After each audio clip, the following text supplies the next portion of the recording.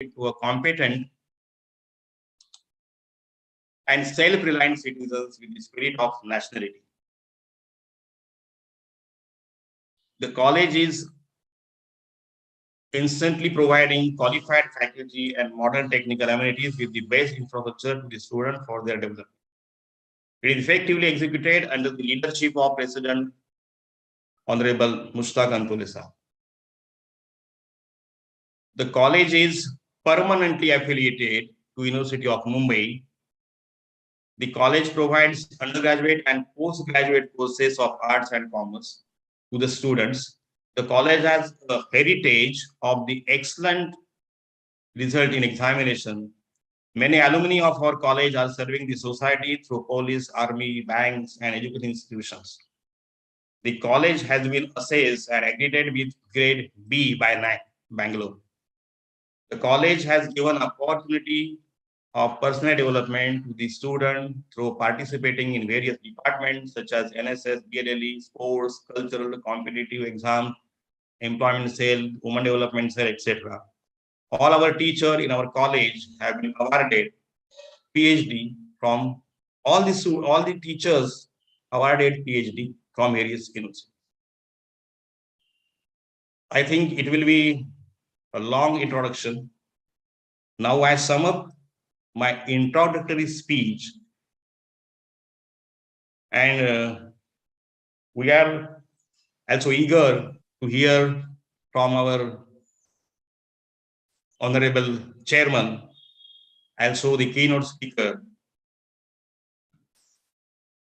and also delegate about their ideas, innovations. I hope all of you will enjoy this one-day international conference.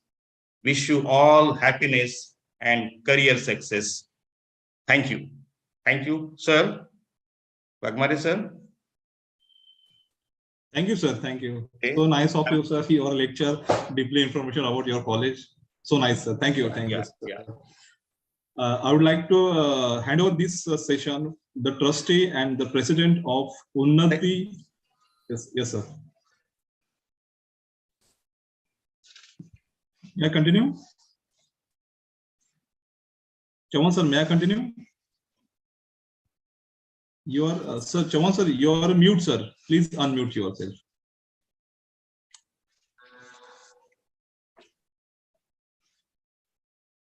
May I continue, sir? Yes. Chavan sir? Yes. I would like to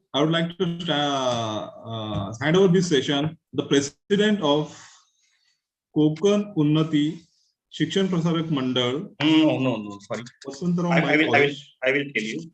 I'm at. Okay, please continue, sir. Please continue. It's my pleasure to welcome our beloved, our motivator, and who have a cheerful personality, Mushtaq Antulesa. I have told you just now, he is a former chairman of Maharashtra Pollution Control Board. Then he was also a former director of Punjab National Bank. Also ex-MNC of Maharashtra. And he has been actively involved at district as well as state level politics for the last 30 years. He was a member of various central government appointed committees, such as Regional Advisory Committee of Indian Airlines, Central Board of Film Censor, and he was the former chairman of Maharashtra Pollution Control.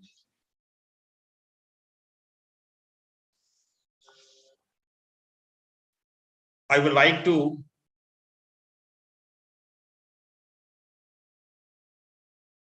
call Honorable Mushtaq Antulesa. Please give please guide and address to the participant who are present here. Mushtaq Antulesa, sir. Thank you very much. Please, sir. Thank you very much. Good morning, sir.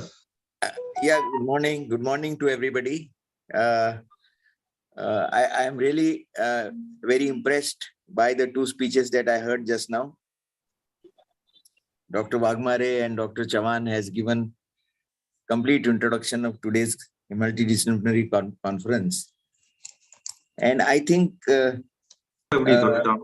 with such galaxy of people attending this, right? Am I audible to everyone? Yeah. Yeah. Yes, sir. Yes, sir. Yes. So with such galaxy of personalities like Professor Sudhir Puranik ji, Registrar of Mumbai University, and Dr. Thakkar, Dr. Kumare, Dr. Fernandez, and so many others.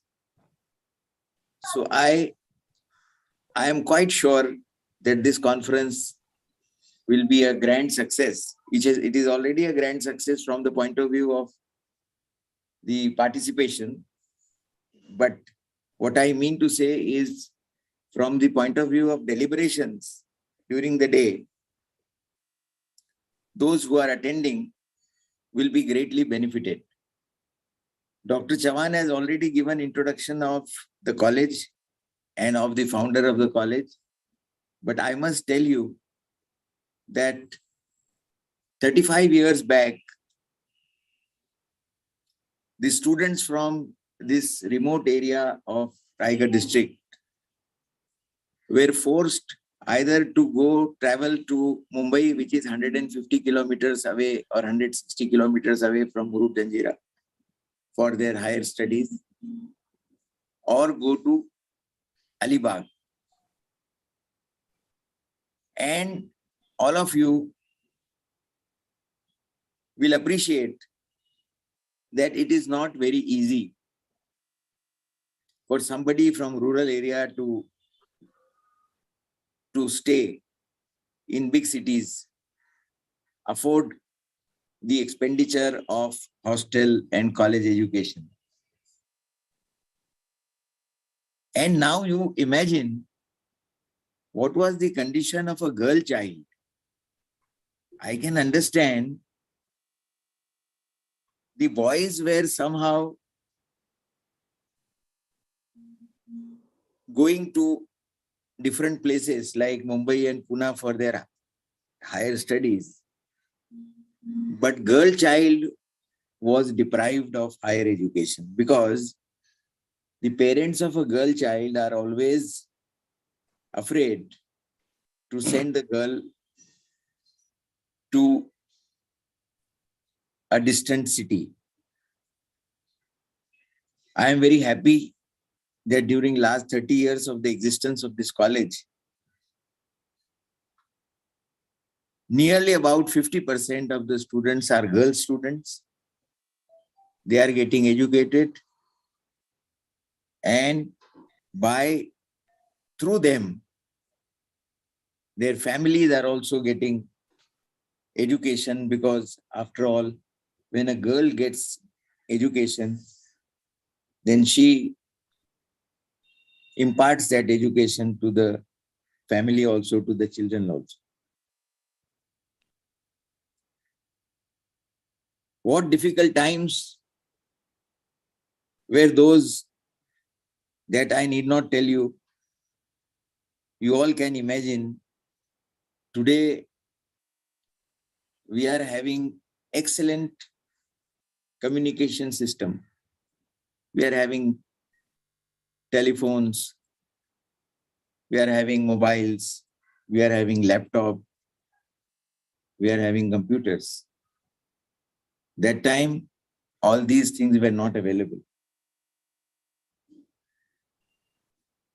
In those days, to start a college in such a remote area was a very, very difficult task, which our honorable founder of the Vasantrao Naik College and founder of Kokan Unnati Mitra Mandal, he had a dream and he started two colleges at the same time, one in Murud Janjira and one at Masla, which is again a very remote and hilly area of Raigd district.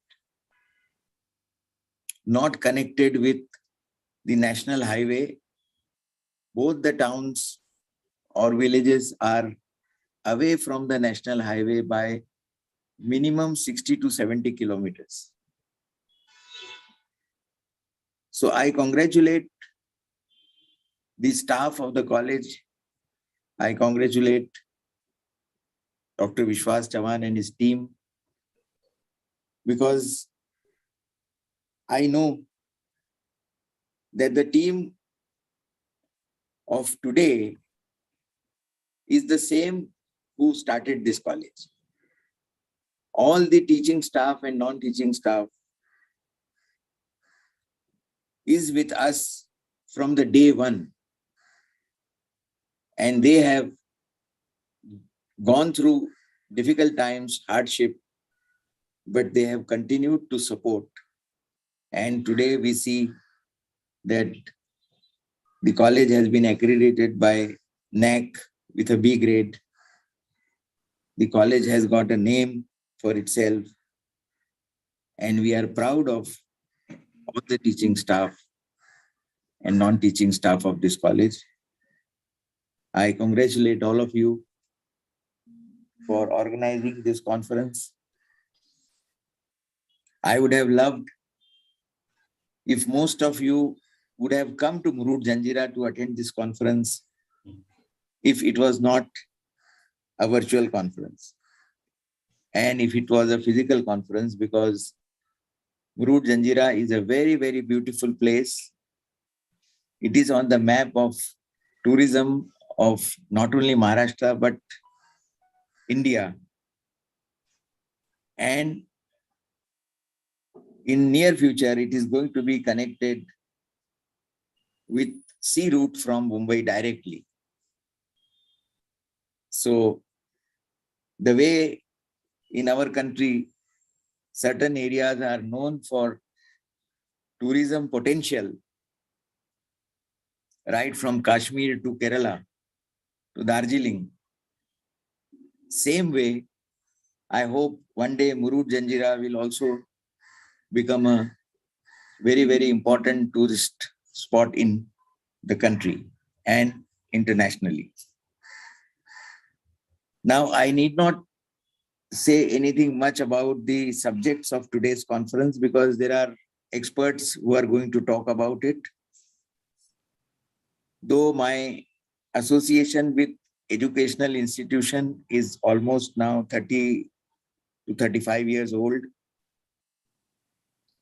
I happen to be the vice president of a very, very large and very, very big educational institution, which is known as Anjuman Islam of Mumbai, which has got more than 1 lakh students and more than 95 institutions, right from KG to PG.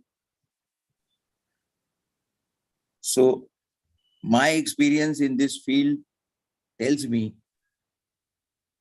that there is only one way that the nation and the community and the people can grow, society can grow, and that is through the means of education. And all those who are working in the field of education are doing a great service to the humanity and great service to the people. I congratulate all of you. I welcome all of you. And I wish a grand success to this conference. I once again welcome the dignitaries. Dr. Puranik, who is a registrar of the Mumbai University, Dr. Fernandez, Dr. Kumare, and Dr. Thakkar. And wish all of you a very, very happy and joyful year ahead, because now we are holding this conference in January. Last 2 years we have spent in pandemic. Last 2 years we have suffered. All of us have suffered a lot. I pray to Almighty that He may bestow a very, very healthy 2022 to all of us. Thank you very much. Thank you very much. Thank you, sir. Your sweet words always supports to development of the society, development of the higher education system in India. Thank you, sir. I would like to inaugurate the international journal research journey. I am uploading the research journey here.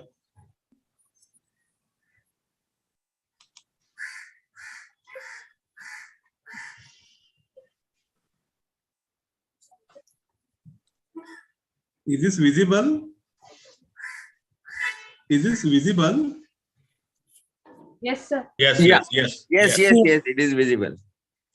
Today, 30 January 2022, one-day international multidisciplinary conference organized by Konkan Unnati, Vasantrao Naik, Arts and Commerce College, Murud Janjira. This is our first issue, special issue number 283A, January 2022, EISS 23487143, International Research Fellowship Association, Research Journey in International E-Research Journal, peer-reviewed, referred and indexed journal, issue 283A, multidisciplinary issue. This issue contains the information regarding all the articles have been received. It will be published in this research journey, peer review journal. This is our journal. It is effective and profitable to the research scholar as well as current career advancement scheme for professors and teachers of higher education system in India. I am stopping this share. I would like to hand over this session to respected Dr. Principal, Dr. Vishwas Chavan, sir. Please continue, sir. Yes, sir.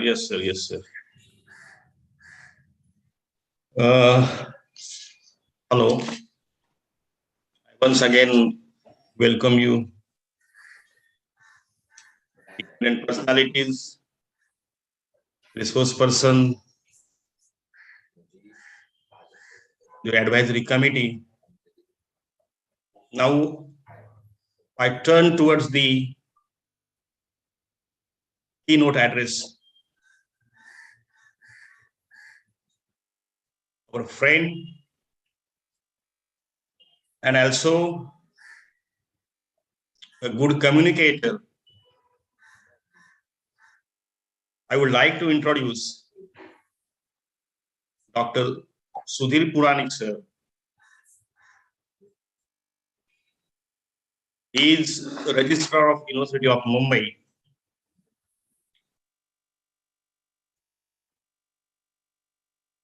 I am reading here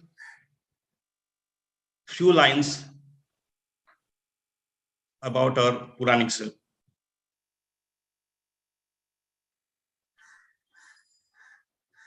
He was a vice principal of Dada Saheb Limay College, Paliwala College,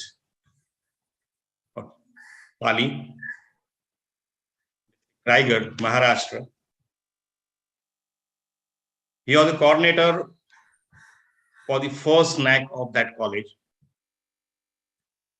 He has received Atharva Raigd Sanman Puraskar for contribution to the field of education. He is felicitated by Honorable Vice Chancellor for participation in Mission Manavta Rally. He worked as NSS Program Officer of the Paliwala College, that is Pali Sudhagar, the Raigad district. He also received the university level award for the best NSS Program Officer in the university in the year 2009. He worked as district coordinator of Raigad district from 11 to 14 as NSS coordinator. He received a Best District Coordinator Award of the university, Mumbai University. And he promoted, and he also joined as a University NSS Director from 2019. As NSS Director, he has done various activities. The brief of that: opening of 272 libraries in adopted villages of different universities. Today, 60,000 titles are available in those libraries. Flood relief activity for Sangli and Kolhapur, help extended, was worth rupees 1.5 crore. During pandemic, with the help of 50,000 NSS volunteer, more than 1.5 crore meals, 17 lakh face mask, 35,000 sanitizers, ration kits worth rupees 80 lakh were distributed in these at the flood time and the pandemic. From 372 blood donation camp was arranged under his leadership. More than 26,000 blood units were collected. 35 lakhs arsenic album immunity booster were distributed. 65,000 COVID kits were distributed. Oxygen concentrator were provided free of cost to needy patient. He has felicitated at the hands of Honorable Governor for the contribution during this pandemic period. Now, recently, he has taken a charge of the well-known university, not only of India, but of the world, as a registrar of University of Mumbai.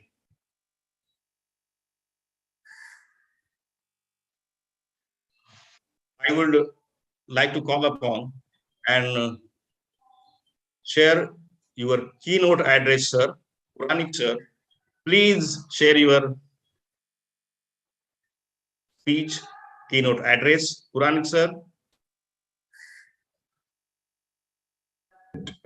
Hello. Yes, sir. Yes, sir. Please address us. Address the participant and delegates. Yes, sir. Honorable President of Kokon Unnati Mitra Mandal, Shri Mustaki Antule, my good old friend and colleague, Dr. Vishwas Savan. I should say many from the college are my colleagues. And I had worked them together during last few years. I had opportunity to visit both the colleges, Vasantrao Naik College at Masala also and at Murud Janjira also. So I know the place in which these people are working. Very remote locations, both Masala as well as Murud Janjira. And there my colleagues are trying to enhance the quality of education. And this is the best opportunity that they have utilized to conduct one international conference on research methodology. I always remember one sentence: listen carefully, opportunity knocks your doors softly. So they have taken the opportunity to reach at international level and provide the things to the students and everyone, to the researchers. And for that, I congratulate the entire team at the outset of the beginning of my address. And I'm not well known for my speeches or something like that, but I would like to share my own experiences with all of you. The very first experience that is, what exactly do you mean by the word research? For me, research is very, very simple thing. Whatever you are observing, whatever you are reading, whatever you are trying to communicate, that itself becomes a part of research, because the research or a researcher, when I was a student, I was having one very good view, and even some of my friends also, they were having the same assumption that a researcher should have a long beard, or always thinking of something and trying to make some statements. And it's not like that. A researcher could be a very good person also. And so as a researcher, what I expect from all of you is a very little and a very different thing. Try to observe your surrounding. Try to observe what are things are taking place in your vicinity, and then try to analyze them. That itself, I think, will be a good research proposal and a research also. Today I had one opportunity to listen to the interview of recently awarded Padma Shri, Dr. Himmatrao Bavaskar, who is also from Raigd district. And there he was telling lot many things about his own experiences, how he had contributed to research and all that, regarding the problems of fluorides. He took initiative in analyzing the things. What he was saying was the very word every researcher should know, the word why. If you know the word why, you can go ahead with lot many things. That why itself will help you to analyze the things. I will give you very few small examples. I am also from Raigd district, staying very close from Murud Janjira college, around 120 kilometers. And Raigd has very good historical background. With that historical background, lot many wells and ponds are also there in Raigd district. I was working as a lecturer in physics in JN Paliwala College, Pali.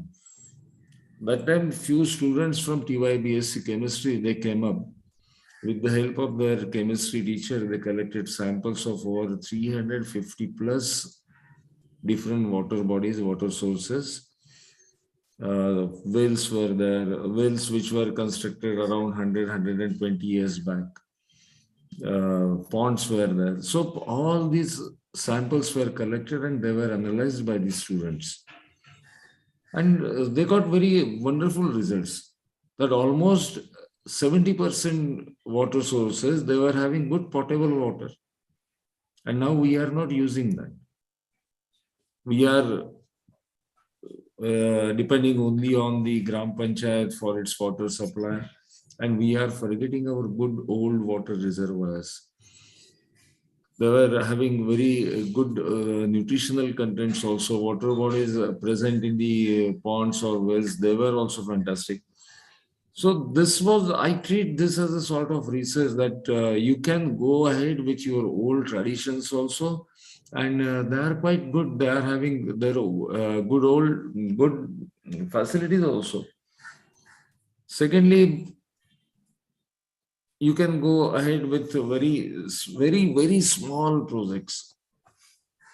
Now, coming to the social life, most of the time with teaching, I had spent in NSS, so that area is of my more interest for me. Nowadays, we people keep on calling rainwater harvesting, and these things are to be done. Very simple question: how many of us have conducted a survey regarding the requirement of rainwater in different villages? What we can do for those villages to provide them good quality water? As a teacher, as a researcher, whatever our findings are, these will be definitely useful for the government to develop the policies. Why can't we take up this project? In different areas, different strata is there.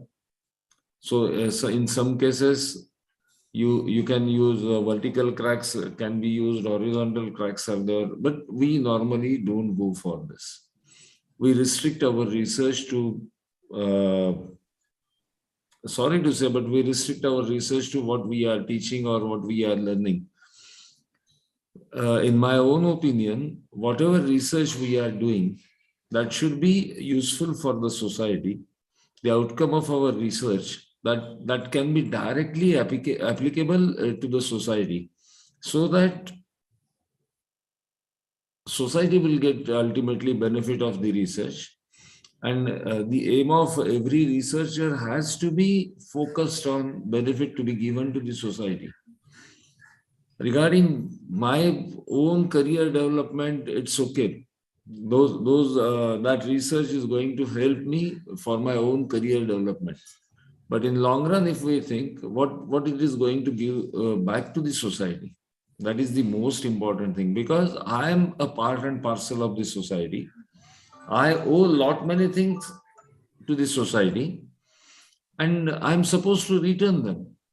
Basically, there are few research scholars who have joined in this conference. There are many teachers also who have joined the conference. What we are going to do for the society, that should be the ultimate question arising out of the research. When we conducted a survey 2 years back, we conducted a very short survey that how many students are having habit of reading books. Almost lot many were having the habit of reading books, not the schools, not college students. I am referring to school students and the villages. But from that survey, one thing suddenly came up, that in remote villages, you don't have good books available easily. And that particular survey, or I will call that as research also, that initiated the concept of the libraries in adopted villages of NSS units. So now 60,000 titles is not a small number. Those small kids or the older age villages, they are able to have the books. These libraries, they contain lot many books, fairy tales and all the religious books also. Everything is available in those libraries. So that way we should proceed ahead. That is what I feel. So whatever I am trying to do, that should be useful for the society. That will be my suggestion for all the researchers. Once again, I thank. Not I should say once again, because for when I began to speak, I was referring to both the colleges. So I thank Dr. Vishwas Savant for inviting me for this conference, and of course Mustaq Antule also, because of his support. I know that because of the support of the management, it's really difficult to conduct an international event, and that too on a virtual platform. That itself is a big difficulty, because getting connected with the people and getting the things done, that is very difficult. So the support of the management, the teamwork by the Vasantrao Naik College of Arts and Commerce staff, and of course their media partner, Mr. Wagmare, I thank you all for inviting me, and I stop here. Thank you.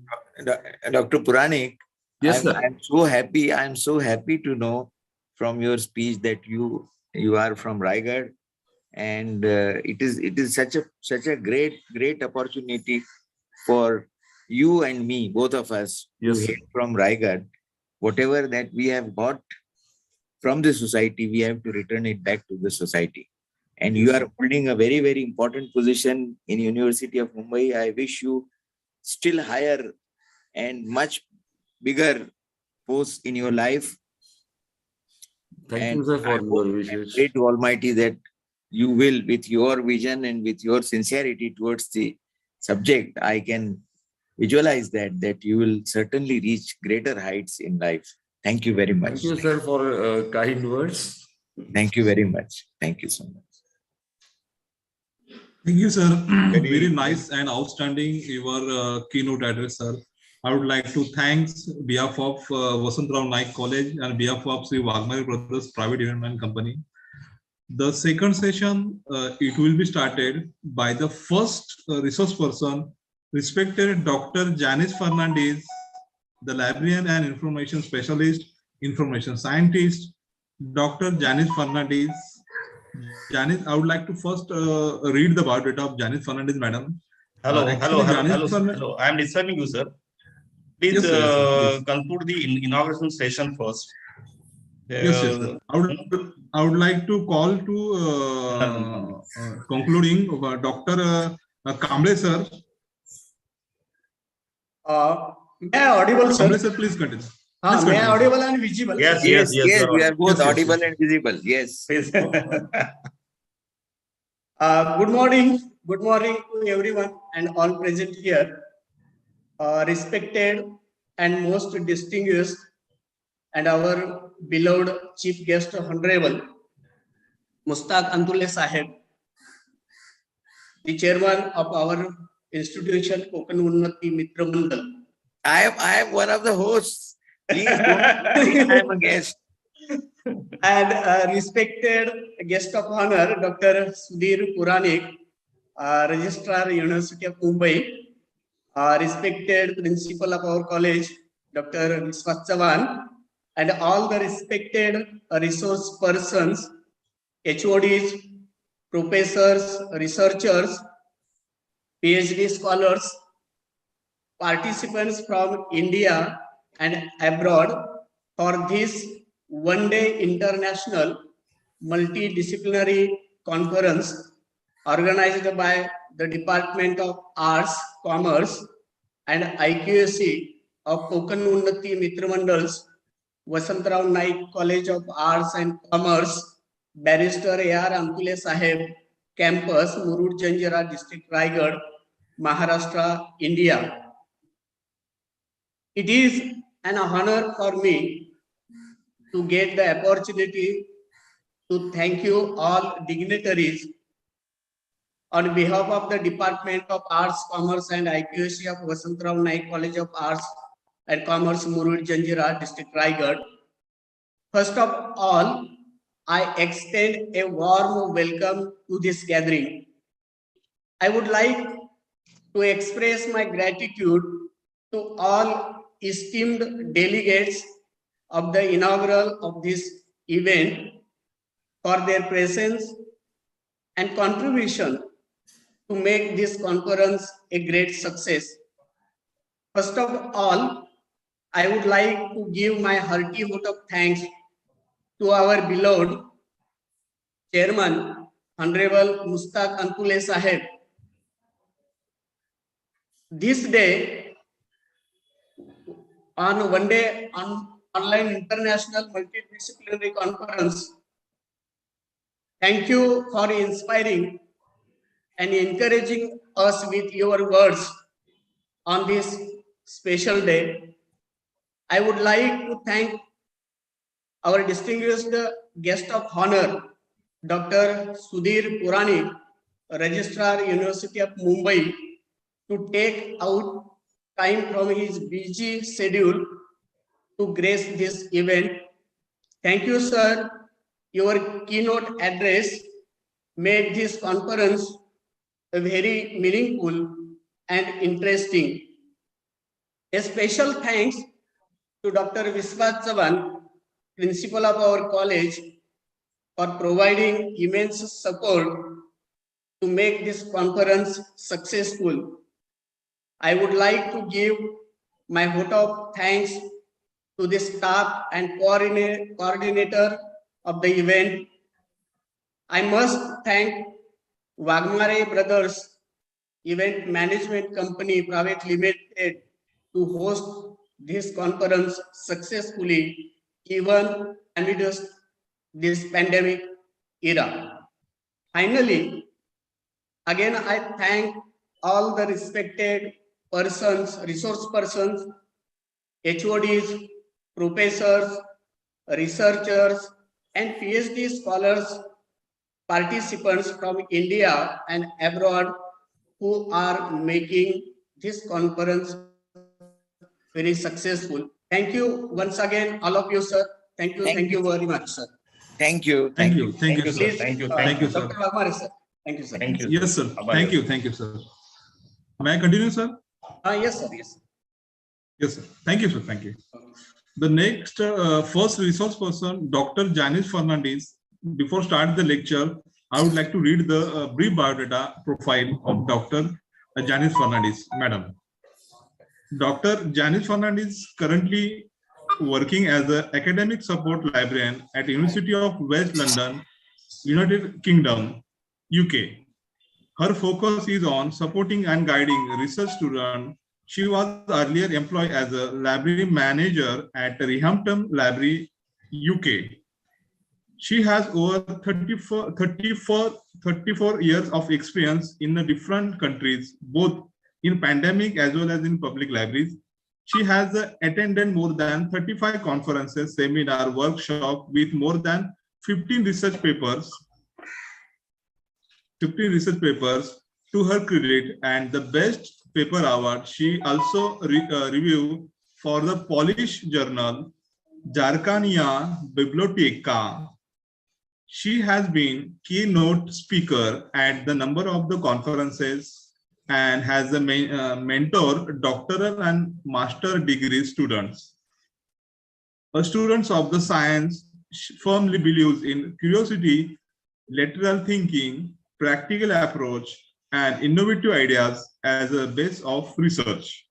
With the academic excellence seen in 5 degrees and a rich tradition of the self-motivation, innovation, and continuing professional development, she has many achievements to her credit. Dr. Janice Fernandez, madam, was awarded as the Public Library Project Grant, April 2021, from the National Acquisition Group, United Kingdom, for her project entitled Rehampton Kaleidoscope. She has awarded People's Manager for the Year for the Wordsworth Libraries for her innovative efforts in making the library a welcoming space for all. She was seen BBC News in the series entitled Providing the Positively during the lockdown, where she explained how to library disseminated reading materials to the user through the various initiatives. Besides the event management, public speaking, her skill in a personal and professional communication compel her to motivate, guide, and lead to people towards the research and innovation as a means towards the self-satisfaction. This is a very big biodata and very outstanding person we just got for delivering the first lecture, first online session. I would like to request Dr. Janice Fernandez, please continue your lecture. Janice Fernandez, madam, please continue. Thank you. Thank you. Can you hear me? Yes, ma'am. Okay. Thank you to Wagmare brothers, and thank you for the opportunity to present a few of my thoughts today. I would like to share my screen.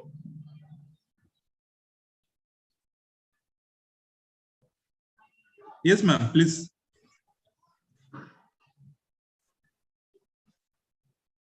Is my screen visible to all? Yes, ma'am.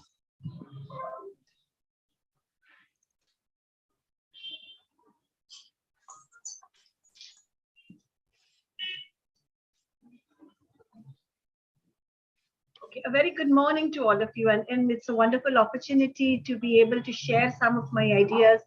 I'm currently at a place where there isn't a very good Wi-Fi, so please bear with me in case I suddenly go blank.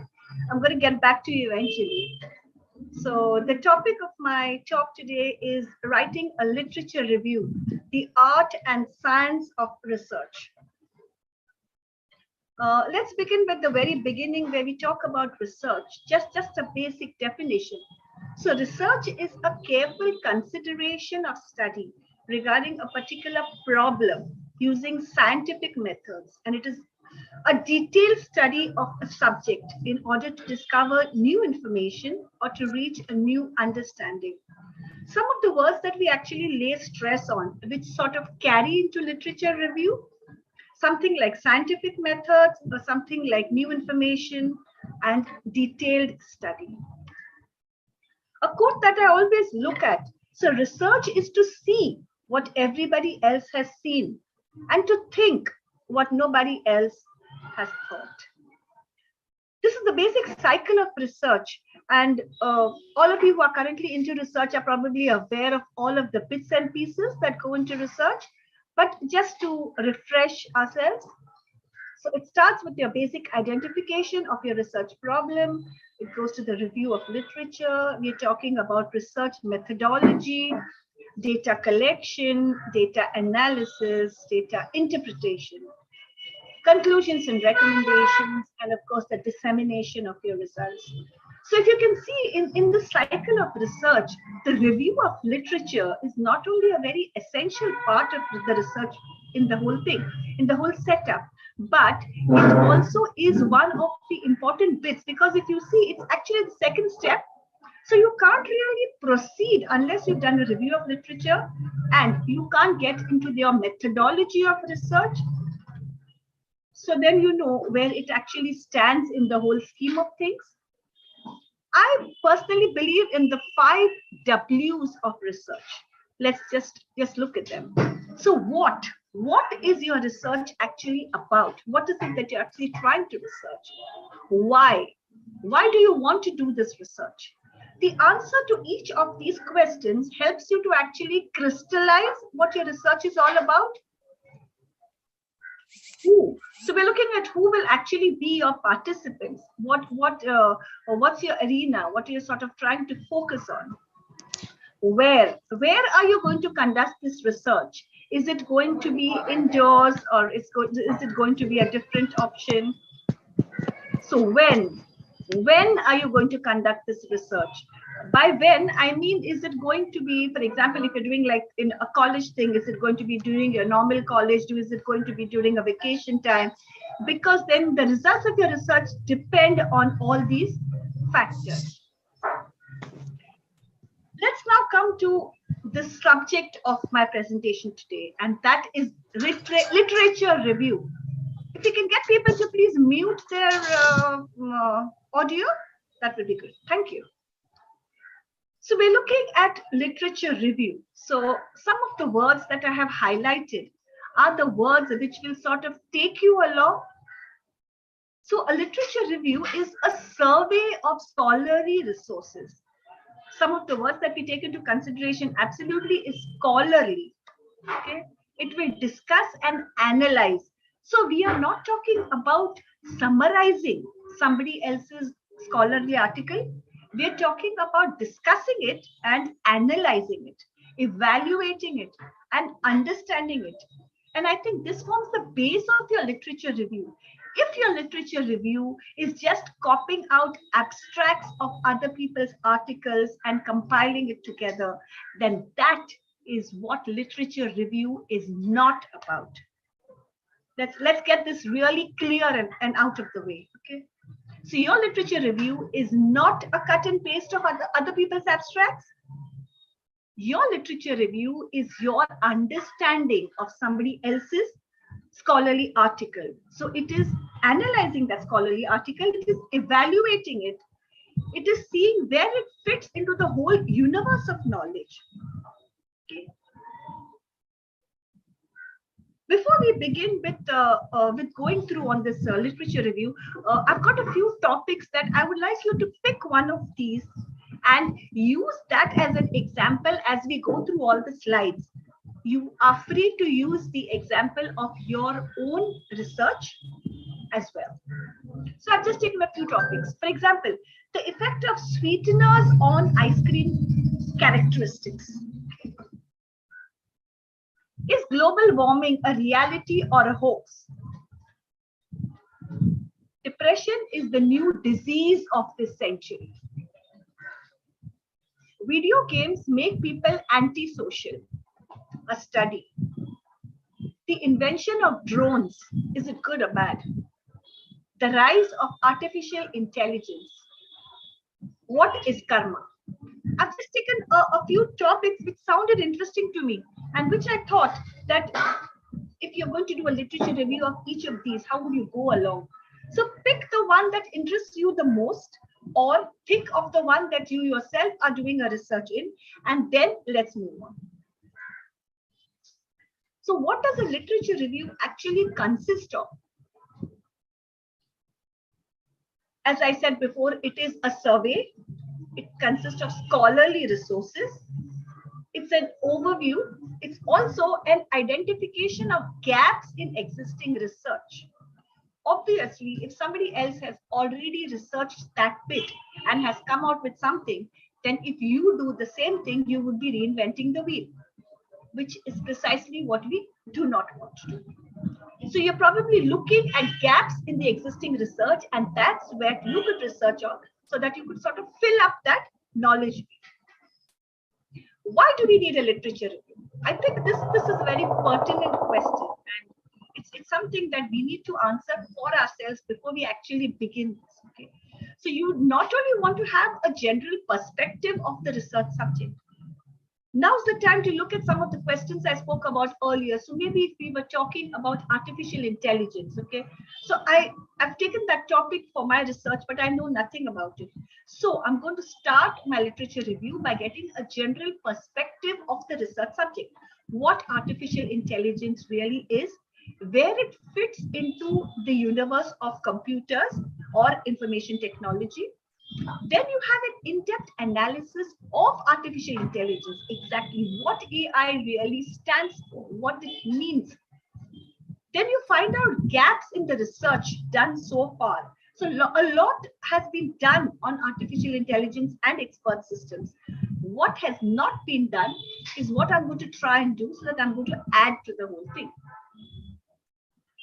And a review of literature helps you to decide on the research methodology, because you're going to look at other people's articles. You're going to see what angle they worked on. Did they do a survey? Did they look at a historical sort of research?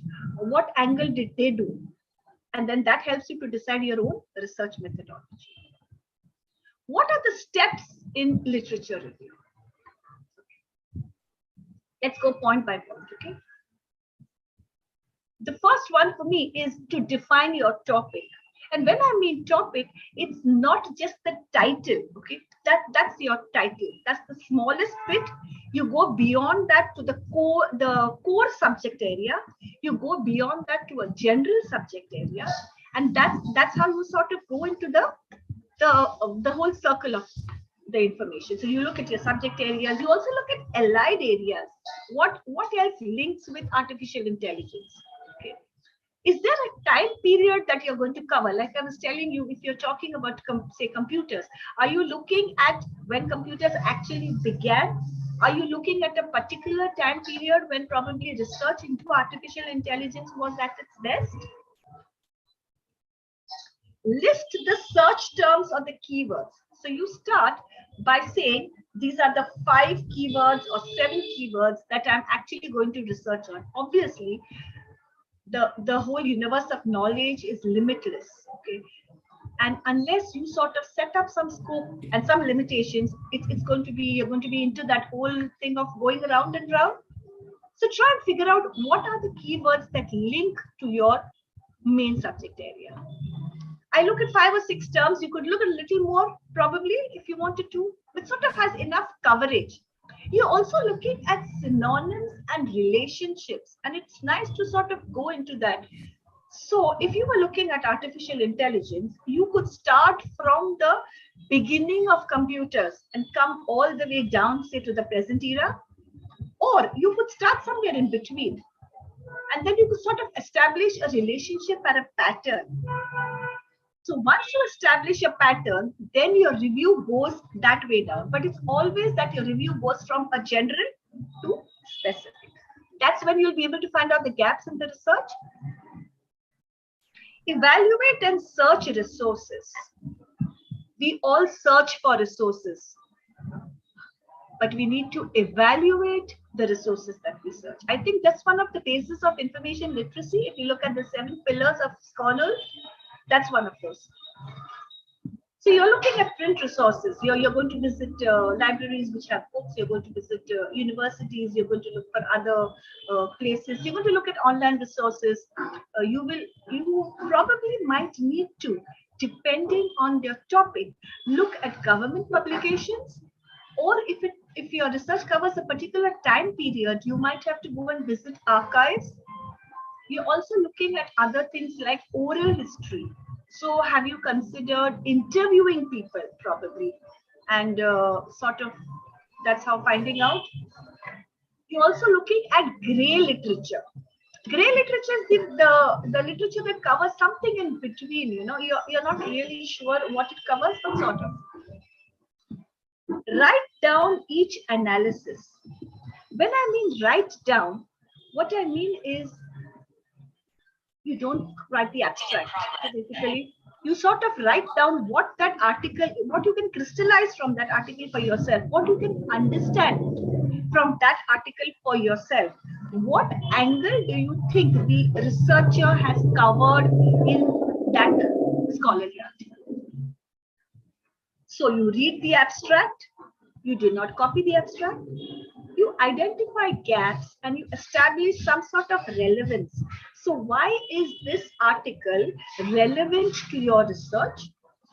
Because it probably talks about the same time period that you're trying to cover, or it probably talks about the same things that you are focusing on. Summarize and write a short paragraph.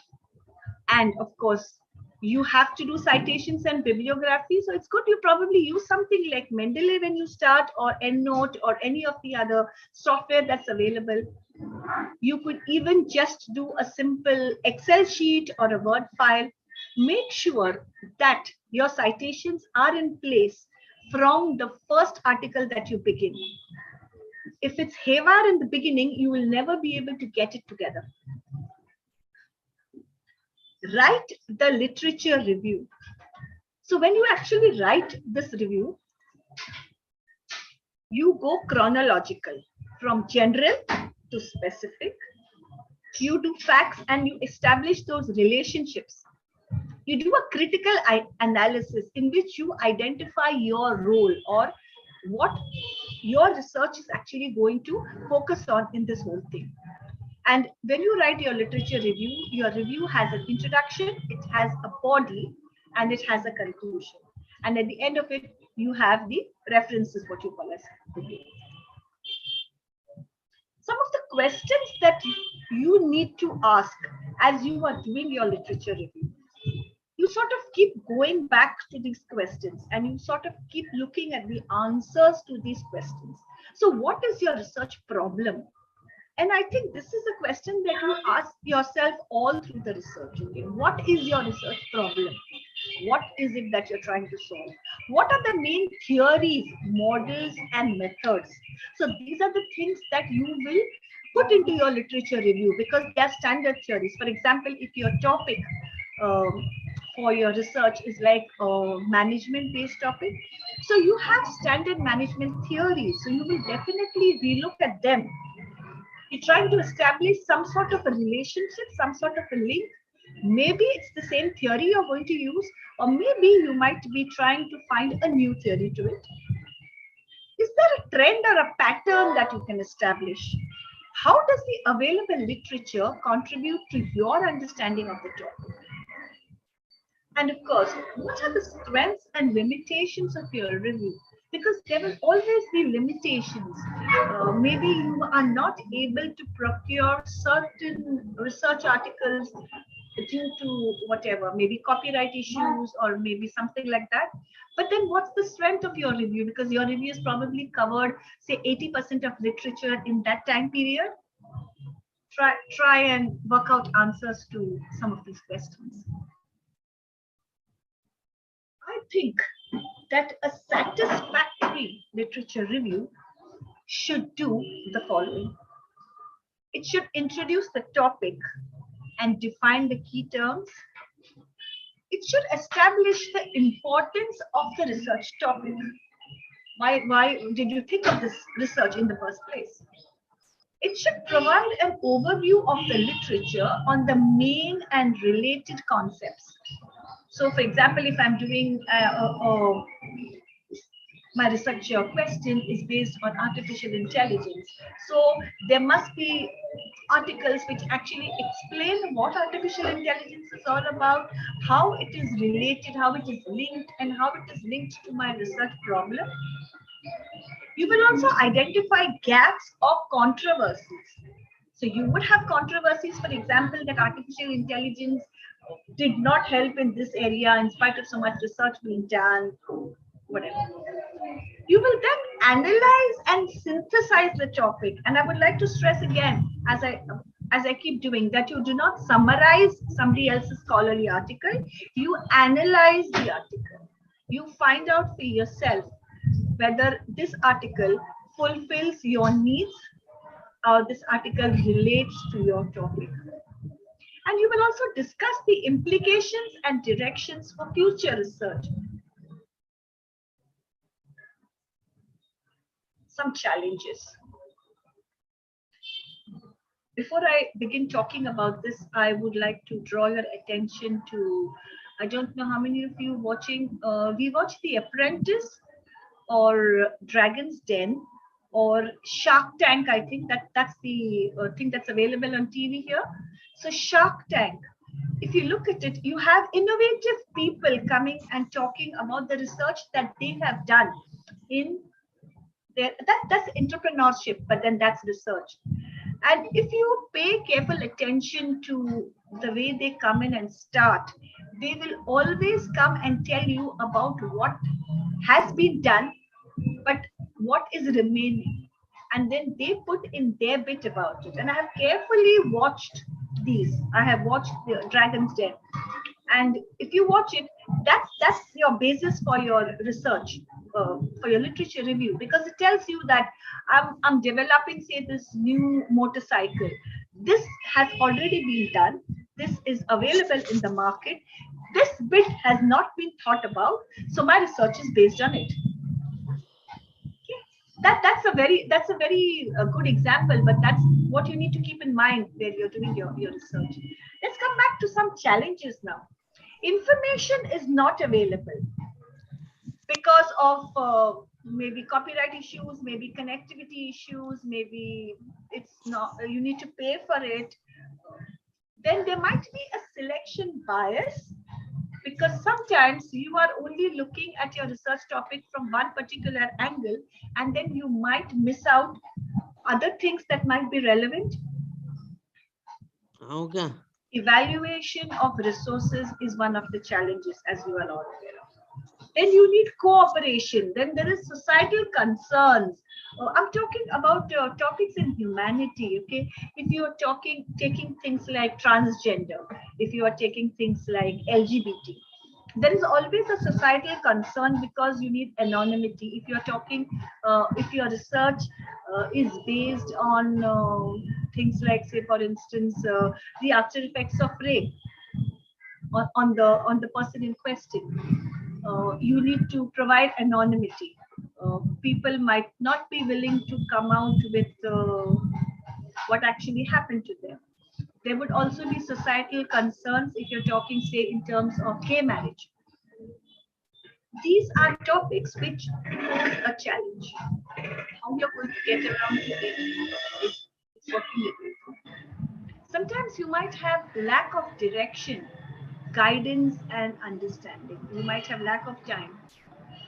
Sometimes people think that literature review is a waste of time, because it's all available on the internet anyway on the click of a button. So why do you want me to put all of these things back together?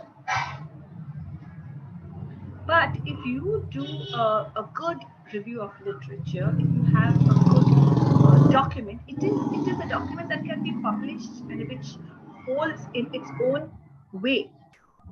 Copyright and IPR is an issue that we really need to consider. If your citations are not right, if you have not given due right to the person whose article you are talking about or referring to, then that's plagiarism. That definitely is plagiarism. If you do not put in the citation, then that's not right. However, I think that literature review in spite of the challenges, is an opportunity for the researcher. Okay. If you do a good literature review, then the preliminary work you will realize has already been done. Okay. So if I'm doing a research in artificial intelligence, somebody has already done it before me. Somebody has already defined artificial intelligence. Somebody has already spoken about the parameters and the delimiting terms. I don't need to do that.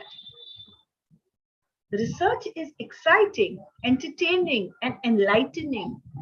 You're learning something new every day. Okay, you're linking it. That's why the research topic that you take has to be exciting to you, to the researcher. Everything else just flows. If you pick on a topic that does not interest you for the mere purpose of either a qualification or a job opportunity, it will not work, because then you're not a researcher in the true sense. You haven't got anything out of it. There's something that you need to get. What you need to get is this excitement, this enlightenment, or this knowledge. You're building your own knowledge base. Along with adding to this universe of knowledge with your research, you're also building your own knowledge base. You're building information bridges, because you are now connected with a lot of people. You're talking to researchers, you're talking to authors of these articles. And today, believe me, it's become so much easy because it's all online. So you can talk to a lot of people. You have mentors, and then sort of those relationships develop as you go along. It sharpens your critical analysis and your lateral thinking skills, because you're now thinking in a different way. You're thinking in a scientific way. So you are asking the right questions and you're seeking the right answers. It gives you better academic writing skills. Absolutely. That's what a good literature review does. It keeps you focused, determined, clear, and systematic. That's the scientific way. And of course, we are standing on the shoulders of giants. I love what Google Scholar always says. You are standing on the shoulders of giants, because someone's already done it, and then you're taking up from that point onwards. I would like to conclude by giving you a few pointers. Okay. So literature review, as we know, is necessary and important part of your research. So it starts at the beginning of research. If you have seen in the research cycle, okay, we're going to start at the literature review, but it finishes at the end, because as you go along, you're reading more articles, you're probably adding to your literature review. You might subtract from your literature review. So keep that chapter sort of transient, it keeps moving as you go along. And when you've finished your research, that's when your literature review is done. It is a scholarly and publishable document in itself. Not many people realize this, but after you've finished your PhD, you could actually do a research paper just on your literature review. The amount of effort that you put into it, the amount of linkages you develop, the trends and patterns that you set into it, that's adding to your own bit into the research. So it can be tedious, it can be confusing, and it sometimes might be uninteresting. But then, of course, that's because you have to get your own interest in the topic that you have selected in the first place. Planning and organizing right from the beginning eliminates chaos, improvisation, and errors. So because the whole research itself is scientific. Okay, so you begin by having it very systematically planned out. These are your main topics. This is where the subject area narrows down. It's all sorted for you. Once you have that table, then you know you're not going to go wrong. Be patient, positive, and progressive. You will be amazed at the result.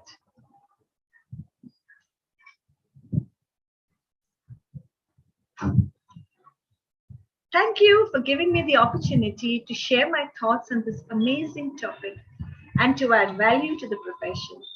That's my email address. Please feel free to write to me, and I'll be more than happy to help you in your research anytime. Thank you.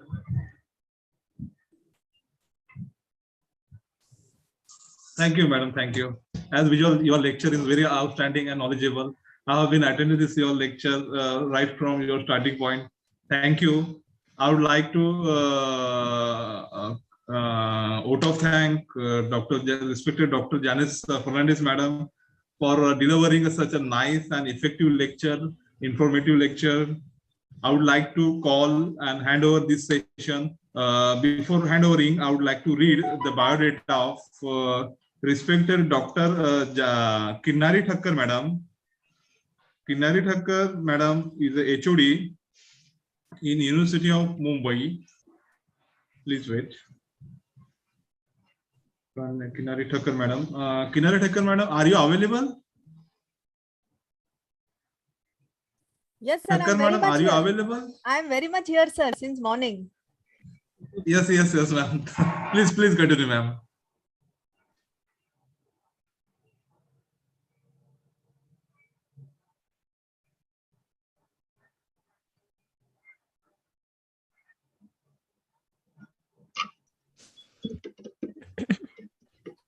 So a very good morning to each one of you. And it is always a pleasure to be with Dr. Wagmare. And I really salute his efforts of taking so many conferences at a stretch. I think it will be a record-breaking thing one day that, every month you are continuing, organizing event which is benefiting the participants, the potential researchers. And believe me, friends, whenever you attend any session, you at least for 1 or 2 hours, at least there are 3-4 important takeaways. Every session gives you some takeaways which is very, very important and useful in your career life and in your process of pursuing the PhD program.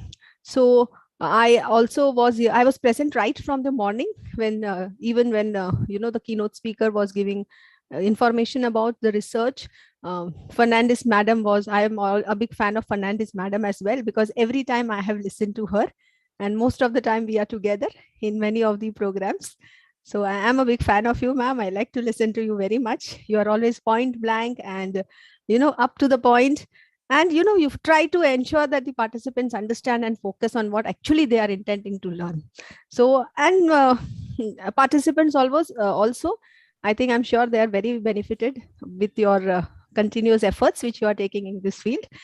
And I thank the organizers always to invite me for various programs which they organize here. And I also try to ensure that whatever knowledge, experience, information, reading, consultancy, which I have done since last 2 decades of my service, I try to put forth my views and share experiences, and ensure that those who have roadblocks, at least at some point of time, the roadblocks are cleared. What we have faced, what issues, problems we have faced at our level while we are doing the research work, at least I ensure that I should convey it to the participants that, dear participants, listen very well. This is all the problems you might face in future at the time of pursuing your PhD. But you have to come across that, and these are the techniques, these are the strategies, these are the points which you have to be very careful, and these are the areas of concern which you have to address when you actually start with your work. So that's what my general presentation of mine, which I'll try to do, is basically catering to the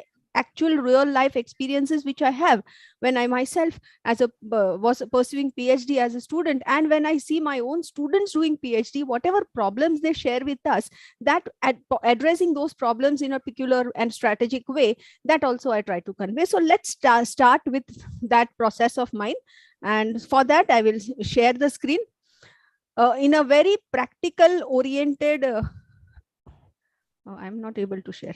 I mean, in a very practical oriented approach, I will try to link the title, the objectives, and the hypothesis, preparation of all this in pursuing any kind of research work. Now, I'll not be very specific about research, PhD or major, minor research paper, nothing, because most of the basic things, the basic fundamental and the basic contents of writing all these is the same. So I'll just like to focus more on any research which you are undertaking. How should you ensure that your title which you have selected is connected very systematically with objectives and those objectives should be, and the on the basis of which you are forming the hypothesis, should be completely synced with your hypothesis as well as with your title. So there has to be a link. Unless there is a link, you cannot have a glance understanding of what a reader will not be able to understand, that what you are actually supposed to do, what is your main purpose behind doing a particular research. And those who have listened to me earlier, that they also must be knowing that I select a topic generally which is, see, my area is finance, core finance also, where I may be discussing about different types of models which are available for analysis in finance. But I'm sure that everybody is not well versed with these models. So that's why I take a topic which is a general topic, that's financial inclusion, which is neither purely a finance background topic nor purely a commerce background topic. It's a general understanding of every commerce and management potential pursuant, PhD pursuant. Therefore, this is an example which I like to take when I'm explaining my connecting and syncing the title, objectives, and hypothesis topic. So my favorite example will always be of financial inclusion. And let's start with that.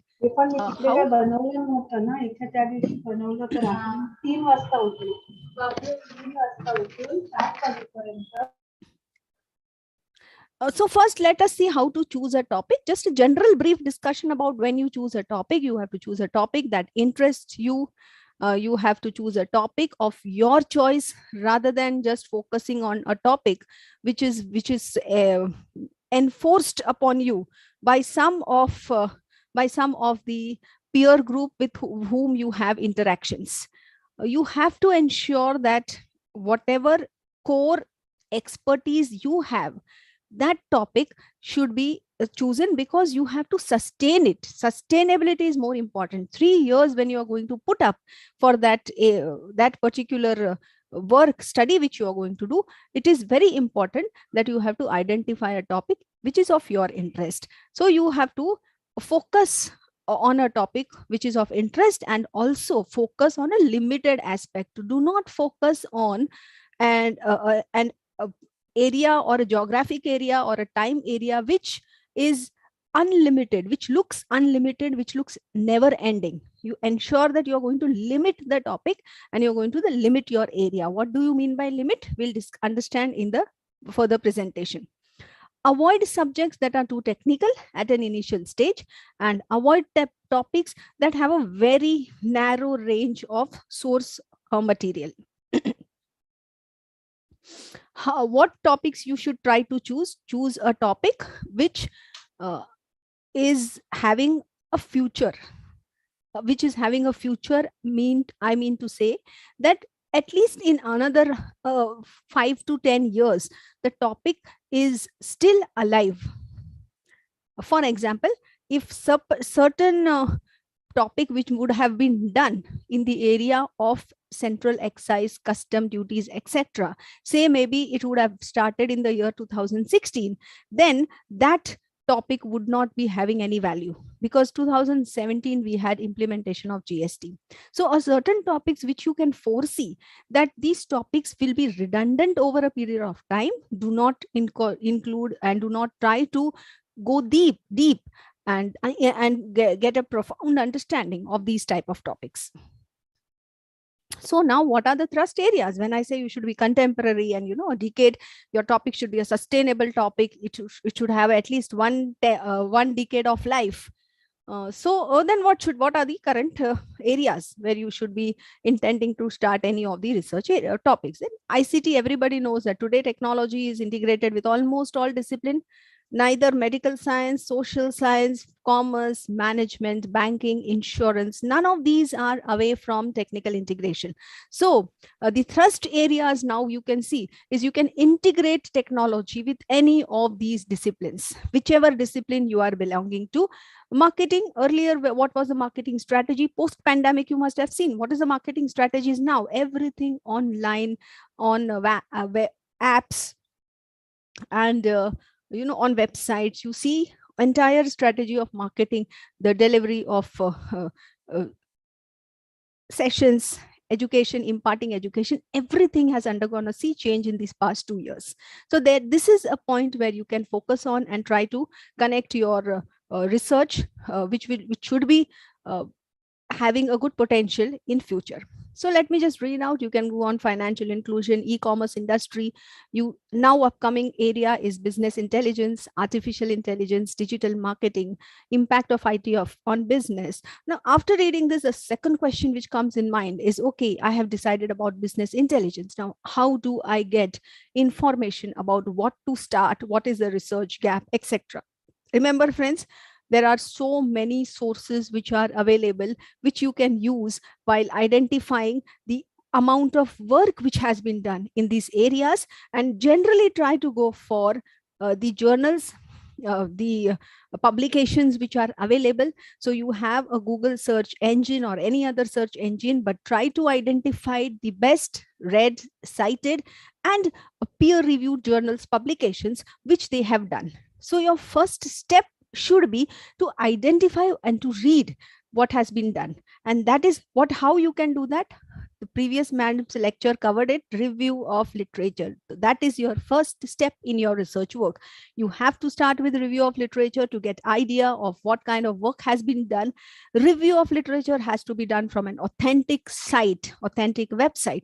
How do I decide whether the websites are authentic websites? Now, friends, whenever you go read these or go through, search the various websites, you must see the authenticity.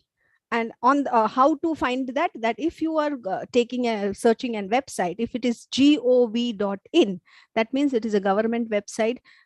.in is India, officially authenticated website from which you can gather information of various aspects, whichever you are searching for. gov.uk means government official websites of UK.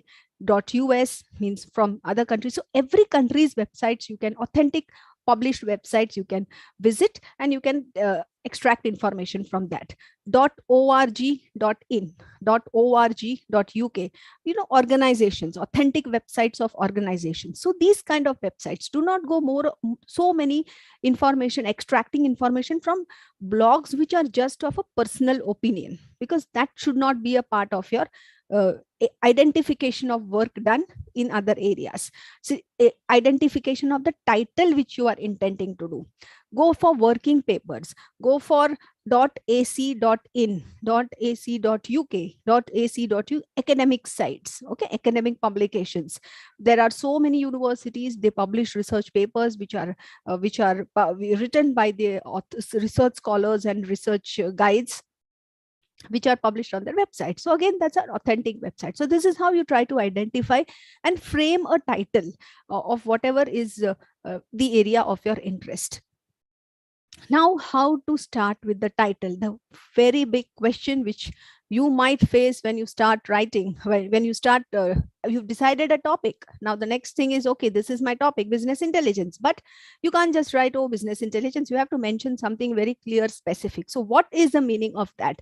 And how to deal with the title which you have, make the readers understand the title which you have framed is an apt title, and everybody will have the same opinion of the title if any reader reads that title. So just a theory I will read. Summarize, the title should be such that it summarizes the main idea of the study. It should be concise, informative, etc. It should give a clear indication of purpose and scope of research. Not very long, maximum 2 lines. Okay, 3 lines also allowed. So 2 lines you can also read. Now I will start with my favorite topic, and I'll try to explain that when you are framing a title, which is the area which has the interpretation, different interpretation in the minds of researchers. When you talk about a title like this, example, everybody, I assume that is reading very carefully and also observing the highlighted color.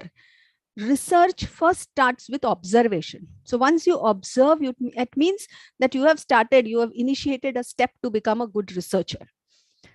a study on extent of financial inclusion in the Maharashtra state with reference to Konkan division. Now, when you read this, which are the two different points which I have highlighted in a different color? All the another entire topic title which I have mentioned is in red color. When I say that, these are two different colors, I obviously mean that there are two different shades which are hidden meanings, hidden lines which everybody should understand when you read this title. So when you read this, everybody reading this, a study on, will understand what is it. It is a study, fine. In Maharashtra state. So everybody knows that, oh, there's some study which is going to take, which we are going to read, which is from the state of Maharashtra. And the focus is given on Konkan division. So everybody knows that this has been done. Now, when X, Y, Z is reading my title, and when they read the word extent, X will understand it in their own way. Y will understand it in his own perception, and Z will also understand, have its own perception, idea, opinion, belief about the meaning term extent. Similarly, financial inclusion. We all will know that what financial inclusion, like when I say that a company is adopting cost-cutting strategies, everybody will know that, oh, this is a company and company is going to adopt a cost-cutting strategies. But cost-cutting strategies has various angles, has various parameters, has various indicators. And you have to define that which of these areas is highlighted in which cost cutting can be done. It can be done in administrative, it can be done in, say, selling expenses, marketing expenses, everything. But which area is the focus area where you are planning to do this cost cutting? So as an writer, as a researcher, it is my duty to convey that I have focused on these areas. There are 10 options available, but researcher intends to focus only on one option. And that's what is important when you are conveying it to the reader. So extent and financial inclusion. These are two things where researcher has to be very specific.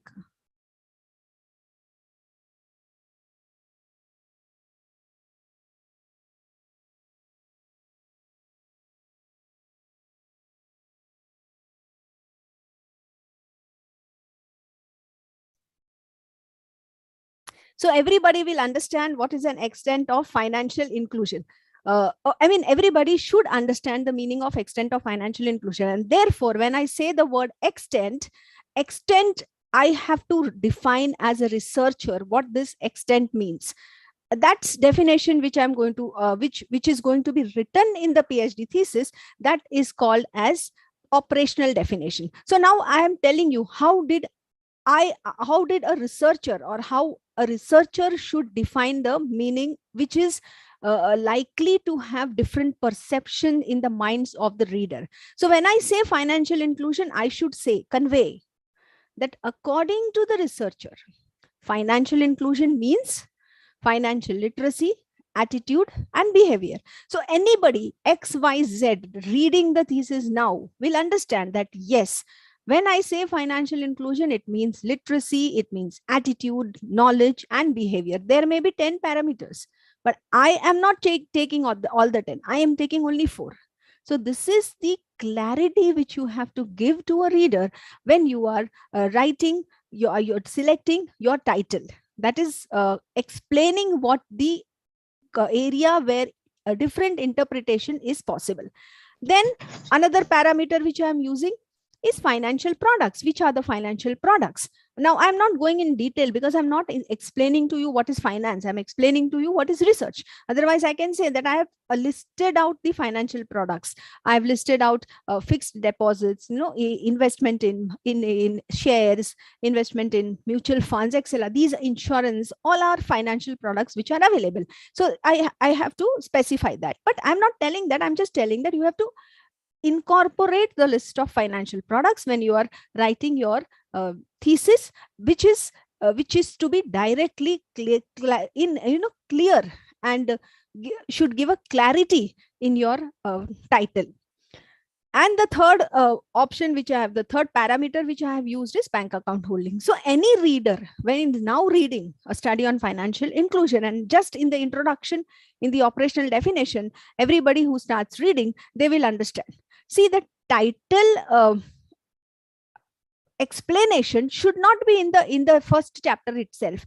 It can be in the introduction part itself. It can be in the later part. After introduction, you may have certain other objectives, hypothesis, then you may have operational definition. The purpose is what? When the book reading, research thesis reading is completed, when the research paper reading is completed, done, at the end, every reader should have the same interpretation.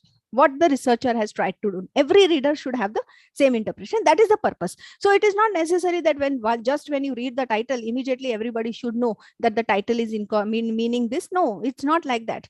It's after reading a book, you understand that, oh, this is the clarity, this is the conceptual understanding, conceptual framework which a researcher has tried to explain it to us. What do you mean by extend? See, what I said, that we are going to define these two, which is having, which requires explanation. So I explained inclusion, I explained extent. So now I'm explaining. Extent means this. Trends in the level of banking service, significant disparity, usage of financial products, bank account holdings. Again, I'm not specifying your points in finance. I'm specifying that how do you frame a title? What is the points? What are the parameters, area of concern while you are framing a title? So this is what you have to define. This can be anything. This trends financial is just an example. It can be anything. You can define it in your own way. How the title has to be framed. So this is what you have to mention in your research in the chapter where you are writing about your information. What is the meaning of all this? When you say I have chosen financial products, I need to clarify these are the financial products identified by the researcher.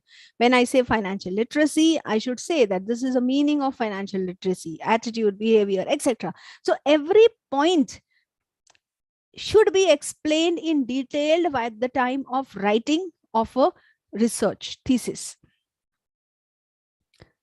What is to be written in the introduction? Basic things you need to know is you have to write a topic, you have to write a framework, broad framework, etc. You have to write the need, the conceptual framework, and what is the statement of the problem.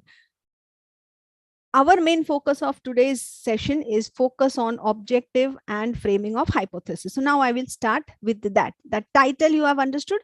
I will keep the same title in mind. Again, I'm repeating, everybody knows that I'm going to take an example of a study which is in the state of Maharashtra and which is in a specific Konkan division. Everybody knows that. But what is the study about? Extent. And what is the extent of financial inclusion? So basically, my entire focus will be on the extent of financial inclusion. So when I frame objective, my every objective should ensure that I am writing one word of extent and I'm writing of related to financial. Every objective I frame should be focusing on the extent and financial inclusion of the Maharashtra state. A general information about objective, let me discuss. A research objective is a clear, concise, declarative statement which provides direction to investigate the variables. Generally, research objective focus on ways to measure the variable, such as to identify or describe them. Sometimes objectives are directed towards identifying the relationship, and a well-worded objective should be SMART. Any objective you frame should be specific, measurable, attainable, realistic, and time-bound. Now, when you say SMART, what objective you should, what kind of understanding, what kind of direct, explicit meaning you should be conveyed. Financial inclusion in Konkan division. When you say specific, SMART includes specific. Specific means here what? What are we doing? We are doing on financial inclusion and we are doing in Konkan division. This is a specific thought which we have conveyed to the readers. Measurable. We are measuring. We are measuring what? We are measuring financial inclusion. Now again, we have defined Operational definitions, so we have already defined what is the meaning of that. So we know, is it as attainable? Yes, when you are selecting particular parameters and your indicators, that means you are going to understand whether it is attainable or not.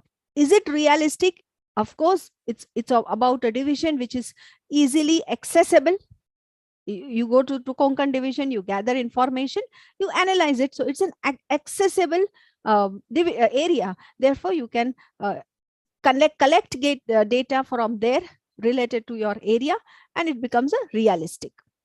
Time bound, you have to set an area, you have to set a number of years, the time period, and then you have to set a target date for collecting the information. So all these smart characteristics should be satisfied when you are doing a particular research.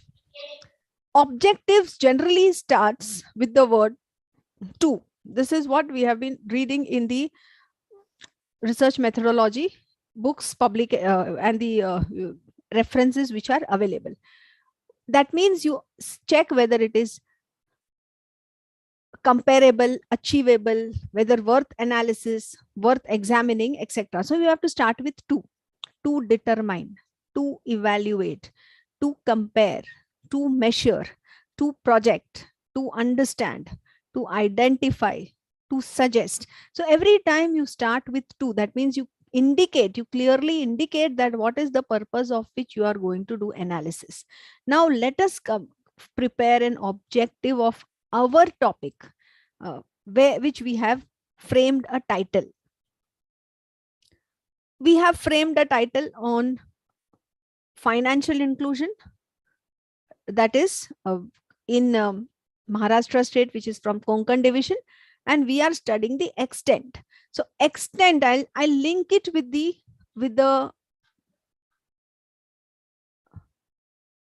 operational definition which I have taken. See, extent I have defined. Okay, now what I have defined in extent, I have written trends.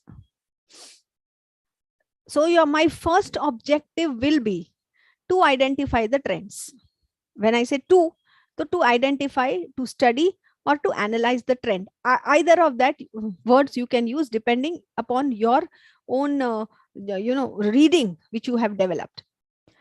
So this is the first objective. Your operational definition itself has to be an objective, and your objective itself, same sentence framing, should form hypothesis. Second operational definition I have mentioned here is significant disparity. So what should be my objective? To identify, to study whether there is a significant disparity in the level of banking services. This should be my objective. So now I think you should be understanding that unless you have framed a proper title, you cannot frame a proper objective.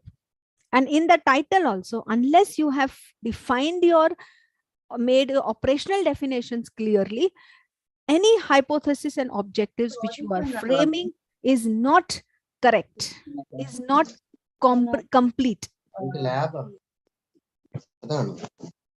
Wangmare sir, can you mute Reginta SV? Yeah. Third meaning I have written is co-relationship between. So I will objective, what will be my objective? To identify whether there is a co-relationship between the financial literacy, level of financial literacy and usage of products, to identify that. To study the co-relationship of bank account and the level of financial inclusion. Now you see here, every word is highlighted in different colors. Every word which has weightage is highlighted in different colors. So basically what I'm trying to convey is, in the topic we have interlinking title, objective and hypothesis. But between the title and objective, your operational definition becomes a major area which gives you clarity in forming your objective and your hypothesis. So trends, if I've written here, my next objective will be to check the trends. Another objective will be to identify the disparity, to identify the relationship, to check whether there is any relationship. And if you are very, very innovative, if you don't want to be a normal researcher, if you want to be a 1 level, 1 grade higher researcher, then what you have to do, then you may go for some model building. So the objective then in that case will be to build a model, to come out with some new discovery, to come out with some new innovative idea in the research. So this is how your objectives about. So I'll just explain it. You can just read it, self-explanatory now. First thing is I have written here to study the trends. Second, I have written here to identify the disparity. Third, I have written here to establish correlationship. Every time a different word: to study, to identify, to establish. These are the common terms which are used when you are framing objectives. To identify the difference, to study the correlationship. Now, again, there is another question. Normally, when you frame the objective, this word which you write, to study, to identify, to develop, etc., you write it as per what you think suits the statement. But it is not like that. When you write the word to study, it has to be backed by the research philosophy. What is the philosophy behind which your research work is undertaken? And as per the philosophy, you have to use the word. If you are identifying a model, say you have a capital asset pricing model, or you have some theory, say Malthusian theory. If you are checking whether that theory is applicable in practical life in certain area, if this is applicable in the current situation, what you are doing, the model is already existing, theory is already existing. You are checking the validity of theory. So when you are checking the validity of theory, your philosophy is different. So in that case, the terms which you are using here has to be different. So every term which you are using should be backed by the philosophy of your research, the methodology of your research which you are using. Now, this what you do is you can just read on your own, note down the points and read on your own later on that what do you mean by philosophy, because here my session is not on philosophy. That's why I may not be able to tell you in detail.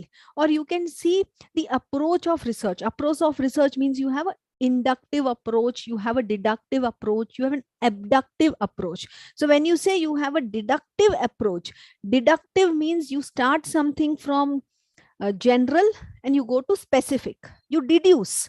So from generally accepted area, you try to be more specific. Now here, you know what is say, here you see financial inclusion. Financial inclusion is a understanding which is already existing. It's not something which I have created, which a researcher has created.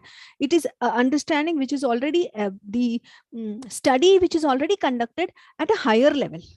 What am I doing? I am using these parameters of financial inclusion for Konkan division. So deductive, general parameters, say I am reducing it to deducting it, reducing it to the specific parameter. So this approach which I'm using is a deductive approach. So when you use a deductive approach, you are actually trying to study and you're identifying. These are the 2 points which happens. You're studying and you're identifying. You're studying it for Konkan division. You're identifying it for Konkan division. So that is why I've written majority of the times you see here, majority of the objectives which I have framed here is of study and identification, because of the already existing parameters, already existing indicators of financial inclusion. So this is the deductive approach which I'm using. If you see inductive approach, you're going from specific to general. So when you're going from specific to general, then you may have some other objectives which are being used. So here you can have to project or to examine, to find, specific or specific to general. So now this again, You need to have some kind of information, background understanding about what do you mean by philosophy. If you have that information and understanding on philosophy, only then you will be able to frame right and use right kind of words for right framing of objectives. Why there is a difference between the acceptance of papers of our country, the highly innovative research papers which are written in our country vis-a-vis the other countries? Because basically when a researcher starts doing research in many of the countries, they are being trained practically by or they have their own self-learning exercises which happens, which is a part of their curriculum. While by practically how you're going to implement and do this. What we have done, we have just given a project and the students are doing it on a little bit of training sessions and interactions are done, and the students are doing the project on their own, and that same things are modified and carried forward to their friends till to 4 to 5 years. So if this kind of research aptitude, if you're trying to develop in students, then obviously the conceptual, the clarity and the core of research understanding is lacking in our way of pedagogy. So that is why you see the rate at which even the great institutions like IIMs, the rate at which the publications are done at that level is much less than the rate at which it is done in other countries. So this is where we have to actually gain equip ourselves so that we also come out with bright colors in the area of researchers and not in the area of plagiarism and ensuring that these copyrights and patents laws are being not respected. We need to ensure that we need to respect all these laws and we need to follow all these laws. We are not here to do the other things. So this is how your objectives has to be written. So now I think at least one takeaway you should definitely have here is, first point is you identify the area wherein there is a possibility of wrong or different types of interpretation in your title. That point which has different interpretation in your title, that points you need to clarify and give clarity in the form of operational definition. The second takeaway here, I am only telling you what should be the takeaways. The second takeaway here is you have to connect your operational definitions directly with the objective. The third takeaway is when you are framing the objective, you have to identify the philosophy. So philosophy is your homework. You read various books. Do not read all Indian authors' books. You read various foreign authors' books, directly write, download. There's nowadays so many on remote libraries are available. I think even your some of the institutions may be having a very rich library where you get a book of research methodology which is from a foreign author. Specifically, even a search engine will help you in identifying what is the meaning of this research philosophy. So read what is research philosophy, understand different approaches of research, understand the plan of research word and that plan philosophy, and that philosophy you have to use it when you are framing the objectives. So that is your third takeaway. The fourth takeaway will be your hypothesis framing. So next step which I'm going to make you explain is your hypothesis. Now here, before I go to hypothesis, see this point 6, I will like you all to read.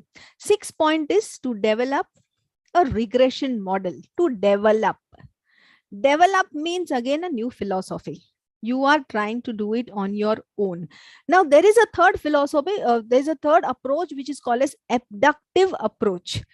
Abductive approach is a combination of inductive and deductive combination. So inductive, when you are doing deductive, as I said, when you choose already general accepted theory is applicable, you choose specific, you try to go more specific.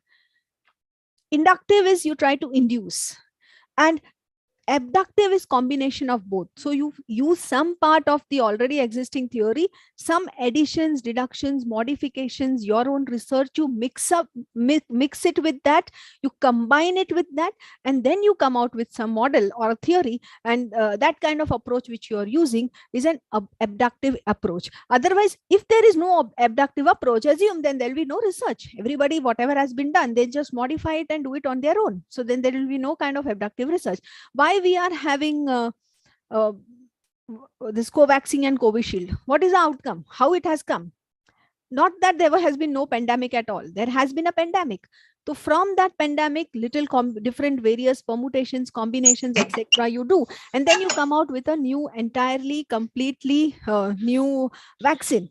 Okay, so it's an abductive type of research already existing. You combine with your own experiences and experiments, and then you come out with some new innovation. That is an abductive approach. So when you are developing a regression model, when you develop something, that is called as an abductive.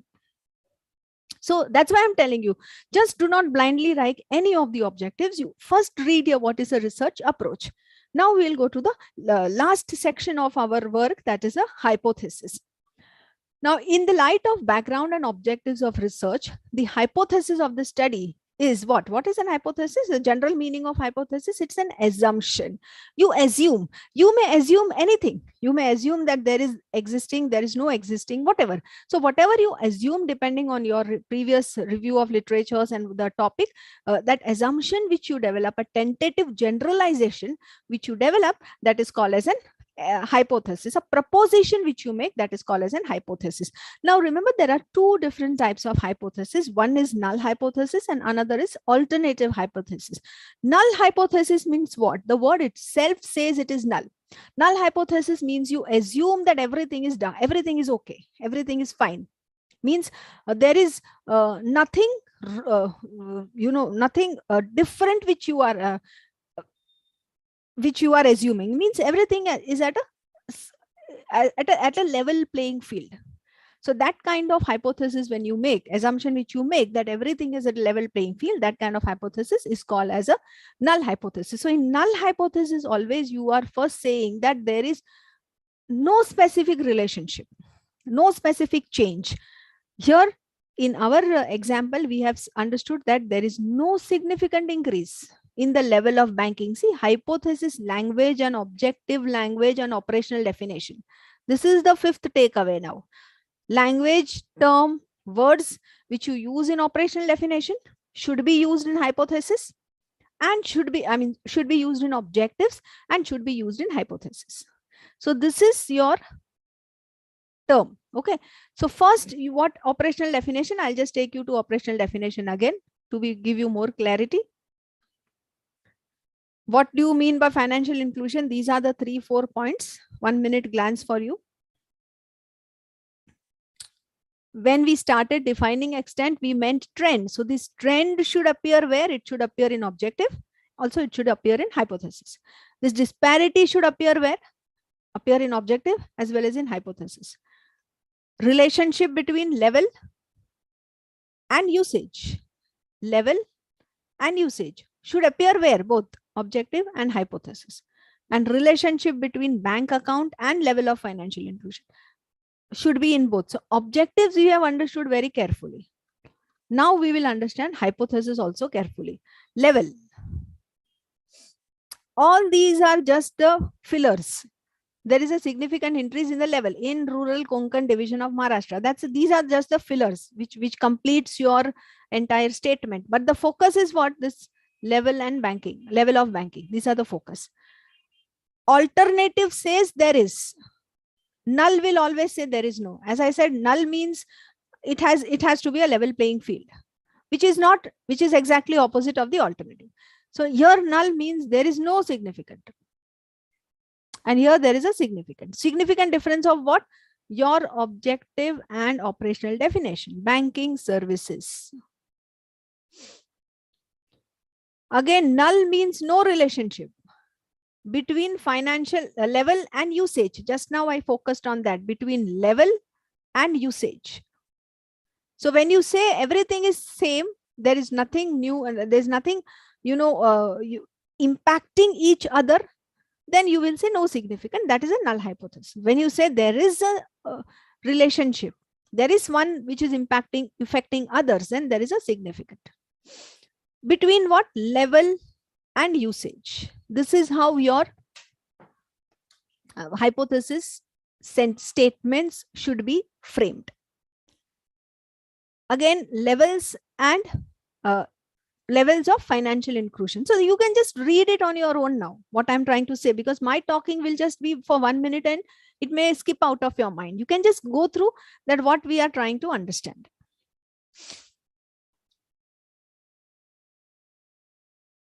I'm just, highlighting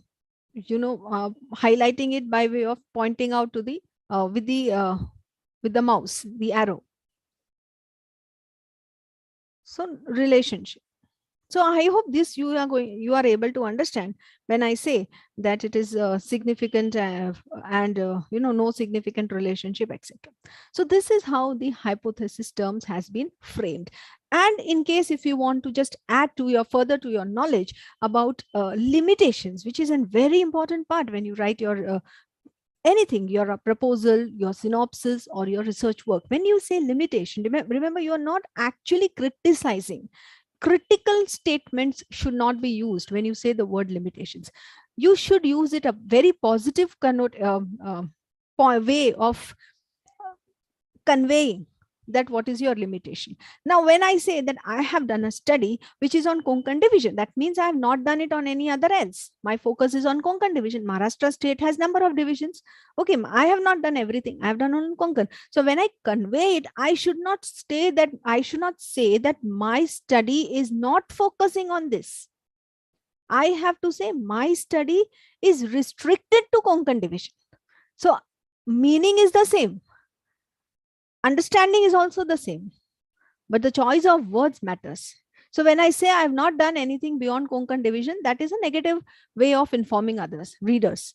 When I say my study is restricted to Konkan division, that's a limitation. So that is a way, the choice of words which you are going to use, that gives actually the weightage to what you are trying to convey in your the writing which you have, the words which you have used for your research work. So it should show the limitations and the reasons. It must convince the reader that in spite of your sincere and full-hearted effort, certain problems remain unsolved. And it should indicate the scope of further research. So that means whatever I have done in Konkan division, I can, another researcher can apply the same for other division. They may apply the same for Vidarbha. They may apply the same for other state. So you can indicate that there's a scope of further studies, including by choosing these parameters as well. So for example, if you in our own title, if you want to write the limitation, then what you are going to write? You will write the term financial inclusion is an exhaustive term with varied interpretations, but to draw apt conclusion, the term was briefly understood. See the word, very choice of words. The term was briefly understood. We are not telling that the term is not is restricted only to this in a negative way. We're just mentioning that's briefly understood. We are mentioning that it's related to Konkan division only, restricted to Konkan division only. Furthermore, only commercial banks. We have not included any other cooperative banks or any other private financial institutions. So these are the two areas where your, I have so many things, examples, but I think we have that much time limit. So there are the other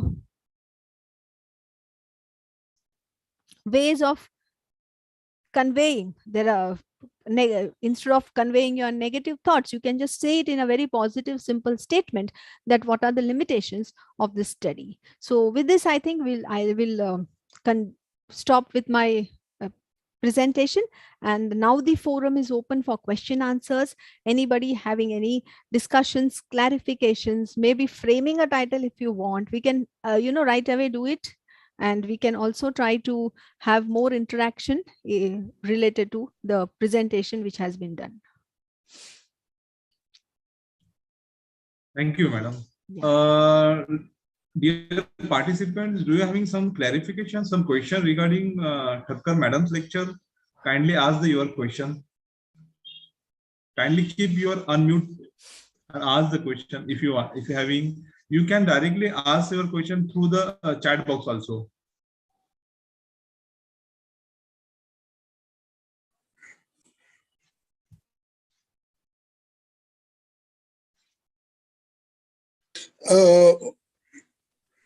Good afternoon, madam.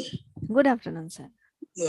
Madam, can you tell about the testing of hypothesis? When we are framing the hypothesis, we need to consider the method or the test we need to apply for the hypothesis. It may happen that the hypothesis is framed, but sometimes it's not going to be tested because of particular test or the application of the test. So how the test is applicable to particular hypothesis?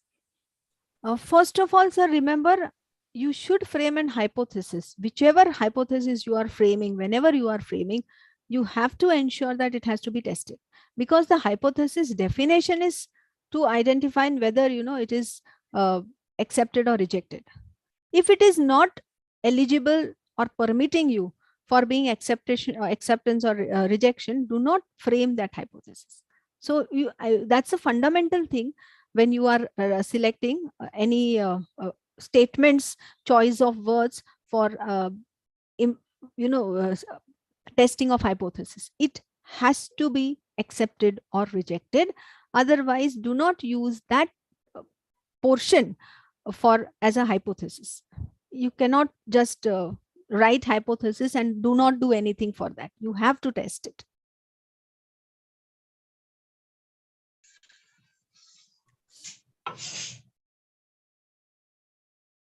I hope I'm clear, sir. Yes, ma'am. Yes. So you do not use that, sir. If you feel ना अगर आपको लगता है कि hypothesis का testing नहीं होगा, तो hypothesis में डालिए ही मत. It will be a major rejection of your research work. So first we need to confirm that whether this one is testable or not. That is why कोई भी research का अगर आप thesis भी कर रहे हो, तो thesis क्या होता है? Thesis is 2-3 years. Okay. What is proposal? You're preparing proposal, tentative idea. It need not be the same as what you write in the synopsis, because आप 2 साल पहले 3 साल पहले जो सोच रहे हो, वो सेम चीज आप 3 साल के बाद सोचोगे, पॉसिबल नहीं है. तो उसको प्रपोजल बोलते हैं, प्रपोज्ड स्टडी. एंड सिनॉप्सिस क्या है? स्टडी हो गया जो. तो इसके लिए आप थीसिस डायरेक्ट सबमिट नहीं करते हो, प्रपोज करते हो. टेंटेटिव माइंड फ्रेम में एक फ्रेमवर्क बनाते हो, वो फ्रेमवर्क अपना फुलफिल होता है नहीं होता है, चेंज करते हो, फॉर्मेट रीफॉर्मेट, उसके बाद आप सिनॉप्सिस तैयार करते हो. तो synopsis is a final mind frame, what is a final conclusion which you are trying to convey. तो सिनॉप्सिस में जो आप हाइपोथेसिस लेते हो ना सर, तो सिनॉप्सिस वाला हाइपोथेसिस प्रपोजल वाला अगर एक्सेप्टेड रिजेक्टेड होना पॉसिबल नहीं है, तो उसको सिनॉप्सिस में मत डालिए. Very good. That's what I want. Means it may happen that whatever be the hypothesis I written in a proposal may not be in a synopsis. After applying or after started the study, it may happen that I come to know that the particular hypothesis is I am not able to prove or I am not able to test. Then I can change. सिर्फ एक चीज आप change नहीं कर सकते हो sir, वो है टाइटल. क्योंकि टाइटल अपना है, तो टाइटल आप बहुत सोच समझ के लीजिए. एंड टाइटल में क्या है, आप टाइटल के अंदर बहुत कुछ चेंज कर सकते हो. जैसे मैंने फाइनेंशियल इंक्लूजन वर्ड लिखा है, स्टार्टिंग में मैंने सोचा फाइनेंशियल लिटरेसी, लेकिन पढ़ते वक्त मुझे लगा फाइनेंशियल लिटरेसी जैसा मेरा कुछ पॉसिबल नहीं है, I should go for banking. तो देन फाइनेंशियल इंक्लूजन को मैंने पहले जब बैंकिंग और फाइनेंशियल लिटरेसी दोनों डिफाइन किया था प्रपोजल में, सिनॉप्सिस में मैं चेंज कर देती हूँ, I am focusing now only on banking. Proposal आपको टाइटल एक्सेप्शंस के लिए होता है, प्रपोजल आपका जो ऑब्जेक्टिव हाइपोथेसिस उसकी वैलिडेशन के लिए नहीं होता. लेकिन जब आप रिसर्च पेपर पब्लिश करते हो ना सर, तो पेपर पब्लिश करते हो मतलब आपने पूरा स्टडी कर दिया. ओके, उसमें आपका कोई प्रपोजल है ही नहीं पहले वाला. So when you are publishing a paper, that means you already done 100% of your work, and then only you have come out with a conclusion. So research paper में this question of proposal and this does not arise at all. This question which you posed is arising only when it comes to a research thesis or a research grant, major research project. Okay, thank you, ma'am. I think somebody else also had a question. Yeah, sure, madam. Yes, Lata ma'am. Madam. Yeah. Yes, ma'am. Ma'am, in case of qualitative data, how to test the qualitative data? So madam, I think sir उसका पूरा जो है ना steps of collection of Yes, data, application of various statistical tools, that all you have to the choice of all the tools which are relevant to your study, you have to identify that, and accordingly only you Yes, have to ma'am. go for collection of data. तो इतने सारे tools है ना sir, आप madam आपकी study में कौन से tools apply हो रहे हैं, you can go through the review of literature and you can list out those tools which are applicable and which are basically chosen by the other researchers, and you can see that Yes, which of these tools fit in your study, Yes, आपके ma'am. area के related. Then you can make a choice and apply similar, same, or with modification Yes. those tools. Okay, ma'am. Thank you. Yes. Good morning, ma'am. Good morning. Yeah, first of all, I would like to thank you. That's the are you providing guidelines to our research work? And second most important thing, ma'am, the work whatever you are defined to us today. So can you please share your details and notes to us? So it will be help to us to do our research work better than whatever we are done. I will share it with sir, madam. Yeah, She will thank you share so it. much. Yes. And ma'am, one more question is that Yes, I ma'am. am also working on the cooperative sector Oh, in the Konkan great. region. So I would like to get a details from your side that the cooperative area which I selected, like I have to be work only for the banking sector, or should I take some separate cooperative society, whatever the peoples are made to the in our area? Okay, simple question, a simple answer to this question is you have to go and identify what is more prominent. Correct. अच्छा, जो चीज existing and prominent ही नहीं है, Yeah, उसकी study आप कैसे करोगे? correct. Okay, and suppose if both are having equal prominence and existence, Correct. then you can select either this or this depending on your area, your choice, availability of data. Okay, जिसका prominence 20% है ना, do not go for that. Okay. Then Thank you. your conclusions may not be valid. Correct. So you first go to the Konkan area, identify किसका cooperative society इसका prominence ज़्यादा है कि उसका है. Accordingly, you select the area. Thank you. Thank you. All the best. Best wishes. Thank you so much.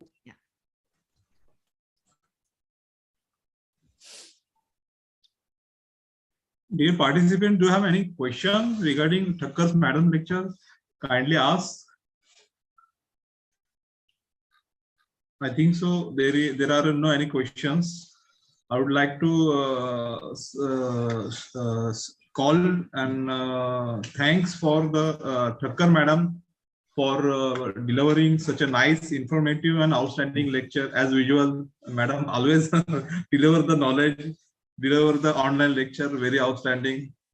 I would like to hand over this session. Before handovering, I would like to read the biodata of next resource person, respected my guru, Dr. Kumbhar sir, Rajendra Kumbhar sir, from University of Pune, Savitribai Phule University, Pune, Maharashtra, India. I would like to read the big biodata of respected my guru, Professor Rajendra Kumbhar sir. The brief biodata of Dr. Rajendra Kumbhar sir is presently working as a professor and head at the Renowned Department of Library and Information Science at the prestigious Savitribai Phule Pune University, Family University of Pune.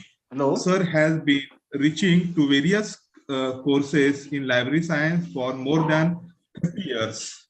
To his credit, he has over 70 articles published in a national and international journal conferences proceeding. He has published more than 20 books. These books are published by the national and international publisher. The reading, research method, and classification are topics of his interest. Kumbhar sir has specifically written those topics. As a part of the co-curricular activities, Dr.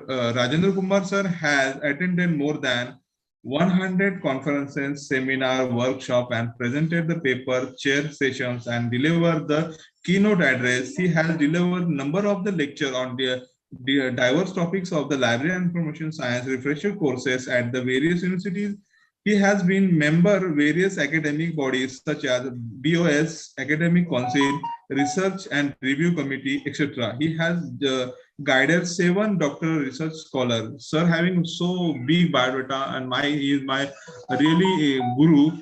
I would like to hand over this session for starting the next online lecture of respected my guru, Dr. Kumar sir. Kumar sir, please continue.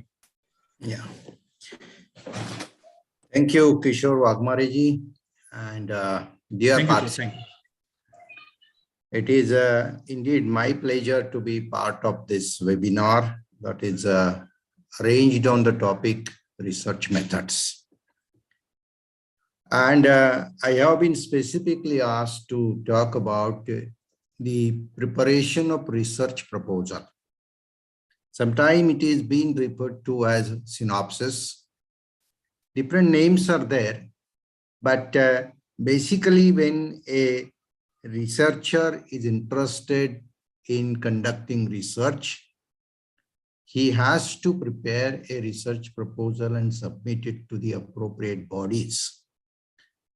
That is actually the topic that I will be talking about, how to prepare a research proposal that should be accepted either by the funding bodies or by the academic bodies, which has been submitted either for the purpose of doctoral research or maybe for the purpose of conducting some research based on research grants. I would like to do all this presentation with the help of a PPT. Well, when it comes to actually research proposals, as I was just talking about, different names are there for the research proposals. Sometimes people call it research plan, sometimes they call it research design, sometimes they do also call as a synopsis. But it's true actually if we call it proposal because this is the document through which we are proposing our plan to conduct a research. And that is why an appropriate term should be a research proposal where the researcher is supposed to explain his plan of doing research, maybe in terms of time span, the structure and components of his research, including, for example, what is the research problem that he is interested to work on, what research methodologies he will be adopting to conduct the research, what are the expected outcomes of the research, to whom the proposed research will be beneficial. These are the questions actually which are answered through the research proposal. And in that sense, it is basically a detailed plan of conduction of the proposed research. In what way he is going to accomplish his aim of conducting research. That is what is elaborated through this proposal. I will be talking at the end of it something about the differences between the research proposal submitted for the purpose of an academic degree and a research proposal submitted for the purpose of seeking grants. There are little differences, but then both these types of research proposal have a lot of common component. So initially we'll be talking about the common component and gradually we will be moving toward those differences. Remember, research proposal is basically a written document. So it is actually a document can be of, say, for example, 10 pages, 15 pages. A research proposal is not the final research report. It is neither a research article, it is neither a thesis or a dissertation submitted for the purpose of degree. But it is the initial document, a document that has been prepared to communicate it to the concerned agency that you are interested in conducting research on such and such topic. These are the ideal contents of a research proposal. The sequence of the components, names of the components may vary, but then these components, these contents are essential in any type of research proposal. So we will go through them one by one. The very first component of your research proposal has to be the title of your proposed research. Friends, this title has to be actually very precise one. It cannot be very lengthy, and it should be meaningful also. And those who have gone through this process, they know it. It takes quite a bit of a time actually to arrive at a very meaningful title for your proposed research. Now, how do you arrive at the title? Well, you arrive at the title actually through another process of research that is called identification of research problem. So unless and until you identify a research problem, which is the first step in research, you cannot formulate your research proposal. So it has been presumed that when you are preparing a research proposal, you have already completed, you have gone through this step called identification of research problem, for which you have to read, for which you have to have experience, you have to discuss with your colleagues, your seniors, your mentors, your teachers, your guides, and you have to do a lot of reading through which you will be able to identify such problem. Once you identify a research problem, then you have to have a title which is supposed to be a self-explanatory title. When I mean self-explanatory, I mean that through the title itself, the reader of the title should be able to understand what is the research about, what is the scope of the research, and maybe possible even what methodology has been adopted for conducting the research. This is what I mean by self-explanatory. I have few titles listed here. I will be reading at least maybe one or two, not all of them, which will give us some idea actually that how a title is formulated for your research. If you read the very first title, Library Support for Students' Financial Literacy, this is the main title. That means this researcher is interested to conduct his research related with financial literacy, and in that financial literacy, in creating financial literacy, what is the support of a library, how libraries can support for this.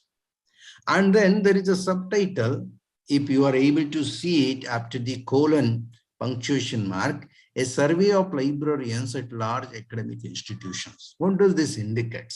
First of all, a survey.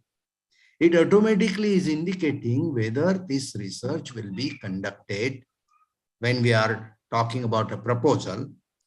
This research will be conducted by using which research methods? Survey, case study, experiment, ethnographic. So what methodology has been adopted? The title itself is explaining. A survey of librarians at large academic institutions further indicate that who are your stakeholders? Who are your population? Who are the people from whom you will be collecting the data? That is explained through the title. In addition to that, actually, what institutions you are interested in studying.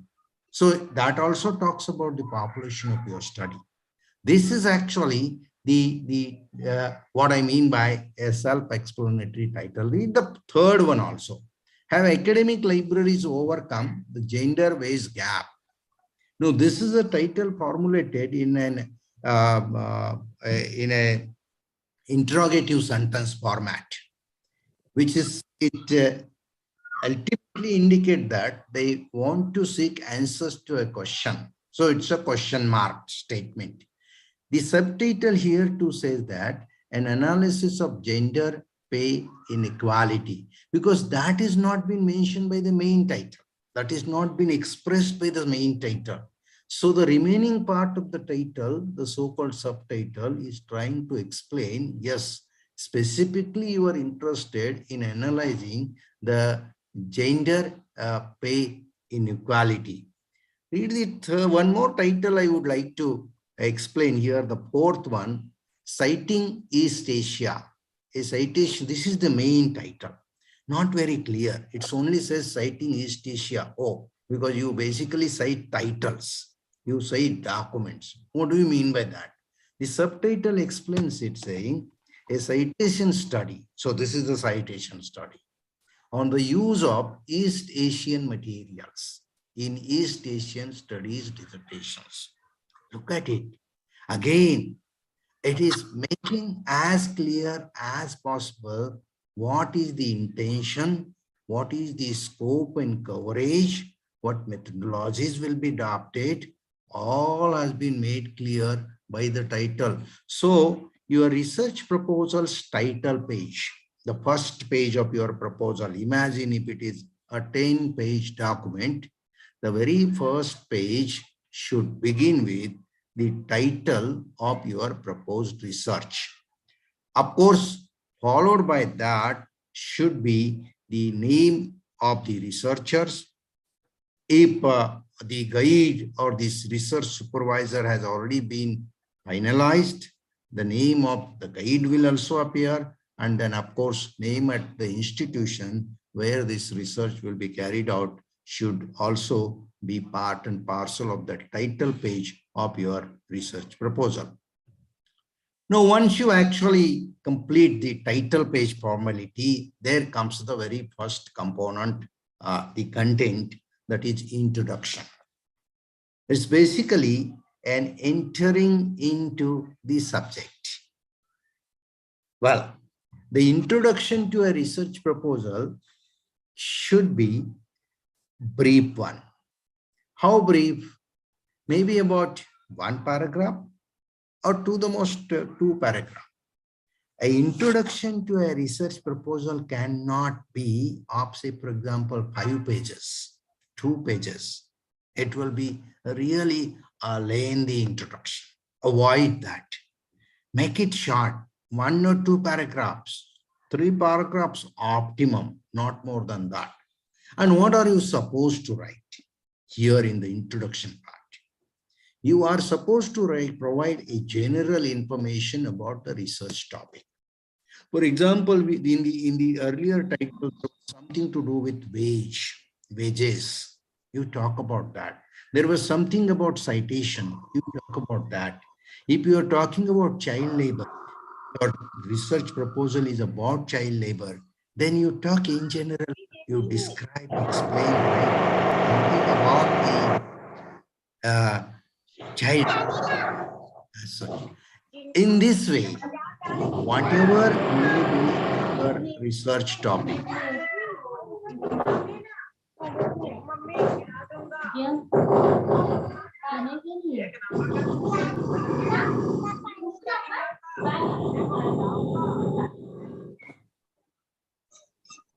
whatever may be your research topic, you are expected to provide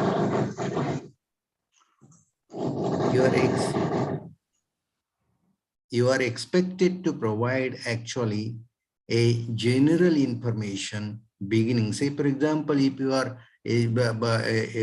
topic is about budgets, if your topic is women empowerment, then you provide brief information about those basic topics. And then maybe in another paragraph, as I said, there may be 2 paragraphs.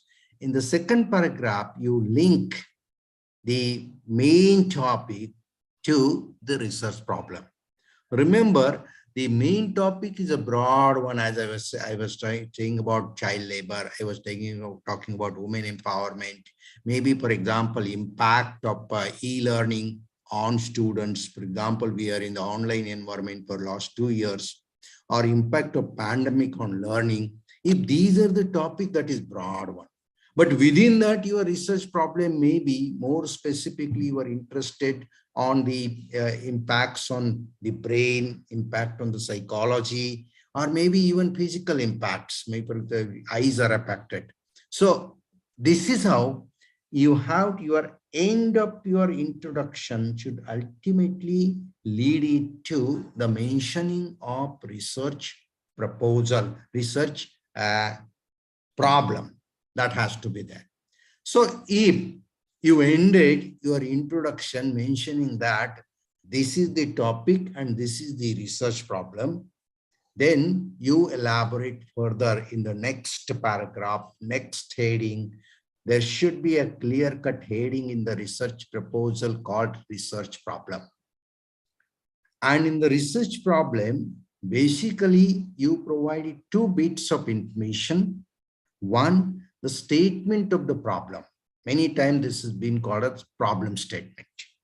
A problem statement is basically, it is not an interrogative statement. That is different one that comes with a question mark. A problem statement is basically a statement.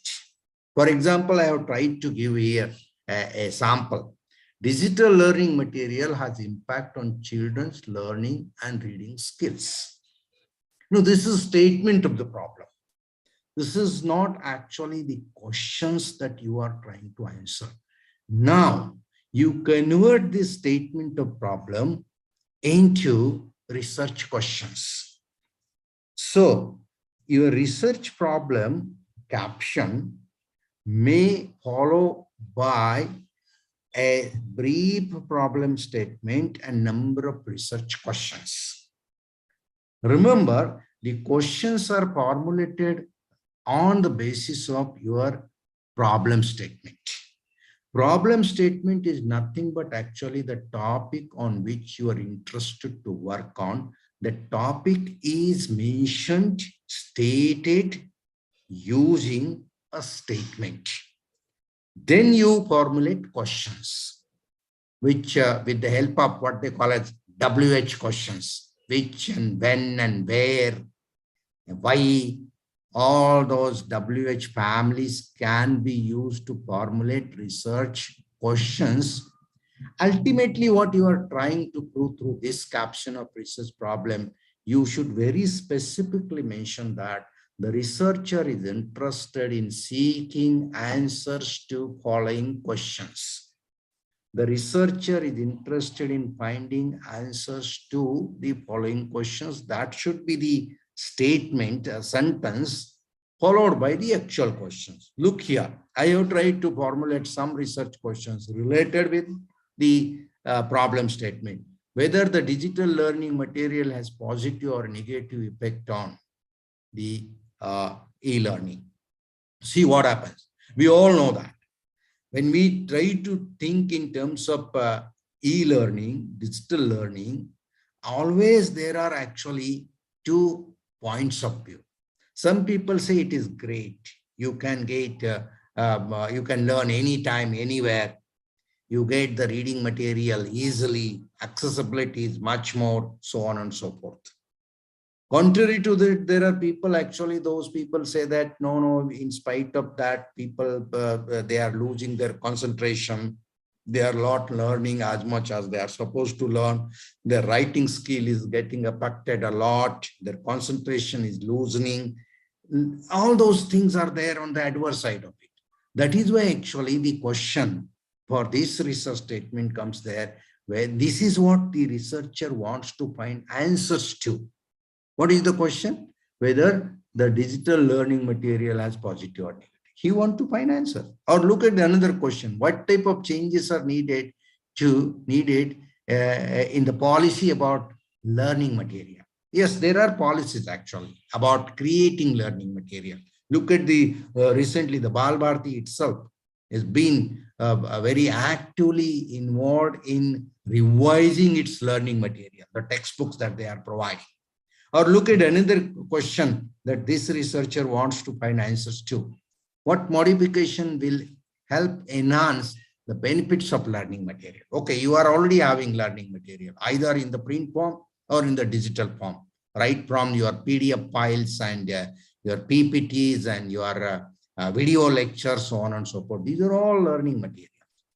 Now, when you notice there are adverse effects of learning materials, then what modifications will help to enhance the benefit, nullify the adverse effect? This is what actually you are interested in finding. Remember, through your research proposal, you must be able to convince the concerned authorities that you have genuine problems with you and you want to conduct research to find answers to those questions. It has been said that research is a problem-solving process. If research is a problem-solving process, then here through your research proposal, you must be able to communicate the problems, specifically by raising as many questions as possible related to your research topic. That is actually the research problem. The crystal clear are your research problem, the more specifically, clearly you state your research problem, remember that indicate that you are well studied as far as the concerned research topic is concerned. So this is the second component of your research problem, research proposal. The next component of your research proposal is defining the scope and limitations. Yes, no research proposal can ever be complete without clearly mentioning what is the scope of your research. The scope you must very specifically describe in terms of subject, duration, the time covered, and the geographical area covered. When it comes to the scope, say for example, even if you are interested in conducting research on e-learning, not necessarily you are going to cover the complete e-learning segment. Within that, you must be interested in focusing on some facet of it. Say for example, technological aspect of e-learning, psychological aspect of e-learning, sociological aspect of e-learning, economic aspect of e-learning. There are so many facets. So you specify you are interested in covering which facet, which aspect of the given broad topic. That is what I mean by explain the subject scope of your research, rather your proposed research, because you are proposing here. That is why it is called as a research proposal. Then you describe the time frame. Yes, it may be 3 years time span, it may be 5 years time span, it may be 20 years time span, depending upon your topic, the duration. For example, in historical research, the time span is usually long back and a longer duration. Ideally, when you are selecting a time span, there must be some landmark reasons for selecting a particular time span.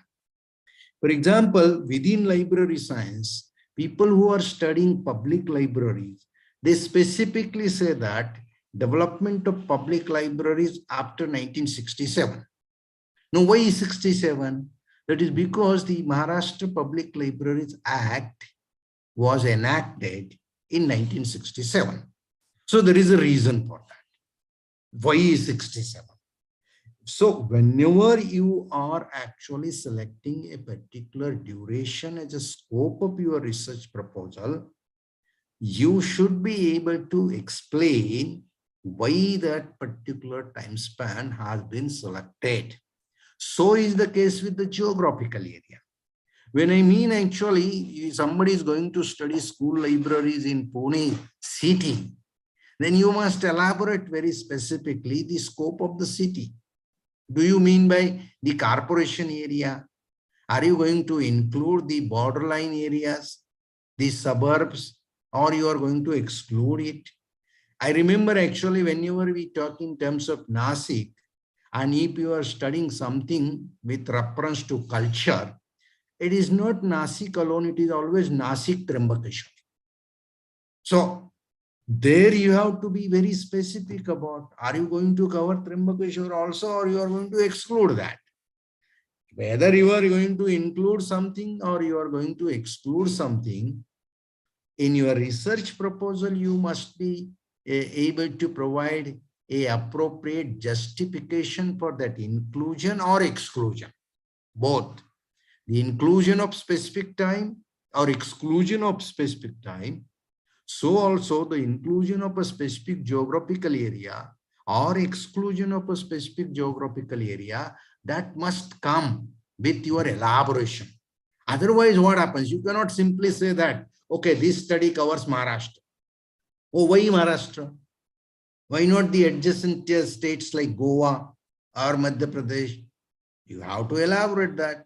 So that is actually, I mean by scope. Remember, once you actually specify the scope clearly, there will be list of the questions asked by the people who are examining your research proposal. Remember, your research proposals are scrutinized.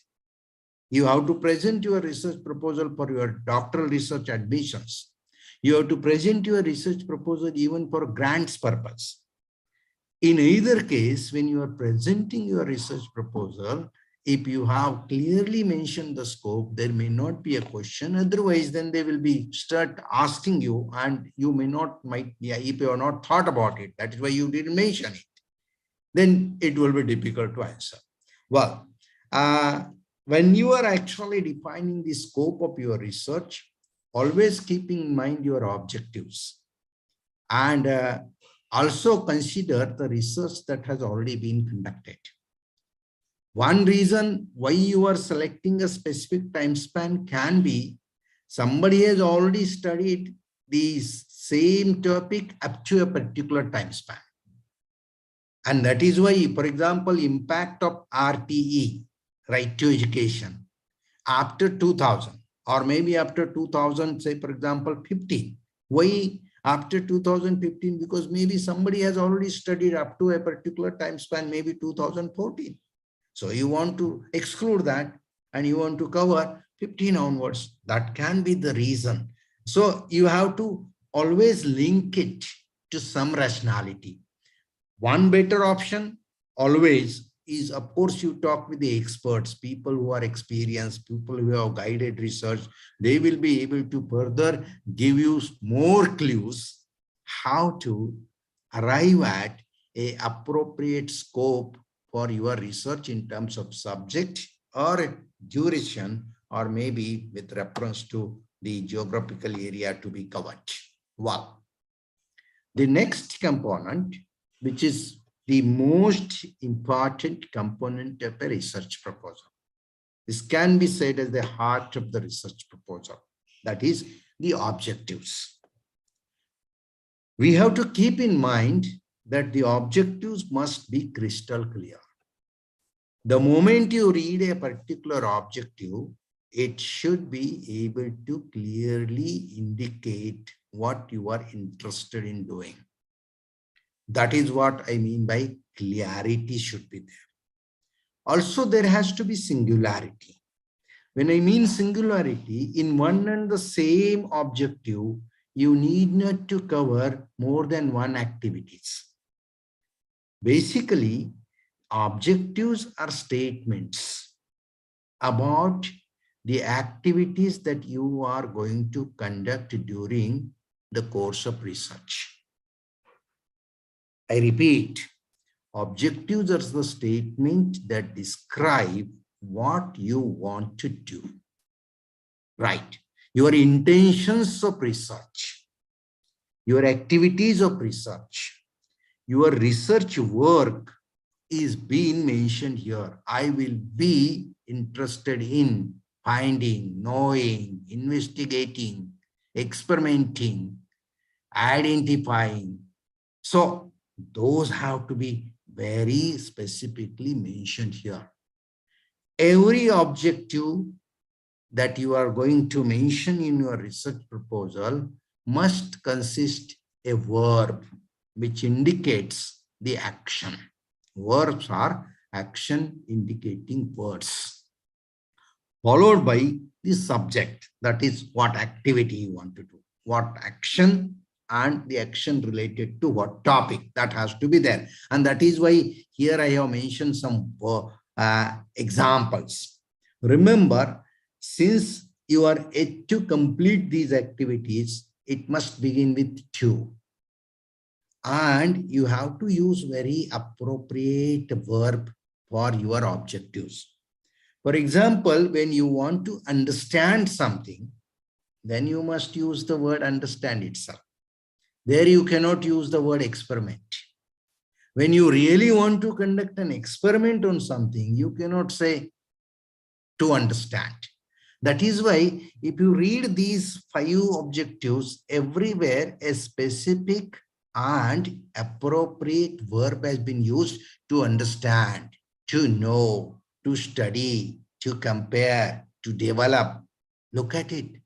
Then there are, of course, the rest of the part. For example, to understand the philosophy or to know the process. In this case, it has to be know only. It cannot be there compare. Then it could be somewhere else. For example, in case of compare the various pricing models. All in all, remember, every research proposal, this is applicable to even your research articles also. Because when you complete your research article, the foundation is basically your proposed topic, what you was interested in knowing, interested in doing rather. So your objectives. Now, always as the newcomers to the research arena, they have always a question, how many objectives should I have? Any standard for that? Any government regulation? No, not at all. So how many should be there? As many as it covers the scope of your research. Sometimes there could be 3, there could be 5, there could be 10 also. So there is no limit as such. Only criteria is that whatever you are intended to complete during the research process, you mention them here. Remember, writing these brief statements, a prolonged objectives means actually it is creating confusion, remember. It should be to the most 1 line, 1.5 line. If it is becoming about 5 lines, means you should be guaranteed that it is going to create a confusion. And then to write a brief statement, it takes a lot of brain, remember. That is why formulating 5 objectives may take you a whole month, you can say. Yes, it is quite right. Even a whole month may be required to write 5 objectives, because for writing those objectives, you must have already identified the research problem. You must have gone through the review of literature, or you must have at least read the essential reading on the given topic. Then only you are able to actually formulate those very appropriate, apt statements about what you are interested to do. That is actually the definition of objectives. What you are interested to do, describe that in those statements containing a verb followed by a subject. That becomes fantastic. Let me tell you, friends, whether you are preparing a research proposal purpose or you are preparing a research proposal for the purpose of your doctoral research, either of it makes not much of a difference. What is important? If your objectives are clear, automatically it indicates that you have thought on the topic of research very elaborately, and that is the reason actually you are able to very clearly write your objectives. So do invest time and brain in writing the objectives that should help you to get your research proposal approved. Another component of a research proposal is hypothesis. There are difference of opinions whether a hypothesis is an essential component of a research proposal, whether it is necessary or not necessarily this and that. The ideal thing is that it is good to have an hypothesis. Of course, if these are experimental type of researches, it is much better to have.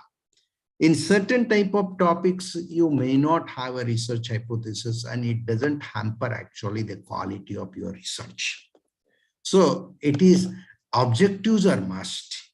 Hypothesis, yes, it depends upon your topic of research. Sometimes in certain topics, yes, you have to have a hypothesis. In certain topics, you may go without hypothesis also. Remember, hypothesis, the simplest meaning to keep in mind, that will help you to decide whether you want to have an hypothesis, and if at all you want to have it, then how you will formulate it. Hypotheses are statements which guess the findings of your research. So what you will find at the end of your research, you are presuming that, you are assuming that, you are hypothesizing that before you actually arrive at findings. So mentioning the expectations about findings, mentioning the expected findings, that is more correct, is an hypothesis. For example, if you believe that the reading habits of boys and girls differs, if this is what you are going to find at the end of your research on reading habits, in that case, your hypothesis should be that there is a significant difference between the reading habits of boys and girls. This you are mentioning as an hypothesis.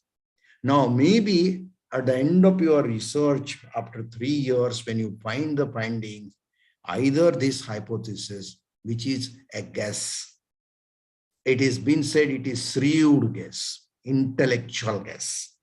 The guess is there, but it's not illogical. It is being a rationalized guess, and then you are going to test it. Naturally, it will be tested because you guessed this expected finding at the very beginning of your research, isn't it? Because research proposal you prepare at the beginning of your research, findings you arrive at the end of your research.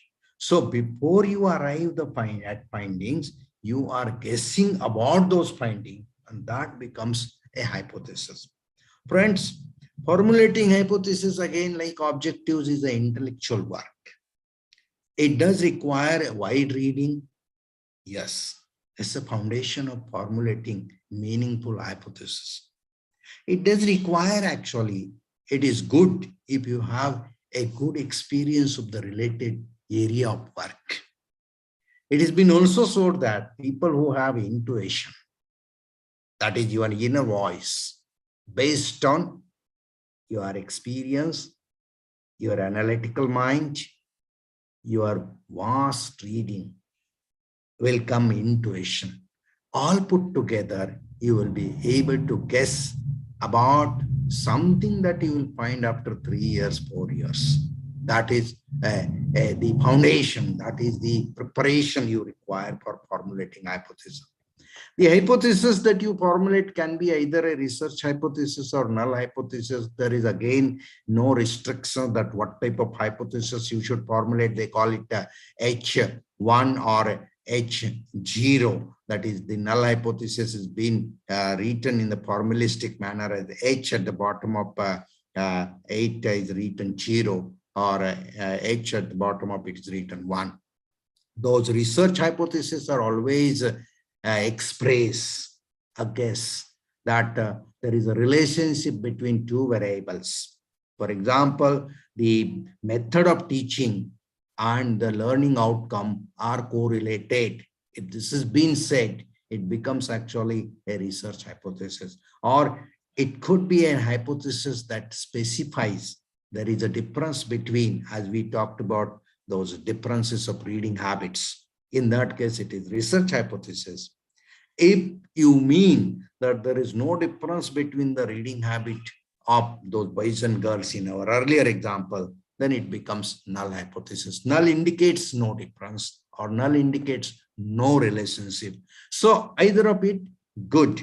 you can formulate the hypothesis. What you have to only keep in mind, and a non-statistical person may take help of the statisticians actually to make your hypothesis testable.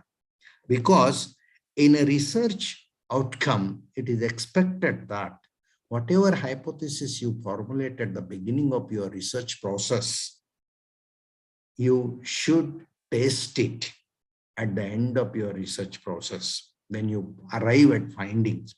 Now, in order to ensure that the hypothesis that you formulated is testable, it is always a welcome step to take help of some experts, particularly the people who have a mastery over statistics. They are very handy, very helpful in formulating a meaningful hypothesis. Remember, whether it is your objectives, whether it is your hypothesis, and including even your scope and methodology, all of them, they ultimately help you to design a very useful data collection tools. It may be a questionnaire, it may be interview schedule, it may be observation sheet. So these are the various techniques and tools through which a researcher collects data. And for that purpose, first you have to develop these tools. For example, you have to prepare a questionnaire. Now, in order to have a very useful questionnaire, the properly formulated objectives, clearly formulated hypothesis, and very specifically mentioned scope help you in. So actually all these components of your research proposals are integrated. They are what you can say interdependent as far as their usability, their benefits, their quality is concerned. That is the reason we have to keep in mind a good one component will help to make the other components better. That is what we have to keep in mind. So once you formulate your hypothesis, then you have to provide a brief literature review. Remember, when I mean actually brief literature review, I'm not trying to create a confusion, but rather I am trying to help you overcome that confusion. What is that? Here I am saying you write brief literature review.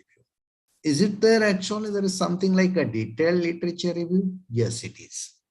For example, if you are actually preparing a research proposal for your doctoral degree, your literature review in the proposal is going to be brief. Whereas a detailed literature review will be part and parcel of your doctoral thesis. There it is going to be detailed. It has to be detailed. Whereas because your doctoral thesis may be of 300 pages and quite possible 50 pages you can devote exclusively for your literature review. Whereas your research proposal is of 10 pages and there no question comes of actually having 50 pages of literature review because your proposal itself is exclusively of 10 pages, maybe about 1 page, maybe 2 pages of literature review. That is what actually I mean by a brief literature review. You have to keep in mind that literature review again, all these activities really takes a lot of efforts, lot of brain is to be invested. A literature review is a critical synthesis of earlier research. When I mean synthesis, you are basically trying to put together some statements, some comments, some information about the earlier research, problem, methodology, findings, limitations, and something like that. But then when I mean synthesis, synthesis is basically putting them together. But it doesn't mean actually simply putting those statements one after the another. No, it's not synthesis. Synthesis is basically you have to put those informations about different earlier researchers in such a well-neat manner at the very appropriate positions. If you could do that, then only it is called synthesis. Otherwise, it is simply putting together, you can say. You see, many times it has been noticed that the abstracts of earlier researchers are simply put one after the another, and it is being called as a literature review. It's not the case. That's why I have mentioned here, it is critical synthesis. When I mean critical, basically your own thinking is involved there, where when you actually wrote about the earlier research. Anyway, literature review is always about the earlier research. It cannot be about the future research, because you are reviewing the literature. Remember, it is mostly research literature. You are reviewing the literature of those researches that have already been completed. Only thing is that when I mean critical, yes, it has to be actually incorporating your own thoughts, views, questions, curiosities, observations, all that must be reflected. You cannot simply say that XYZ conducted research on this topic by using this method and this were the findings. Where is your critical component? The critical component is that, yes, he did research on this topic because that was the reason. He used this method because this was the reason. He arrived at such and such finding because these were the reasons. And in the whole process, this was the limitation, this was the lacuna, this was the shortcoming. This he did cover, this he excluded, this was the reason, this was correct, this was incorrect. This is what is actually your input. Anything that comes with your input becomes critical. That is what actually I mean by literature review is a critical synthesis of earlier research. And actually it has to be based on what? Identification of very relevant literature. Yes, with the digital world, now most researchers are extremely troubled when it comes to writing literature review about what to include and what to exclude. Because on any given topic, you will find there are hundreds and thousands of articles, research reports, and other types of documents. Is it that actually a researcher has to review all those documents? Impossible and unwarranted. Okay, that means what you have to do? You have to identify the document, the researches, the articles which are more relevant to your topic of research. So you do that. And once you identify, okay, what I'm going to do as per my proposal is concerned, I am going to write a brief review of 10 to 15 articles. Let us imagine that you are going to have decided that about 15 articles you will be reviewing. Now, those 15 articles must be read purposefully, critically, and carefully. When I mean purposefully, remember this reading is for the purpose of writing literature review. This is not the reading for delivering a lecture. This is not the reading of the articles just for understanding a topic, but this is exclusively a reading for writing review. So you read those articles very carefully and purposefully. When I mean carefully, you have to ensure that you are not missing anything important which need to be incorporated in your review. So that is careful. And when I mean critical, when you are reading those earlier researchers, you are reading XYZ researchers article on which you feel is relevant to your topic and you want to include that in your literature review. Then while reading, you must have hundreds of queries. You must actually have those sets of questions emerging in your mind. Oh, why this method? Oh, how come actually he has interpreted it in this manner? Oh, this I don't agree with. This I extremely agree with. These types of thoughts coming to your mind and getting reflected in the matter that you are reading in the form of underlines and question marks and your notes in the margins, That makes your reading critical. Now, based on that, you will be writing the literature review. That is a article that you read so carefully, so purposefully, with all those marks everywhere, your handwritten notes, and you are now taking one by one the articles, and then you are writing the literature review.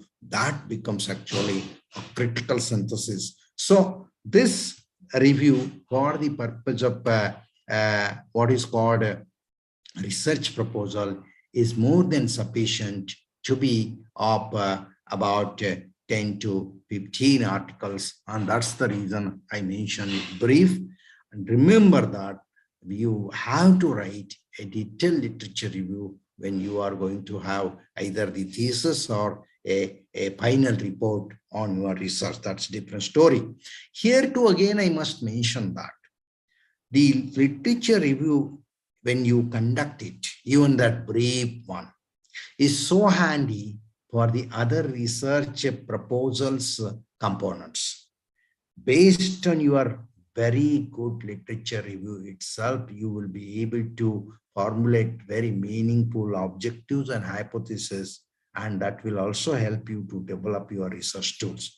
Here I must say that even though many times we say steps in research and we try to actually write those steps in a linear manner, research is never a linear activity actually. It goes on. Say, for example, when you start reading, then you start getting idea about the research problem. Then you may formulate some objectives and your reading is continued.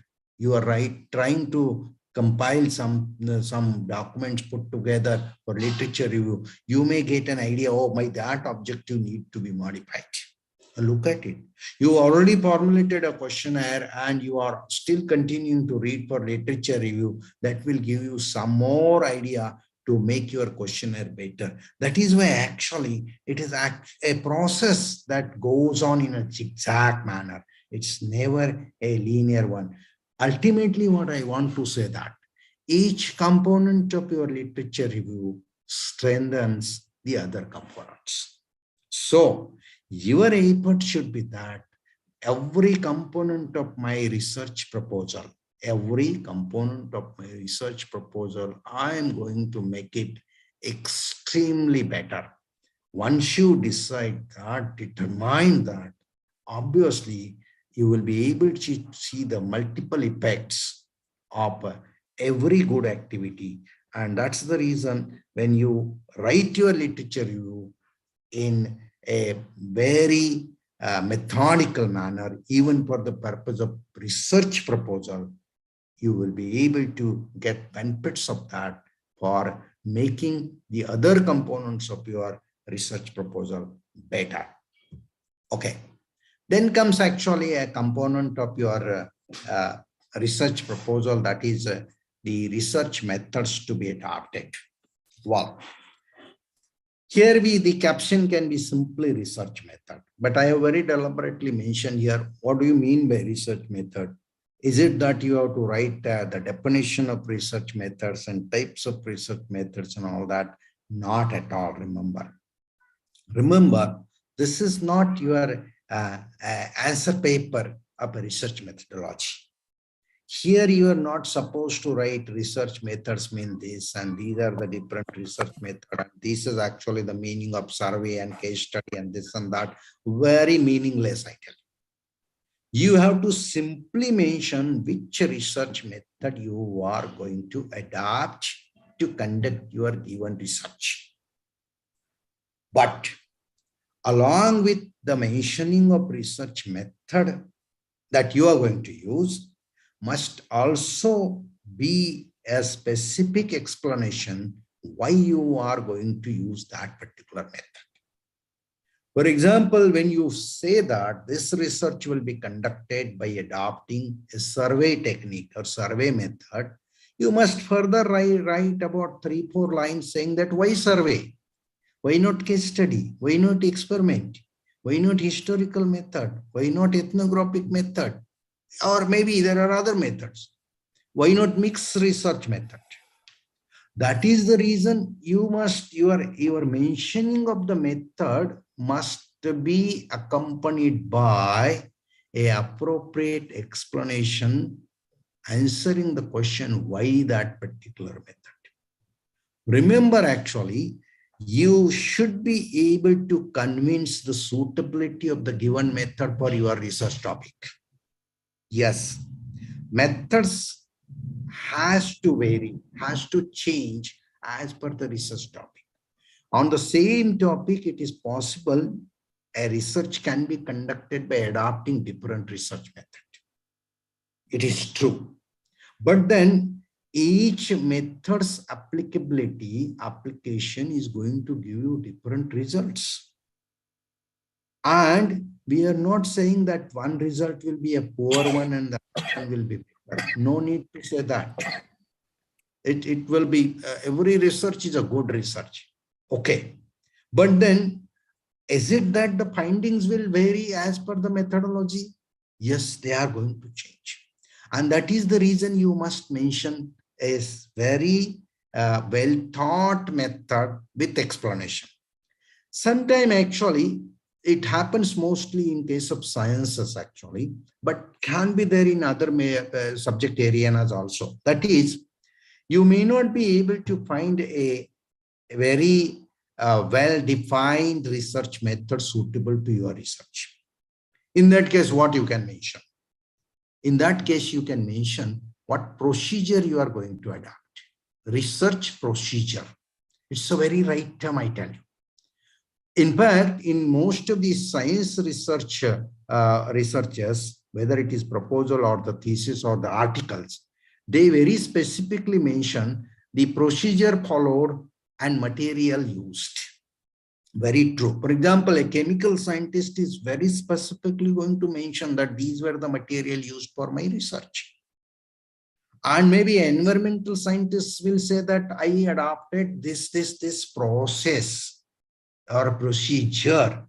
No, that becomes his own methodology, and that is a welcome activity. Why? Because you are interested in conducting research on a topic by having your own procedure.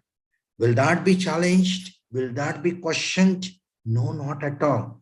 Because through that, probably you are coming up along with the good research on good topic. You are also coming up with a new procedure to conduct research on a given topic.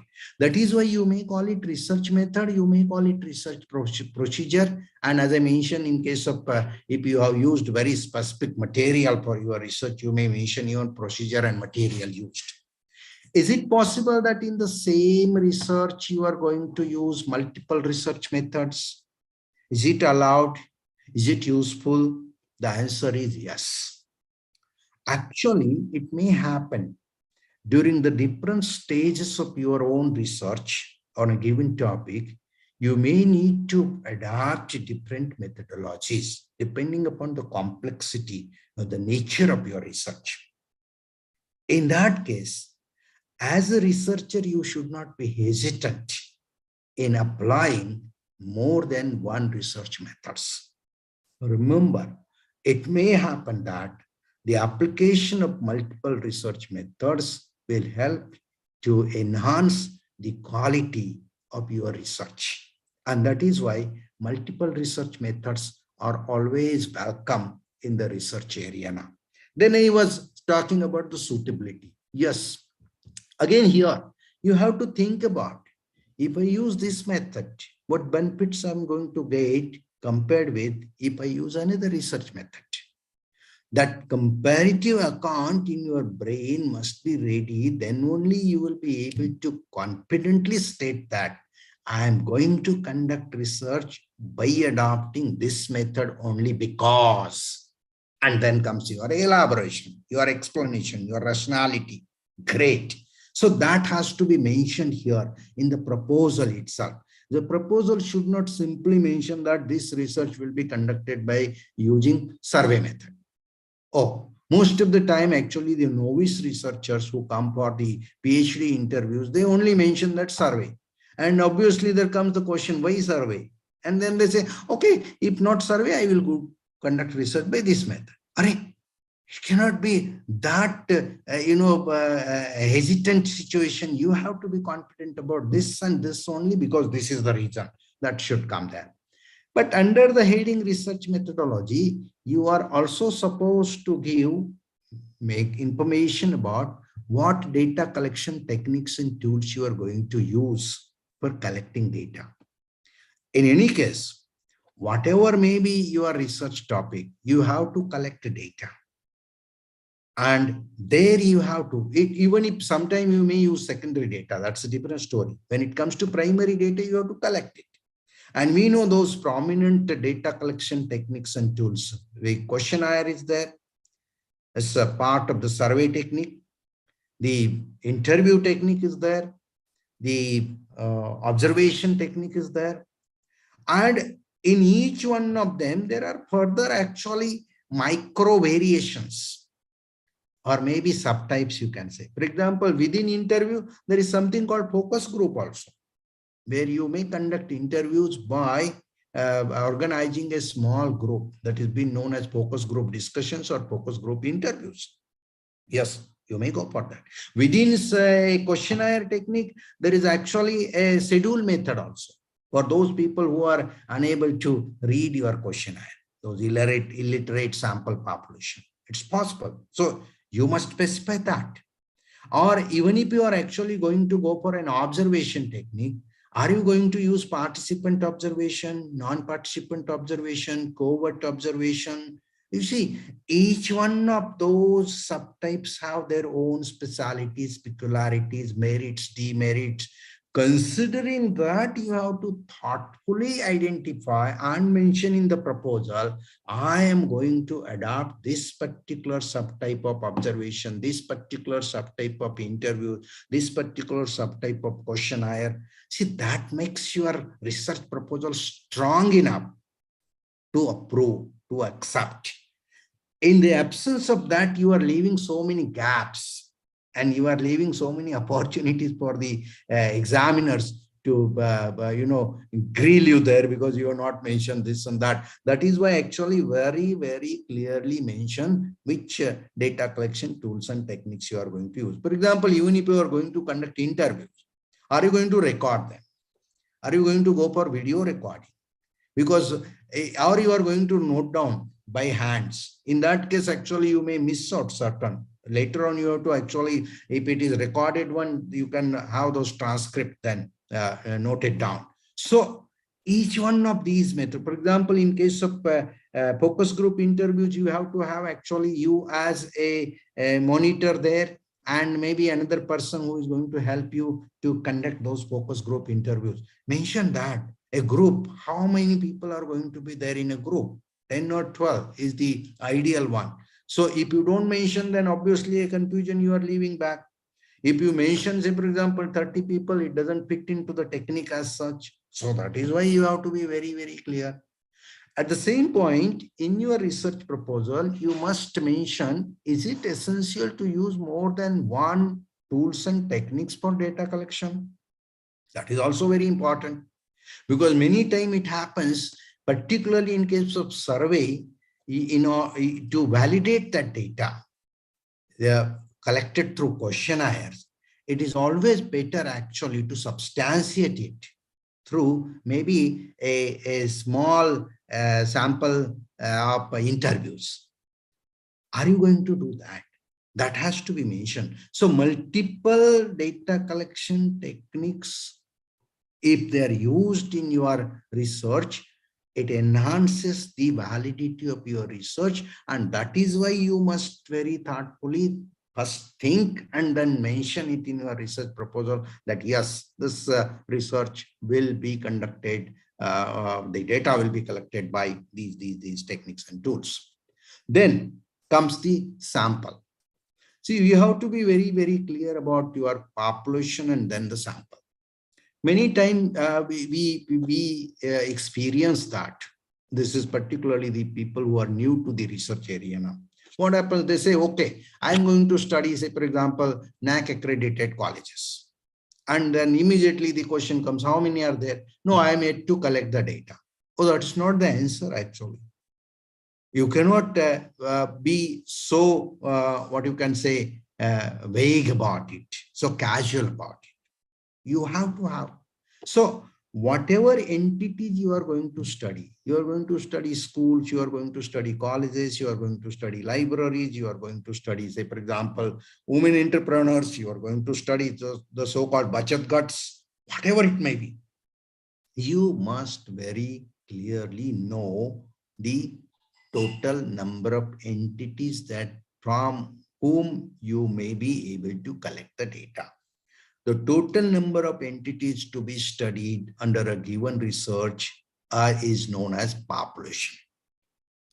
Then, the moment you notice that your population is too large, you should go for a sampling.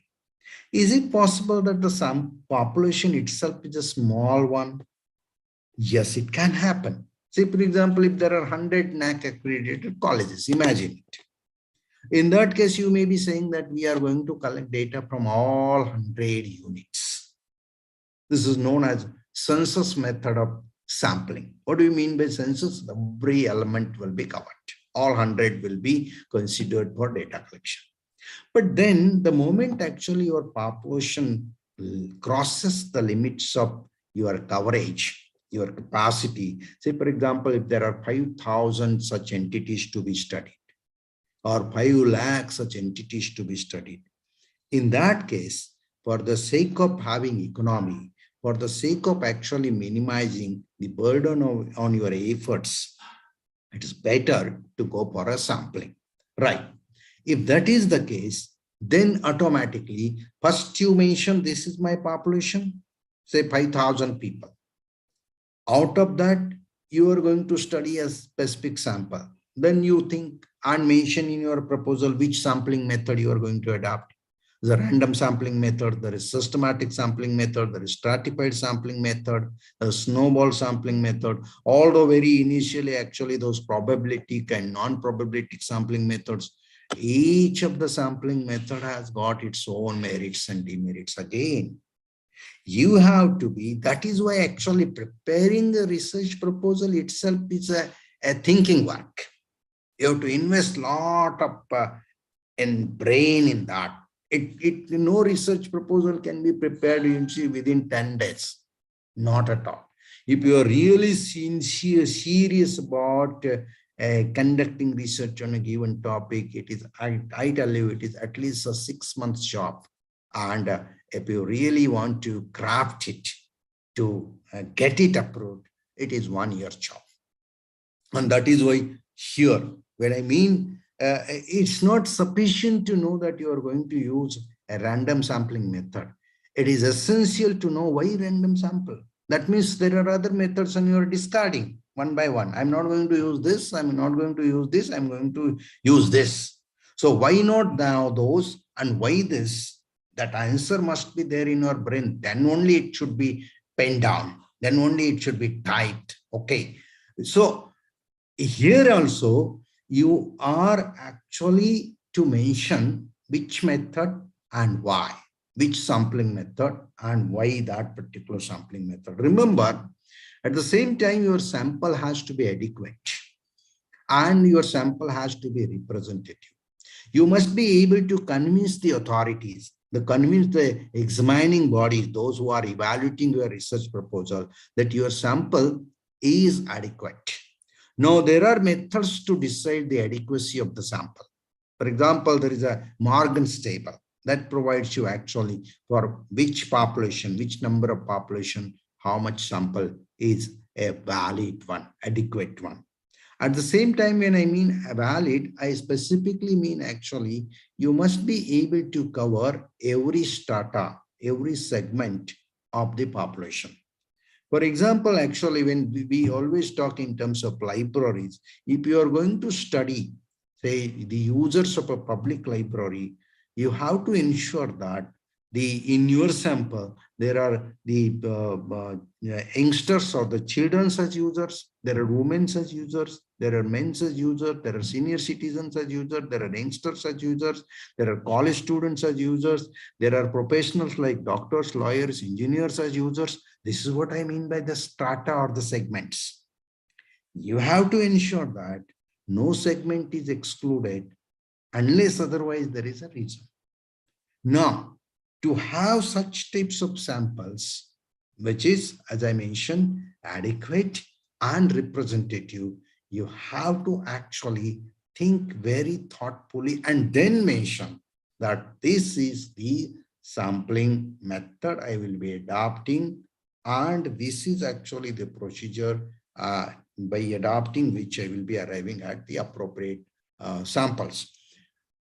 Explaining this elaborately in your research proposal really strengthens your proposal, remember. Finally, under the heading research methods to be adopted, you must also mention what statistical techniques you are going to use for analyzing the data. Well, we all know actually there are very specific statistical softwares. For example, SPSS is one of them, which is used mostly for analyzing the quantitative data. But there are many other softwares which are useful, particularly for analyzing qualitative data. For example, if you are adopted the content analysis method, there is a software called Atlas TI. It's a different software. No, in the modern days, actually, there are so many softwares are coming very handy for useful for data analysis. But apart from that, those statistical techniques, for example, whether you are going to go for the ANOVA analysis, whether you are going to actually adopt t-test or it's the chi-square test, this, that, look at it. All that must be mentioned here so that it gives an idea that this research will be adopting such and such statistical techniques. So finally, we come to the concluding part of it. Now, the last three components of your research proposal, apart from all that we discussed in the earlier part of our discussions, you must very specifically and adequately in details must provide in your proposal the need for your research. Why you want to conduct research on a given topic? Who will be benefited once this research will be completed? That is what the implications of your research. Unless you elaborately talk about the importance of your proposed research, sometimes the people do misunderstand. They mean importance of research means they say how research is important. No, that is not the point. The point here, you have decided to conduct research on XYZ topic. That is your research problem. So what is the need of research on that particular research problem? That you have to mention. And as I mentioned that, once completed, this research will be useful to whom? Who are the stakeholders? Will it be useful to the government agencies? Will it be useful to produce a product? Will it be useful for educationists? Will it be useful for students? Will it be useful for the society in general? That you have to mention. And how? Not just it will be important, that you can say that. To whom it is going to be useful and how it is going to be useful. Remember, that is the crux of the matter. Ultimately, you want to invest your 3 to 5 years for conducting a research like doctoral research, or maybe even a funded research for producing some product. In that case, you must be able to clarify that there are certainly certain benefits, guaranteed advantages of this research, that you must be able to put one after the another that will strengthen your research. Then, of course, these are the routine part of your research proposal, that is list of potential chapters, particularly in case of doctoral research. List of references has to be there. Remember, citations have to be there. Part of citations, particularly of literature review, and even in otherwise cases also, wherever you have borrowed some concept from somebody, you have to cite it. You have to acknowledge it, that this thought belongs to somebody else. Otherwise, even that can be considered as a plagiarism. Yes, even in the research proposal, there are certain agencies, even your research proposals are put to plagiarism check. Yes, because is it there? Actually, you have copied the whole concept itself from somewhere else. So better what you do? Whatever you have borrowed, whatever ideas you borrowed from others, you cite it. And whatever you cited, you provide a reference. So that becomes list of references. Friends, as I mentioned in the very beginning, actually, technically, the research proposals are prepared for two basic purposes. One for the doctoral research purpose or for the academic purpose. Let us say it could be MPhil, it could be PhD, it could be even master's degree also. Actually, in most of the master's degree courses now there is a research component. So there also actually we are asking our students to prepare a research proposal. So if it is a research proposal meant for a degree purpose, these components that I mentioned are more than sufficient in that proposal. But if it is a research proposal for the funding purpose, if you are applying to ICSSR, to CSIR, to DST, to UGC, maybe your own university or institutions or any other institutions, maybe even a commercial institution, a corporation, but if you are applying for research to seek funds, in that case, you have to provide a very proper justification for the financial requirement, because you are specifically saying, I will be needing these many crores of rupees, these many lakhs of rupees. So you justify that. You have to also justify if you are actually, you require some machinery, some infrastructural requirement, facilities, some computers of a specific configurations, or maybe if it is actually a research in biotechnology and chemistry and physics, so on and so forth, in engineering, you will be requiring some apparatus, equipments, machineries. In that case, you must justify that. Also, in such research proposals, you have to very clearly mention the time plan, that which of those your research activities, research stages you will be completing during how much time span, because these are the time-bound research. It doesn't mostly actually, in case of doctoral research and all that, we say it's 5 years, so on and so forth. And so we are not much bothered there. But in case of funded research, this liberty is not been there. You have to be very precise about that. In the first 6 months, this will be completed, and under 6 months, this will be completed, and a research will be arrived at such and such time span. That is what is an essential component. This is what all about Kishore Wagmare wanted me to talk about the component of a research proposal. People who are interested in preparing this research proposal, I think that this will be a useful piece of information. So I conclude here by expressing my thanks to Mr. Wagmare and of course the participant to this webinar. Thank you. I would like to thank my guru, respected Dr. Kumbar sir, for delivering such outstanding online lecture on research proposal and how to prepare the research synopsis in higher education system in India, Indian universities. Dear participants, do you have any question regarding Kumbar sir's lecture? Please ask. Good afternoon, sir.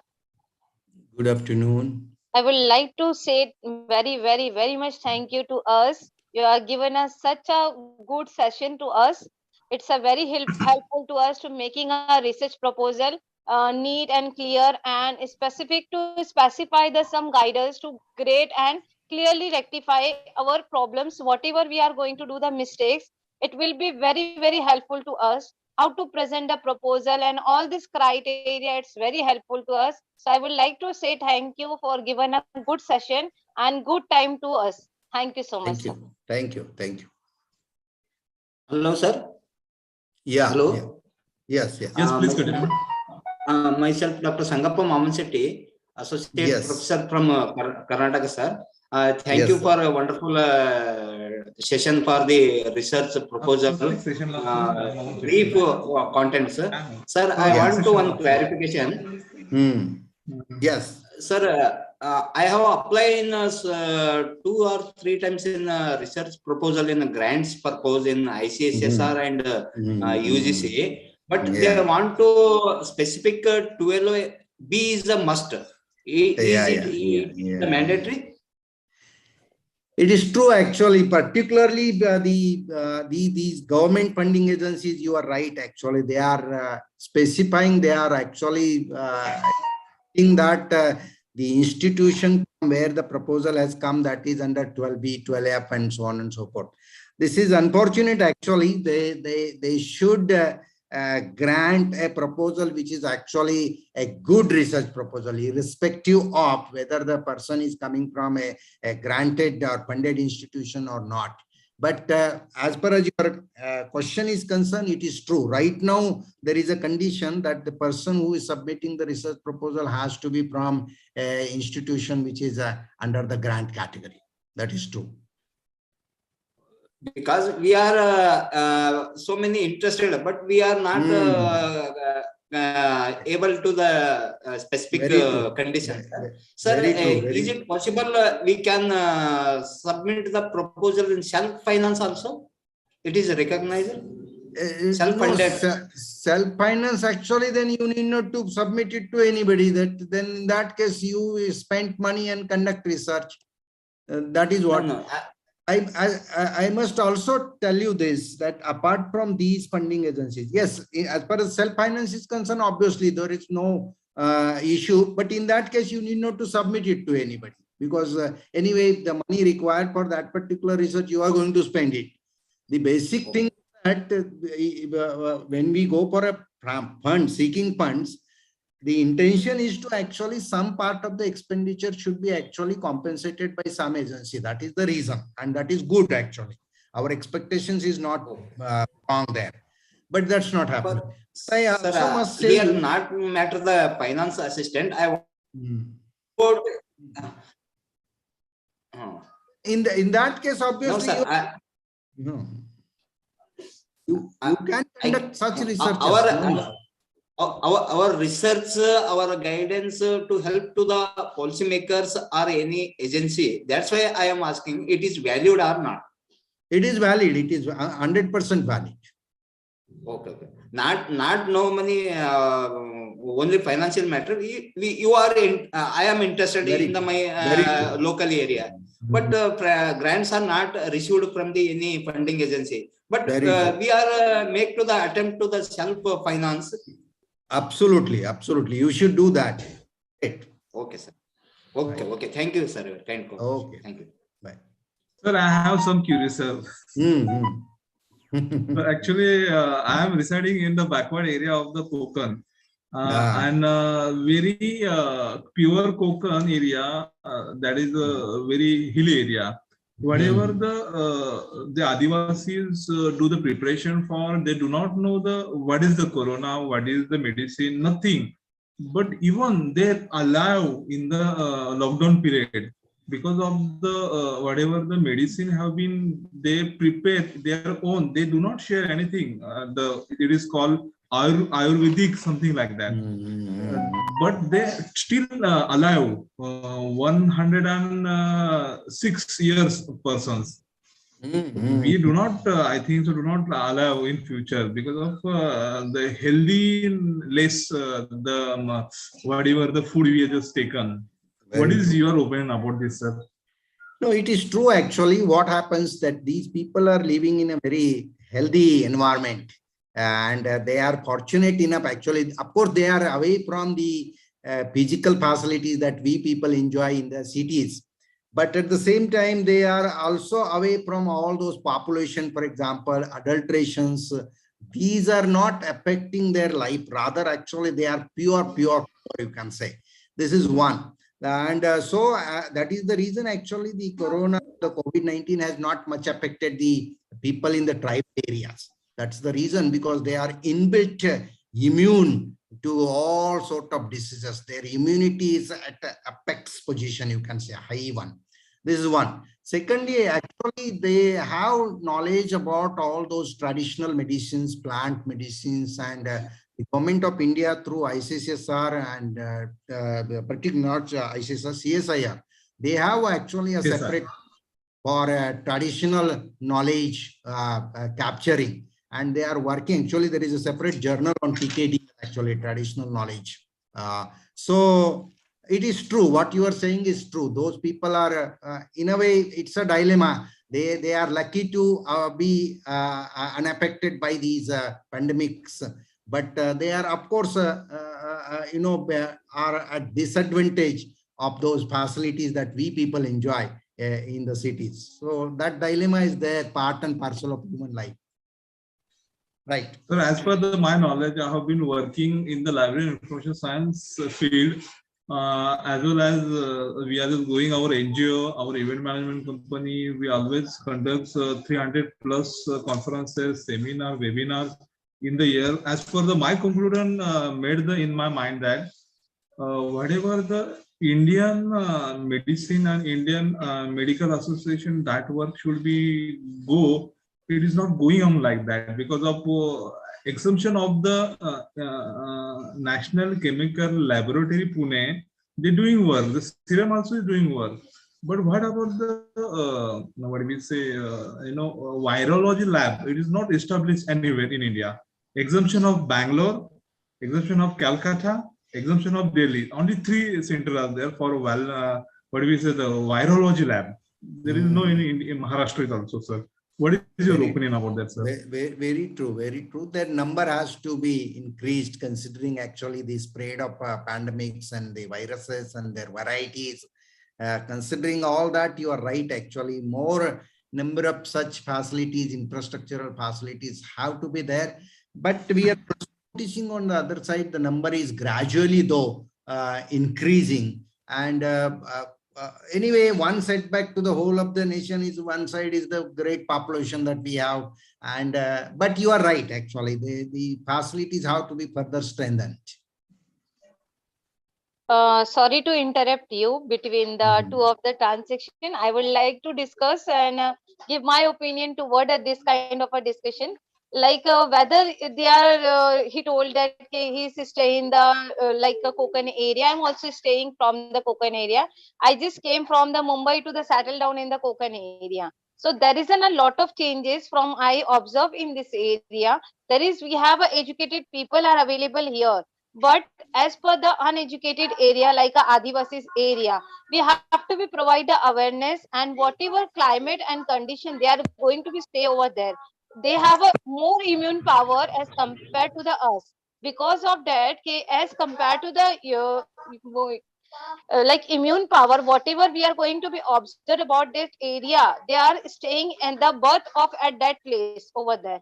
And whether we are also settled down the some changes in we are founding in our area, our food criteria, our digestive system, our immune system are very different to dead persons. And we have a lot of have to be work to do that. All of the our Maharashtra, we have to be increase the facility about the Ayurvedas in our Maharashtra also. Because whether we are just comparing to the this kind of researchers, I am my field is commerce, but I little bit know about that Ayurveda, and that will it is very effective to us whether we are going to be provide a better facility in our Maharashtra also. That is very true. That is very true. Thank you very much, sir. Right. Any participant have any question? Please ask. Hello. Hello. Please Hello. continue. Sudhi sir, please. Kulkarni sir, please continue. Sir, I think, sir, yeah, he has written so many books, and I am following his books. So, do you have any recent book on the research methodology? Particularly, I have used your books for media, high e-content and e-delivery content of the e-delivery. So, I like your books. I'm your fan. So I would like to know any publication from you. And I would like to meet you in Pune. Yes, sir. You are most welcome. You are most welcome. It's my pleasure. Do come. Do come.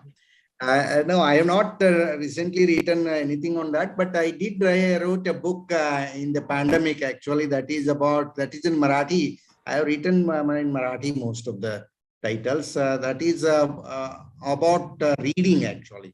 Reading of children's, reading parents' role, teacher's role in general, how to enhance reading habit and all that. But that is actually my recent book, 2021. Your earlier publications are one of the best literature in e-content delivery. Yes. Okay. Thank you. Any participants having some question, please ask. It is our golden opportunity to having respected Dr. Kumar sir with us. I think so. There is no any question. So can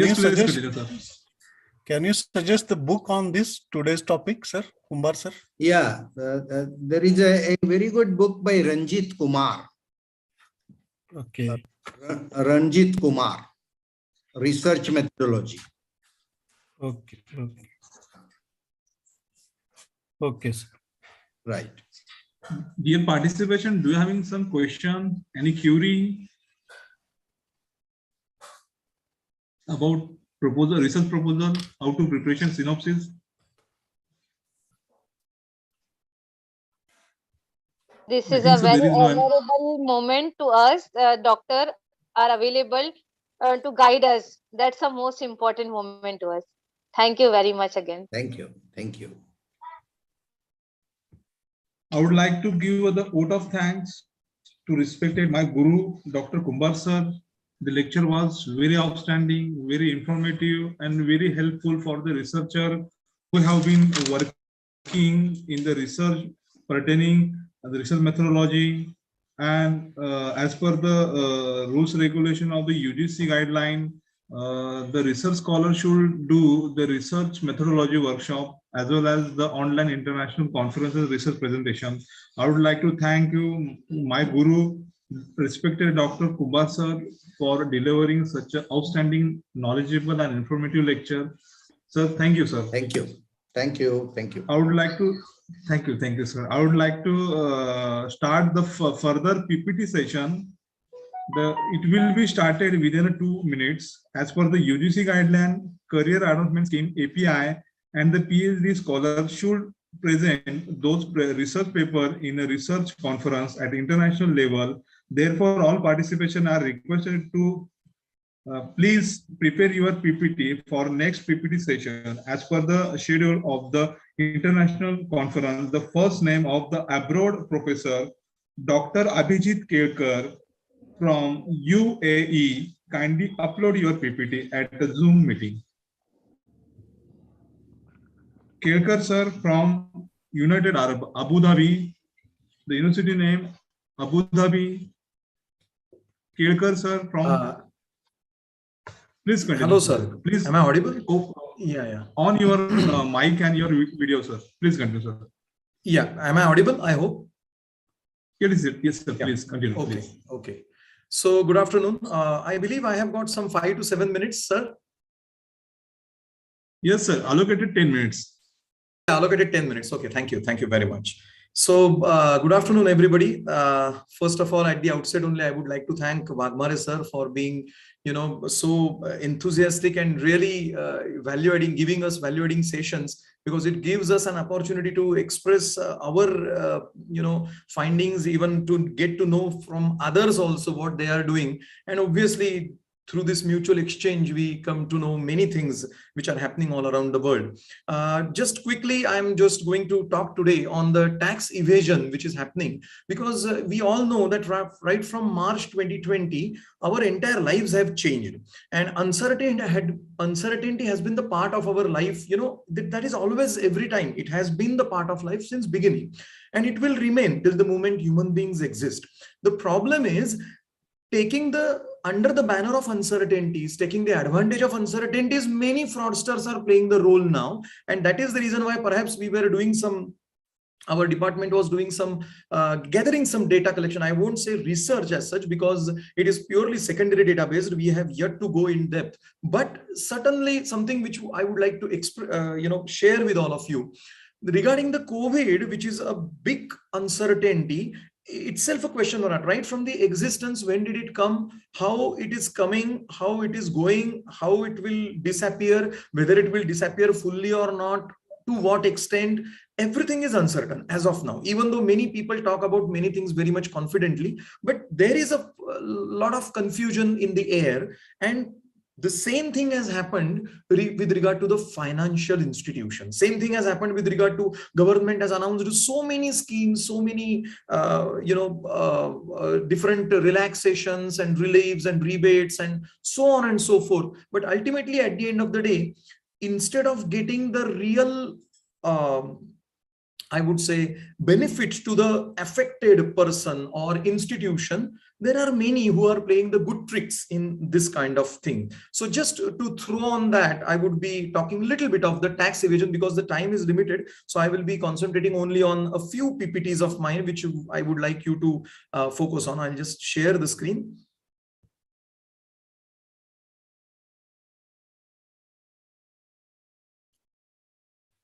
Yeah, I hope it is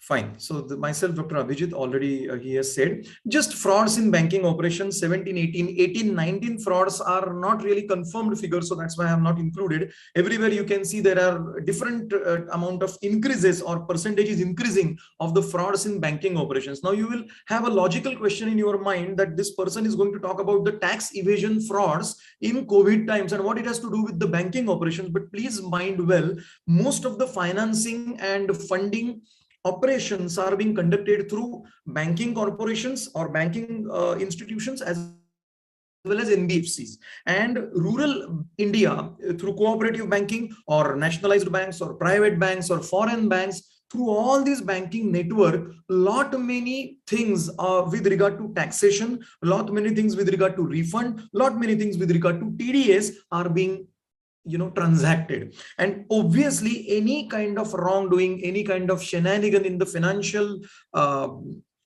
I would say statement or financial profit reporting or profitability reporting, disclosure, corporate governance, any black spot is going to affect directly the banking operations and obviously the government of India, whether central or state financial position.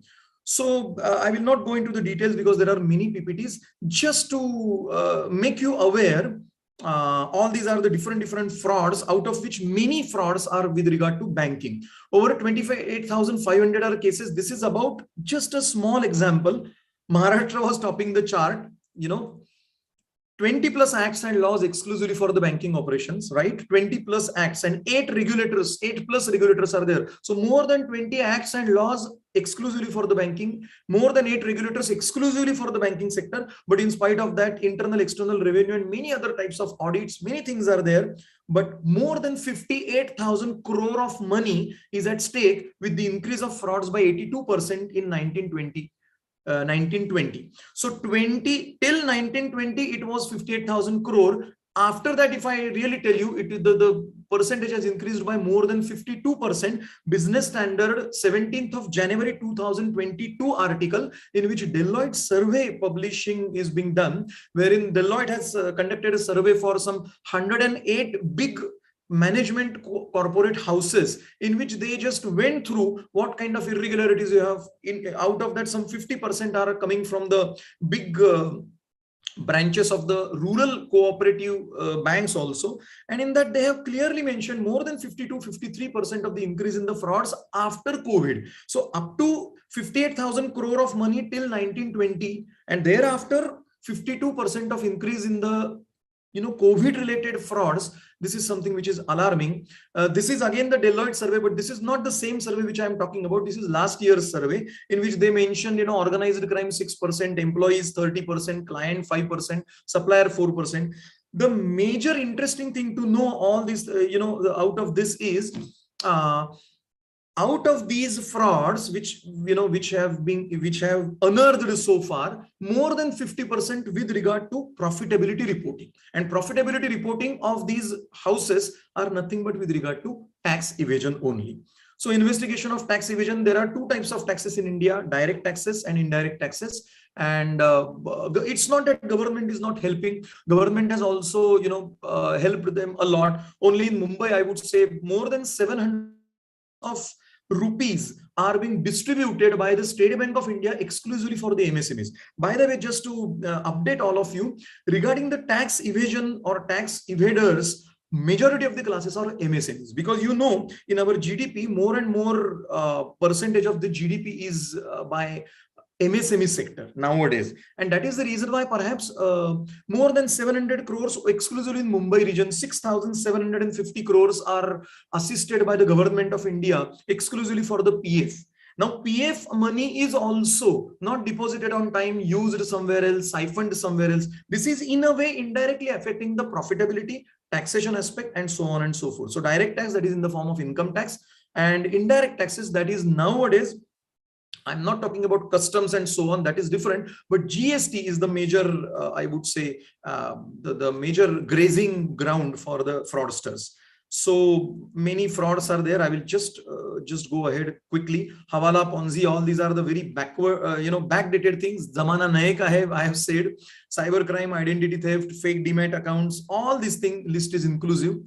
Regarding direct tax evasion, illegal activity in which person avoids to discharge genuine tax liability. And nobody wants to give the correct tax figure because everybody is under the same impression. First of all, there is no business. Number one, if at all there is a good business, that is my income, why should I pay it to the government? But nobody is aware about how the public revenue, public expenditure, all these things have got direct linkage with the economy, GDP and everything. Everybody is aware about his or her profitability, and that too reporting little wrongly, so that I need to pay little amount of tax. So not filing of income tax return, not providing or providing wrong PAN, then not paying tax on time, deliberate concealment or genuine income, not responding to the income tax notice. This is something as per chapter 15 of Income Tax Act, they call it as a fraud. And indirect tax evasion, that is especially I'm talking about GST, non-issuance of invoices, under or over invoicing, then under reporting of the sales, claiming of false credits, falsifying exports and subsequent credits, excess or wrong availing of the exemptions, classification of the product, HSN number, then linkage or linkage with the re-trips, or how many trips, how many times the goods were circulated. All these things are a big far cry when it comes to the administration as such. So syncing of GST registration with the PAN, also reporting and matching invoice level. Government is working little bit on synchronization, but it is very difficult in the country of 140 crores like ours, wherein, and on the top of that, we don't have that mentality, honesty, because it's not that tax evasions are not happening in other countries. In the Middle East, in the GCC countries, if you take the example of United Arab Emirates, recently they had published that there have been increase of 17% in the profitability related scams or scandals. Here, there are not many financial frauds or scandals, mainly because people are scared of laws. And number two, enough of the circulation system is there. Laws are very much stringent. Analytical tools are also very much in place. But when it comes to India, right from the integrity of our own, thought processes till the analytical tools, coordination between the agencies, everywhere there is a problem, there is a gap, and because of that there is this thing, geotagging of the goods is not possible, or rather they say that it is being done.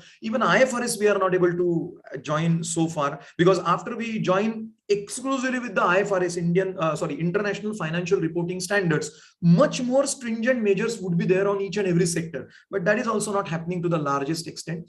And it's not that government is not helping, but we are misusing the fund. We means, I mean to say, those who are fraudsters. So directly I will come to few shenanigans. Issuance of the fake invoices.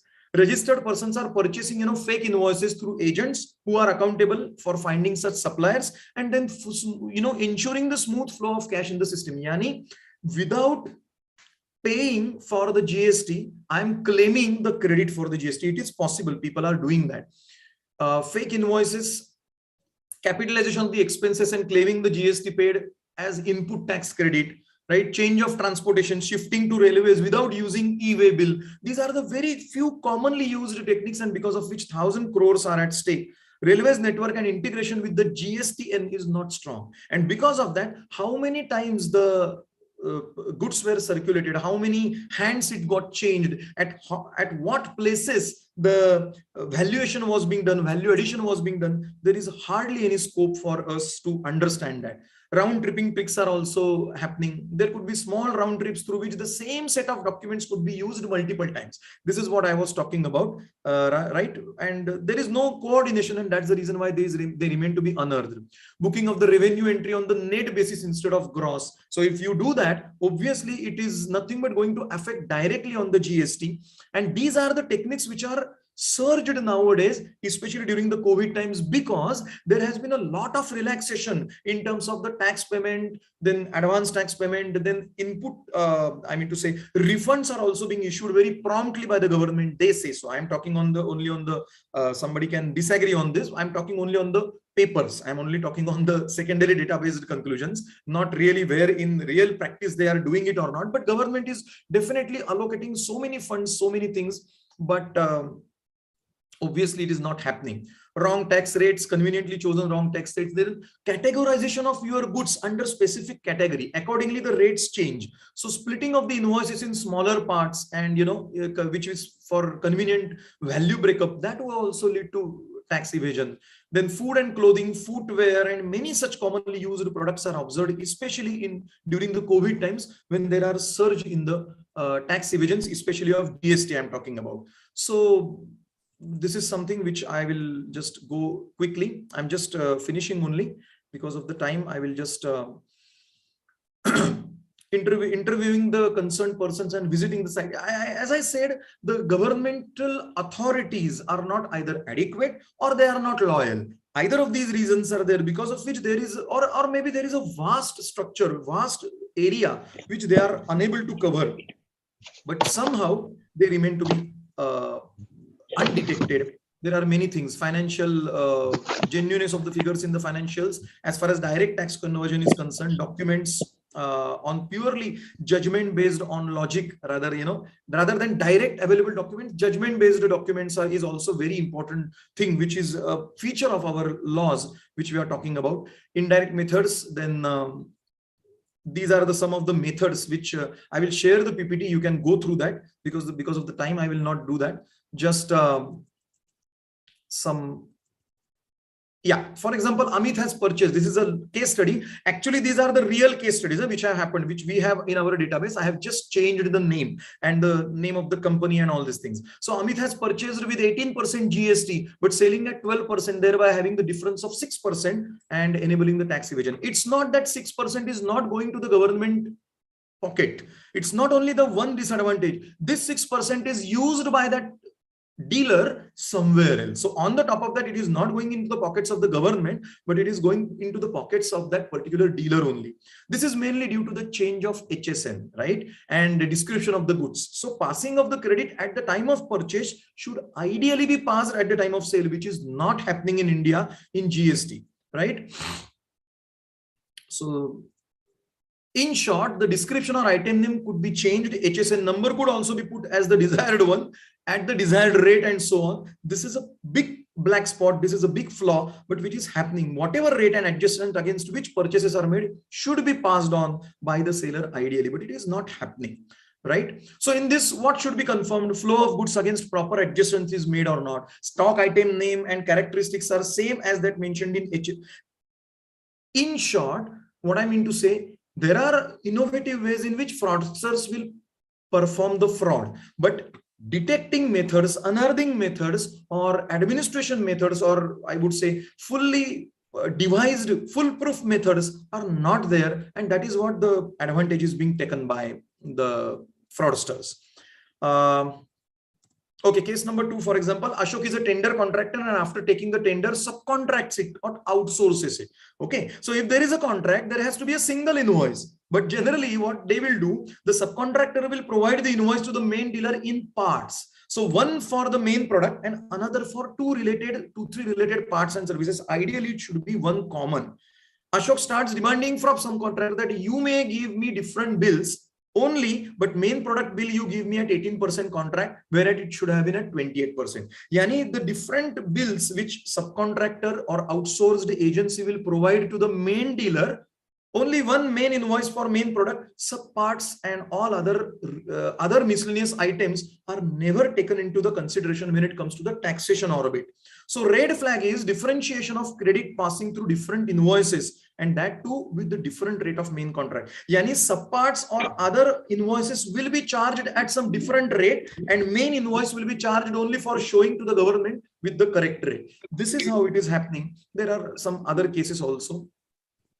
Practical difficulties, as I said, and sudden drop in profitability, especially in case of income tax, sudden drop in profitability. They are showing it nowadays. Huge gap in EPS and DPS, earnings per share and dividend per share, low net profits or losses, but high cash reserves. Some abnormality, some unusual thing which you come across should immediately be detected, unearthed, right? The negative cash balance or inflated gross profit and reduced COP. In Europe and America also, on an average surging of tax evasions during the COVID times has come out to be more than 20%, but less than 30%. But in our case, it is more than 50%. So this is something which is an alarming stage. And I would say the time has come for the government to think that they are providing many things, but under the banner of Corona, under the banner of reporting the less profitability, people are making undue advantage of that. Sudden drop in profitability, huge gap. This is already done. I'm just last PPT only, right? Then outstanding, outstanding. Now, Corona times are being used by the fraudsters in both the ways. Number one, in order to curb the profitability so that they will have to pay the less amount of tax, let it be GST or let it be direct, that is income tax. And second one, sometimes they are trying to window dress their accounts or financials in such a way and to report more and more profitability in order to attract more and more customers or investors, whereas in fact the situation is not really that good enough. So either to attract the more and more investment and thereafter run with the money, especially this is happening in rural areas. Rural areas, they say that more than 50% of the frauds, and they means I'm talking about authorized agencies only, those who have conducted the survey, more than 50% of the frauds go earthed only. They don't get unearthed at any moment of time. So this is, we are talking only these figures and all this 53% and all these things, 58,000 crores are at stake, this, that, 700 crores, everything, these figures are earthed. That is, these are declared, announced figures. How much is remaining undetected, we really don't know. Comparison with 1 or 2 years, a different picture, and comparison with a couple of years, altogether different picture. This is happening very quite often. If you go ahead with the MSME financials, especially in bank funding, 2-3 years, for last 2-3 years, their financials are totally, different. Before that, totally different, and projected are altogether different. So COVID related, how much tolerance should be given for adjustment of funding, finances, taxation, profitability, the banks and financial institutions are aware of. Beyond that, if they something come to know, they should detect that, but it is not happening. And this is something which I would like to, I would like to just comment on that. So in short, what I'm talking about is tax evasion is a major problem, not only before Corona, during the Corona, it has increased like anything, because under the banner of tax, under the banner of Corona, people are taking much more advantage of it, may it funding from the government or banking or non-banking financial institutions, or may it from attracting the investment from the investors. Thank you. Thank you very much. Thank you, Kerkar sir. As per your PPT and your delivering style of lecture is very outstanding. Whatever the PPT have been and the knowledge have been provided through your PPT is very outstanding, knowledgeable, and it will be on the base of realistic GST position, and whatever the you just made the statements in your PPT, it is true. As per your knowledge, your lecture, your PPT is very outstanding. I would like to call another person.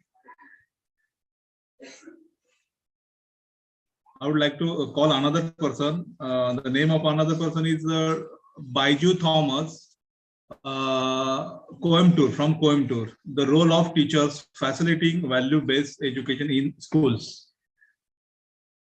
Baiju Thomas, are you available, Baiju Thomas? I think so. Baiju Thomas. Serial number 2. Yes, sir. Is this Baiju Thomas? Please continue. Yes, upload your PPT. Yes. Please continue. Okay. Okay.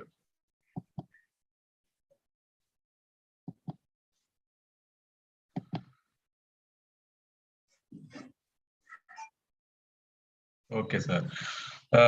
Good afternoon to all of you.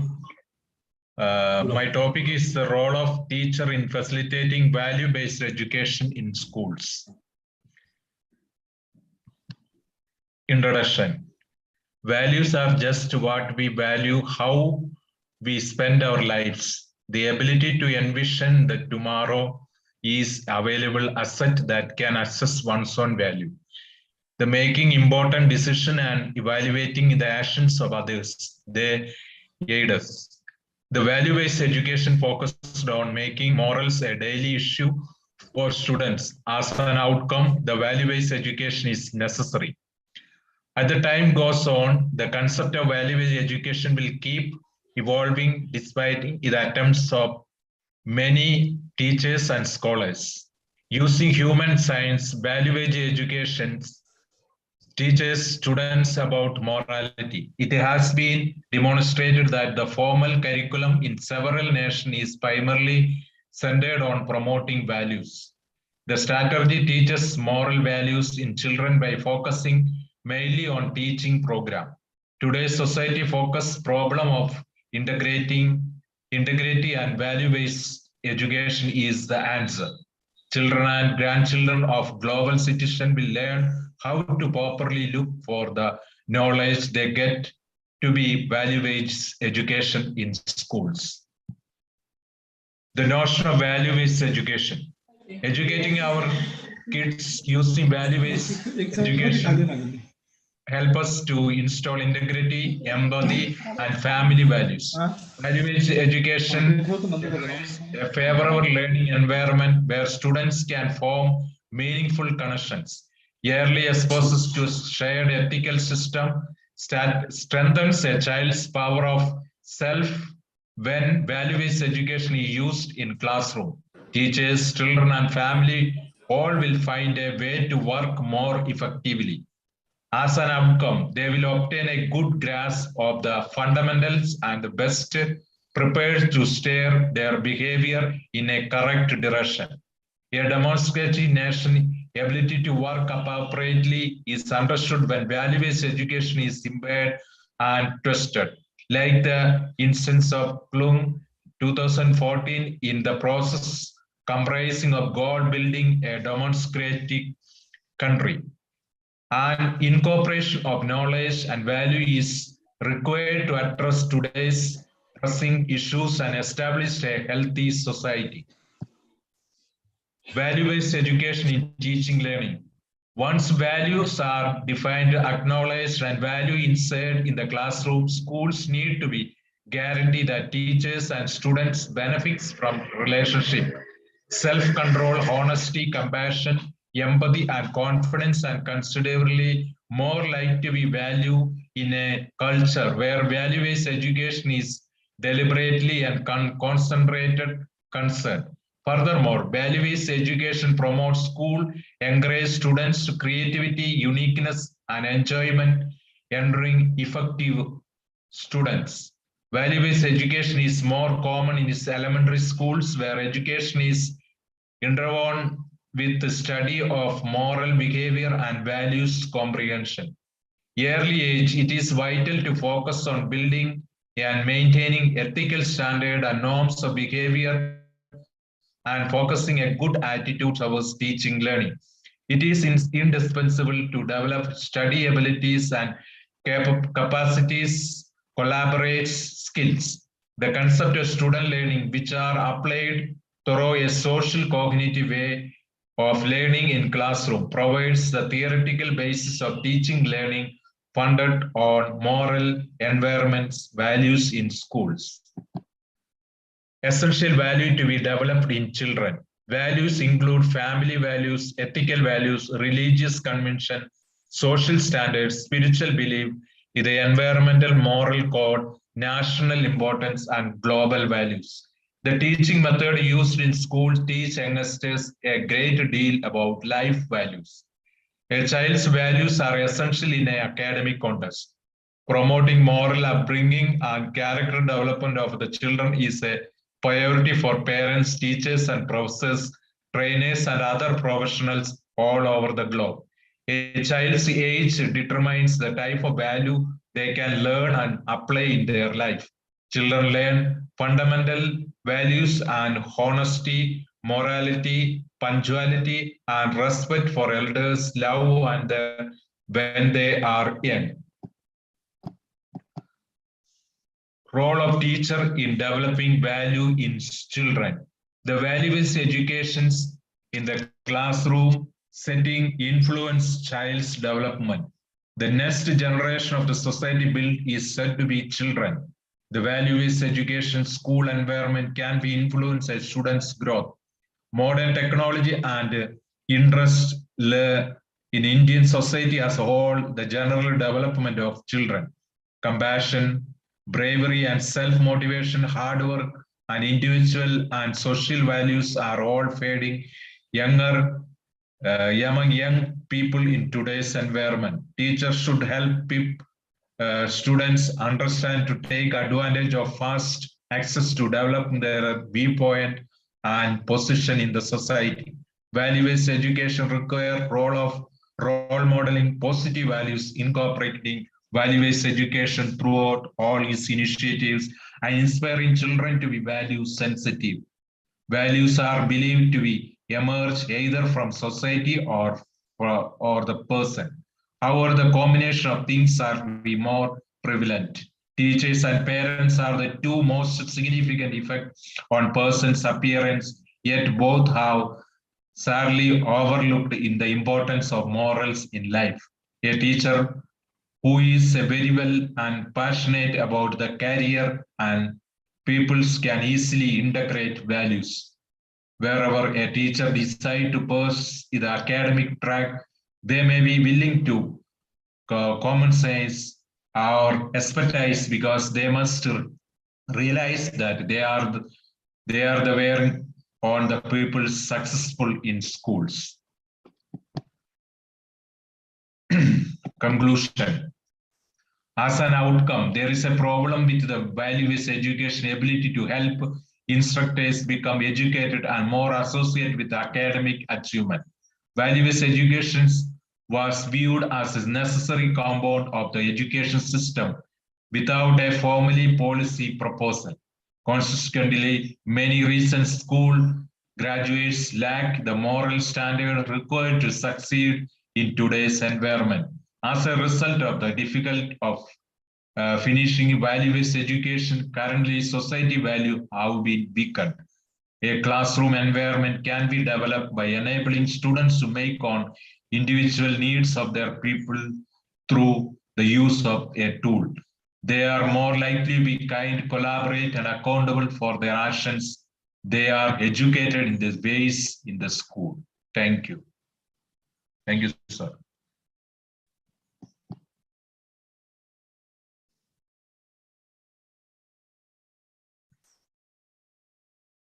Hello.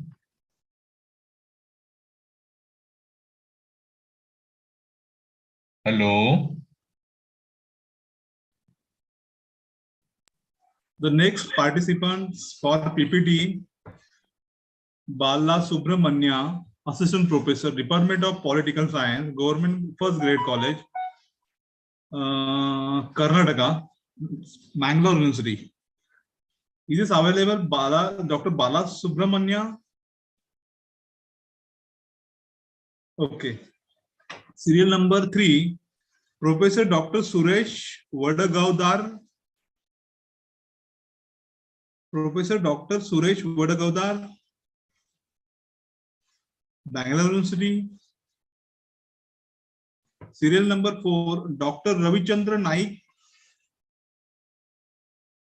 Dr. Ravichandra Naik.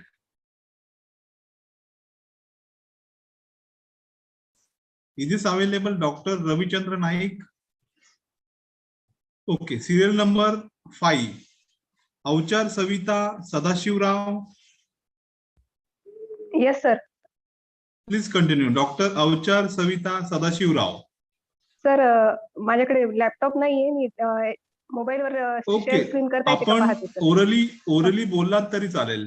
You can continue your PPT by oral. Okay sir.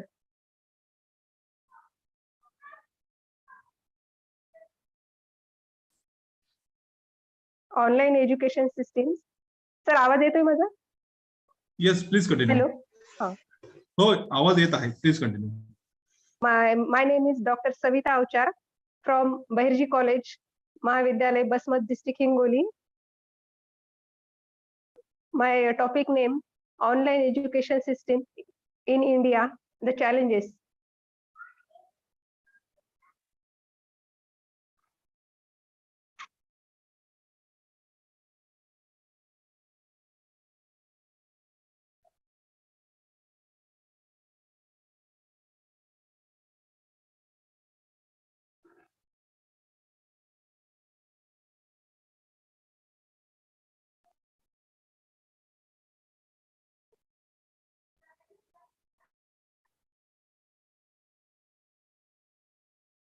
Abstract of my titles. Since the new education policy came in 2020, many changes have been made in the education system that include online education as well as, but with a new set of rules comes may drawbacks. Education is the best option of left.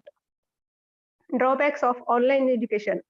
Gender differentiation. Another drawback is the differentiation. Smartphones belong to be made adults after laser accessible to girls than boys. Internet drawbacks. It's being a big challenge to use the internet as a source of online education. Mental health of students. Excessive screen time also becomes an issue to the parts those who children attend those classes with class works, homeworks, assignment, everything going digital. Children will be engaged in their smartphones at laptop screen. Adults are not good for their mental health. It puts a stress on their eyes and brain. Benefits of online education. Save the expense of travel, lodging and boarding, and this free education will mean lower fees for the online education. Nature friendly. Also, by going to digital, we are actually doing the earth favor because trees are used in construction of paper. So if there will be less production of trees, the number of cutting down of trees will significantly decrease. Third point, time saver. Traditional method of teaching includes years of studies and months of waiting for the final examination result. But with the digital implementation of the class, we are getting the content on spot, can give examination with the S of sitting at home and can get the result instantly in our smartphones and laptops, which is less stressful and saves a lot of time. Major challenges online education. It is being challenged for teachers to practical learning is not possible in online education. So second point, even if teacher can explain the theoretical aspect, students still need practical training to grasp what they have learned, which is most common in subject like science and practical arts. To conduct online examination, India has only a limited number of resources available. Second point, conducting live sessions or streaming them for the children who belong to the rural part of India is not possible because of the poor network connectivity. Even if the rural area are gaining knowledge about new technology like smartphone, laptop or tablets and are doing everything to afford it, the lack of internet network supply is still a big issue. The new education policy has recommended the following activities. Training for teachers. Training will be given to the teachers so that they can gain the additional skill to manage the online platform by themselves. Virtual labs.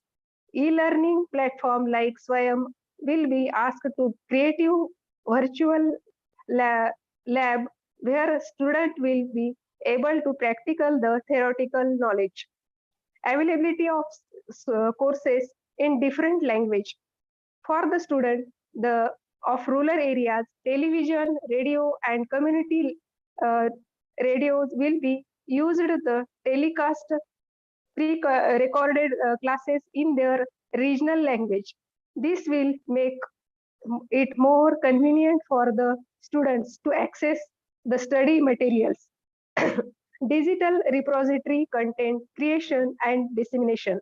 This will be include learning games and stimulation, virtually reality, fun-based learning tools like gamification so that everyone can understand them easily. Creating a dedicated unit for digital education. It will compare experts from the field of education, educational technology, administration, e-governance, digital pedagogy, and IT. These experts will work on delivering high quality education so the students. Conclusions. COVID-19 pandemic and consecutive lockdowns have caused a lot of disturbance in the education system of India.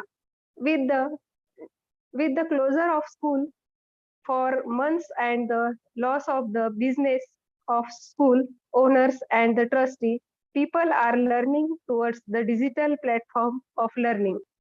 Government needs to take action to provide them prior shelter and 24 hours availability of electricity. Only then the new guidelines of national education Madam, your policy time is will over. have any effect on that sector of our society. Else only upper class people will be behalf from and rest of the population will still have darkness and literacy.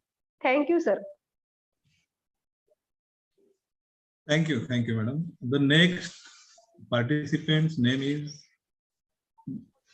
Betappa, PhD research students, Kannada Vishwavidyalaya, Hampi, Vidya Narayan. Is this available, Betappa, PhD? Sir, I am reading, sir. What is your good name? My area line, Kor and Katal, sir. Okay, please continue.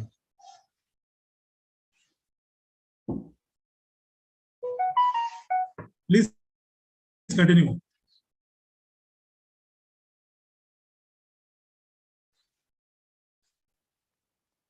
Hello. Hello. Hello. Hello. Hello. Hello. I am present, sir. No. Hello? As per the schedule, we have to continue. Whenever your name will be called, that time you have to start your PPT. It is Betappa, research scholar, Dr. S.S. Bergunde,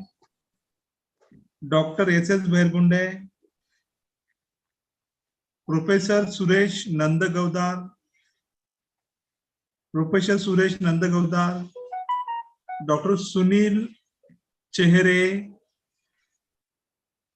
Dr. Ravindra Naik, Dr. Channa Gowda. Yes, sir. Yes, sir. I am present, sir. Yes, Channa Gowda, please continue. Yes, please sir. continue. Thank you very much. Thank you very much, sir.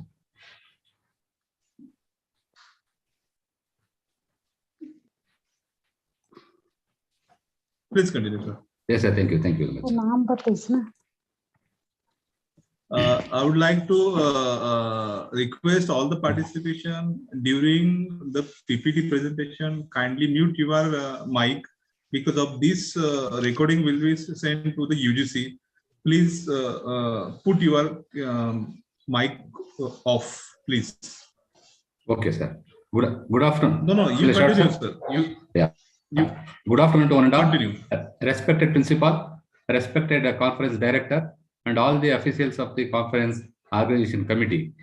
I am Dr. Chananke Gowda, College Librarian Selection Grade, Government Law College, Ramanagara. My co-author, Dr. Chetana SB, Assistant Professor in Law, Government Law College, Ramanagara. Today, my topic is use of library tools in arbitration proceedings in COVID-19 situation, a study. Introduction.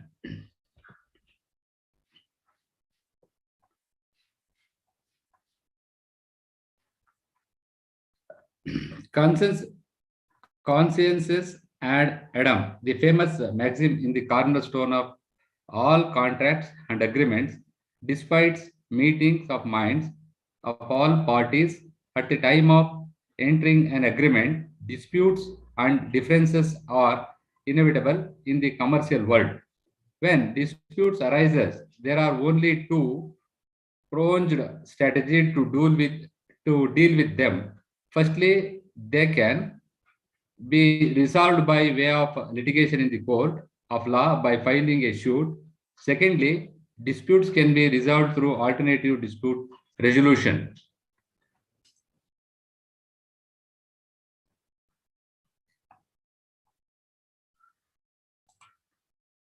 There are four methods in ADR mechanism.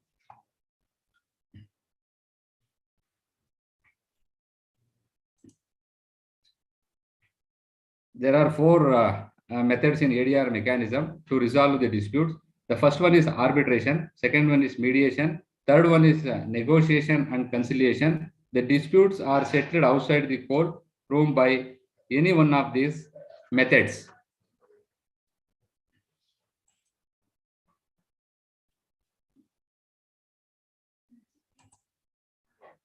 Arbitration. Among these methods, arbitration and mediation are more effective in practice. Arbitration is a simplified version of trial by court with no complication rules of procedure to follow. The moot advantage in arbitration is that freedom of contract governs in the procedural aspects like appointment of arbiters, selection of venue, language, time frame, and moreover, even expenses of the arbitration could be predetermined. International commercial arbitration is an alternative method of resolving dispute between private parties assigning out of the commercial transactions conducted across the national boundaries that allows the parties to avoid litigation in national court. International Commercial Arbitration Research Guide. The guide identifies the best tool for locating primary law material related to international commercial arbitration, including treaties, national legislation, procedural rules, and arbitral awards. It also covers secondary sources, which are essential for conducting through research. Key resources for international commercial arbitration. The first one is Global Arbitration Review, that is GAR, specialized in a news source for mentoring the latest developments in the international commercial arbitration. Also publishes practitioners guide and annual survey. The second one is ICC Dispute Resolution Library. The features extracts from arbitral awards issued in the disputes administered by the International Court of Arbitration of the International Chamber of Commerce. The third one is Kluwer Arbitration. This searchable database includes both primary legal material, treaties, national laws, arbitral awards, and court decisions, and secondary source e-books, e-journals, articles. The transnational dispute management, that is TDM, content includes peer-reviewed articles from TDM, online only journal, and searchable database of primary legal material. The considerable database mentioned are two as such. One is Commission of Reports. The another one is Kluwer Arbitration Block, that is KAB. Kluwer arbitration block KAB is a publication of Kluwer Law International providing information and news on international arbitration. We have gathered together leading experts from law firms, arbitration institutions, and academia to report on the latest developments. They in turn have enlisted professional colleagues of diverse backgrounds to offer both established and new voices into the mix. The result is the fresh, high quality and timely examination of the world of international arbitration. Conclusion: the online and offline documents for reference for arbiters has provided the database information in the handling the arbitration proceedings in efficient and eminent mode. The COVID-19 situation has created the disputes resolution system through virtual mode. Thus, the arbitration proceedings need to be addressed in the speedy disposal way through the reference of the legal material in timely management. Thank you very much for the organizers given me a wonderful opportunity to present such a wonderful international conference. Thank you very much, sir. Thank you, one and all. Thank you. Thank you. Thank you. Thank you, sir. Thank you. Please remove your PPT. Thank you, sir. The next participants are Ratan Dev. Ratan Dev is available. Ratan Dev, serial number 12. Ratan Dev. Okay. Serial number 13, Bhuleshwari Sahu. Is this available? Bhuleshwari Sahu. Bhuleshwari Sahu present, available. Sir. I am yes, present, yes. sir. Please continue. Please continue. Yes, I am present, sir. You are visible. You are not present, visible, sir. but you are audible. I am You are audible. present, Please. Are you understanding Hindi? आपका जो आपका PPT है वो आपका PPT read करो आप PPT read करो बोले हैं हाँ ओके सर ओके सर आपको अच्छा लगे तो शेयर भी करना ये शेयर बटन है स्क्रीन शेयर उधर क्लिक करना आपका पीपीटी शेयर करता होगा तो करो नहीं तो आप डायरेक्ट रीडिंग किया तो भी चलेगा okay sir please continue we having okay, very less time. Okay, sir. Okay, sir.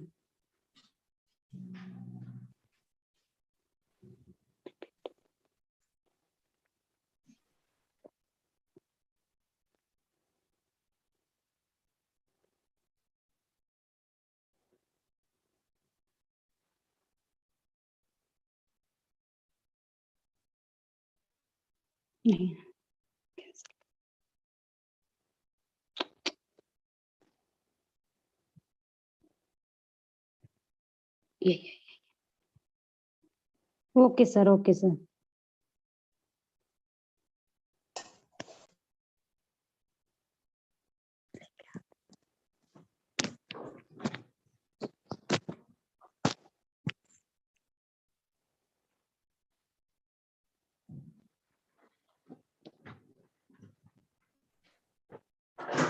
Madam अब बहुत टाइम कम है हमारे पास बोलो हेलो आप डायरेक्ट पीपीटी रीड किया तो भी चलेगा भुलेश्वरी साहू मैडम जी आप पीपीटी रीड किया तो भी आई एम चलेगा प्रेजेंट सर यस यस आप प्रेजेंट हो आई am present sir yes please continue okay sir नहीं हो रहे रहने दो नहीं हो रहा बोले सर पीपीटी हो नहीं रहे हैं नहीं पीपीटी पढ़ा तो भी चलेगा अपलोड मत करना आप जी, पढ़ो अपलोड पीपीटी मत पढ़ो करो आपका पीपीटी पढ़ने बाद पीपीटी पढ़ा तो भी चलेगा रीड किया तो भी चलेगा okay sir okay sir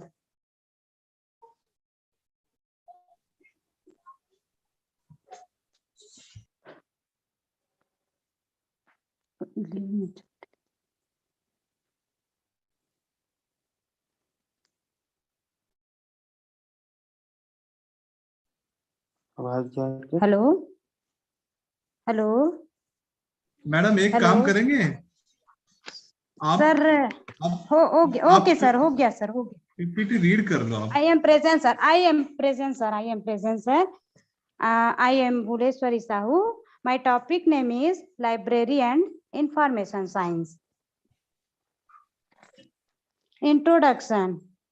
corona संकट की इस दौर में लगभग सभी व्यक्ति पर सुरक्षित रहकर ही अधिक पढ़ना पसंद करते हैं। ऐसी परिस्थितियों में डिजिटल लाइब्रेरी में उपलब्ध मोबाइल ऐप इलेक्ट्रॉनिक संसाधनों की प्राप्ति में काफी सहायता करते हैं। जब से सन 2020 से कोविड-19 दौर शुरू हुआ, तब से 90% पाठकों द्वारा डिजिटल लाइब्रेरी में उपलब्ध इलेक्ट्रॉनिक संसाधनों का अधिक से अधिक मात्रा में उपयोग करते पाया गया, जैसे ई पुस्तकें, ई अखबार, ई शिक्षा, ई मैगजीन, ई पत्रिका इत्यादि। आज के वर्तमान समय में विभिन्न प्रकार के ऐप का निर्माण हो चुके हैं, जो कि विभिन्न क्षेत्रों में जैसे बैंकिंग में, फोन पे, गूगल पे, भीम पे, अन्य में Facebook, WhatsApp, GoToMeeting, Zoom app के साथ ही लाइब्रेरी के क्षेत्र में भी विभिन्न प्रकार के ऐप मोबाइल में उपलब्ध कर सकते हैं, जैसे हमारे बिलासपुर ई लाइब्रेरी, बिलासपुर स्मार्ट सिटी ई लाइब्रेरी आदि। ये सभी में इलेक्ट्रॉनिक संसाधन उपलब्ध कराने में मोबाइल ऐप का महत्वपूर्ण स्थान हुआ।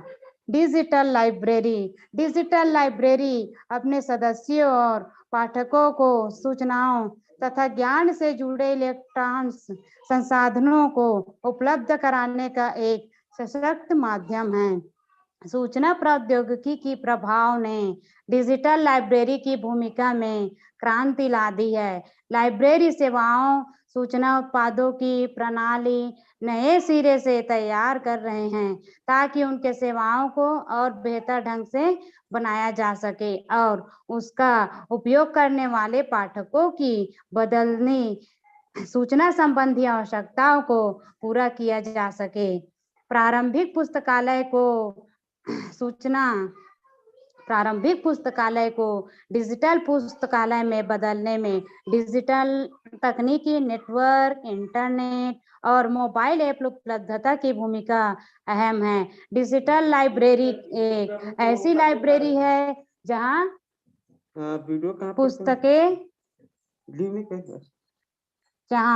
पुस्तकें एवं पाठ्य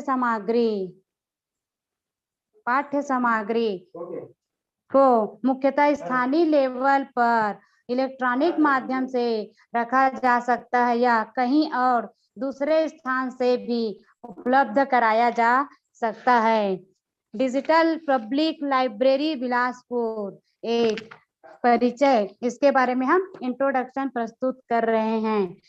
सेंट्रल डिजिटल सार्वजनिक पुस्तकालय नूतन चौक, न्यू सरकंडा, बिलासपुर, छत्तीसगढ़ की स्थापना 3 जनवरी 2021 को हुई है, जिसमें अब तक 867 सदस्य पंजीकृत है, जिसमें विद्यार्थी 801, सीनियर सिटीजन 5, रेगुलर सिटीजन 57 एवं किड्स 4 है, जिसमें कर्मचारियों की संख्या कल 7 है। यह पुस्तकालय बिलासपुर जिले के साथ पूरा छत्तीसगढ़ राज्य का एक मात्र सार्वजनिक डिजिटल लाइब्रेरी है, जिसके द्वारा अपने पाठकों को सभी प्रकार के सेवाओं के साथ ही सुविधाएं भी उच्च स्तर का प्रदान किया जा रहा है। सदस्य भौतिक पुस्तकों के साथ ही साथ डिजिटल पुस्तकें, ई सूचना स्रोतों के विभिन्न प्रकार के साथ ही 30 कंप्यूटर का डिजिटल लाइब्रेरी में 5000 किताबें के अलावा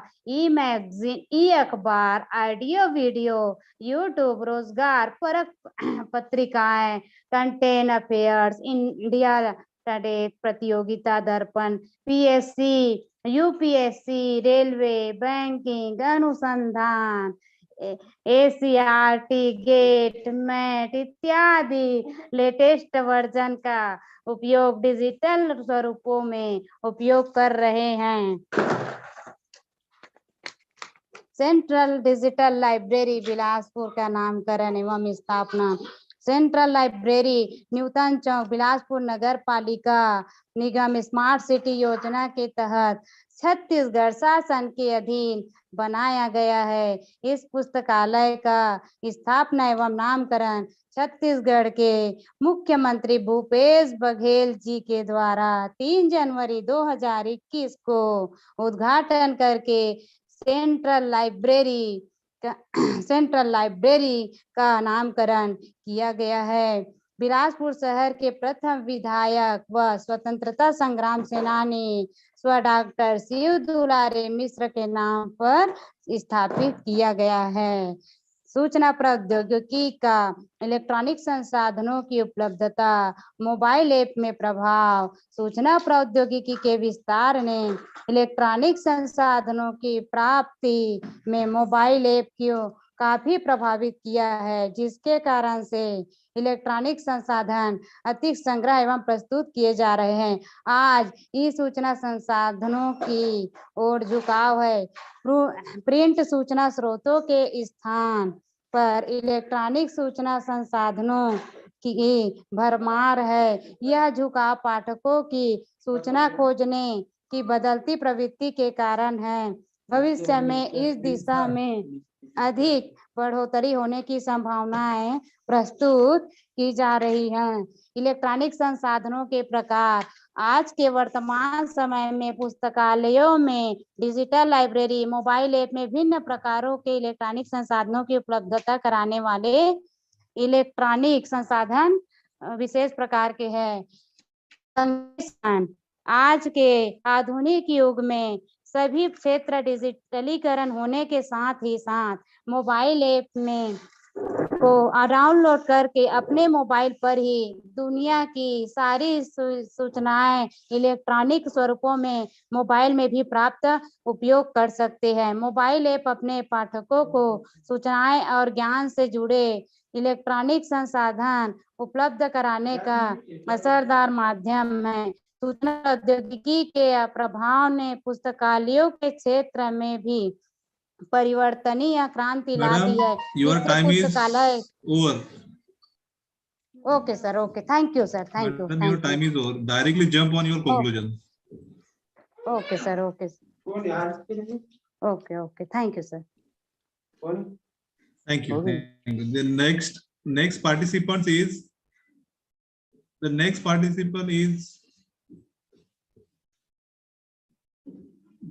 Mr. Dhirendra Singh Chauhan. Dhirendra Singh Chauhan, serial number 15. Dhirendra Singh Chauhan, serial number 16. Maruti Dottamani. Sir, projecting, sir. Please continue, Maruti Datt. Thank you, sir. Thank you very much, sir. Thank you, sir. Good afternoon, everyone. My name is Maruti Dottamani, librarian, Karnataka Degree College, Shahabad. My topic is Introduction to Academic Journals. Introduction. Acceleration is the dissemination of knowledge through the publication of high-quality research articles using the open access model. An academic journals or scholarly journal is a periodical publication in which scholarship relating to a particular academic discipline is published. Academic journals. Next, history. The idea of published journals with a purpose of people know that the happening in the Republic of Letters was first conceived by Francis E. Dewes Majors, 1663. A publication titled Journals Literature Journal was supposed to be published to fulfill that goal, but never was the humanist scholar Janice. Types of digital libraries. The term of digital library is diffuse enough to be applied to a wide range of collections and organizations, but to be considered a digital library, an online collection of information must be managed by and made accessible to a community of users. Thus, only some websites can be considered to digital libraries. Many of the best known digital libraries are older than the web, including Project, Resource Project, Gutenberg, and nevertheless. Scholarly articles. There are two kinds of articles or paper submission in academia. Solicited, where an individual has been invited to submit work either through direct contact or through a general submissions call, and unsolicited, where an individual submit a work for potential publications without directly being asked to do so. Upon receipt of a submitted article, editors at the journal determine whether to reject the submission outright or begin the process of peer review. In the latter case, the submission of becomes a subject to review by outside scholar of the editor. Review of articles. Review of articles, also called review of progress, or checks in the research published in journals. Some journals are devoted entirely to review articles. Some contain of a few each use and other do not publish review articles. Such review often cover the research from the preceding year, some for the longer or shorter terms. Some are devoted to specific topics, some to the general surveys. Some review are enumerative, listing all significant articles in a given subject. Other are selective, including only what they think worthwhile, yet others they evaluated, judging the state of progress in the subject field. Some journals are published in series, each covering a complete subject field year or covering specific field through several years. Prestige and ranking. And academic journals' prestige is established over time and can reflect many factors, some but not all, the which are expressible quantitatively in each academic discipline. There are dominant journals that receive the largest number of submissions and therefore can be selective in choosing their content. And not only larger journals are excellent quality. In the natural sciences and in the social sciences, the impact factor is an established proxy measuring the number of letter articles citing articles already published in the journal. There are other quantitative measures of prestige, such as a overall number of citations, how quickly articles are cited in the average half-life of articles. New developments. The internet has revolutionized the production of and access to academic journals with their content available online via services subscribed to academic libraries. Individual articles are subject indexed in a database such as Google Scholar. Some of the most specialized journals are prepared in house by an academic determined and published only online. Such form of publications has sometimes been in the belong format. Some, like the open access journals, Internet Archaeology, use the medium of embedded searchable database, 3D models, and interactive mapping. Currently, there is a movement in higher education encouraging open access, either via self-achieving, whereby the author deposits a paper in a disciplinary in institutional repository where it is can searched for and read our publishing. In it is a free open access journal which does not charge for subscription, being either subscribed or financed by a publication fee, given the goal of sharing scientific research to speed. Advanced open access has affected science journals more than humanities journals. Electronic journals. Some journals are on digital, such as a one not in that they are also slowly published in the web and in digital format. But most electronic journals are organized as print journals, which subsequently evaluated to have an electronic version. while still maintaining a print component as academic research habits have changed in line with growth of the internet. E-journals has come to dominate.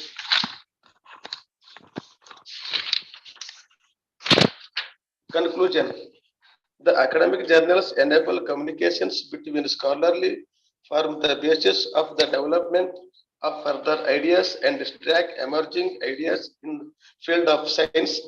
Moreover, getting published in reputable journals increases the visibility and credibility of the researchers and further career opportunities. Publishing one is the articles in these articles outlet as prepare the best way today to help build one personal brand, and in the media age in which we live can lead to opportunity as a recognized expert. Many of the academic talking heads you Sir, see directly one news. jump on your conclusion. Okay, sir. Time Thank is you, over. sir. I am come to conclusion, sir.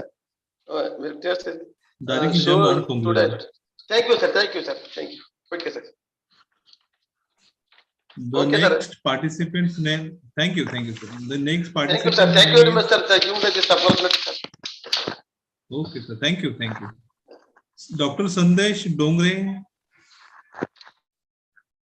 Dr. Sandesh Dongre. Dr. Sadgurunath Gaikwad. Present, sir. Please continue. Dr. Sadgurunath Gaikwad. Okay, sir.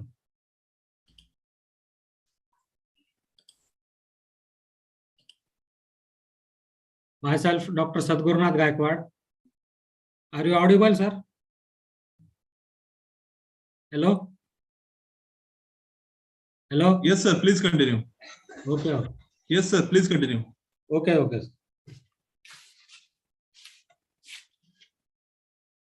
Good afternoon to all of you. One day, online international multidisciplinary conference organized by Konkan Unnati Mandals, Murud Janjira, all committee members, I thanks to. I am Dr. Sadgurunath Gaikwad. I am present here to deliver my paper on the topic of citation analysis of doctoral thesis submitted in Research Center, Konkan Gyanpith, Karjat College of Arts, Science and Commerce, affiliated to University of Mumbai in the subject of chemistry. Introduction. Citation is given reference to the published or unpublished work which the author cited the resources and give the acknowledge to the work which published. In this citation analysis study, I got 5 doctoral theses. Out of 5 doctoral theses, 806 citations I found, and the aims and objectives of the study is the aim and objective of the study to find out the gender-wise distribution of the thesis, to find out the forms of literature used by research scholars, to know the year-wise citation, rank of core journals in chemistry, rank of core books in chemistry, authorship pattern of collaboration in the citation. To find out the gender-wise distribution of thesis, in the citation study, I got there are 4 male and 1 female studied. 5 theses are there. Out of 4 are male and 1 in female. To find out the forms of literature used by research scholars, the 463, that is 57.44% journals stood on first position, whereas 123, that is 15.26% books are found on second position, whereas 31.84% thesis, conference proceedings found on 4th position, followed by chemical abstract, bulletin, patents, and PDF. To know the year-wise distribution of a citation. In this, the figure shows found highest in the year 1960 to 1970, that is 129, 16% on the first position, whereas 2000 to 2010, in the 10 years, second position 107, that is 13.27%. In the year 1970 to 1980, these are in third position, that is 105, 13.2%, whereas fourth position in 1990 to 2000, that is 97, 12.3%. Latest publication, that is 2010 to 20, are on fifth position, that is 95, 11.78%. On most of the researchers used citations in between 60s to 70s decade. Kindly directly jump on your conclusion. Your time is over. Okay.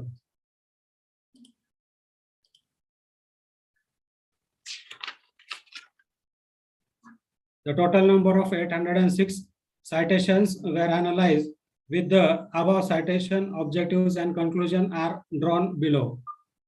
Most of the researchers prefer to use journals articles for their research work. 463 authorship pattern in the citation study found 2 authors were on first rank with the 409. The degree of collaboration is 81.49. 4 books in the chemistry, the found elements of magnetochemistry on the first rank, whereas 13 citations. Citation found highest in the year 1960 to 1970s, 129, the first position. Gender-wise, 4 males and 1 female are found. Thank you, sir. Thank you. Thank you, sir. Thank you. Thank you. The next participants for PPT, Dr. Murlidhar Pandit Gaikwad. I am repeating again, Dr. Murlidhar Pandit Gaikwad. Serial number 20, Dr. Prabhakar Ganpat Gawan. Prabhakar, are you available here, Dr. Prabhakar?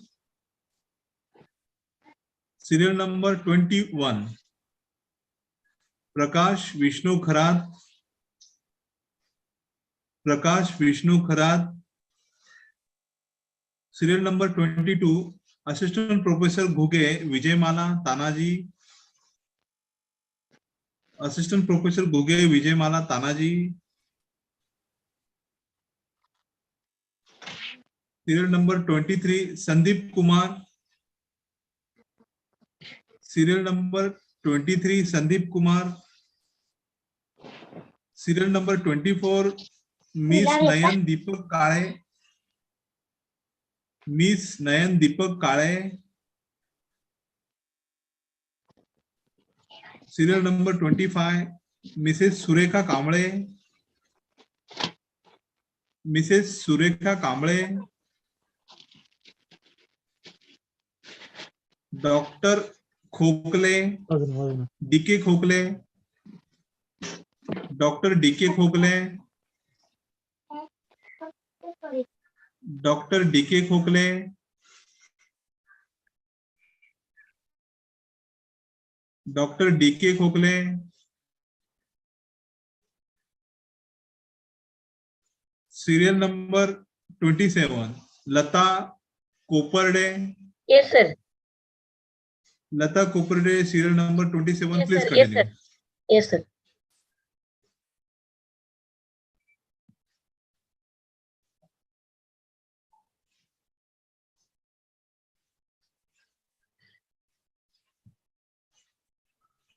Open your PPT, then Good share. afternoon, sir. Yes, sir.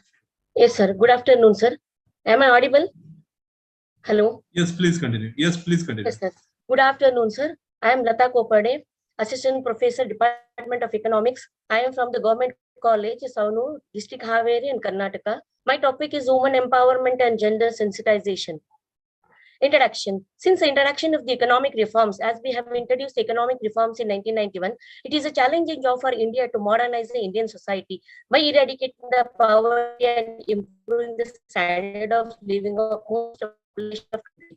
Even though both women have to play a role in society, women's role is considered as a very important compared to men in improving the socio-economic condition of any subcontinent. That is why women empowerment is given a much more importance in the society.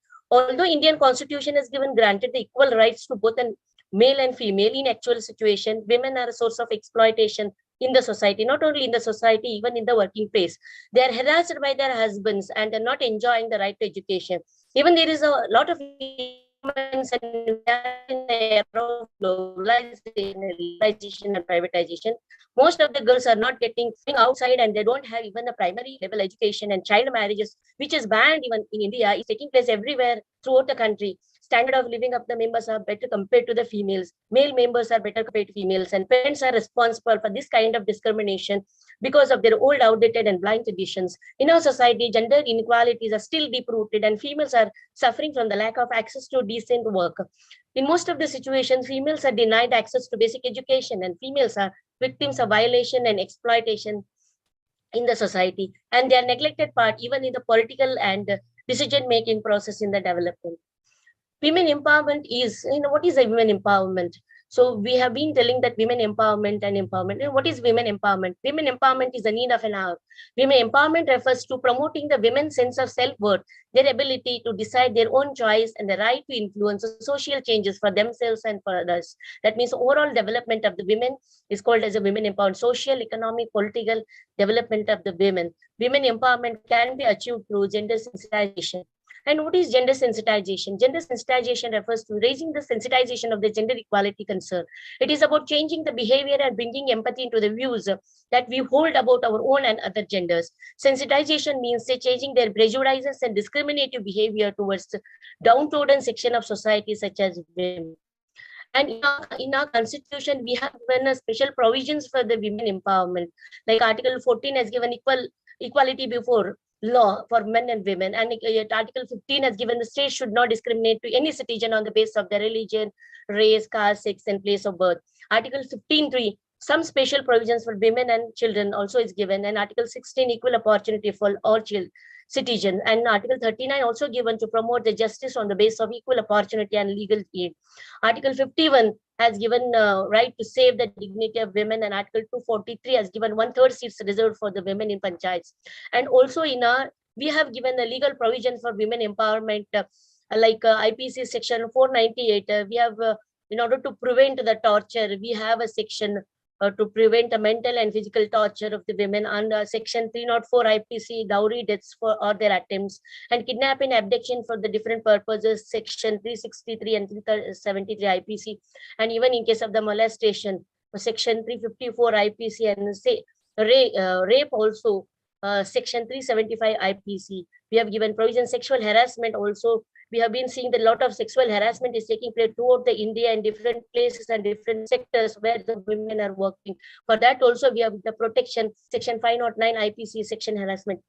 And we have given not only the legal provisions, we have given special laws for the women empowerment, like the Employment State Insurance Act 1948 and Family Courts Act 54 and Special Marriage Act, Hindu Marriage Act 1955, Hindu Succession Act 1956, Dowry Prohibition Act 1961. Still, there's a lot of dowry legal dowry deaths are taking place throughout the country, and Medical Termination of the Pregnancy Act 1971, Equal Remuneration Act 1976, and Indecent Representation of Women Prohibition Act 1986, and Commission of the Sati Prevention Act 1987, Protection of Women from the Domestic Violence 2005, Prohibition of Child Marriage Act 2006. Still, the child marriage is going on in India, throughout the country, different places, especially in the rural areas.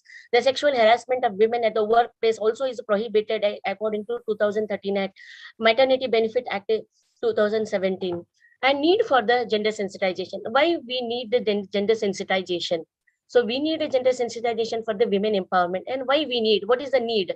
Even though the women are accomplishing the multilateral role in the society, yet they are discriminated not only in the womb, in childhood, but also in every walk of life. In spite of the Indian women play an impressive role in the development of the country, they have to face a lot of challenges and limitations in day-to-day walk of life. All the challenges and limitations are constraints which prevent women to utilize their potential for the growth and to live respectable life. The various challenges faced by the women in Indian subcontinent are like child marriages, youth teasing, sexual harassment, illiteracy, domestic violence, verbal abuse, economic abuse, intimidation, dowry violence and bride burning, female kidnapping, intimidate partner violence, spouse abuse, sexual assault, women trafficking. So many problems that women are facing. And in order to make women more liberated and empowered, individuals need to be broad-minded, rational, and sensitive to overcome the various discrimination existed against women without being sensitive to opposite gender. And in some acute cases, even him or herself, women empowerment cannot be achieved. Need for gender sensitivity has been felt and realized not only in India but in other countries of the world. And how to do this gender sensitization? What are the strategies we have to adopt to gender sensitization? Child marriage and sexual harassment should be stopped, and sexual harassment should be addressed. We want girls should complete education. We have to end child marriages. Education should be made gender sensitive. This is critically important for the girls to come out of the responsible citizens and they can shape a more equal society. Beti Bachao and Beti Padhao scheme, which was introduced by the central government, it should be implemented. It is there, but it is not implemented. In our country, we have the problem in implementation of the programs. So implementation should be effective to improve the child sex ratio and should be given good education. In order to provide rehabilitation to destitute women, Swadhar scheme is also introduced in our country. And measures should be taken to increase the participation of women in local, regional, and national legislation, because a women's voice and her ability to become a leader in the community is a fundamental in women empowerment and gender sensitization. More and more national and international seminars and conferences, symposiums, workshops should be conducted in educational institutions on the topic women empowerment and gender sensitization. Education activities and the schools, higher education institutions should be encouraged for including the moral values among the children and equal respect for both men and women. Conclusion. Our first Prime Minister Jawaharlal Nehru rightly points out to awake the people, it is the women who should be awakened first. Once she is on the move, the family moves, the village moves, and the nation moves. Our former President APJ Abdul Kalam says, empowering women is a prerequisite for creating a good nation. When women are empowered, society with stability assured. The United Nations report has concluded that the economic empowerment is closely related to the advancement of women. In the nations where women have advanced, the economic growth has usually been steady. By contrast, in the countries where women have been restricted, the economy has been stagnant. Empowerment of women through gender sensitization is essential. Their thoughts and their value system led to the development of a good family, a good society, and ultimately a good nation. Thank you. And thank you for the organizing this conference. I'm very much benefited. And thank you for once again for the organizers of a systematic organizing this international conference. Thank you, sir. Thank you. Thank you. While delivering of your PPT, respected all the participation, I would like to suggest you do not directly paste and copy your material of your article. Only pinpointed points should be reflected on your article. That means it will be better to you, because of when you just put only the pinpointed point only of your article, then it is a work to extend your own brain work. Therefore, follow that next time. Yes, sir. Thank you. Thank you. The next participant is Professor Rajvindra Kaur from Punjab University. Professor Rajvindra Kaur, is this available? Punjab University, Sahayak Pravakta, Hindi Vibhag. Punjab University, Professor Rajvindra Kaur. Serial number 29. Dr. Shirsagar, Sanjay Shirsagar. Dr. Sanjay Shirsagar, Satara, Maharashtra. Mrs. Shilpa Mahajan. Mrs. Shilpa Mahajan. Sanjay Mahajan. Anju Saini. Anju Saini. Dr. Bapan Kumar Mite. Yes, I am here. Dr. Bapan Kumar Mighty, please continue. Yes. Just take 1 second.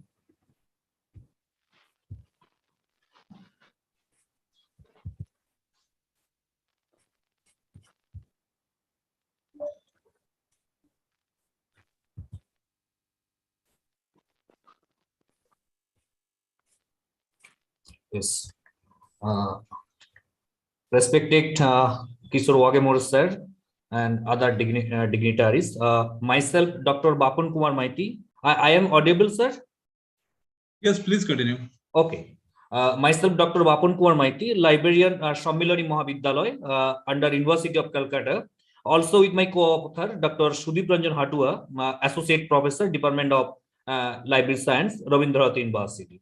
Actually, my topic is the developing of library and information science education in India with special reference to West Bengal. Actually, may I highlight, our mother organizations, UGC, University Grant Commission, they guide about higher education and rules regulations they can provide. But library and information science is a discipline. There are so many courses are there. According to UGC, but it has been found so many university they do not follow the rules and regulations. In our state, we have a survey, and I'm showing on the screen. There are so many courses are there. Certificate course on library science, bachelor's, masters, and MPhil and PhD. That 5 types of programs run on library and information science, and others. The Elias education in the present scenario, 131 universities are offering a bachelor degrees, and 136 are offering master degree, and 21 universities are offering MPhil degree, and 93 university awarded PhD degree, offering PhD degree, and 39 are offering 2 years integrated MLIS degree. But UGC only recommended 4 types of degrees on library and information science, that is a bachelor degrees and 2 years master degree on library and information science. Now there are 9 types of, it has been found in our state, 9 types of MLIS programs are also running in various universities in India, not only in our state. That is 1 year MLISC non-semesters, 1 year MLISC 2 semester, 2 years MLISC, 2 years MLISC 4 semesters, 2 years MLISC 4 semester, and 2 year MS 4 semester, 2 years integrated MLIS, and 2 years MSc in library information science. So in our state, 9 university already library information science list is there, and in detail in my article, I'm not elaborate this due to time constraint.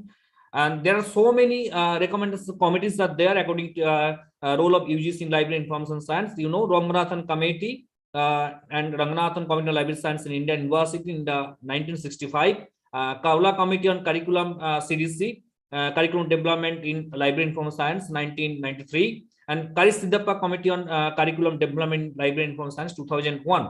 They are recommending different things on library information science. But this is a very important part. UGC Gazette notification 15 July 2014.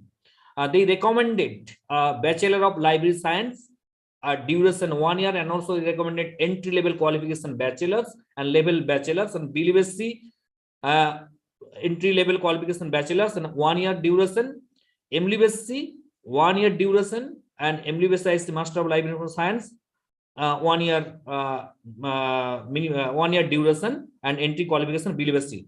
UGC only recommended these 4 types of programs run by universities. But earlier slide, I have told you there are so many degrees are offered by the university, but they do not lack of uniformity and uniqueness. My point is, it should have a national level organization who overall control the library information science, because the UGC provide there are 4 types of degrees, but some university they violate the rules, and they can offering in their universities and different types of degree.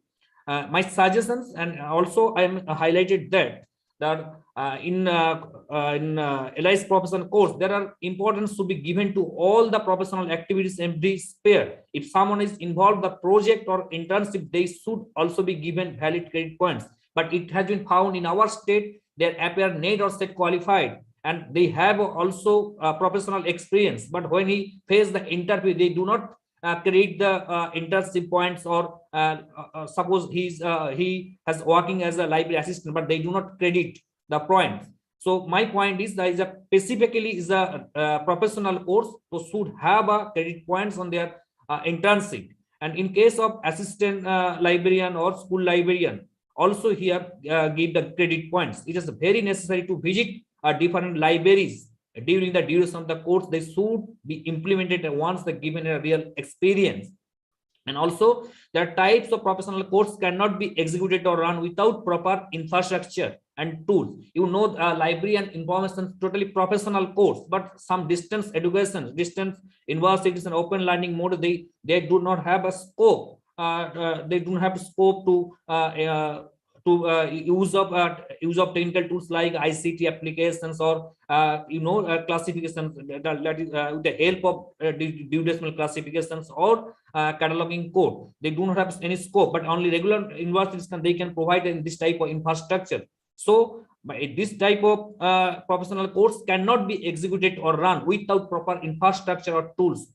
Through some distance mode course are undergoing without proper infrastructures. In slide conclusion, we should give more emphasis on working experience in any type of proper library activities apart from other master degree.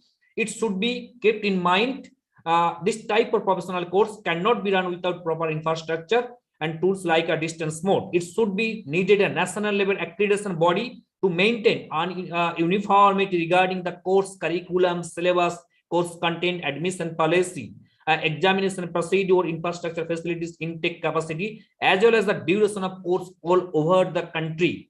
We should follow the norms and guidelines of UGC for defining the duration of the said course. Simultaneously, UGC should take initiative to minimize the various anomalies of their notification time to time. Thanking you. Have any questions?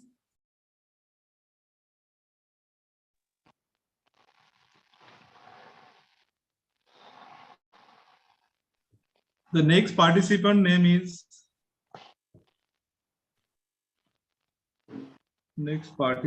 serial number 33. Sangappa Maman Shetty. Dr. Sangappa Maman Shetty available. Dr. Maman Shetty.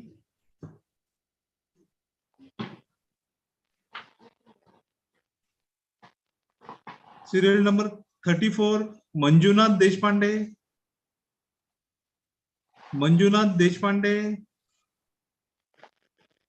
Serial number 35, Dr. Neha Mathur.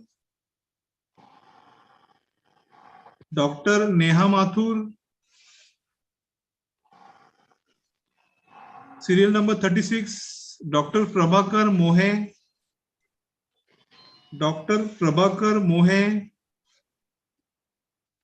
Serial number 37, Professor Munde SM. Yes, sir. Yes, 1 minute, sir. Please continue, sir. Oh, yes, sir. Yes, sir.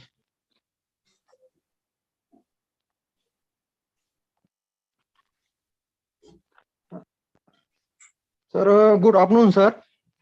Sir, please continue. Oh, sir. Yes, sir. आज एक दिवसीय आंतरराष्ट्रीय चर्चासत्रामध्ये मी प्राध्यापक सिद्धेश्वर मुंडे, कला महाविद्यालय नांदुरघाट. आवाज येतोय sir? Hello. हा येतो. Yes, sir. Please continue, sir. हा, yes, sir. Yes, sir. कला महाविद्यालय नांदुरघाट, तालुका के, जिल्हा बीड, महाराष्ट्र. माझा विषय आहे पंचायत राज व्यवस्थेतील बदल आणि ग्रामीण विकास. प्रस्तावना: सत्तेच्या विकेंद्रीकरणाच्या तत्वानुसार पायाभूत सुविधा पुरवणाऱ्या लोकनियुक्त संस्था ग्रामीण व शहरी स्तरावरील स्वशासनाचा कारभार करणाऱ्या व्यवस्थेला पंचायत राज संस्था म्हणतात. प्रदेश परत्वे या संस्थांच्या नावात व कार्यात फरक आढळतो आणि देश परत्वे त्यांची नावेही निरनिराळी आढळतात. या संस्थेचा नेमका उदय केव्हा झाला याविषयी तज्ज्ञात एकमत नाही. तथापि जागतिक स्तरावर स्थानिक स्वराज्य संस्था ही संकल्पना इसवी पूर्व काळापासून अस्तित्वात होती. त्याचे दाखले ग्रीक नगर राज्यातील स्थानिक स्वराज्य संस्थांच्या उल्लेखातून मिळतात. रशिया, बेल्जिया, फ्रान्स, जर्मनी आणि आयर्लंड या देशात पंचायत राज व्यवस्था अस्तित्वात होती. या संस्थेचे भिन्न प्रकार संघीय व एकीय या दोन्ही राज्य प्रणालीत आढळतात. अमेरिकेच्या संघीय शासन पद्धतीत शासनाचे नियंत्रण देशांतर्गत स्थानिक स्वराज्य संस्थांवर असते. तेथे 4 प्रकारच्या स्थानिक स्वराज्य संस्था कॅन्टी, म्युनिसिपालिटी, स्कूल ऑफ डिस्ट्रिक्ट आणि स्पेशल डिस्ट्रिक्ट आढळतात. त्यापैकी कॅन्टी ही सर्वात मोठी स्थानिक स्वराज्य संस्था होय. लुजियाना राज्यात यांना पॅरिश म्हणतात, तर अल्स्कमा राज्यात त्यांना बोरो म्हणतात. अमेरिकेतील शहरात, निम शहरात, खेड्यात म्युनिसिपालिट्या आहेत, त्यांना सिटी गव्हर्नमेंट असेही म्हणतात. त्यांच्या कामकाजात, कर्तव्यात अन्य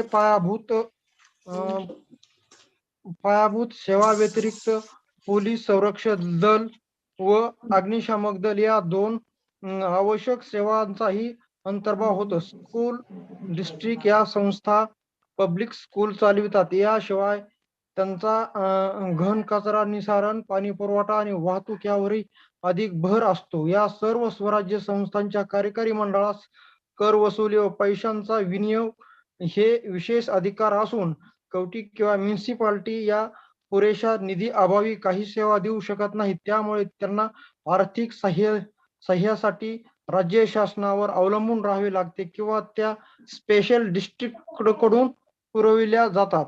यामुळे या पंचायत राज संस्थांना होम रूल म्हणतात. या सर्व स्थानिक स्वराज्य संस्थांच्या कार्याची वर्गवारी 3 प्रमुख भागात खातेनिहाय असून त्यात प्रामुख्याने आरोग्य व संरक्षण, शिक्षण व समाज कल्याण आणि व्यक्तिगत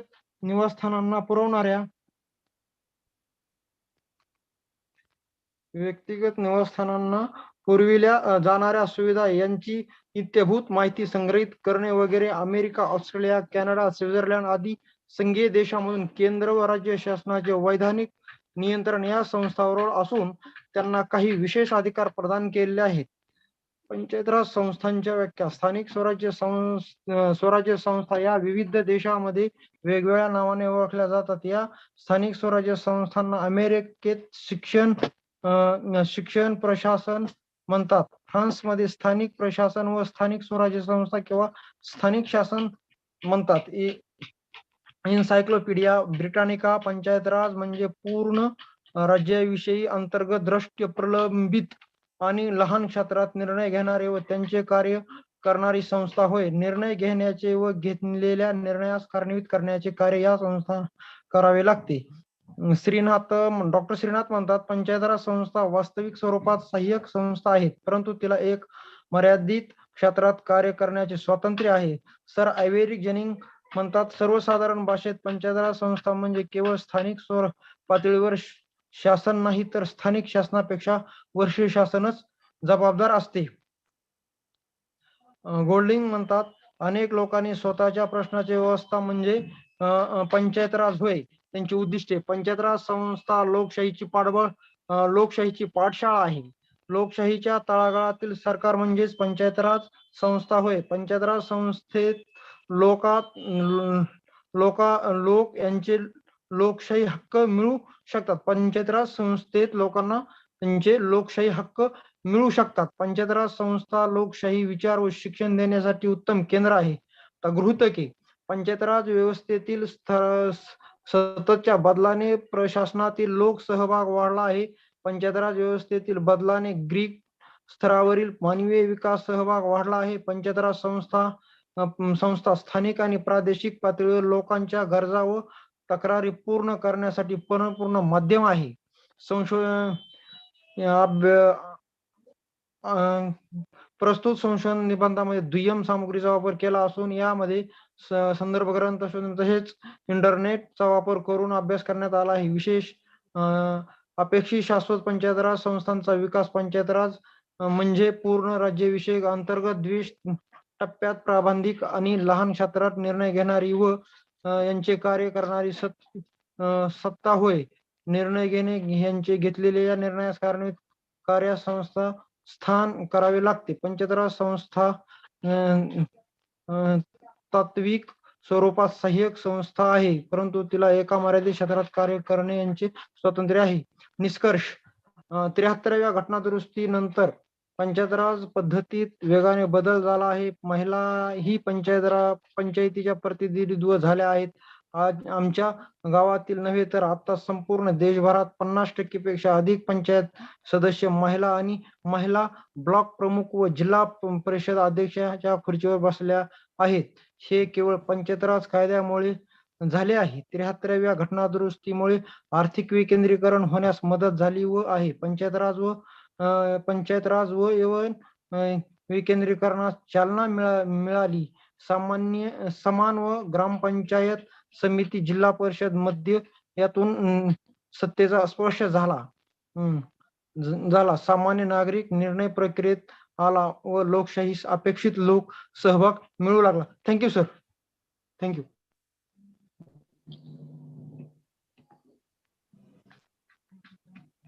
The next participant's name is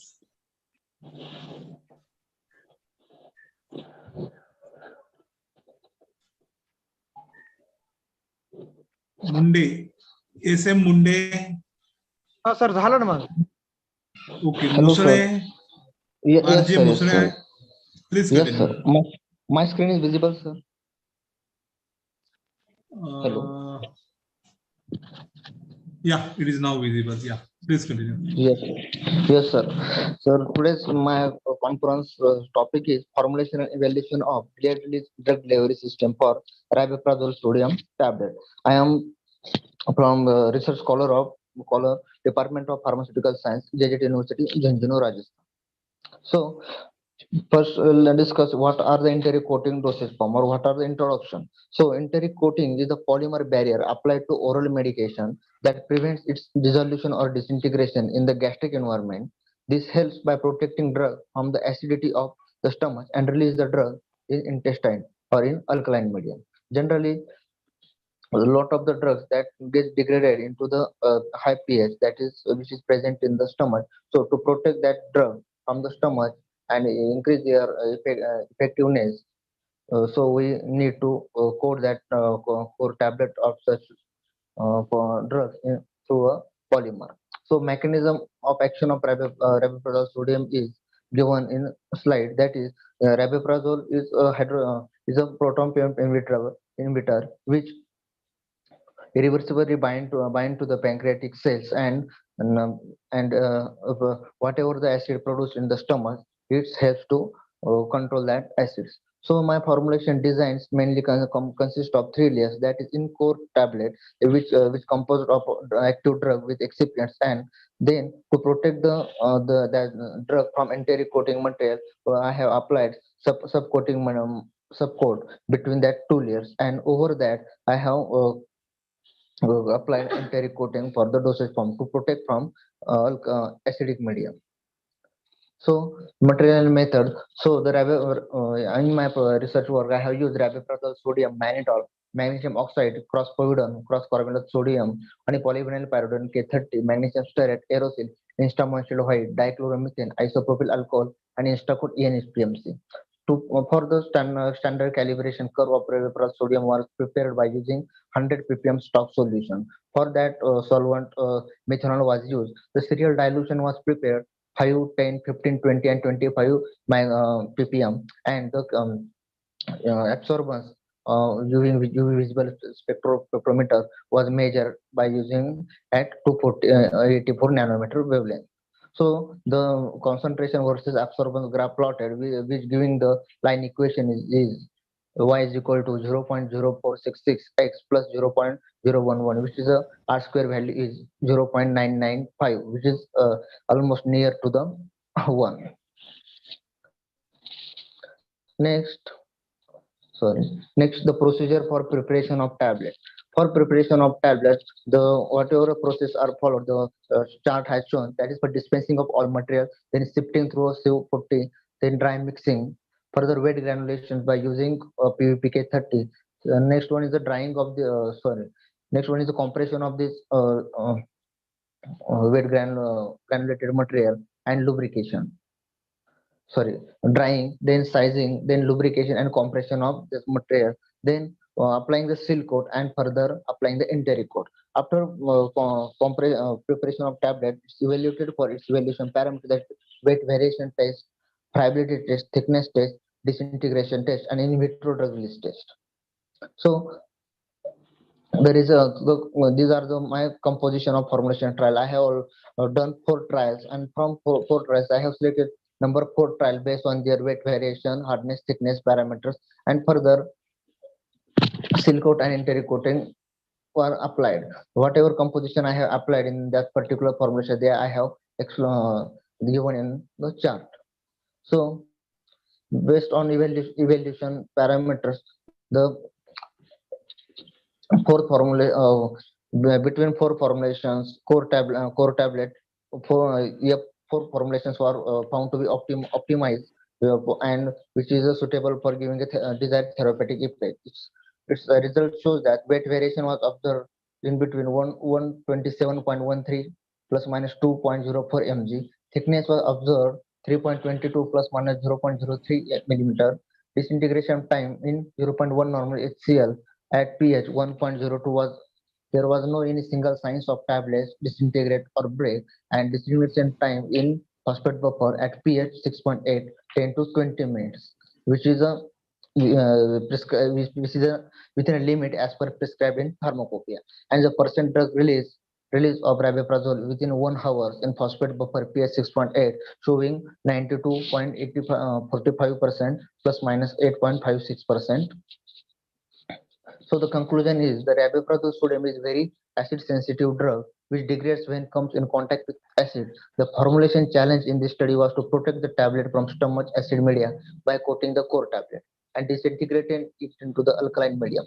Formulation on F4 was successfully developed to protect the drug from acidic pH. Other parameters such as weight variation, thickness, and drug release were also observed as per the requirement of the pharmacopoeia.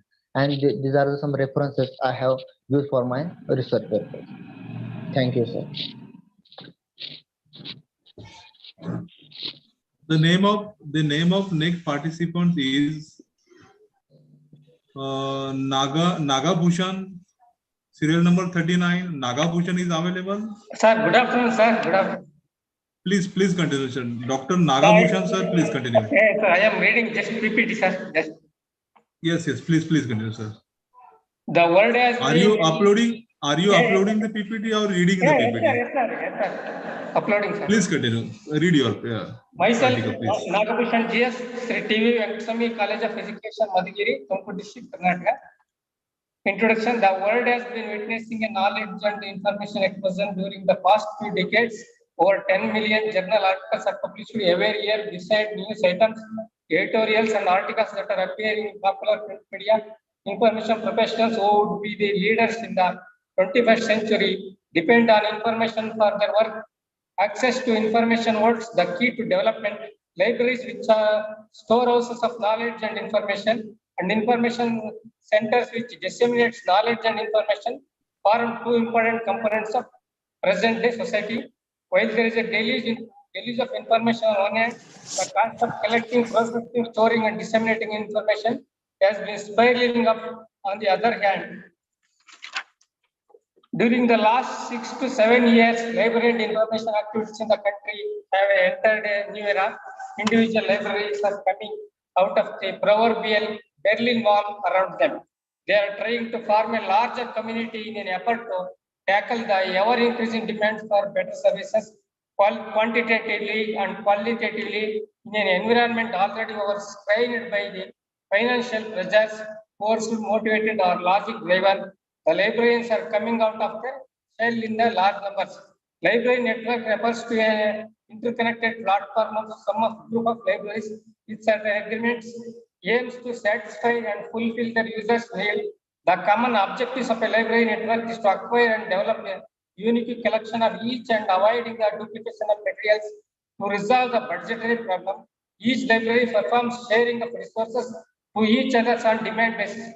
The concept of library network came into light after 1985 when the working group of the Planning Commission reported a modernized plan and new policy on library and information system to the Ministry of HRD, Government of India on the 7th 5-year plan. The Department of Science and Industrial Research, DSIR, Government of India, started to promote the integrated approach to library automation and networking based on the UGC report prepared by the Association of Indian Libraries, 1987. Library networks in India are Ahmedabad Library Network, RDNet, the library network of Ahmedabad area. It was established in 1994 with an initial grant for a few years from National Information System for Science and Technology. This said, RDNet caters to library of school, college, university, institutional libraries, and even public libraries in Ahmedabad. Bangalore Academic Library Network, BALNet, was established in 1995 and sponsored by JRD Tata Memorial Library, Bangalore. BALNet caters to the libraries of the Bangalore area to facilitate the sharing of resources. Bombay Library Network, BONET, was set up in 1982 by National Center for Software Technology, NCST, Mumbai, sponsored by NISAT. Kolkata Library Network, CalipNet, was established in 1986 with the financial help from NISAT. The main objective of the CalipNet is to provide access of information to the library and information centers in the eastern region. Developing Library Network, DELNet, was established in 1988 and registered as a society in 1992 from the financial support of NISAT at the India International Center Library, Delhi. Earlier, it was named as a Delhi Library Network and developed with the premier objective of sharing of resources to its member libraries. Indoor Library Network, IndoLibNet, was established to provision of equal access to universe of knowledge, information, cultures, and promote understanding of the cultural diversity of indoor. Information Library Network, InClipNet, was established in 1991 with the objective of establishing a communication between the library and the information centers, universities, colleges, UGC Information Center, institutes of national importance, R&D Information Center, etc. as a program of the University Grant Commission. Initially, it was located at the Gujarat University campus, Ahmedabad, but later it was shifted to Gandhinagar. Madras Library Network, MALIPNet, was established as a society in the 1993 to bring out cooperative working among libraries and information centers in and around Madras. Membership of MALIPNet is open to universities, colleges, R&D institutions, industries, and individuals. Mysore Library Network, MyLibNet, was established at Mysore in the year 1994 with the financial assistance from NISAT at the Central Food Technological Research Institute, CFTRI, Mysore. MyLibNet is an active member of Mysore City Library Consortium, MCLC. Management Library Network, ManLibNet, was established for sharing of resources and information among the management and business libraries and the librarians. ManLibNet was established in the year 1998 at the first convention held to Ahmedabad, which was jointly organized by the IIM Ahmedabad and Ahmedabad Management Association. Pune Library Network, PuneNet, is a joint program of the University of Pune, National Chemical Laboratory, NCL, and Center for Development of Advanced Computing, CDAC, funded by NISAT and was established in 1982. West Bengal Public Library Network, WPLNET, is an initiative of Department of Mass Education, Extension and Library Services, Government of West Bengal, State Central Library West Bengal is the apex library in the network. Ministry of Earth Sciences, in collaboration with Informatics, launched by a library network portal named Knowledge Resource Center, MOES KRCNA, for all the Earth Science institutes. Conclusion. Finally, it appears that prospects are quite favorable for development of networks for better information services and resource sharing in India. In this direction, a lot of work has to be done. Some of the problems faced by other developing countries are common to India too, including financial constraint, inadequate communication, non-availability of equipment, less awareness of the value of information, reluctance of the development and non-coordination of various kinds of activities, resource building, resource sharing, and exchange of information and ideas, non-standardization of operational procedure, lack of dedication, motivation, knowledge on the part of available manpower. Thank you, sir. Thank you, organizing team, Unnati Mitra Mandal, Vasantra Nayak. Thank you, sir. Thank you. Thank you, sir, for your outstanding PPT, sir. Thank you, sir. The next participant name is Kanchan Kumari. Is this available? Kanchan Kumari? Yes. I am available. Goenka University, Punjab, Gurgaon. I am available. Kanchan Kumari. Kanchan Kumari, please continue, Kanchan Kumari. Yeah. Good afternoon, everyone. Am I audible? Hello. Hello. Yes. Your audible. Your PPT is visible. Please continue. Right, sir. Thank you. Good afternoon, everyone. Today I'm Kanchan, a research scholar. I am doing PhD in library science from GD Goenka University. Today I'm going to present about the usefulness of e-resources. My topic today presentation, my topic is paradigm shift in reliance of e-resources of users in library, a survey. During the pandemic of COVID-19, the importance of e-resources grew phenomenally. Though the e-resources had already started making their presence felt among the library users, but the impact made by the pandemic due to the closure of physical libraries and non-availability of any printed material gave impetus to the use of electronic resources. Just a minute, sir. I'll...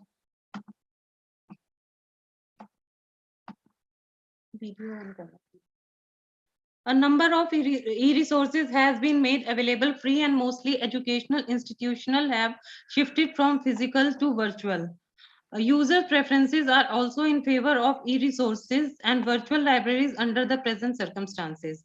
The present paper highlights different advantages felt by the users in using the e-resources and the shift in trend from print to electronic media. This paper present and analyze the status of electronic resources, facilities, and services provided by the libraries before and after the pandemic.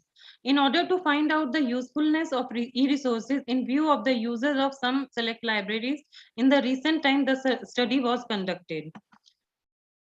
The role of libraries in providing information. Libraries are rich pools of information. Libraries provide useful services to users in supplying the resources and information. Libraries quench the thirst for knowledge of users. Libraries must acquire the resource pool if regularly in demand. Libraries must enrich its resource pool from time to time as to meet to the needs to the users. And it is also help in career advancement. The study objective are type of facilities and services provided by the users, mode of dissemination of services during the period, to know the content and scope of e-resources, to maintain the cost effectiveness, and to check either subscription based or web based at the time of purchasing. The survey was conducted through a Google form.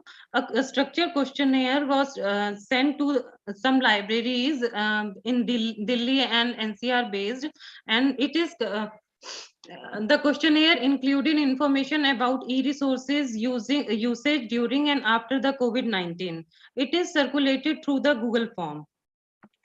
The analysis was based on these four important points: importance of separate e-resources sections in libraries, what is the acquisition of e-resources by the libraries, and impact of pandemic in awareness about the e-resources, and paradigm shift in usage of e-resources due to the pandemic.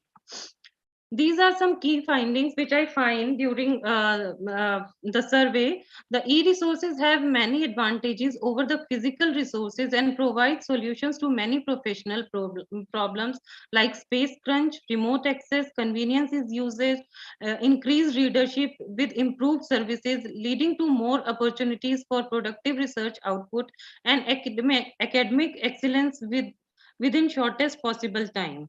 The recent studies have also showed that improved access to e-journal has positively influenced the research activities by helping the researcher to keep up to date by saving the time of the user.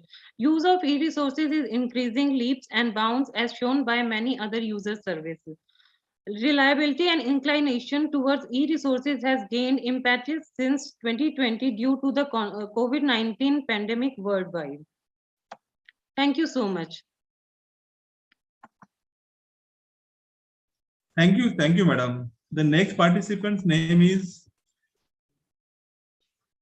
Nanje Gowda. Is this available? Nanje Gowda, the principal of first grade Nagamandala, Karnataka. Professor MB Nagegowda, principal, first grade college. Is this available?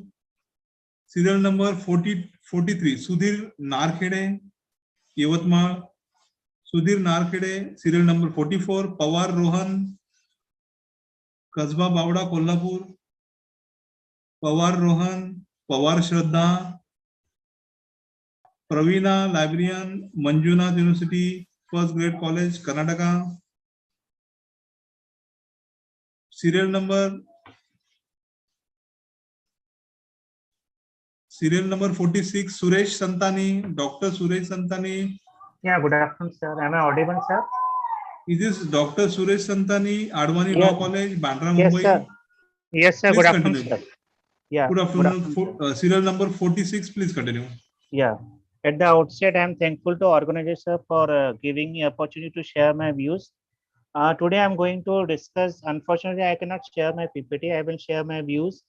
I am going to share my views on the topic of ongoing interpretation of Constitution, whether it's a need of time or judicial abuse. We are aware with the term that Constitution recently we celebrated 72nd Republican Day, on which we have adopted Constitution in the year of 1950. The question is that still now the interpretation is going on. Judiciary is making a continuous and constant interpretation of Constitution. I started with the thought that what is the need of a continuous and ongoing interpretation of Constitution, especially when it is a supreme law of land. So in India, we have the governance by the Constitution itself. So what is the need of ongoing interpretation? The interpretation is not stopping only. Since last 70 plus years, the judiciary is making different interpretation of various provision of the Constitution, whether it is fundamental right, directive principle, democracy, political issues and all. It is continuously going on, and every time it is different from time to time. So on that, I have found a view that the Constitution is a living document. It's a living organ, and its ongoing interpretation is the need of time. The only requirement is that the supremacy of Constitution should be the essential focus of the judiciary. we are aware with the term of interpretation, which is an art of process of discovering and expounding the intent to execute the language, to execute the intention of lawmakers. No doubt, the interpretation of Constitution is a quite difficult task, but judiciary is making it by following certain essential elements. Whenever judiciary is doing the interpretation of Constitution, the judiciary is following certain doctrines, and the basic doctrines are the judiciary is being guided by the internal and external mode of mode means aid of interpretation. The judiciary is taking the help of the constituent parliamentary debate which took place before the commencement of Constitution. The judiciary is taking the reference of the foreign provisions also. And apart from that, time to time, the reformation committees are being constituted by central government. And these all are forming the mode which are helping the judiciary to make a proper interpretation of Constitution. At the same time, in India, we have a doctrine of constitutional silence. It simply means regarding the constitution is, as the time is changing, the constitution is silent about certain provisions. We are aware that our Indian constitution is the lengthiest constitution in the world. No other constitution is so much lengthy the constitution we have. In spite of that, today also, because of the constant change in the society, the India which was in the year of 1950, it is not so today in the 21st century, having 1.30 crores populations and all. So everything is changing rapidly. The society is not constant. The time is not constant.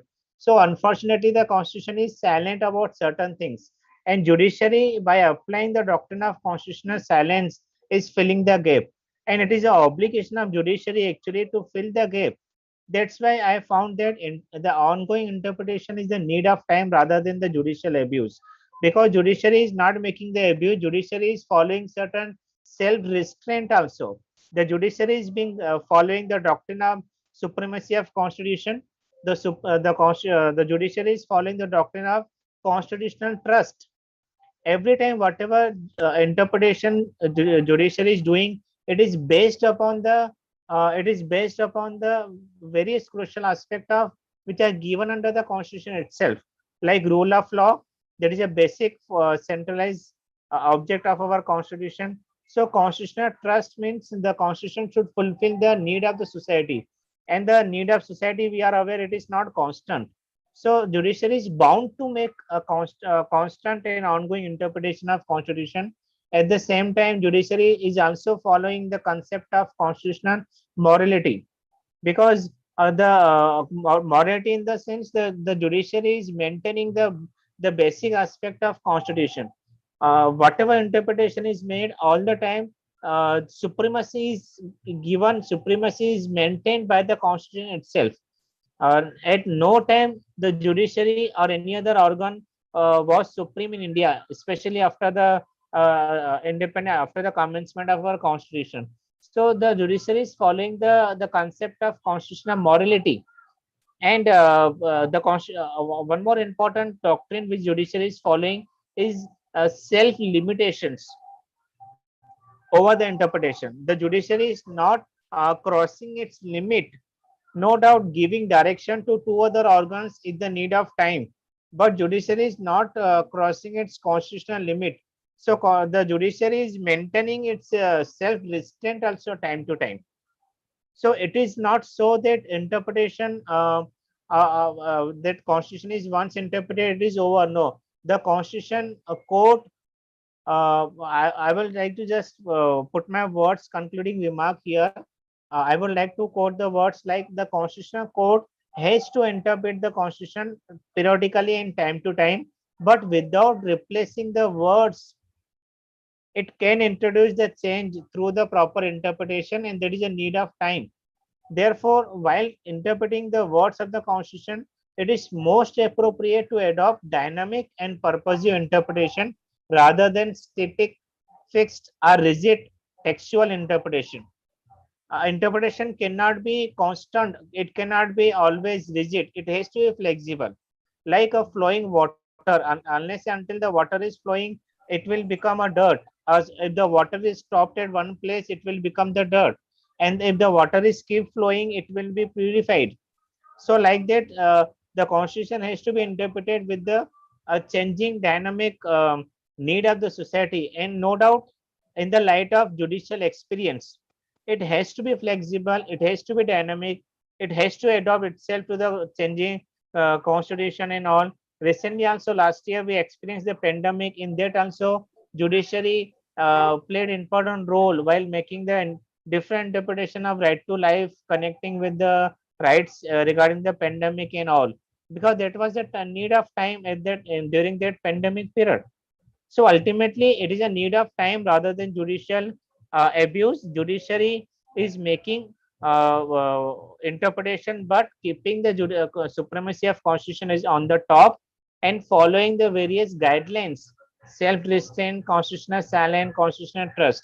So I will just like to conclude here by saying that a continuous and ongoing interpretation of constitution, that is supreme law of our land, is the need of time rather than the judicial abuse.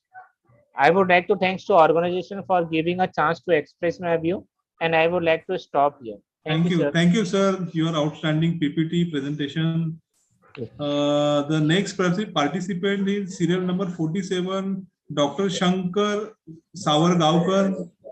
Yes, sir. Yes, sir. Present, sir. Dr. Shankar Yes, sir. Savargaonkar, please continue, sir. Sir, yes, sir. Good afternoon to all of you. Are you uploading PPT or no, sir? PPT? I will result orally only, sir. Okay, read the PPT. Thank you, sir. Please continue. Yes, sir. Yes, sir. Okay, sir. Good afternoon to all of you. Myself, Dr. Shankar Lakshmanrao Savargaonkar, Research Guide and Head Department of Economics, Kala Mahavidyalaya, Nandughat, Taluka, Case District, Bid. It is pride and honor to be the part of this one-day online international conference. So today's my topic is role of teacher in lockdown period. In Indian culture, a teacher has a unique significance. In Hinduism, for a teacher, Acharya Dev Bhava means teacher or Acharya is equal to God. It is said that a teacher is a means of social change because of his her contribution to the society. She is considered as a respectable and valuable member of the society as she continues to guide the society till the end of her life. This is because after the birth of parents, the teacher are working to make the person livable in the society in which they live and to develop the social personality through culture. A teacher makes an invaluable contribution to the life of every successful person because human life values are taught from very beginning along with study study number. It does not matter if the teacher is called a nation builder because he is a true nation builder and the task of shaping the nation is done by him because in any country or in the development of the nation, the role of education and educational development is very important to balance national development. It is an indisputable fact that they play a role. A culture that has always respected teachers has shown respect for the teacher. Teachers are responsible for providing information, carrying out various activities, carrying out door-to-door work, carrying out all voting responsibilities during polling, implementing mechanism for smooth conduct of election process, conducting census, publicity and dissemination of social awareness activities and official work. In failing, the teacher is an integral part of the day and night strugglers to keep people alive with the administration in all the situations that the world experienced during the corona epidemic. The present dissertation reviews that a contribution made by the teacher during the corona epidemic and the role played by the teacher.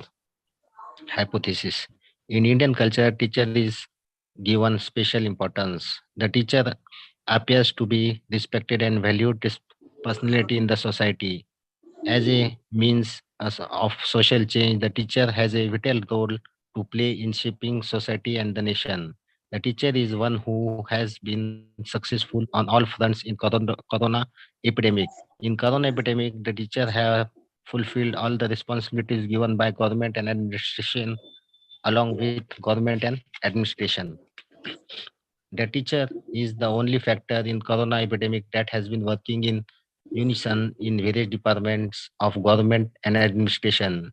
Importantly, in the revenue administration, in the district collector's office, in tehsil office, the teacher has taken the responsibility of the coordination room on their own shoulders and have shown it competently.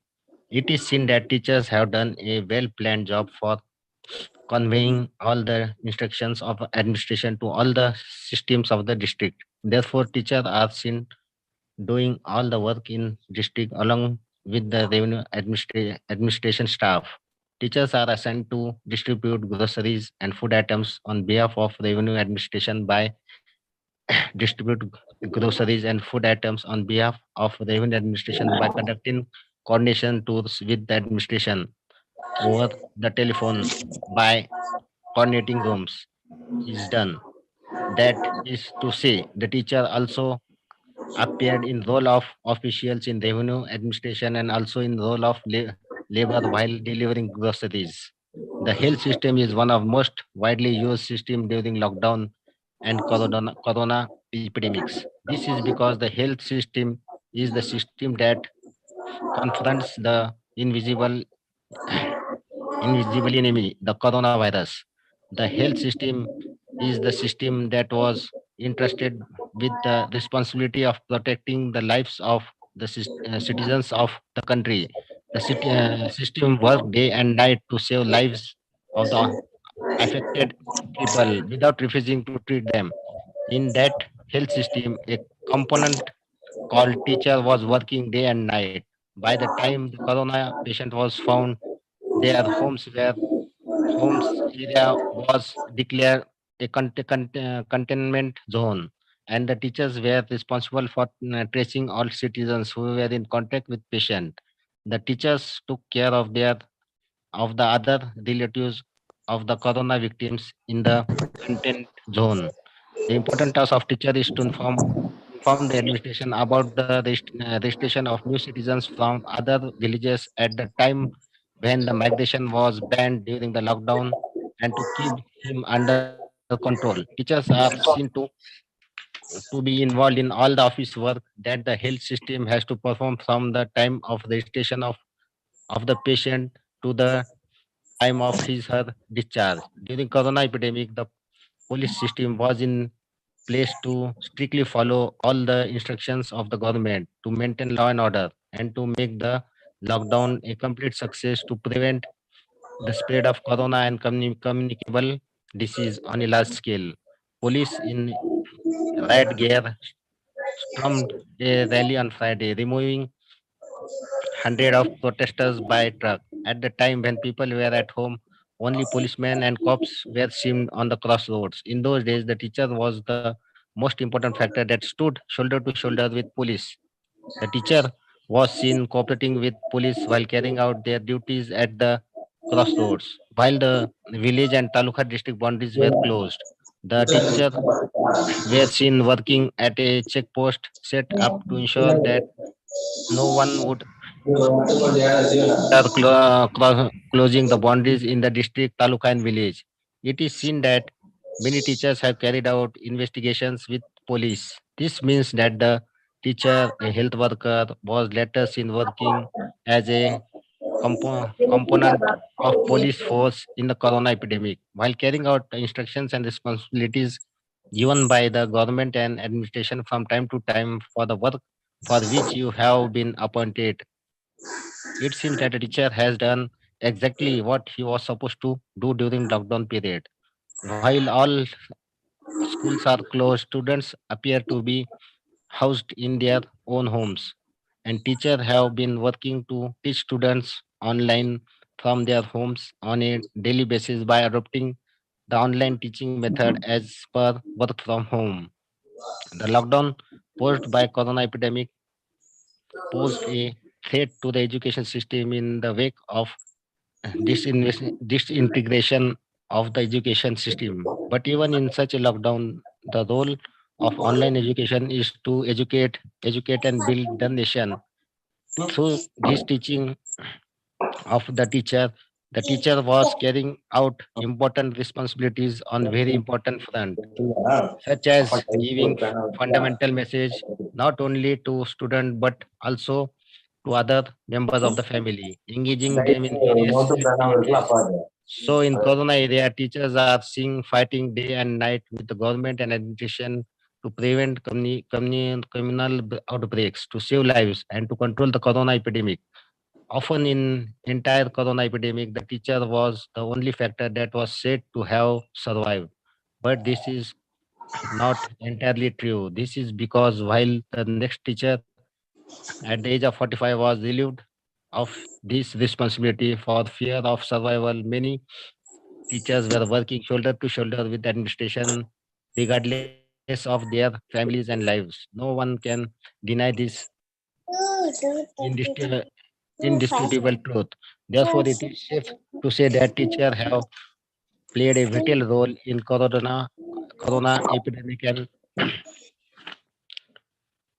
continue to do so today.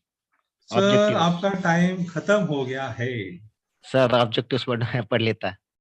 Objectives: reviewing the teacher and his personality, to study the place and role of teacher in the society, examining the role of teacher in national service and nation building, to study various roles played by teacher during corona epidemic, examining the importance of teacher social system between governance and administration. Thank you, sir, for giving me this opportunity, and request another participant to continue. Thank you, sir.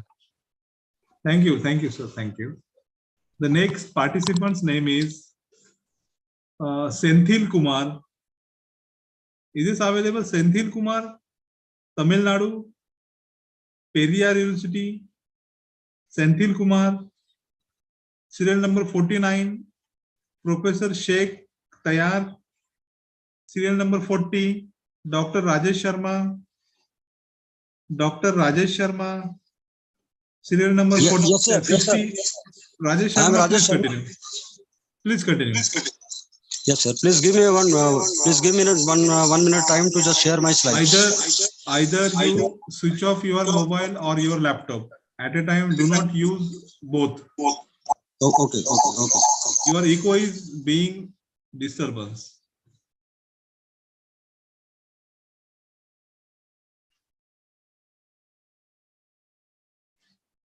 Dr. Rajesh Sharma, are you available?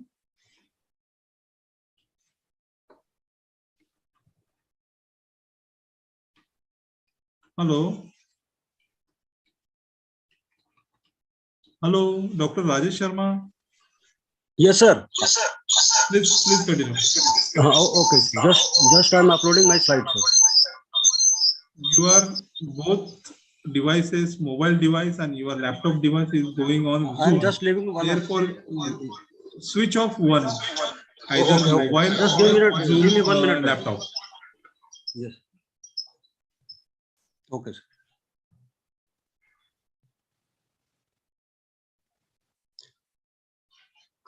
My voice is audible, sir? Yes, please continue. Yes, sir. I'm just sharing the screens.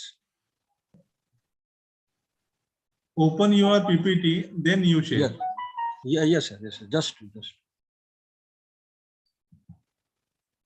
I'm just taking it up from my laptop now. Is it visible, sir? Yes, please continue. Yes, sir.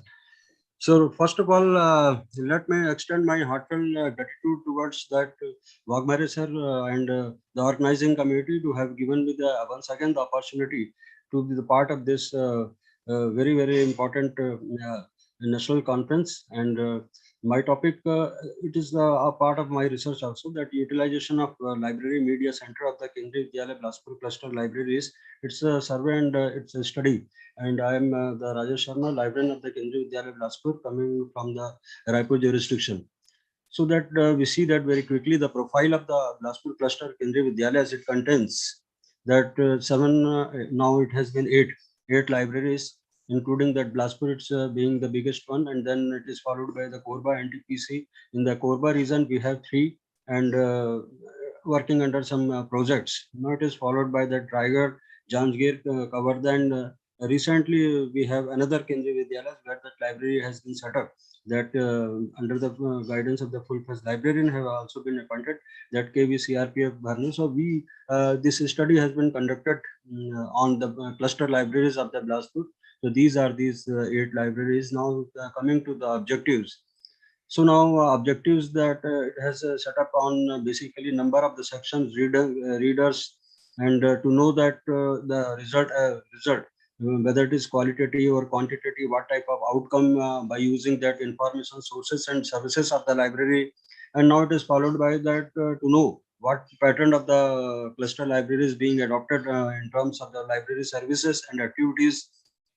Now, definitely, if you talk about automation and pandemic, that the role has been very imminent of the provision of library 2.0, particularly the web blogs by which one can impart that education and can correct to the students. Now we have whether internet facilities or which library software is being used, and the status of the barcoding studies have been conducted on that ICT infrastructure also. Now we have a lot of celebration of the national importance of what are those, and then what is the use and then outcome of these, and overall to know the enhancement of the quality results of academic and other aspects of the results. So these have been the objectives, as I mentioned earlier, that is scope. Basically it is based upon, this study is based upon the existing Vidyalayas of the Bilaspur cluster libraries, though we have 35 libraries under that Raipur region. So Bilaspur cluster is among one of the cluster of Raipur jurisdiction.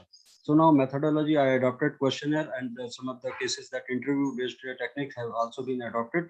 Now coming, this is the data collection. On the basis of the collection of the data, the analysis has been done using that spreadsheets, and the data have been collected, questionnaire, interviews, as I mentioned, that as this diagram depicts that the male and female, both the librarians are working here. Now we have a section wherever that student strength is more than the 1000, that obviously it's understood that the strength beyond that 2 or more than 2, like Bilaspur, it's having more than 4 section, because that the student in strength is beyond the 2000. So now as this diagram depicts that 50% of the cases are more than 2 sections. So now coming to that, the cluster libraries, this is that accumulation of the books, documents, magazine as per the NCERT norms and Kendriya Vidyalaya Sangathan and CBSE. It has been mandatory to have more than 15 magazines. Now it has been recently updated to the 25, and similarly in case of the books, we have more than 1,500. Then only the recommendation to be made, so that Bilaspur we have more than 10,000, 10,000, and Korba 16,000. These are the biggest school of this cluster, and having more than 10,000. And most of the libraries are having 5,000 to 15,000 cases. And as this study on the analysis is that CRP, because it is recently opened, so now it has been started accumulating the books. So now books and journals, as far as the services is being offered in a hybrid way. Sometimes we are having offline, sometimes we are having online. So now number of magazines and general cluster libraries. So these this is about analysis on the magazines and journals. So as I mentioned, as NCT norms, then minimum 15 magazine, and as per the CBSE that we should have at least 15 magazines. Hybrid way library services, as I mentioned, that keeping in view the pandemic, that both offline and online services. In this regard, I would like to mention that each one of the library have maintained that G Suite IDs, and through G Suite, each of the students, every student have been provided that G Suite IDs, and then by using the G Suite IDs, they are accessing that library services. They have that library periods, and every day we are uploading the documents, and it has been divided on the basis of the category, like primary 1 to 2, 3 to 5, then it is followed by upper primary 6 to 8, then 9 to 10, 11 to 12, and so on. So now we are just maintaining that as per their standard. We are offering their the services of the library. So yes, that we are maintaining it 100%.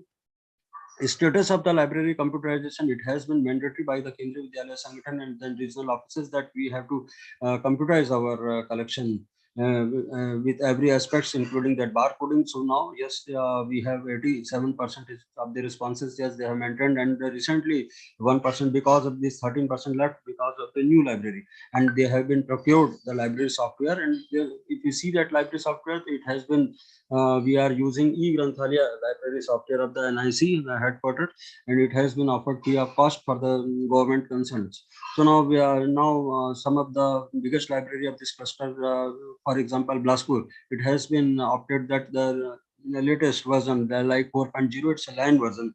Now, so Bilaspur library is maintaining both offline as well as online version. Offline version means 3.0 and offline version means 4.0. So now, sir yes, sir. Sir 20 minute हो गया है आपका. Yes, sir. Sorry, sir. So feedback regularly. I'm just coming directly jump on your conclusion. Yeah, thank you very much for giving me such time, and I'm sorry, sir, I've taken 2 or 3 more minutes. So these are all basic mandatory services by which we have to stick, and we have to produce that quality result. Now, as sir mentioned, otherwise I have just hyperlinking that with different national level importance, we are having Libraries Day, Library Week, recently 100 days reading campaign. It's a very important, and then it has been hyperlinking so that as soon as we click that, it will be automatically the blogs will come, which contains a lot of work of the students. Now suggestion has been made that better we should have that networking facility, and stopping there is another area to be taken care of. Now conclusion that it is playing a key role because it's a central entity of the Vidyalaya, so that it understood and it indicates the importance of the cluster library in their services, particularly in the pandemic. So now students are very happily not being connecting, but also they are very happy and coolly and calmly they are accessing their demands, and they are very satisfied. So Bhagware sir, I am very thankful for this patient listening, and I am very thankful to you for again giving me the opportunity. Thank you very much, sir. Jai Hind. Thank you, sir. The next name of the participants is Dr. Sanjeev Kumar. Yes, sir. Is this available? Dr. Sanjeev Kumar, Ms. Sudha. Yes, sir. Yes, sir, Sudha. Ms. Sudha, Present. please continue. Yes, sir. Greetings to all respected teachers and other participants. Myself, Sudha. Dr. Rajesh Sharma, please Yes, sir. I'm remove just your closing. PPT. Yeah, yes, sure. Presently, I am Please. working as a PhD Yes, research sir, scholar sure. under the supervision of Dr. Sanjeev Kumar, sir. First of all, I thankful to you for giving me this opportunity to present the paper in front of you. Today, my topic is sports in India, economic and career opportunity. Introduction. The sports in India are experiencing a phase of change on all dimensions. The fact regarding the sport industry explains that sports industry of the world in terms of employment and revenue. In last 2 decades, the meaning of sports in India also changed, and sports is going to be big industry in India.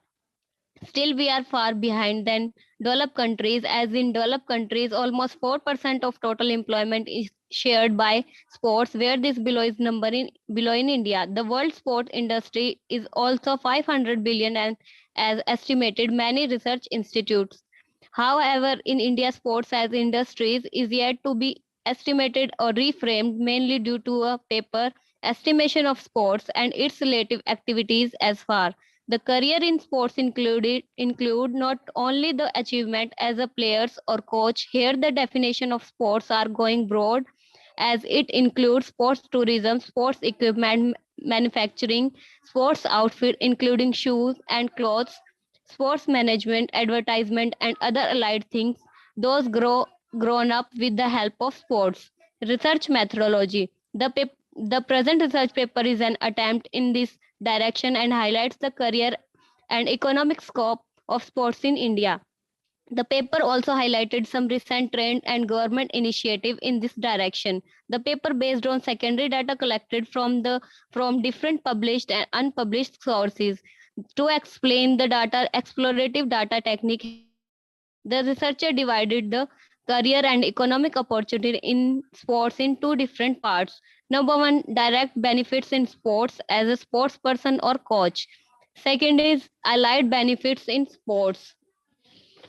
The first is this part of the research paper highlights the direct benefits to the sports person as an individual or as a coach in sports. Although the performance of player according to the event is the main subject of his individual benefits, whether these benefits may be considered as a government job or as in cash reward forms. Last 2 decades is the witness of such kind of career achievements. Central government or concerned state government offers the job and other benefits for such players, those performed on different level in different games. From time to time, many authors and researchers focused in sports industry in India and highlight future scope in this regard. According to Ministry of Sports, the share of sports industry is expected almost 3% in economy up to 2022. The initiative of central government in this regard is highly appreciated. There are there are following some schemes and programs that is launched by government to promote the sports in India. Programs and development of sports. There are many schemes and programs.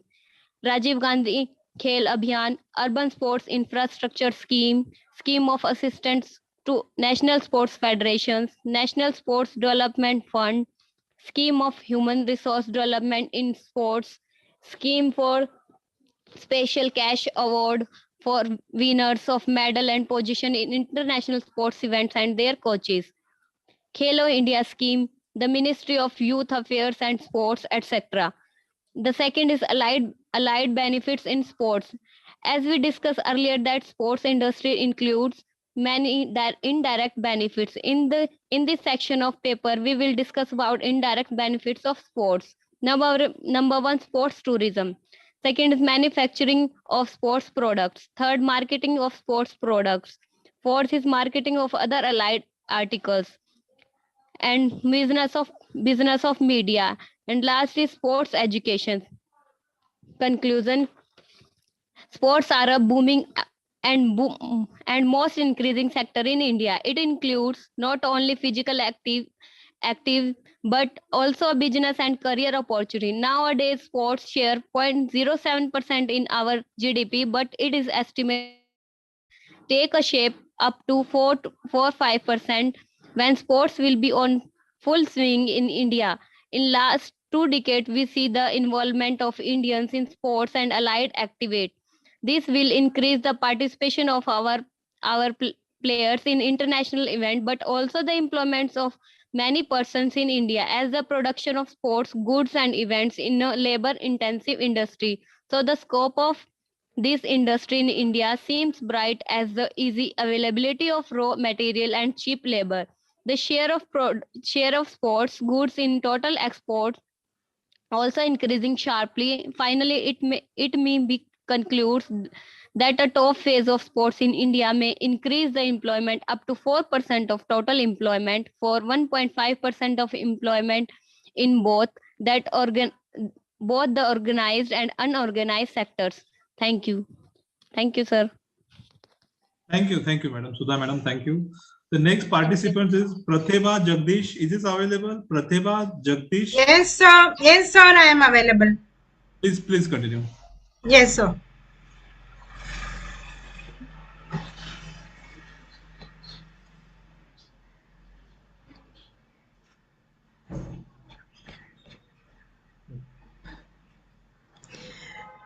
Good evening, sir. Thanking you very much for giving me an opportunity. Good evening, friends. This is a study to evaluate the problems and quality of life of women using external breast prosthesis post-mastectomy and those who do not use the prosthesis at a tertiary cancer center, Mumbai. Breast cancer is considered as the most common cancer among women, and now it has been recently established that even after 35 years of age, this is very common, and it is more common in the urban population than the rural population. When we compare with all the gynecological cancers, breast cancer is very higher. This is because the breast consists of a large number of lobules and ducts. This acts as a mammary gland and through which milk gets secreted. It is at this place cancer of the breast can develop. The reason for the development of this are various in nature. They can be genetic, hormonal, or the biochemical factors which are present in our body. This is also because of the hormones such as the estrogen, which is very high in nature, and this estrogen is higher when we become postmenopausal. So as the age increases, there is an increased amount of exposure of estrogen. There can be a family history or the personal history. One of the important lifestyle related to the breast cancer is women who are nulliparous or who have not given birth to children and who have not breastfed the children are more prone for cancer of the breast. Radiation is another cause for development of breast cancer. One of the type of cancer is adenocarcinoma, which is invasive in nature.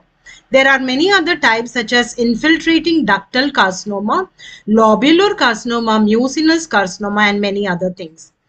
Radical mastectomy or the modified radical mastectomy is a modality of surgical treatment which has been given for the breast cancer patients.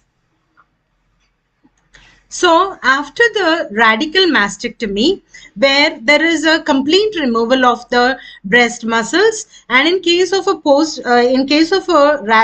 modified radical mastectomy, the pectoralis major muscles are just kept and they are preserved. Even in these conditions, there is a necessity for an external breast prosthesis. And use of breast prosthesis is related to body image issues and the quality of life, said Robert.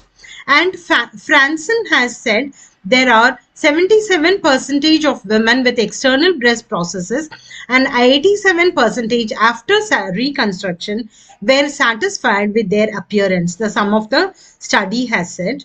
So breast prosthesis helps in cosmetic appearance, sexual normalcy, and a psychological well-being. The Globocan has said there is an increasing breast cancer cases and the mortality has also increased. But there is one of the important aspect here is there is an increased survival of these patients, and so the quality of life has to be estimated, and we wanted to know about the prosthesis usage for these patients.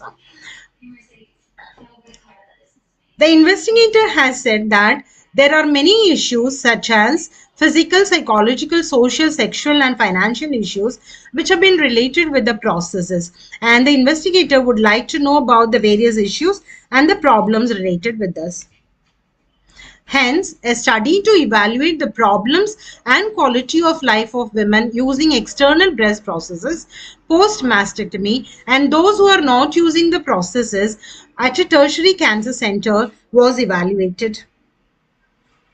The objectives were to assess the physical, psychological, social, sexual, and financial problems of the breast prosthesis users and also the breast prosthesis non-users, to find the association between the problems faced by the users of breast prosthesis with their selected demographic variables, and to find the association between the problems by the non-users with the selected demographic variables, and also the quality of life of women among the external breast prosthesis was evaluated.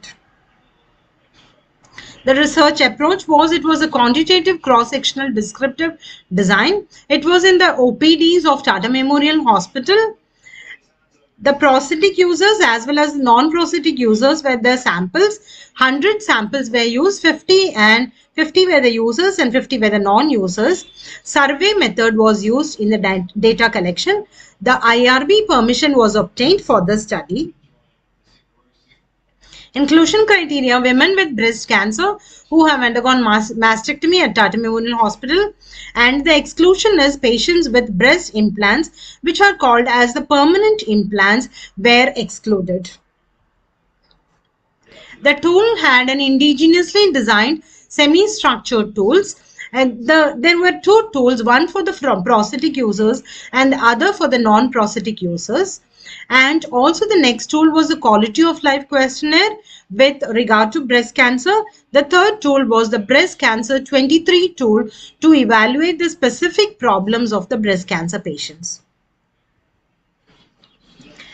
The tool consists of the demographic variables, medical data. The tool also consists of the stage of disease, type of surgery, the prosthesis used, and the duration of the prosthesis used. It had 4 specific domains such as the physical domain, psychological domain, social domain, sexual domain, and also the financial domain. The validity and reliability was assessed by giving it for 10 experts, which included the nursing faculty, the surgical oncologists, and the occupational therapists. The appropriateness and the relevance was judged. Modifications of the tool were made, and the tool was utilized with the Cronbach's alpha. 0.70 usually indicated the acceptable level of reliability. In this study, In this study, reliability was done on 10 subjects and it was found to be 0.89, which was highly reliable. The demographic data were analyzed by the frequencies and percentage. Problems faced by women was analyzed by the frequency and percentage. Association between the demographic data and the medical data were analyzed by the chi-square, and the quality of life using external processes was used by the Mann-Whitney's U-test. Results: a majority of the patients were in the 26 to 44 age group and also in the 45 to 66 age group, which were in the middle age group. Education, many of them belonged to the graduate groups and above. So the prosthetic users, it was interesting to note that the prosthetic users were more of educated group and the non-prosthetic users were in the primary and the secondary education. So they were knowing the use of the importance of the prosthesis. Most of them were unemployed.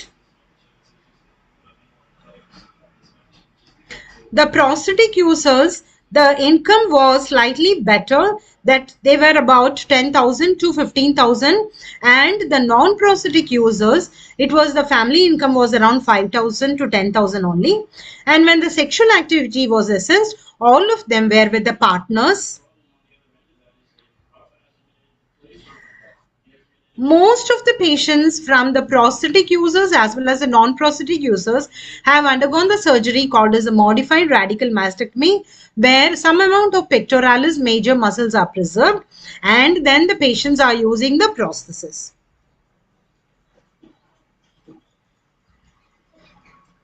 What was the prosthesis was used, which was analyzed? Most of them belong to the silicone prosthesis, which was slightly costlier, but it was better in utility.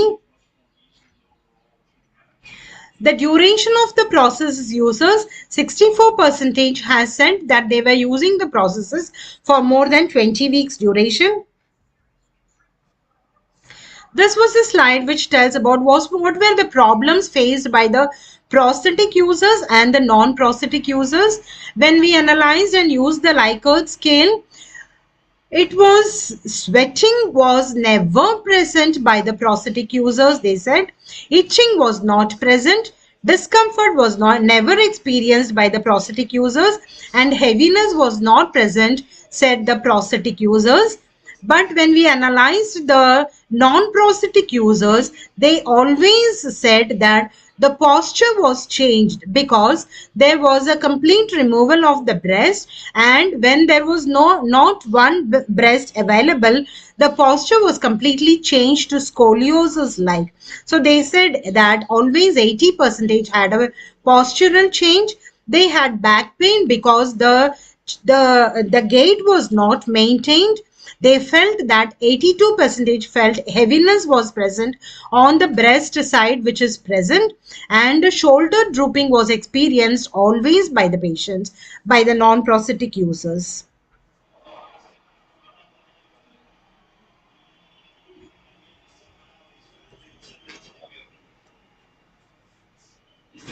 Other prosthetic users' problems were the prosthesis was never felt big by them, and the shoulder pain was only 6% by them.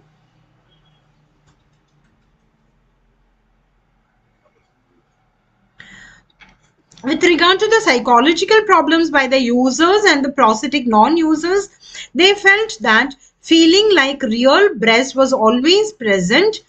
So the silicone breast prostheses have been a good utility to them. Presence of prostheses was never been felt by them. They always felt that this prosthesis was a part of the body. Psychologically, the non-prosthetic users said they were feeling very inadequate because there was not one breast which is present. They also said that others viewed them as inadequate. Importance of breast was felt by them. Some of the other psychological problems which were said were they felt that the restoration of body image was always present by them because of the use of processes. They did not feel that the processes caused embarrassment to them. Some of the social domains we analyzed, they said that they were able to participate in this strenuous activity and they never felt tired of feeling. There were no restriction of wearing clothes of their choice. They never felt that. They had always felt 62% of Madam, level. your time is over. Kindly directly jump on your conclusion. Okay, sir. The sexual problems also were very higher with the non-problems users, and the financial problem, they felt that they were very high. This was the quality of life breast questionnaire. There was no significance with the problems of the breast processes users, and the ERTC 23 scale also said there was no significance for the breast processes users, but whereas for the non-breast processes users, that they had a social and a sexual statistically significant, which shows that non-breast process had lot of problems. The same way that the social and sexual problems were very high in the non-breast process uses. So the conclusion is that the problems of breast process users were very less, as well as the non-users of the breast processes were very high. The non-users of the breast process have more problems than the breast process users. Thanking you. Thank you, madam. Thank you, sir. The next, thank you, madam. The next participant is Professor Harsha Suryavanshi. Professor Harsha Suryavanshi, Dr. Sanjeev Kumar, Dimple Thakur, Dr. Shilpa Wakchaure, Mohammad Nadib Ansari, Dr. Seema Nahid, Shalini Popa Light, Dr. Mahatre Subhash, Mahesha, Dr. Vinita Jain. Hello. Is it Sir, Dr. What is the name? Mahesh NM. Please continue. Mahesh NM, research scholar, assistant professor of commerce. Please continue. I am present.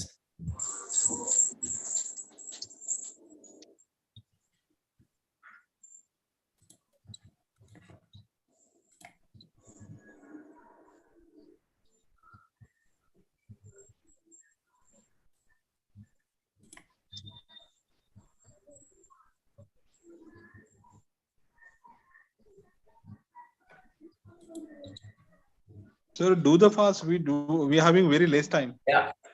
Yes.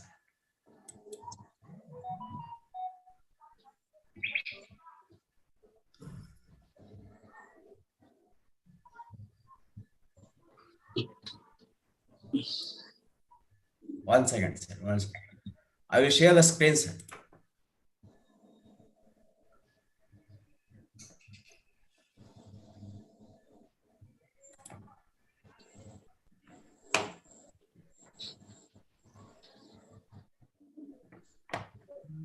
You can directly read your PPT. I will try to share the screen, sir. PPT share the screen.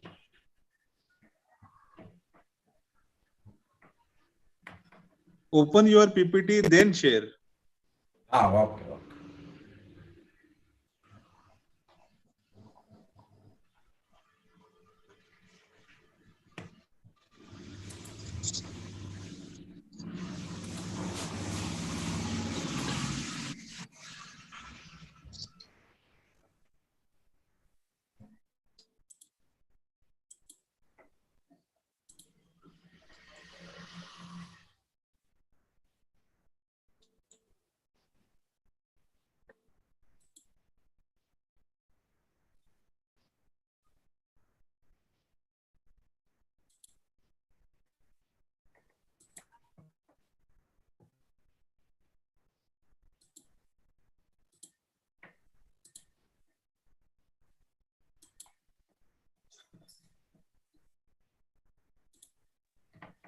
Sir, first open your PPT, then share. Yeah, sir, I will do so. You do your preparation. I am just calling to next person. Yes, sir. Now I am presentation, sir. Now I am going to present, sir. Yes, sir, you can do it orally directly. Now sharing the PPT, sir. Now I am shared. Am I audible, sir? Yes, you are audible. Can I audible?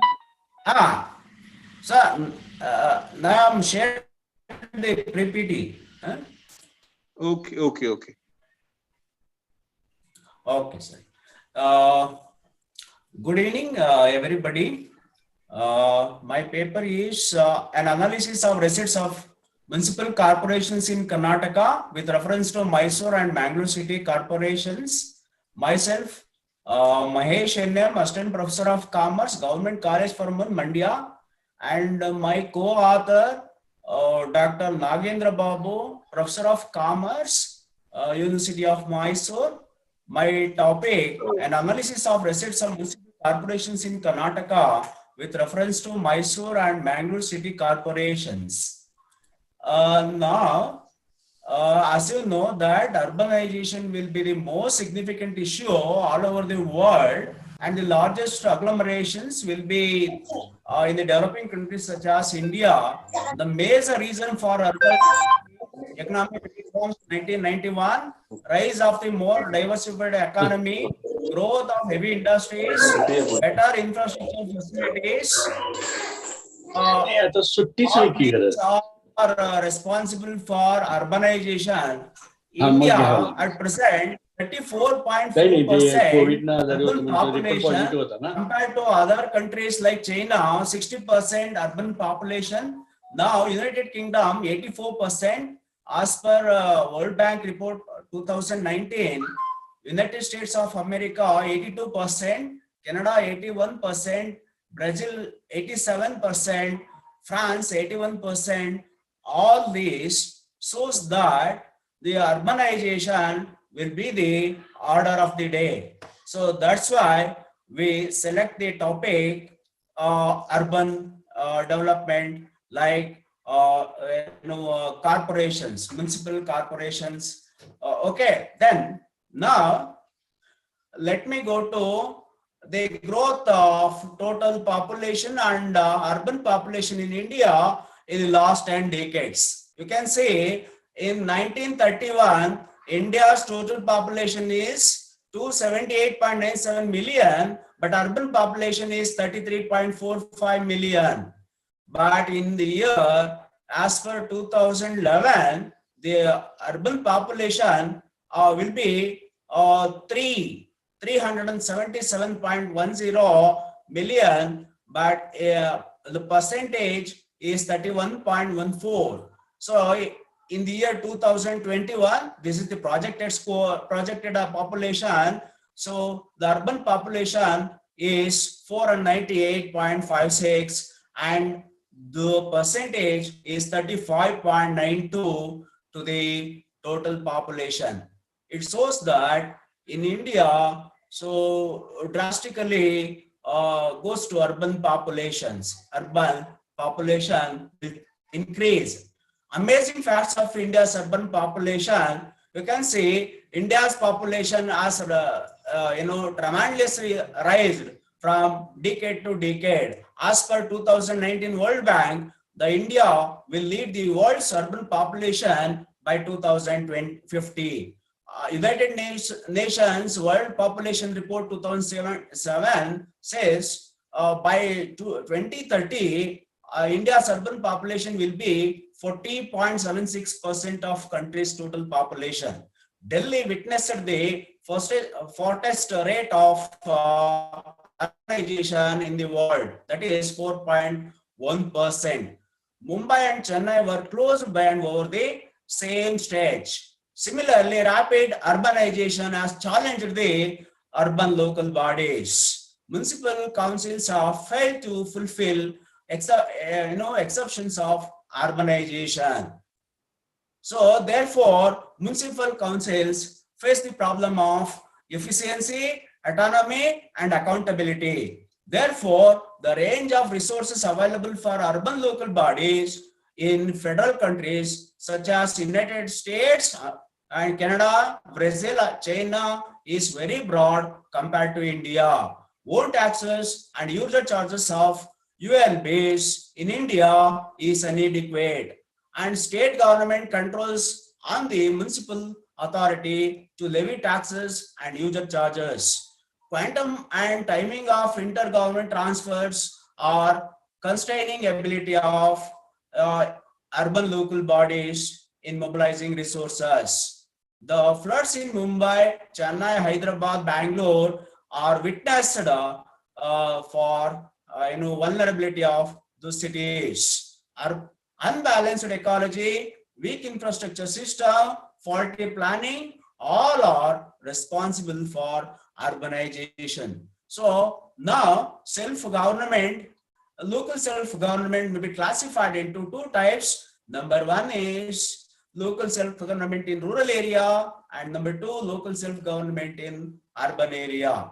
Local self-government in urban area having three-tier government. Number one, municipal corporation. Number two, city municipal council. And number three, town municipal councils or town panchayat. Municipal corporation is a local government in Karnataka that administers urban areas with a population of more than 3 lakhs.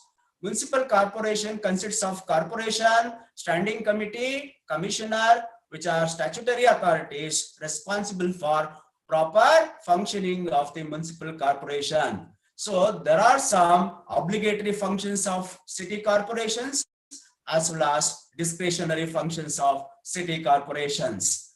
The structure of the revenue of municipal corporations of Karnataka. The main revenue is from tax revenue, which consists of property tax, water tax, advertisement tax, tax on animals, tax on vacant land, etc. Sir, Second one, non-tax revenue consists of user charges, municipal fees, sales, time is over, charges. Please. 1 second. Jump on your conclusion. I will conclude, sir. Conclude. So then assigned revenue, and number 4, grantinates and loans and other receipts. Now let me go to the conclusion.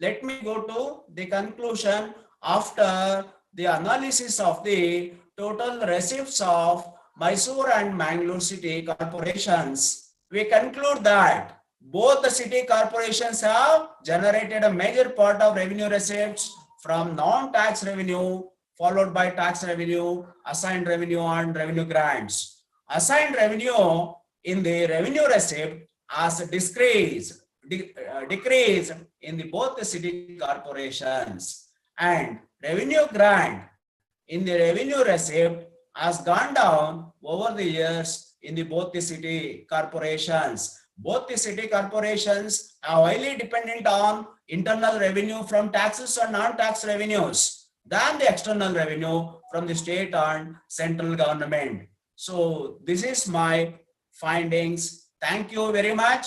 Thank you all. Thank you, sir. Thank you. Thank you. Next participant is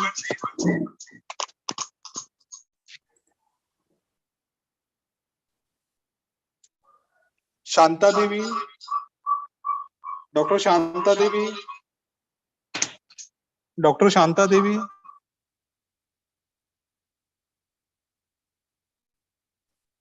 Dr. Vinita Jain.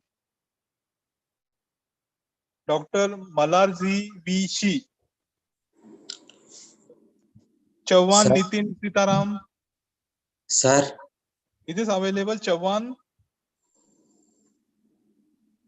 Sir. Okay. What is your name? Sendil Kumar, sir. Serial number Yes, 48. Yes, yes. Please continue. Okay. 1 minute, sir. I will share my presentation. Okay.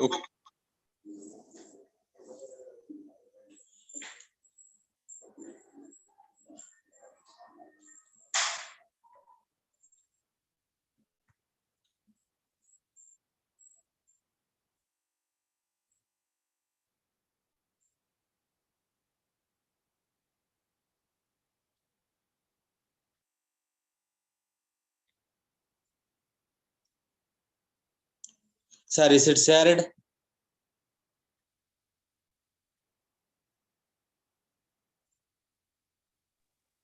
No, sir, not it.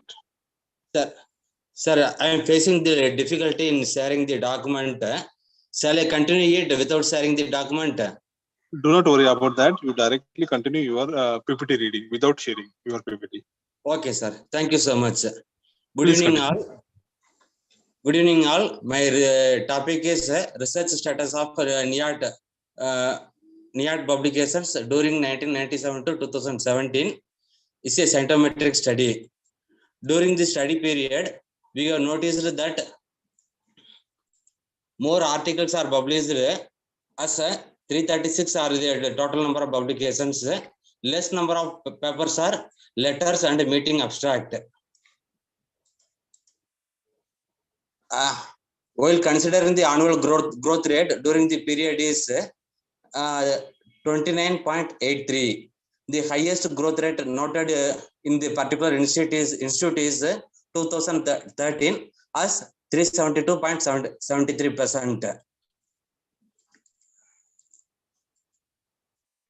While calculating the degrees of collaboration for the particular institute during the study period is 0.98. Research scholar Dr. Kripakaran is noted as a highest publisher as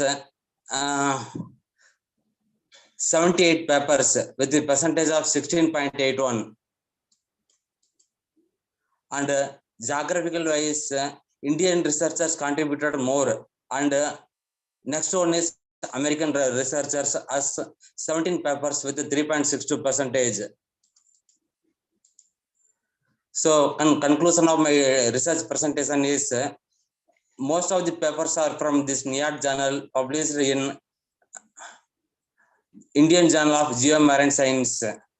Average output of the NIAT researcher is 22.38 and 29.83 is a growth rate. Most of the papers are published in article followed by the conference proceedings. That's all, sir. Thank you so much for your patience. Hello? Hello?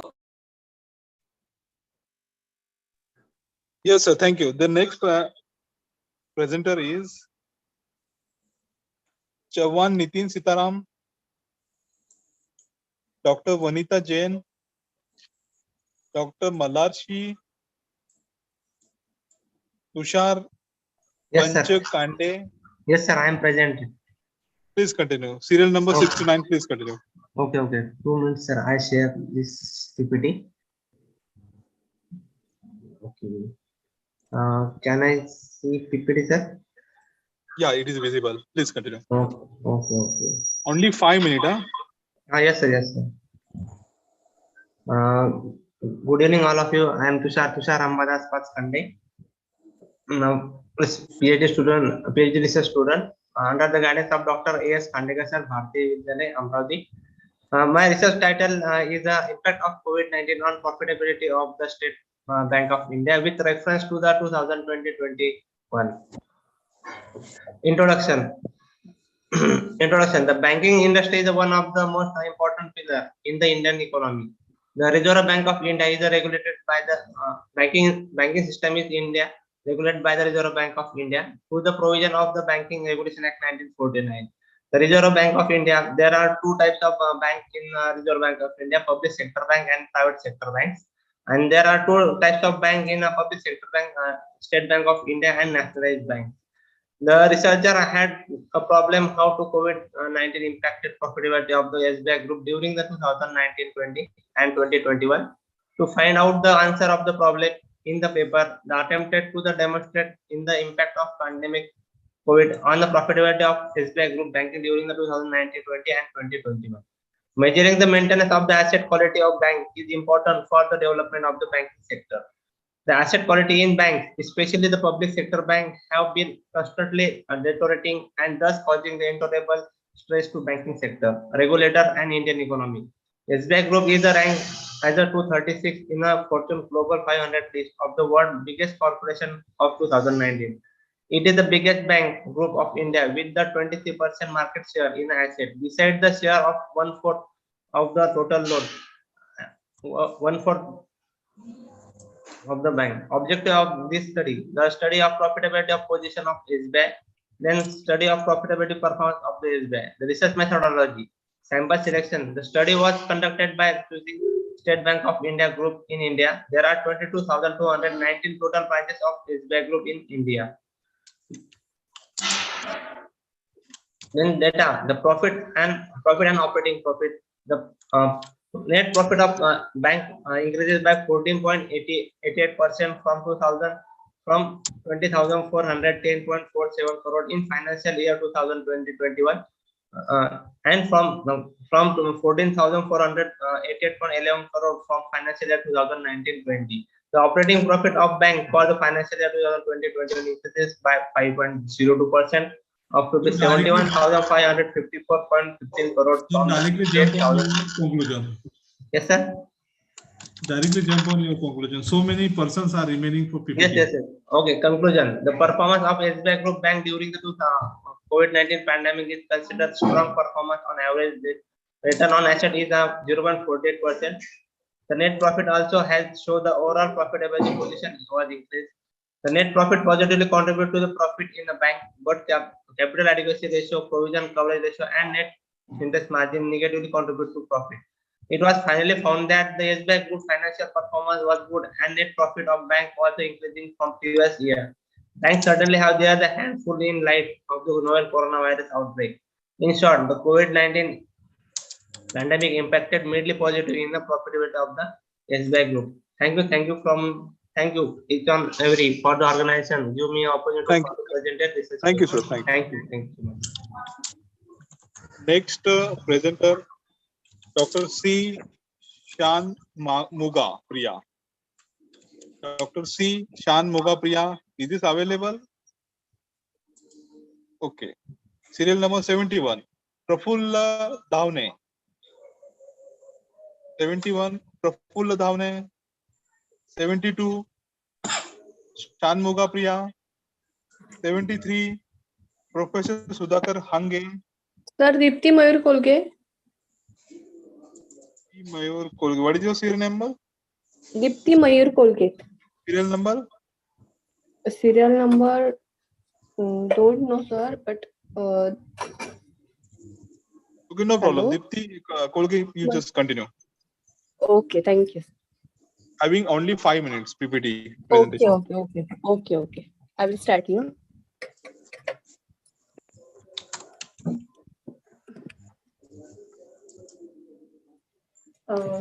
Good evening sir. आर्टिकलचं नाव आहे ग्रंथालयाचं समाजासाठी योगदान. प्रस्तावना: ग्रंथालय म्हणजे सर्वसाधारणपणे सर्व प्रकारची छापील तसेच हस्तलिखित माहिती साधने एकत्रितपणे. सर ऐकू येते का? Yes, please continue. हा. माहिती साधने एकत्रितपणे ठेवण्याची जागा होय. प्राचीन भारतात नालंदा विश्वविद्यालयाचे अति समृद्ध ग्रंथालय होते. मध्ययुगीन काळामध्ये हस्तलिखित पोथ्या जतन करून ठेवल्या जात. राजे महाराजे आपला स्वतंत्र ग्रंथसंग्रह ठेवत असत. ग्रंथालय शास्त्राचे तज्ञ एस.आर. रंगनाथन यांच्या मते ग्रंथालय ही लोकशाही मूल्ये जोपासणारी सार्वजनिक संस्था आहे. 19व्या शतकामध्ये सार्वजनिक शिक्षणाला पूरक ठरलेली चळवळ म्हणजे ग्रंथालय चळवळ होय. चळवळ हा शब्द या ठिकाणी ग्रंथालयाचा विकास या अर्थाने आहे. लोकांच्यासाठी चालवलेले ग्रंथालय हे सार्वजनिक ग्रंथालय होय. समाजाच्या विकासाकरिता आवश्यक असणारे लोक विद्यापीठ म्हणजे सार्वजनिक ग्रंथालय होय. शैक्षणिक गरजेच्या पलीकडे ज्ञानाची वाढलेली भूक भागवण्याचे कार्य सार्वजनिक ग्रंथालय करीत असताना दिसून येऊ लागले. त्याची सुरुवात इंग्लंडमधील प्रख्यात व्यक्ती विल्यम एवर्ट व एडवर्ड यांनी प्रयत्न केले. आजच्या युगात ग्रंथालय व माहिती केंद्रात सार्वजनिक ग्रंथालय ही एक समाज उपयोगी संकल्पना आहे. समाज झाले जीवनावश्यक सर्व कार्य हे प्रामुख्याने वेगवेगळ्या संस्थांच्या मार्फतच होत असतात. इसवी सन पूर्व 15 ते 19व्या शतकात जगात काही देशात यांचे मूळ दृष्टिक्षेपात आल्याचे दिसून आले. वाचक, वाचन, साहित्य आणि कर्मचारी हे ग्रंथालयाचे 3 प्रमुख घटक आहेत. ग्रंथालयाचा मूळ उद्देश ज्ञान व माहिती संग्रहण हा आहे. उपयुक्तता, संशोधक विविध भारतातील सार्वजनिक ग्रंथालयामध्ये लागू केलेल्या सर्वोत्तम नाविन्यपूर्ण पद्धतीचा अभ्यास करण्याचा प्रस्ताव देतात.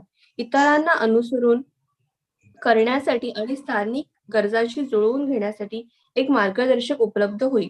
या अभ्यासात राष्ट्रीय संशोधन कार्यक्रमांतर्गत पसंतीचा सामाजिक दृष्टिकोन देखील असेल. अभ्यासाचे निष्कर्ष आणि परिणाम चांगल्या ग्रंथालय सेवा देण्यासाठी आणि ग्रंथालयांचा वापर वाढवण्यासाठी विविध कार्यक्रमाची रचना आणि अंमलबजावणी करण्यासाठी वापरता येतात. जेव्हा ते ग्रंथालयाच्या संशोधनाचा उत्तम वापर करतात तेव्हा त्यांना अनेक पटीने फायदा होईल. वाचक चांगल्या वाचनाच्या सवयीमुळे चांगले जाणकार नागरिक निर्माण होतील. वाचकांचे व्यक्तिमत्व विकसित होईल. अधिक जबाबदार आणि प्रौढ नागरिक तयार होतील, जे आपली सामाजिक रचना मजबूत करण्यास मदत करतील. पद्धती निवडण्याच्या आणि वापरण्याच्या त्या ललित कलांशी सुसंगत आहे आणि दृष्टिकोन आणि धोरणांची जाणीव असताना समस्येसाठी योग्य तंत्र, परिणामात्मक आणि गुणात्मक दोन्ही माहितीवर लक्ष केंद्रित करून MIX पद्धत वापरण्याचा संशोधकांचा मानस आहे. सार्वजनिक ग्रंथालय, समाजाने समाजासाठी निर्माण केलेले ग्रंथालय म्हणजे सार्वजनिक ग्रंथालय. ही ग्रंथालय गाव, तालुका, राज्य, देश पातळीवर कार्यरत असतात. विविध प्रकारच्या सामाजिक व संयुक्त उपक्रमाद्वारे लोकशिक्षणाचे मोलाचे कार्य पार पाडले जाते. ग्रंथालय एक सामाजिक संस्था आहे. मानवी जीवनाच्या आवश्यकतांपैकी एक म्हणून तिची निर्मिती झाली आहे व सामाजिक गरजांमधून तिचा विकास झाला आहे. ज्ञानसाधनांपर्यंत सहजपणे पोहोचवण्याचे मार्ग गरजूंना दाखवणे ही ग्रंथालयाची प्रमुख भूमिका आहे. आणि या दृष्टिकोनातून पाहिल्यास ग्रंथालयाची कार्य म्हणजे शिक्षणाप्रमाणे आवश्यक अशी सामाजिक प्रक्रिया असून ती तर्कशुद्ध पायावर आधारलेली असते. कोणत्याही समाजाचे अस्तित्व टिकवण्यासाठी व विकास होण्यासाठी अनेक गोष्टींची आवश्यकता असते. त्यापैकीच ग्रंथालय आणि शिक्षण या अतिशय आवश्यक अशा 2 सामाजिक संस्था आहेत. एकमेकांशी अतिशय जवळच्या अशा सेवा देण्याचे कार्य त्या करतात. म्हणूनच त्या एकमेकांना पूरक आणि सहाय्यक आहेत. कारण ग्रंथालयाच्या मदतीने शिक्षणाचा प्रसार होतो व शिक्षणामुळे ग्रंथालयांचा उपयोग वाढतो. संपूर्ण मानवी इतिहासामध्ये शिक्षण व ग्रंथालयांचे यांचा एकत्रित विकास झालेला दिसतो. या पार्श्वभूमीवर सन 1947 साली देशाला स्वातंत्र्य मिळाले आणि त्यानंतर कार्यान्वित झालेल्या पंचवार्षिक योजनांमुळे देशभर ग्रंथालय व माहिती केंद्रे यांची मोठी साखळी निर्माण झाली. शैक्षणिक गरजेच्या पलीकडे ज्ञानाची भूक भागवण्याचे कार्य सार्वजनिक ग्रंथालय करीत असताना दिसून येऊ लागले. त्यांची सुरुवात इंग्लंडमधील प्रख्यात व्यक्ती विल्यम एडवर्ड यांनी प्रयत्न केले. आजच्या युगात ग्रंथालय व माहिती केंद्रात सार्वजनिक ग्रंथालय ही एक समाजोपयोगी संकल्पना आहे. समाज झाले जीवनावश्यक सर्व कार्य आहे. हे प्रामुख्याने वेगवेगळ्या संस्थांच्या मार्फत होत असतात. इसवी सन पूर्व 15 ते 19व्या शतकात जगात काही देशात या मूळ दृष्टिक्षेपात आल्याचे दिसून आले. आधुनिक काळाचा विचार करता डॉक्टर SR रंगनाथन यांनी दिल्ली पब्लिक लायब्ररी इन्स्टिट्यूट या संस्था स्थापन करून ग्रंथालय चळवळीला एक नवे परिणाम दिले. दिल्ली पब्लिक लायब्ररीचे उद्घाटन इसवी सन 1951 मध्ये पंडित जवाहरलाल नेहरू यांच्या हस्ते झाले. या ग्रंथालयात विविध भाषेत विपुल ग्रंथसंग्रह, वर्तमानपत्रे, नियतकालिके उपलब्ध करून देण्यात आली. या ग्रंथालयाने सेवा केंद्र व 12 फिरती ग्रंथालय सुरू केली. सद्यस्थितीत 65 लाखाहून अधिक ग्रंथ व जवळजवळ 1300 नियतकालिकांचा संग्रह येथे आहे.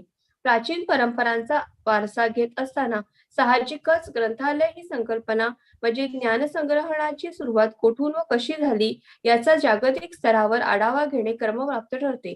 अशा वाटचालीतील काही सांस्कृतिक टप्पे सुमेरियन ग्रंथसंस्कृती, बॉबेलियन, ॲसेरियन संस्कृती, समाजाच्या सर्वांगीण विकासाकरता जनतेत सामाजिक जागृती निर्माण करणे व जनतेची साक्षरता याकरता मध्ये मोठा आधार वाटू लागली. याचाच परिणाम म्हणजे भारतात सार्वजनिक ग्रंथालयाची स्थापना झाली. आंध्र प्रदेश लायब्ररी असोसिएशनने मद्रास मध्ये ऑल इंडिया लायब्ररी कॉन्फरन्स भरवली होती. पुढे या संघटनेचे ऑल इंडिया पब्लिक लायब्ररीमध्ये रूपांतर झाले. या संस्थेने इंग्रजी भाषेतून इंडियन लायब्ररी जर्नल व्यवसाय करता पहिले नियतकालिक सुरू केले. ग्रंथालयाच्या प्रसाराकरता व्यासपीठ निर्माण करण्याच्या दृष्टीने मॉडर्न लायब्ररीयन हे नियतकालिक सुरू करून ते 10 वर्षे यशस्वीपणे चालवले होते. यानंतर 1933 मध्ये कलकत्ता इंडियन असोसिएशनची स्थापना झाली. या संघटनेने ग्रंथालय निर्देशिका संकलित केल्या आणि ग्रंथालय कर्मचाऱ्यांच्या प्रशिक्षणाला उत्तेजन दिले. या असोसिएशनने 1947 साली दिल्लीला स्थलांतर झाले. डॉक्टर XR रंगनाथन यांच्या अध्यक्षतेखाली या असोसिएशनने ग्रंथालय चळवळीच्या विकासाकरता भरीव कार्य केले. प्राचीन काळापासून ग्रंथालय संस्कृतीचा विकास होत आहे. यामध्ये फिजिशियन, आर्मियन व हे हिब्रू व्यापार वृत्तीच्या लोकांचा संबंध Madam, your time is over. Kindly directly jump on your conclusion. Okay. Thank you, sir. Sir, Kishore sir. Kishore sir. The next participants is Sir. Yes. Sir, excuse me. Sir, I am this is Dr. Shanma Priya, number 72, 70 and 72. My name is repeated. Can I present? No. Sir, I am Dr. Shanma Priya. Sir, can you Shan Magu Priya. yes, sir. I was calling you. 2 times I was calling you. Yes, sir. I could hear, but you couldn't hear my voice. So I have to wait. Please continue. Please continue. Okay. Let me share, sir.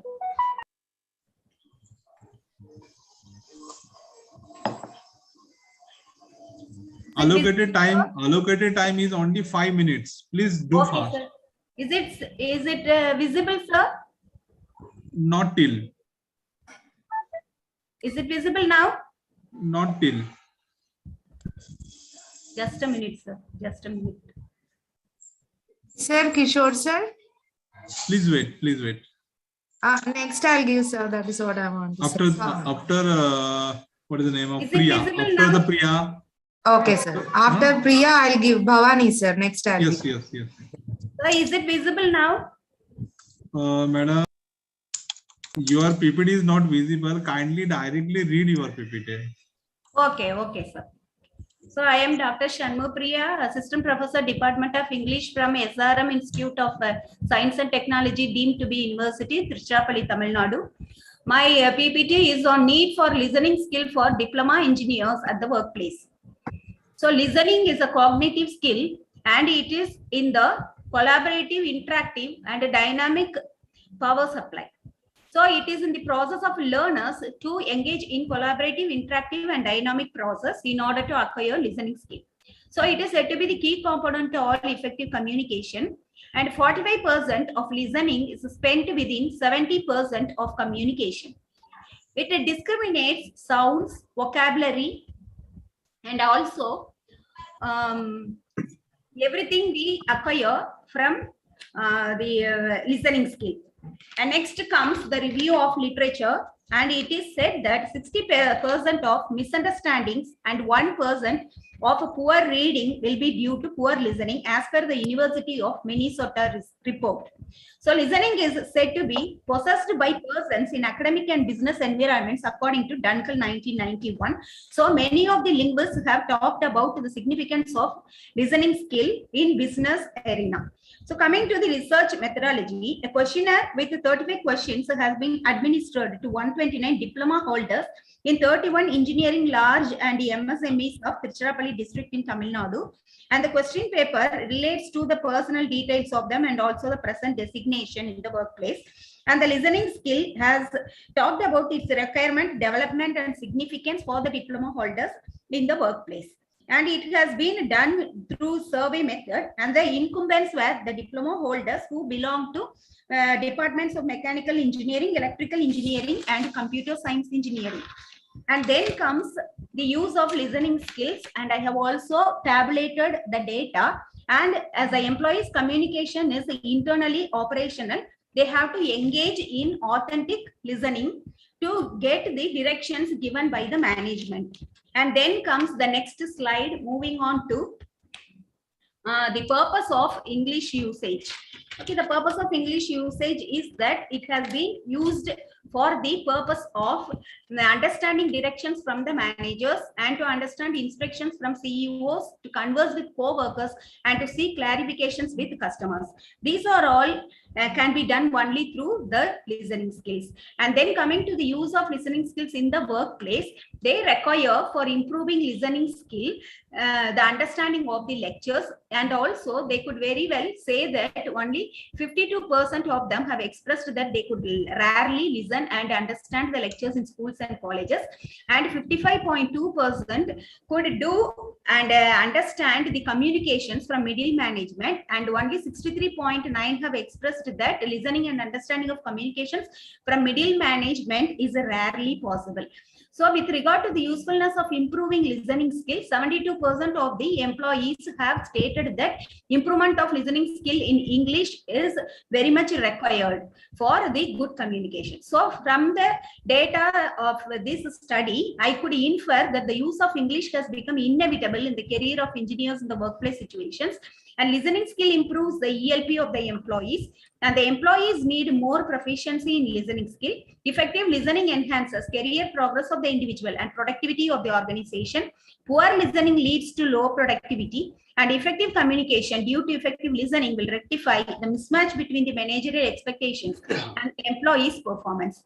So the recommendations would be several strategies can be adopted in the classroom as well as can be employed in the business arena. So to conclude, the importance of listening skill is substantiated through this data analysis, and the essential use of listening skills and its impact on communication skills on the workplace performance in the organization are emphasized here, and hence listening skill among all the other 4 skills LSRW would be very much essential for the employees at the workplace. Thank you. Dr. Bhavani, please continue. Yes, sir. Dr. Shanmugh Priya, madam, please remove your PPT. Yeah, I'm sharing my screen, sir. Just a minute.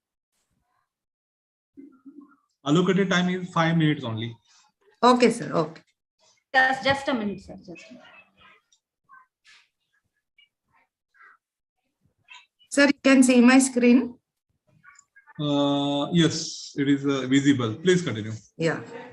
Okay. Good evening, everyone. This is Bhavani, a lecturer of commerce from Hyderabad St. Anne's College.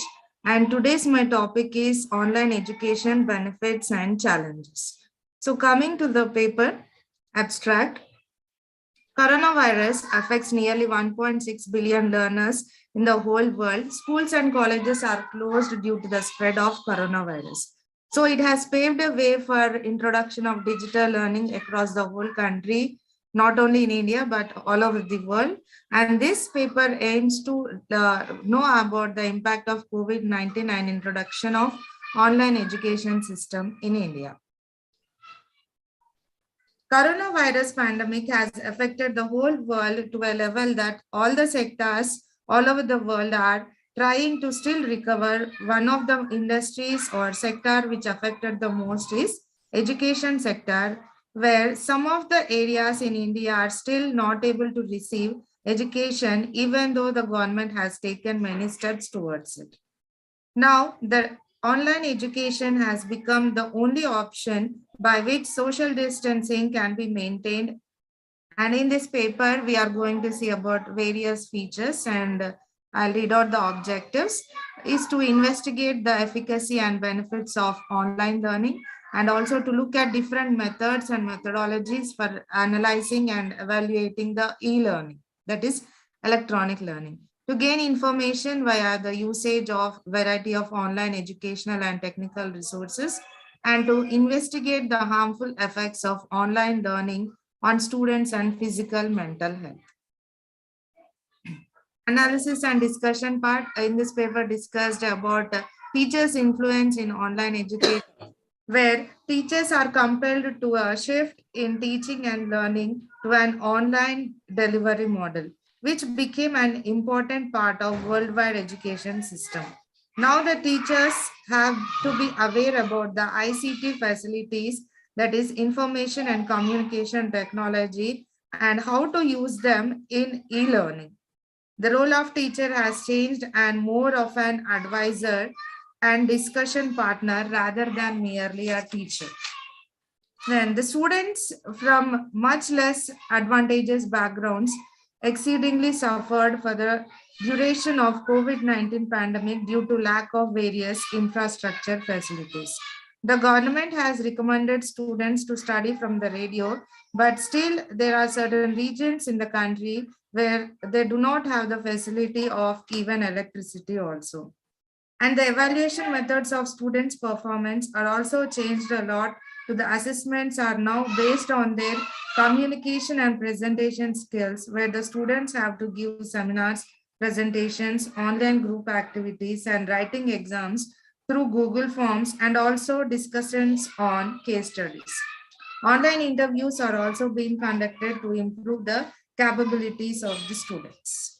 Coming to conclusion part, even though there are a lot of challenges faced by faculty and students, the online educators and the students has been successful to a great extent to impart the knowledge in students. Both the students and educators have been a part of this to become successful. Thank you, everyone. Thank you, sir, for giving the opportunity. Thank you. Kindly remove your PPT. The next Yes. presenter is Sir, what is the name? Sana. Please, one by one. Sana. Sana, what is your serial number? Sir, I don't know serial number, but I'm suffering some current issue from in our area because I'm staying in the village side. So I just contacting you directly on the message also. So Please, can I perform? Please continue. Please continue. Okay. Thank you so much. Yeah. First of all, I would like to thanks for being here today. Myself, Sana Matin Idrus. I am a researcher and also the lecturer in Murud Janjira, district Raigd, in the Konkan region. So today I'm going to perform my title is what? A study of the function of a cooperative bank, reference to the microfinance. I'm now reading to the abstract. Microfinance is characterized by the relatively comprehensive network extending to the grassroots level and having an intimate knowledge of a character and the financial position of a member, and local production of possibility and chance of growth. The bank provides a loan and advances as a specific interest, but microfinance provided the finance to poor people in the rural areas to fight a poverty, to development of micro level of the state. The study was based on the camel variable. Now I'm going to read my introductions. The term loan refers to the amount borrowed by the one person from the another person. The amount is like to loan and refers to the sum paid of a borrower. It's borrowing the loans credit, while the granting a loans credit is giving for the defined purpose and the specific purpose. Interest is charged on the loan, and but as per the microfinance, they're providing a expensive scope of finances services. For the example, bank deposit and advances payment services, cash exchange and insurance, poor people's. But as a microfinance, they are providing a loan and facilities as a low rate of interest to the poor people to rising and help them their wages in the way of chain and offering and increasing their life. The object of the title is to assess the existing microfinance delivered system. Just hold on, sir.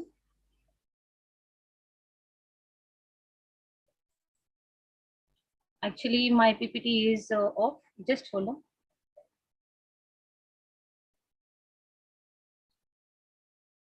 Only 1 minute. I'm just taking excuses from your side. Now. Yeah. To assess the different interest rate on the different loan scheme, to promote the social economical development at the grassroots level, to empower and maintain streams, women provided a livelihood training to weaker section, to analyze the role of a cooperative bank toward the advances, to explain the microfinance and cooperative bank. The methodology are used for the research, and methodology is methodology of collecting all kind of information and data related to the subject in question. The object is to examine all the issues involved and conduct a situation analysis. The methodology used in the study is consists with the secondary data. Now, microfinance in cooperative bank, the people's demanding a credit from the group has been widely in use and found in the efficient as well, and it is overcome the barriers of a collateral and security while providing a finance. Microfinance and cooperative in a mutual setup, we have to the potential to synergize their efforts toward meeting the objects and providing a credit to the poor and rising the social economical standard of the people. One of the essential was a proposition of a NABARD while is promoting a SSG bank linkage with a formal financial institution, including a cooperative, is linkage between the microfinance and cooperative. Through Time is over. Kindly jump on conclusion. Yeah, conclusion is that the microfinance and cooperative in the mutual setup have the potential to synchronize their efforts, meeting the objects, providing a credit to the poor and rising the social economical standard of people. And one of the essential proposition of a NABARD while promoting a SSG bank linkage with the formal financial institute, including a cooperative and linkage between the microfinance and cooperative.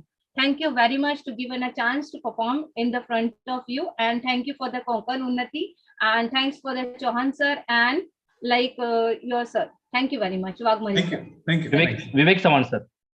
Vivek Chauhan sir, what is your serial number? नहीं sir, मला माहित नाही. Sir. Are you ready for PPT? हो sir, हो sir. Please continue. You have only 5 minutes, huh? Okay sir. Not more than that. Kishore sir, give me opportunity for me 82 serial number next. Yes. Next to Vivek Chauhan. Shares sir झाली काय share PPT? Visible. Yes, please continue. Okay, thank you sir. Me Vivek Shantaram Chavan, PhD संशोधक विद्यार्थी, ग्रामीण विकास मुंबई विद्यापीठ, PhD मार्गदर्शक doctor Dilip Patil Shankar Patil यांच्या मार्गदर्शनाखाली हा paper सादर करत आहे.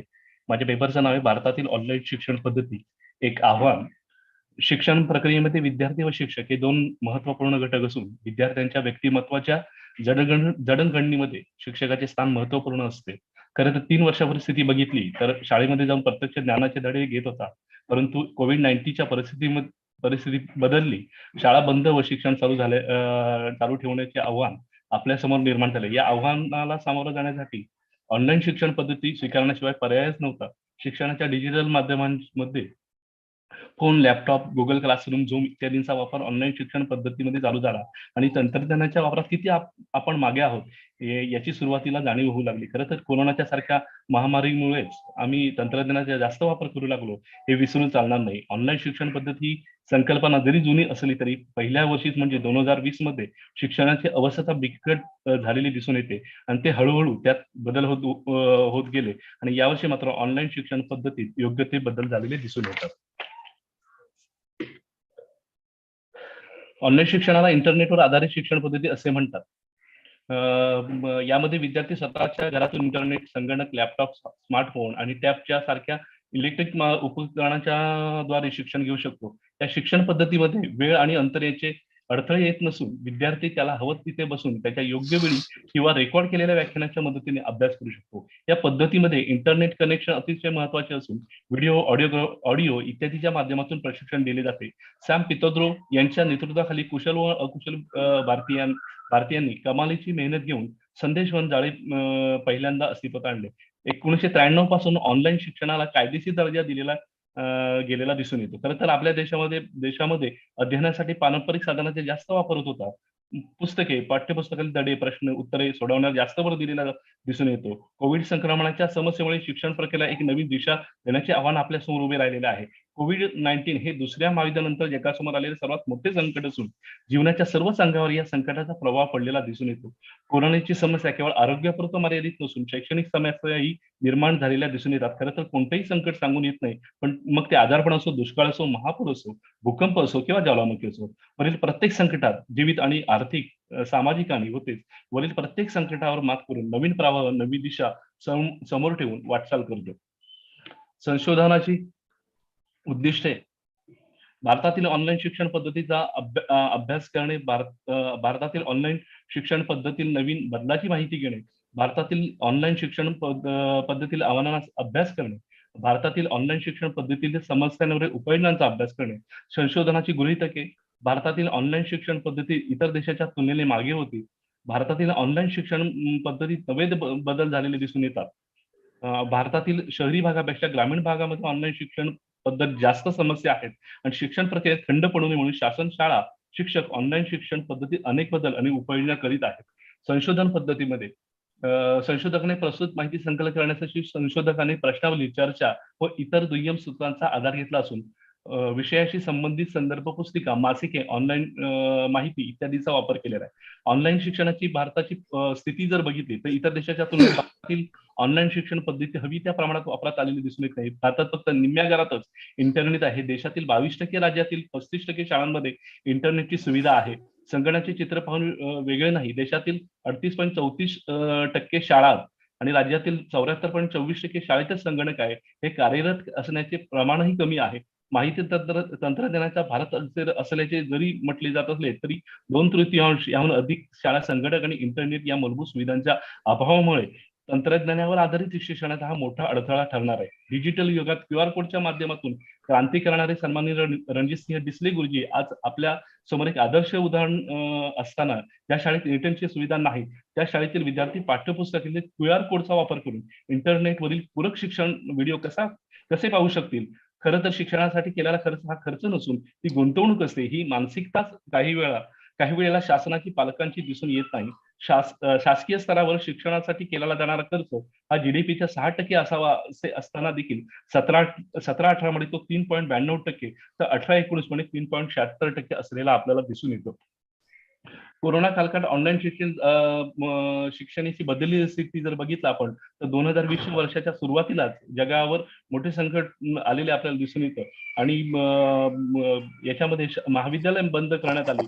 शाळा बंद तरी शिक्षण चालू ठेवायचे असेल तर ऑनलाईन शिक्षणाशिवाय पर्यायच नव्हता. शिक्षण प्रक्रियेतील हा मोठा बदल सद्यस्थितीत यशस्वी होताना दिसून येऊ लागला आहे.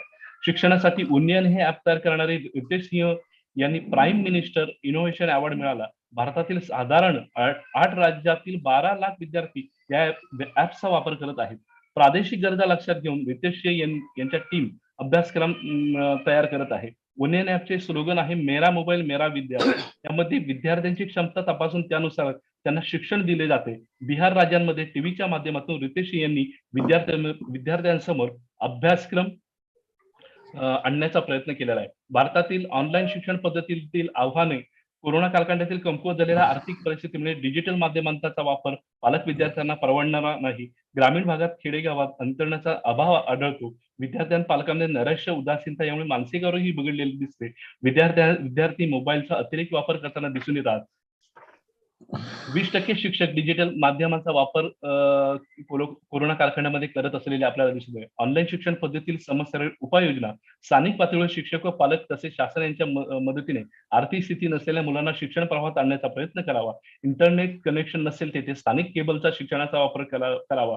विद्यार्थी पालकांचे मानसिक आरोग्य सुधारण्यासाठी शिक्षकांनी समुपदेशकाची भूमिका घ्यावी. मोबाईल, लॅपटॉपचा मुलं अतिरिक्त वापर करणार नाही यासाठी पालकांमध्ये जागरूकता निर्माण करावी. निष्कर्ष, कोरोना पूर्व ऑनलाईन शिक्षण पद्धतीचा विचार केल्यास इतर देशांच्या तुलनेने आपण मागे होतो. कोरोना महामारीनंतर आपण ऑनलाईन शिक्षण पद्धतीचा जास्तीत जास्त वापर करू लागलो. ऑनलाईन शिक्षण पद्धतीतील बारकावे जास्तीत जास्त आत्मसात करावे कसे करता येतील या दृष्टीने प्रयत्न करू लागलो आणि ग्रामीण भागातील सर्वसामान्य कुटुंबातील विद्यार्थी ऑनलाईन शिक्षणाच्या प्रवाहात सामील होण्याच्या दृष्टीने जास्तीत जास्त प्रयत्न होणे गरजेचं आहे. आणि शेवटचं, ऑनलाईन शिक्षणातील सर्वात मोठी भूमिका शिक्षकाची असून शिक्षकांनी कशा प्रकारे हे तंत्रज्ञान आत्मसात केले आहे त्यावर या शिक्षणाची यशस्वीता अवलंबून आहे. धन्यवाद sir. Sir, next is 75 serial number. Hello. Kishore sir, Hello. give me chance. Sir, give me Hello. chance. Serial number 75. After the Ajay Lokhande, who was? Sir, Anu Singh. 70 number. Serial Anu number. Singh, I was calling you 2 times. Where you was? No, sir. No, sir. Sir, you have till the 72. I am waiting, sir. My name. Okay, Anu Singh, you are having only 5 minutes. Please continue. Do fast. Okay, sir. Thank you, sir. Good evening, sir. Myself, Anu Singh. I am research scholar of Commerce and Management Department. I am doing my PhD from Sri Rawatpura Sarkar University. Raipur, Chhattisgarh, and my topic is study of condition and daily challenges of women labor in Chhattisgarh.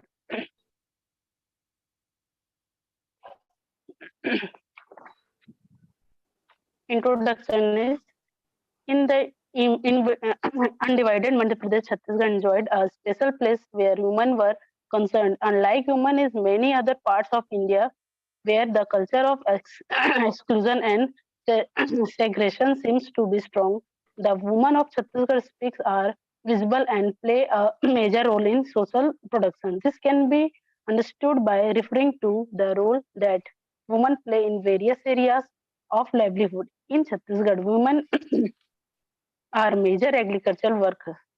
They work in all except of crop production, storage.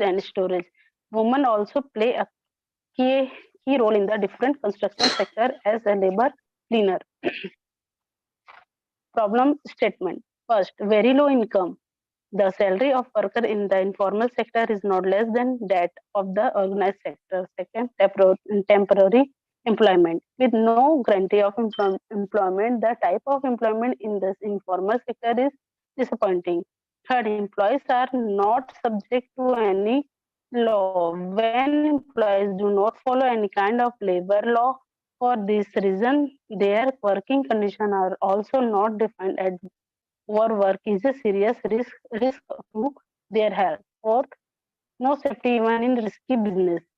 Inequality with women in the informal sector to the point of their physically and physiological exploitation and sexual injustice has become commonplace. Lack of health standard in many sectors associated with this sector as a challenge. Fifth, socioeconomic. A review of recurring these themes within the literature has identified a diverse view of the nature of economic development in India. And the objective are in the present study, the target of socio-economic status of women worker working in the organized sector in Korba district is reflected are below. First, study of income, expenditure, saving, consumption level of unorganized women workers. Second, to throw light on the employment of women workers in the unorganized sector. To study the employment-related problem of women labor in the unorganized sector. And fourth, study of working condition of women workers. Cause of stress at work. First, physiological abuse, second one, sexual harassment. Third, discrimination in workplace. Fourth, no safety for working women while traveling. Fifth, lack of family support. Sixth, insufficient birth leaves. And seven, occupational insecurity. And eight, workplace repair.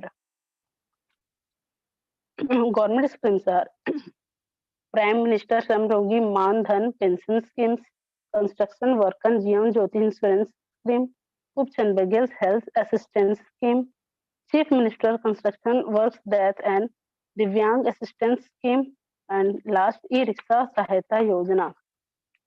And the conclusion is according to the above conclusion, most of the laborers working in the unorganized sector neither get the minimum wages fixed by the government scheme, nor do they get any other socio assistance like pension allowance or health insurance for their future. In this, the government should make such a policy and rules in which attention should be paid to the women laborers of the unorganized sector, especially construction works, domestic servants, market workers, and street vendors. The protection should be done keeping in view that the participant of women in the unorganized sector. Thank you, sir. The next participant name is, please. Hello, sir. Prakash Chaugule. Prakash Chaugule, what is your serial number? 80. 80. Sir, Ajay Lokhande. I am ready, sir. What is the serial number of Ajay Lokhande? Sir, don't know, sir. Sir, please. Okay, you have allocated only 5 minutes. Do the fast within 5 minutes. I am ready, sir. Please continue. Yes. దీంట్లో message పెట్టాలంటే అది. Thank you, sir. I'm sharing my screen. After Ajay, what is the name of you? Ajay Lokhande. Ajay, after the Ajay Lokhande, continue, sir. Yes, sir. Thank you. message. I'm sharing my screen. Message Sir, we are taking and conducting this international conference PPT because of UGC guideline. Therefore, it is very effective for the research scholar who are doing the research, pursuing the PhD. Therefore, we doing this because of only before Viva was, and committee will maybe ask the question about what type of the data, what type of the paper you have been presented in international conference. Therefore, be conference, try to share your PPT. Thank you. Sir, PPT दिसते का? Ajay Ramchandra Lokhande, please continue. Yes, your PPT is visible. Thank you, sir. Thank you, sir. मला येथे PPT सादर करण्याबद्दल मला chance दिल्याबद्दल. माझा विषय आहे दापोली तालुक्यातील आंबा प्रक्रिया उद्योगात काम करणाऱ्या स्त्री मजुरांचा टीकात्मक अभ्यास. माझे मार्गदर्शक आहेत डॉक्टर दिलीप शंकरराव पाटील, PhD, ग्रामीण विकास मार्गदर्शक, आणि माझं नाव अजय रामचंद्र लोखंडे. प्रस्तावना. स्त्री मजूर व्याख्या. यामध्ये ढोबळमानाने आपण अंग मेहनतीने काम करणाऱ्या स्त्रिया अशी व्याख्या करू शकतो.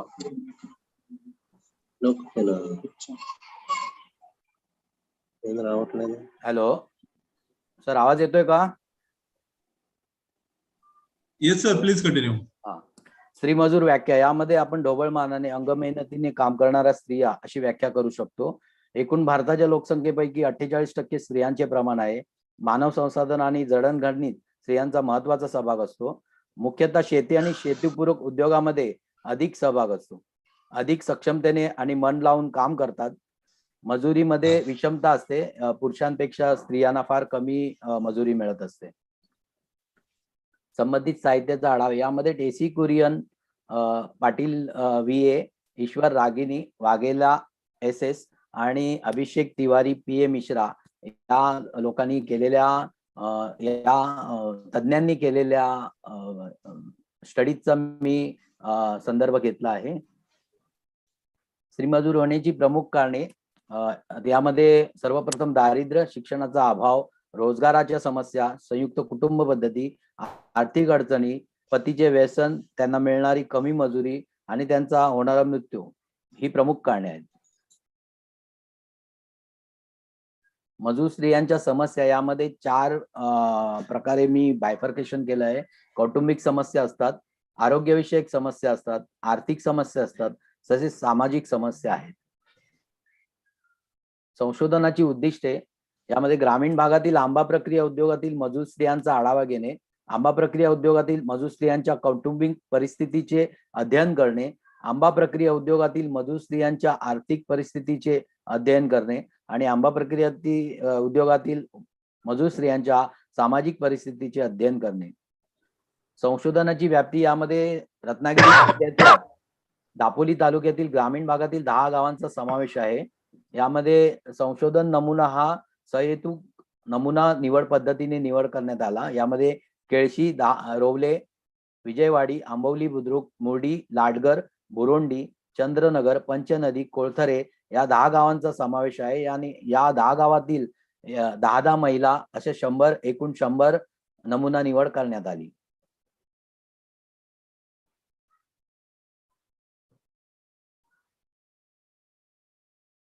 काही माहिती घेतल्यानंतर माहितीचे विशदीकरण याप्रमाणे आहे. स्त्री मजुराचे शिक्षण हे प्राथमिक 64 महिला होत्या, माध्यमिक 30 आणि अशिक्षित 6 महिला.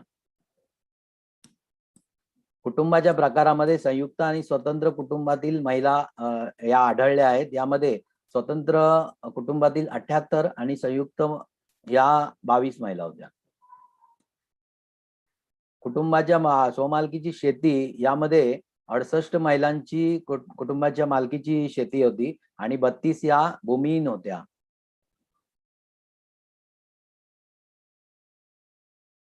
व्यवसाय ह्या कुटुंबाची शेती हा व्यवसाय 68 स्त्रियांचा होता आणि 32 महिला फक्त मजुरी करत होत्या. महिला बचत गटाचे सदस्य याचा अभ्यास करताना 94 महिला या सभासद नाहीत असं आढळलं आणि 6 महिला या बचत गटाच्या सभासद होत्या. आर्थिक व्यवहार हे स्वतः पाहतात की पती पाहतात याबाबतचा प्रश्न विचारला असता 100 महिलांमध्ये आर्थिक व्यवहार 66 स्त्रियांचे पती पाहतात आणि 34 स्त्रिया या स्वतः पाहतात.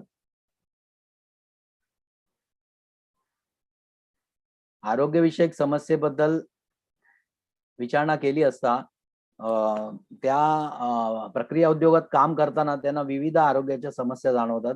यामध्ये 66 महिलांना या समस्या जाणवत होत्या, तसेच 34 महिला यांना समस्या जाणवत नव्हत्या.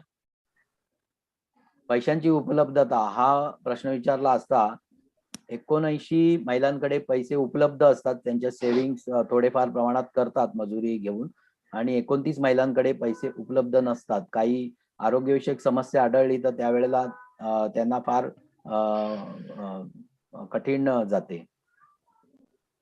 ग्रामसभेविषयी माहिती आहे का हे विचारले त्यावेळेला 71 स्त्रियांनी माहिती आहे असं म्हटलं आणि 29 स्त्रियांनी माहिती नाही असं म्हटलं.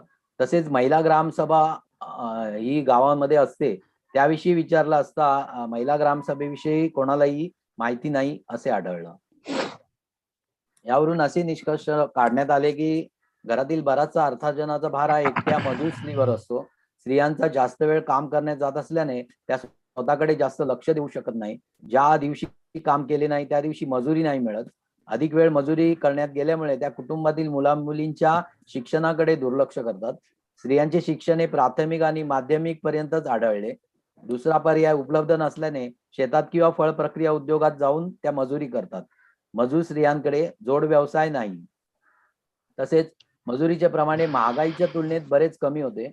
काही वेळा उसनवार म्हणून पैसे सावकाराकडून घ्यावे लागतात किंवा शेजाऱ्यांकडून घ्यावे लागतात. मजूर स्त्रियांना घरातील पुरुषांच्या म्हणण्याप्रमाणे वागावे लागते. अभ्यास क्षेत्रातील 10 गावात प्राथमिक आरोग्य केंद्र आढळले नाही. व्यावसायिक प्रशिक्षण नसल्यामुळे मजुरी कमी मिळते. मजूर स्त्रियांना ग्रामसभेविषयी माहिती नाही. मजुरांसाठी असणाऱ्या शासनाच्या विविध योजनांची माहिती मजूर स्त्रियांना फार उपलब्धता म्हणजे कमी प्रमाणात उपलब्ध आहे.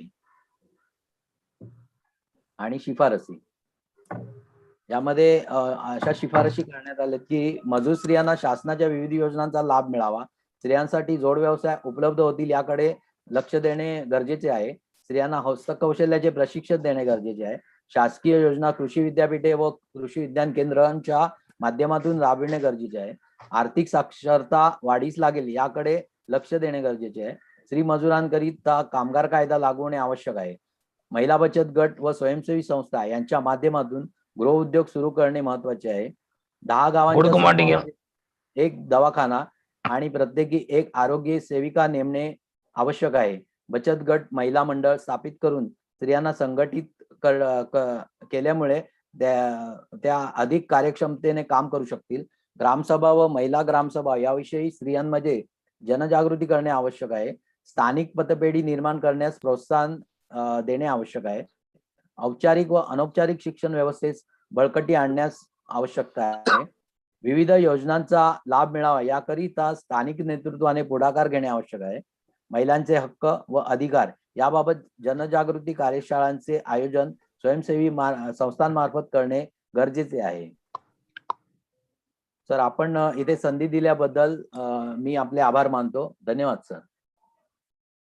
Over to you sir.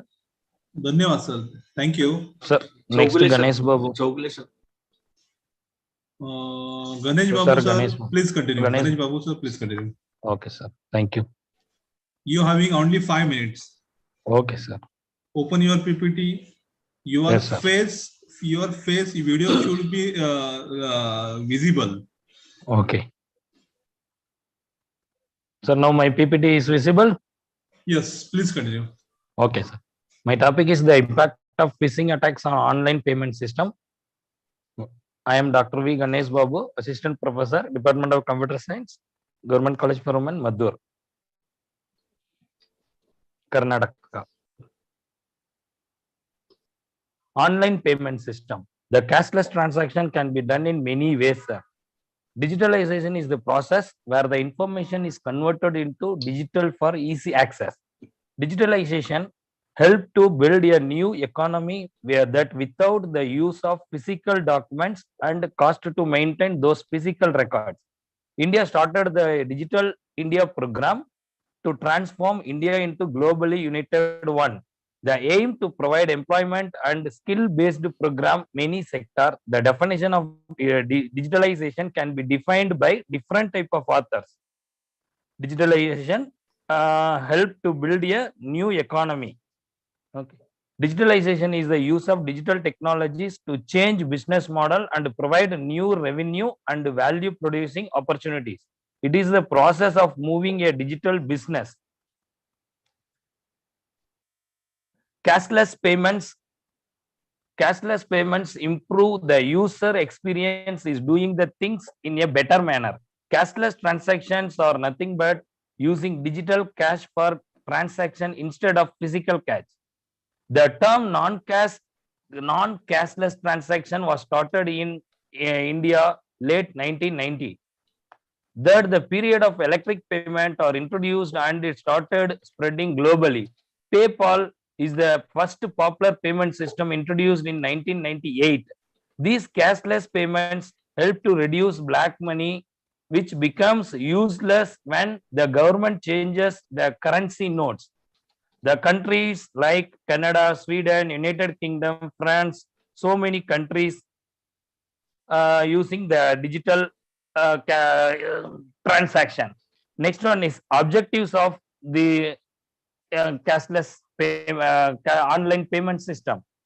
The explain and advantage of having the cashless transactions, to show the impact of cashless transactions in India, to know the security threats associated with the cashless transaction.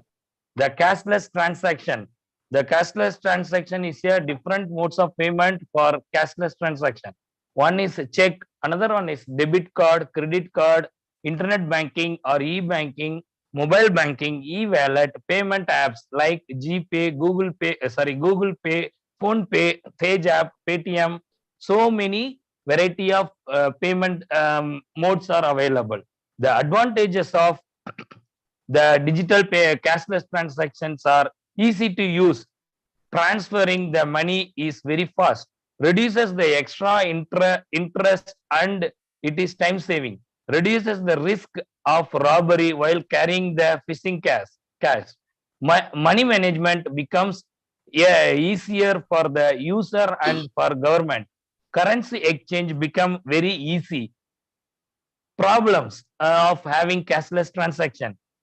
Fake online payment app developed by the attacker to steal the personal credential like credit card number, PIN number, CVV number, username, password from the internet users. Phishing websites that look exactly the same as the legitimate site.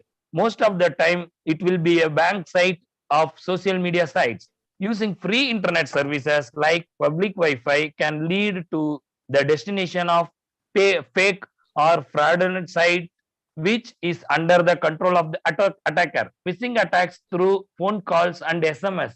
The impact of phishing attacks when going cashless. The main purpose of the cashless payments is to reduce the risk of carrying physical cash. Digital payments are very convenient and very fast in transferring the money. Your time is over. Kindly Just directly jump on. 1 minute, sir. Types of phishing: host side phishing, DNS based phishing, server side phishing. Types of anti-phishing: list based approach, heuristic based approach, spam filters, pattern matching, machine learning based approach, test content similarly based approaches. Safety measures we are going to take for cashless payments. The user awareness of the technology using the digital payments. The conclusion of our digital payments, digitalization in India is more inevitable, and most Indians started using cashless transaction is their day-to-day life. Now, pandemic time, so many people are going to use only online payment. Most of the rural people won't have proper internet connectivity, lack of awareness of online payment, security threats, lack of knowledge of technologies. Phishing attacks are one among them which is more dangerous? Thank you, sir. Thank you. Thank you. The next presenter, who is presenting? Prakash Chaugule. Lokande, sir. Prakash Chaugule, sir, please continue. Okay. Thank you, sir. Please allow me share the screen. Already allowed. It is visible? Not yet. You can directly read your PPT. Okay, sir. Yeah, it is coming. Yeah, it is visible. Being visible. Thank you, sir. Yeah, multivated control. Yeah. Outline of my paper is the content of this introduction, M estimation technique, Hartley T-square, simulation study, and conclusion. The various statistical control techniques have been widely used to apply several industries for monitoring the process since Shewhart introduced the control chart in 1924. Generally, there are two different approaches may be used. The first one is to identify the process state using density function or single or multiple quality characteristic. And second is the profile or a function quality characteristic. The quality of a process or product can be characterized by relationship between response variable and one or more explanatory variable. The relation is referred to as profile. In some application, profile can be very well represented by simple regression model, but many times the complicated models are demanded. There are several types of profiles like simple linear profile, multiple linear profile, polynomial profile, logistic profile, and linear profile. Profile monitoring is relatively new area in statistical quality control, but it is growing rapidly. In statistical process control application, there are two different phases, phase 1 and phase 2. In phase 1, we are calculating the model parameters by using historical data and control limits they are using for online second phase data.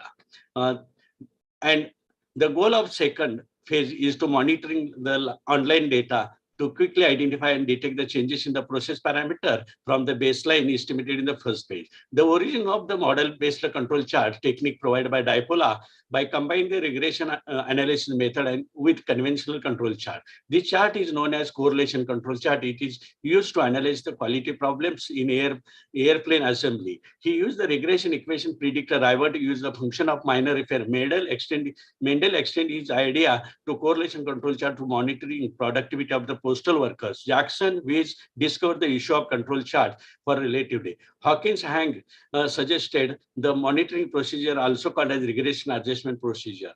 Nader and proposed that there are different examples express the monitoring profiles. Wade and Woodall taking a review analyze cause selecting control chart. Kang and Albin proposed the multivariate control chart for monitoring intercepts, slope, and process standard deviation. Here we are taking the Hartley T-square control chart based on regression analysis. The regression model beta naught plus beta 1 plus epsilon I. Beta naught and beta 1 are the estimated.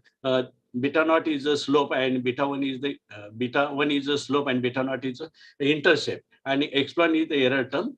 And EI are yi minus estimated values, that is the error term. Its distribution is chi-square with 2 degrees of freedom. We are taking the simulation model. ARL is the one of the good tool for estimating the performance of statistical process control.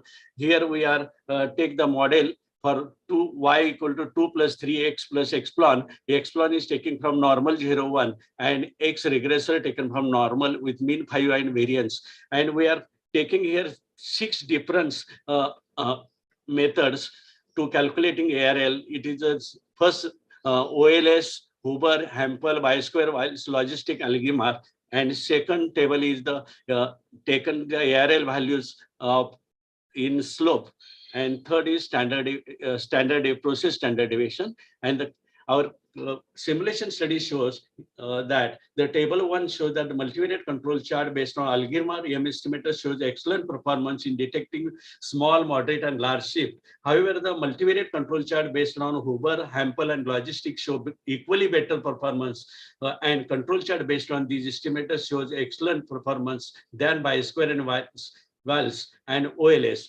estimator shows poor performance in detecting small and moderate and large shift in the intercept.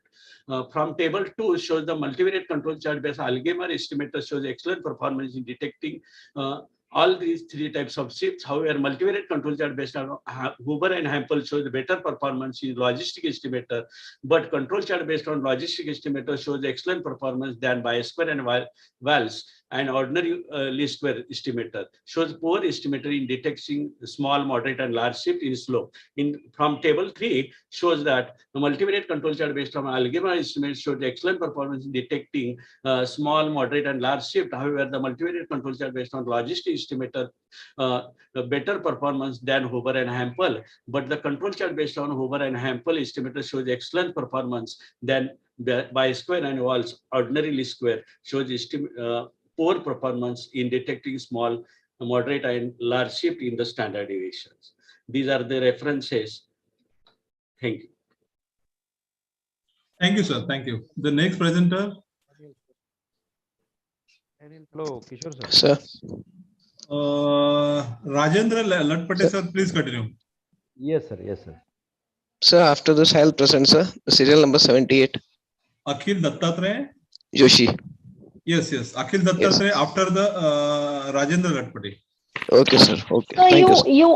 you told me, no, sir. This is only you told me to present. Rajendra Latpate, you have only 5 minutes. After the Akhil Dattatreya, Avni will be presented.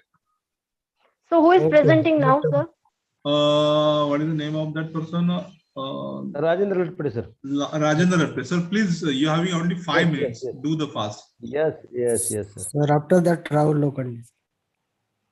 Sir, is it my visible PPT? Sir? Not yet, sir. Your your photo is visible only. Okay.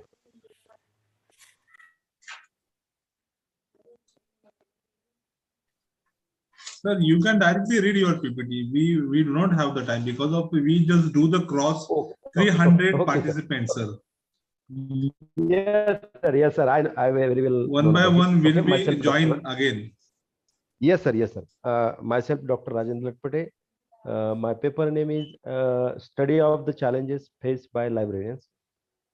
In India, education is at the point where it needs progress. Library science education not only includes specific library subject, but also includes subjects like computer application, information science management, IT sector. In the world of 21st century, students and information professionals have great opportunity to develop them.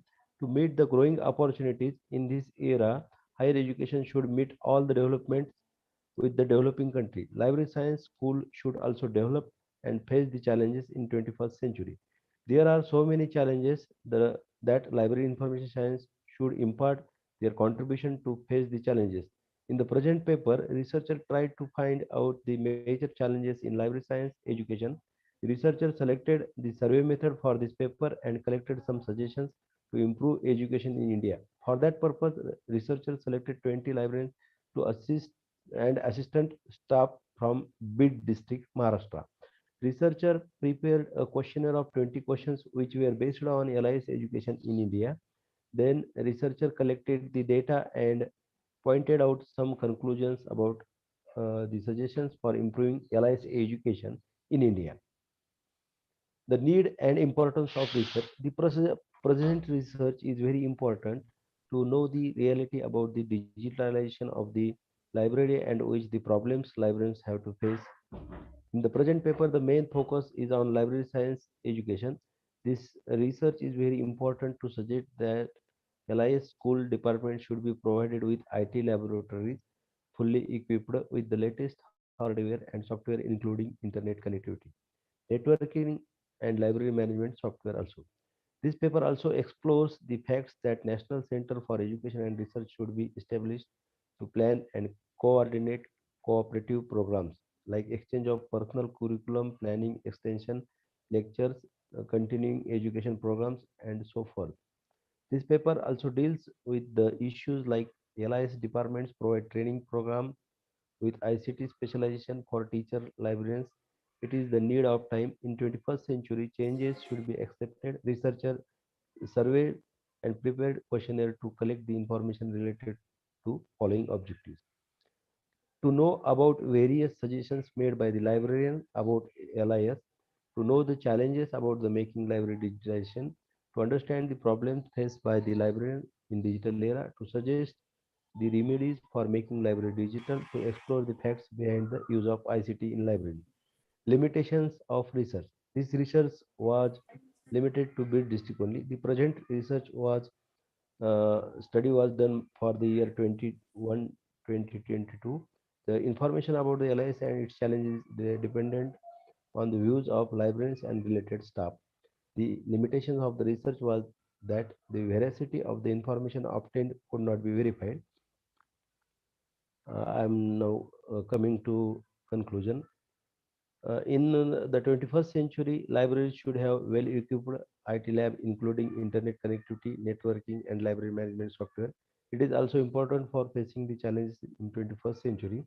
Library department should provide training programs with ICT specialization and also include the knowledge about the information technology changes as per concern about the ICT in India. The role of UGC, government, professional bodies, and professional to develop the curriculum for the purpose of Government of India to encourage the use of ICT in LIS education, and it should be satisfactory. The library professionals and more recognition, and they are responsible for planning new information system.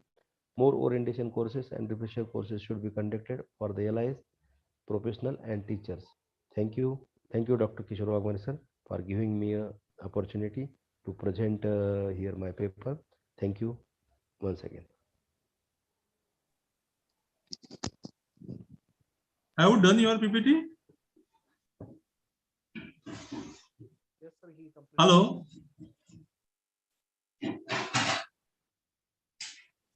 Have you done your PPT? Yes, sir, he completed, sir. Latpate sir completed.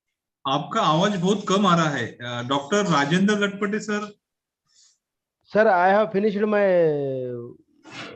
PPT. Okay. The next presenter. Sir. Akhil Dattatray, please continue. Yes, sir. Yes, sir. Good evening to one and all. Due to lack of technical issues, I am unable to present the PPT. I have sent the PPT, sir, already. Whenever you started your PPT, your video and audio both should be open, should be on. Okay, sir. Okay, sir. Okay, sir. After the uploading this video, your face should be recognized. Okay, sir. Okay. Okay. Am I visible, sir? Please continue.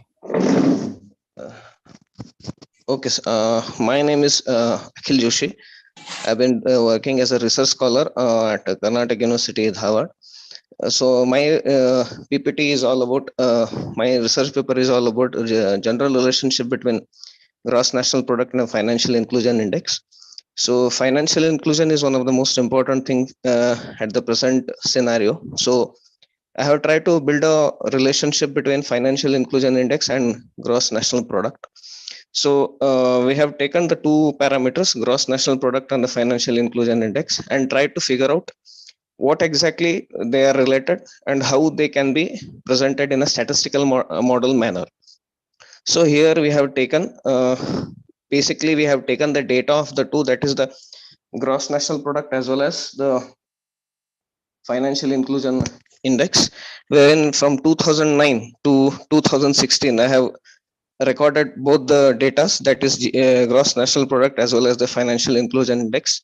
Basically, this is the theoretical framework which I have come across so that we can build a predictive analytical model.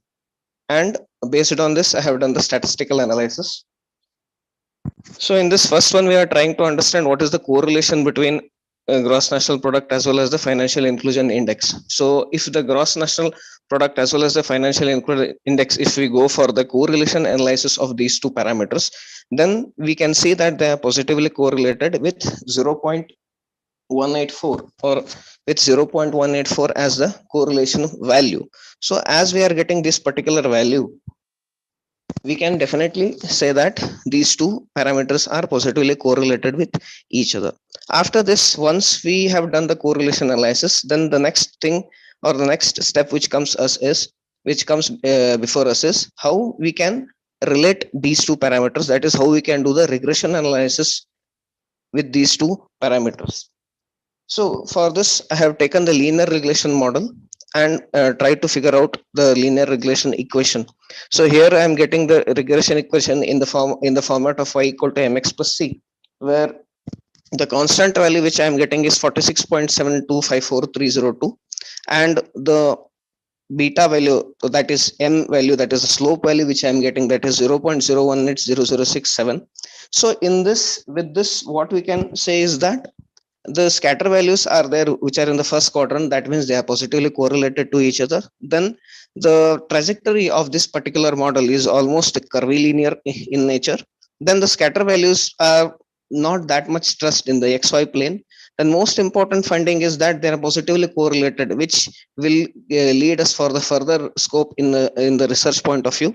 And the correlation values, they are in between 0 and 1. So this analysis, we cannot actually, we can take it to further step, as this I find as a stepping stone in relating these two parameters.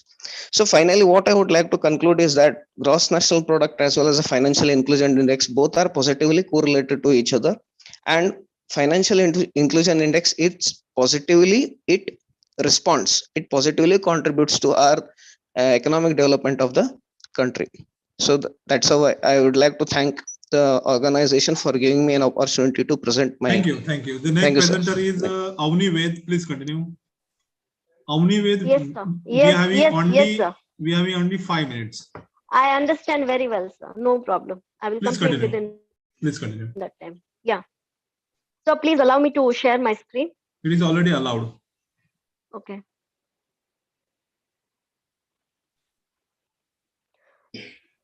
Till I finding my this thing. I just want to say. I just want to introduce myself. Sir, I am a research scholar, PhD research scholar from Kutch University, the place which is remembered with now tourism, but earlier we remembered it with the earthquake of 2001. Well, I'm working on partition literature, sir, and am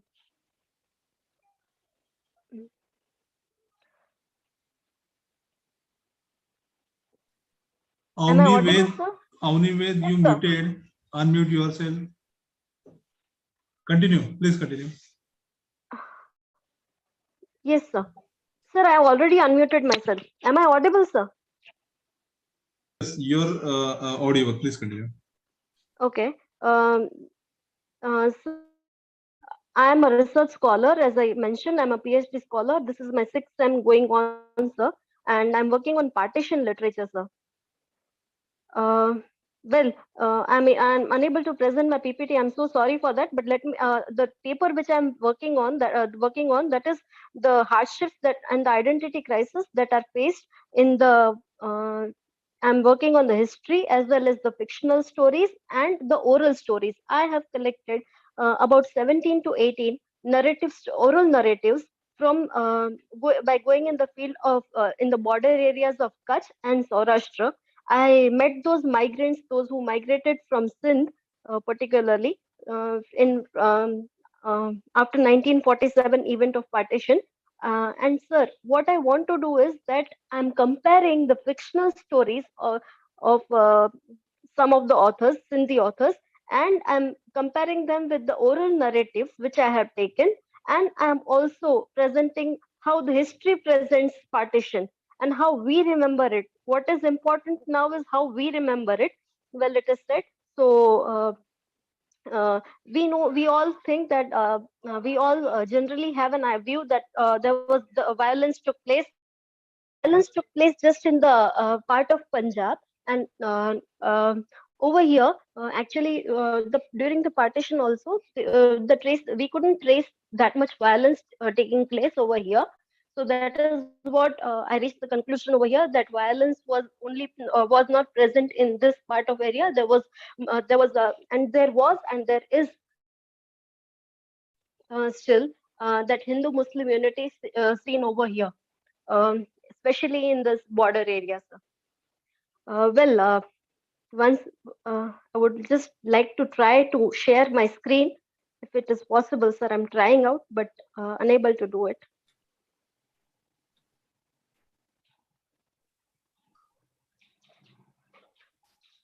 And one more important thing I just forgot to mention, that my guide is Dr. Manish Pandya, who is the principal of Todani Commerce College, Adipur. Okay, And thank you. I'm also a showed fellow. I'm also a showed fellow over here, sir.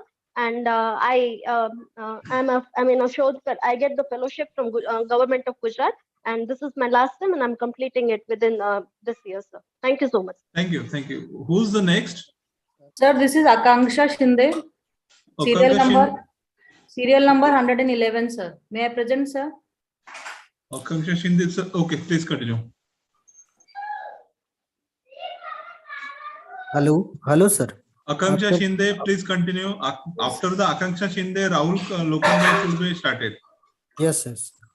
Good evening to all of you. I am Dr. Akanksha Shinde. The title of my paper is Study of Explicit Finite Difference Method for Numerical Solution of Diffusion Equation. Aim of this paper is to study the finite difference method to obtain the numerical solution of differential equations. So we study the explicit method to obtain the approximate solution of partial differential equation. As a case study, I have taken the diffusion equation, and the solution is simulated by using mathematical software Mathematica.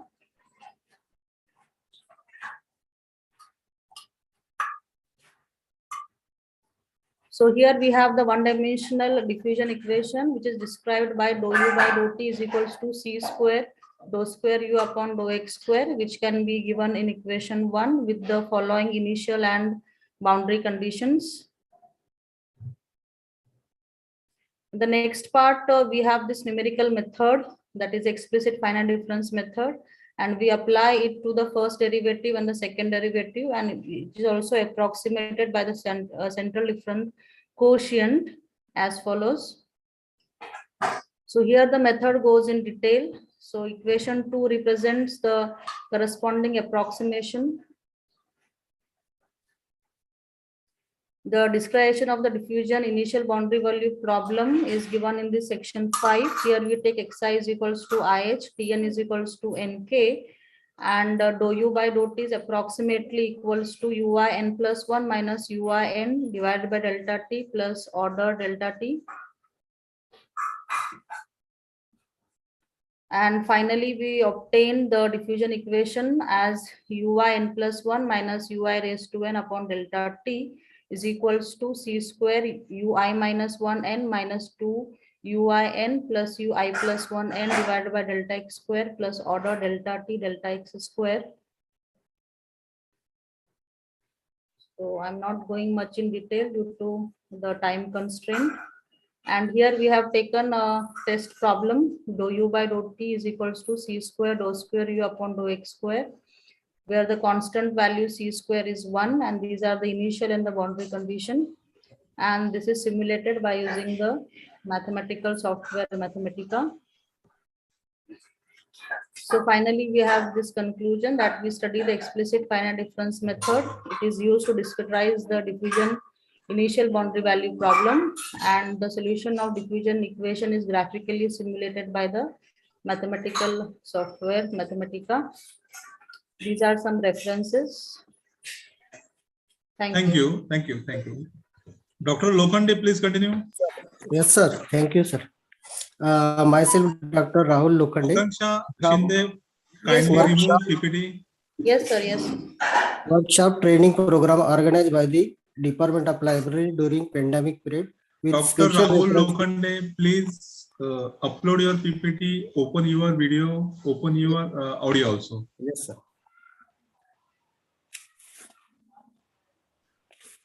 Shinde madam, please remove. Please allow me. Shinde madam, please remove.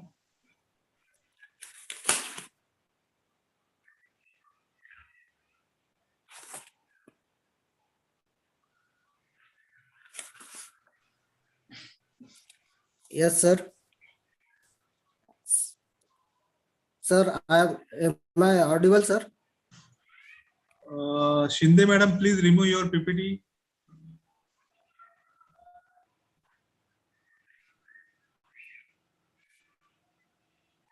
Yes, please continue. Upload your PPT.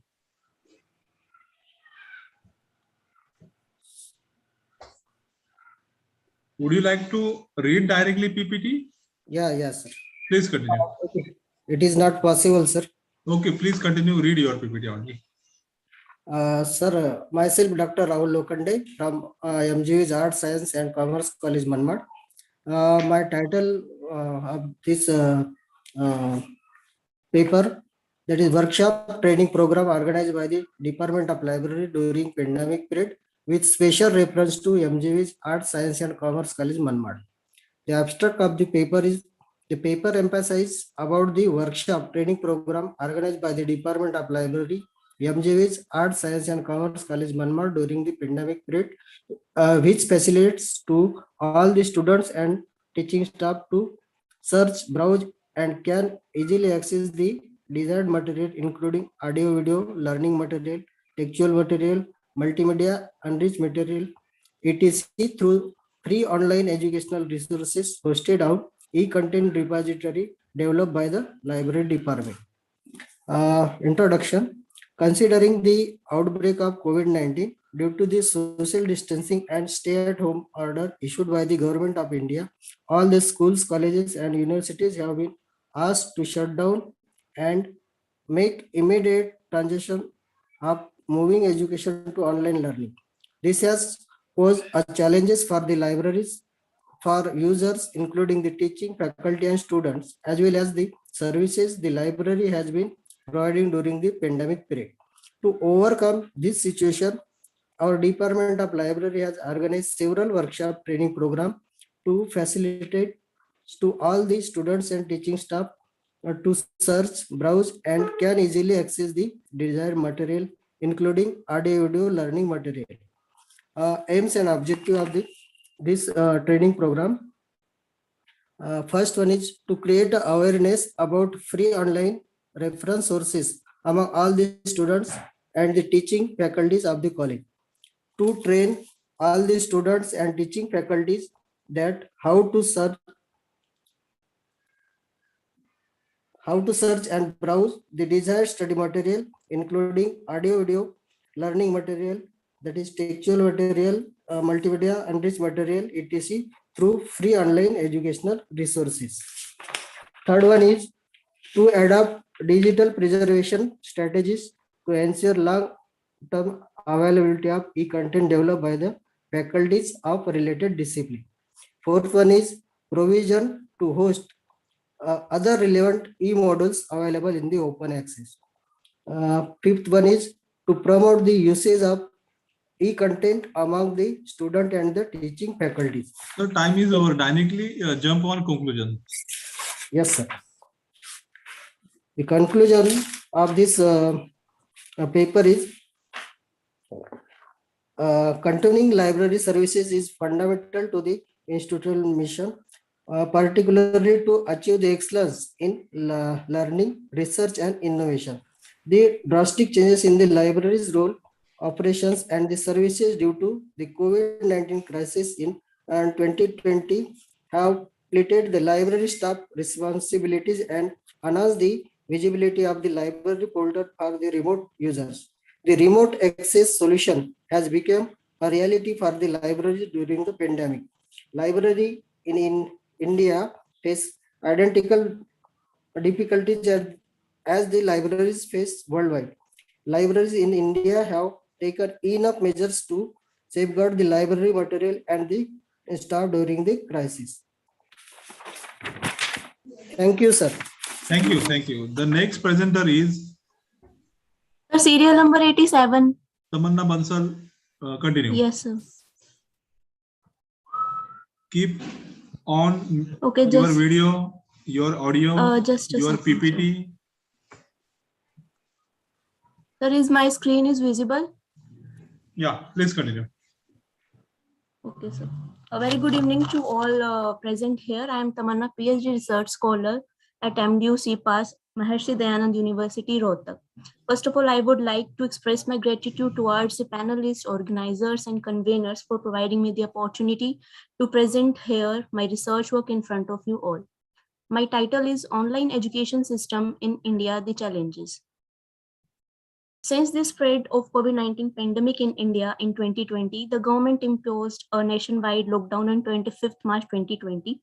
The government has also announced that educational institutions will be locked down and closed as a rational approach to enforce social distancing within the communities.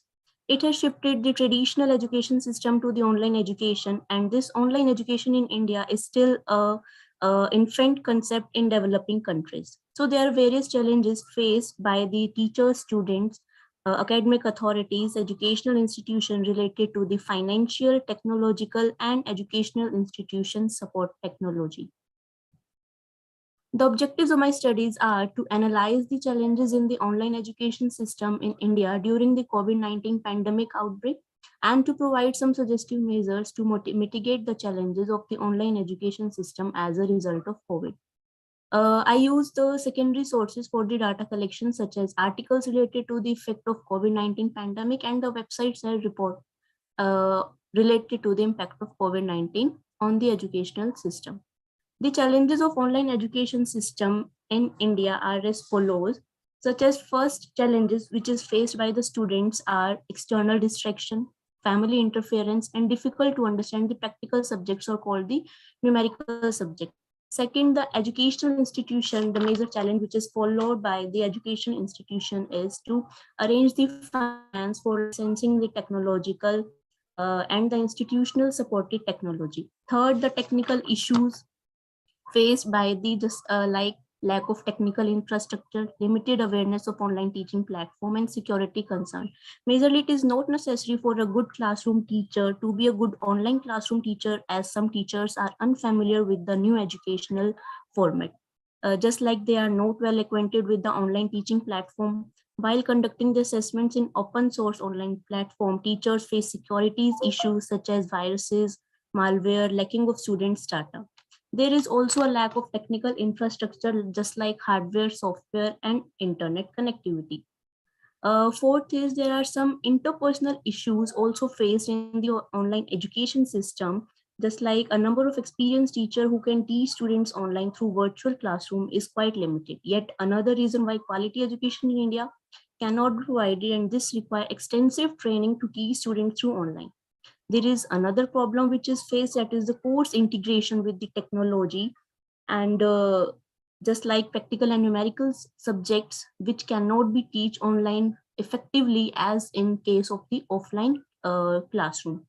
Other challenges are such as insufficient digital infrastructure, questionable credibility of the degrees, as there are many fraudulent and non-accredited degrees are available online. Third one is language of the course, such as majority of the online course have English language content, but India is a multilingual country with majority of rural population. So here some of these listed challenges of online education system in India. The suggestions for improvising the challenges or to cope up with the challenges are follows. Digital skilling must be improved for all the teachers. Higher education institutions can assist their teacher by providing technology and education training and funding for the enrollment in courses. Second is a collaboration of the government, technology companies, and higher education institutes in the form of public-private partnership can solve the problem of technical infrastructure. Third is online collaboration and online peer collaboration and peer assessment must be developed among students to improve learning skills. Fourth, higher education institutions must revise their existing policy framework by developing new strategies and technical structures to assist their teacher in successfully adopting EdTech in the future crisis. And this also recommends that higher education institutions use technology in all the aspects of their operation, and beginning with attendance, delivery, assignments, examination, internet connectivity, etc. Fifth is education institution can divide the courses into conventional teaching and online teaching. It can also be said that they can adopt blending mode of teaching. At last, I would like to conclude that even if the COVID-19 crisis lasts much longer, there is a challenging need to develop technology infrastructure and maximize the use of online platform. Along with it, combining deep learning and problem-based learning method, both conventional and online teaching should be adopted to inculcate the technology into the classroom. Thank you. Thank you. The next presenter is, hello. Hello, sir. Janardhan Kamble, please continue. Yes, sir. Yes. May I audible and visible, sir? Yes. You're visible.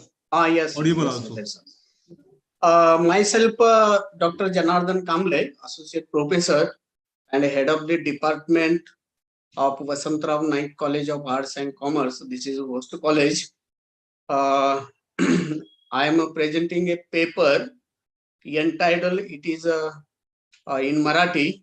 I am going to sum up within 2 minutes. The paper हा आहे हिंदू स्त्रियांचा उदय आणि पतन यावरील doctor B.R. आंबेडकरांचे विचार. Doctor आंबेडकरांच्या स्त्रीविषयक विचारांचे विवेचन करणे हा या आर्टिकलचा मुख्य उद्देश आहे. डॉक्टर आंबेडकरांच्या विचार आणि कार्यामध्ये स्त्रीविषयी मोठी तळमळ दिसून येते. स्त्री हा समाजातील सर्वात मोठा वर्ग कसा शोषित आहे हे त्यांनी दाखवून दिलेले आहे. हा जो लेख आहे हिंदू स्त्रियांचा उदय आणि पतन यावरील विचार व्यक्त करण्यासाठीचे डॉक्टर बाबासाहेब आंबेडकरांनी जे काही लिखाण केलेले होते त्याच्यासाठी मुख्य कारण हे होतं की जानेवारी 1950 मध्ये यूज वीकली अमेरिकन साप्ताहिकामध्ये साप्ताहिकाच्या अंकामध्ये एक लेख प्रसिद्ध हा झालेला होता आणि त्या लेखामध्ये बुद्धांची शिकवण भारतीय स्त्रियांच्या अधोगतीसाठी कशी कारणीभूत ठरलेली आहे म्हणजे असा आरोप करणारा म्हणजे बुद्धाच्या शिकवणीवर आरोप करणारा हा लेख हा जानेवारी 1950 मध्ये हा लिहिण्यात आलेला होता. आपल्याला असं दिसून येतं की प्राचीन काळापासून बुद्धाच्या शिकवणीवर हल्ला करणे आणि याचबरोबर आरोप करणे ही प्रथा प्राचीन काळापासून चालत आलेली आहे.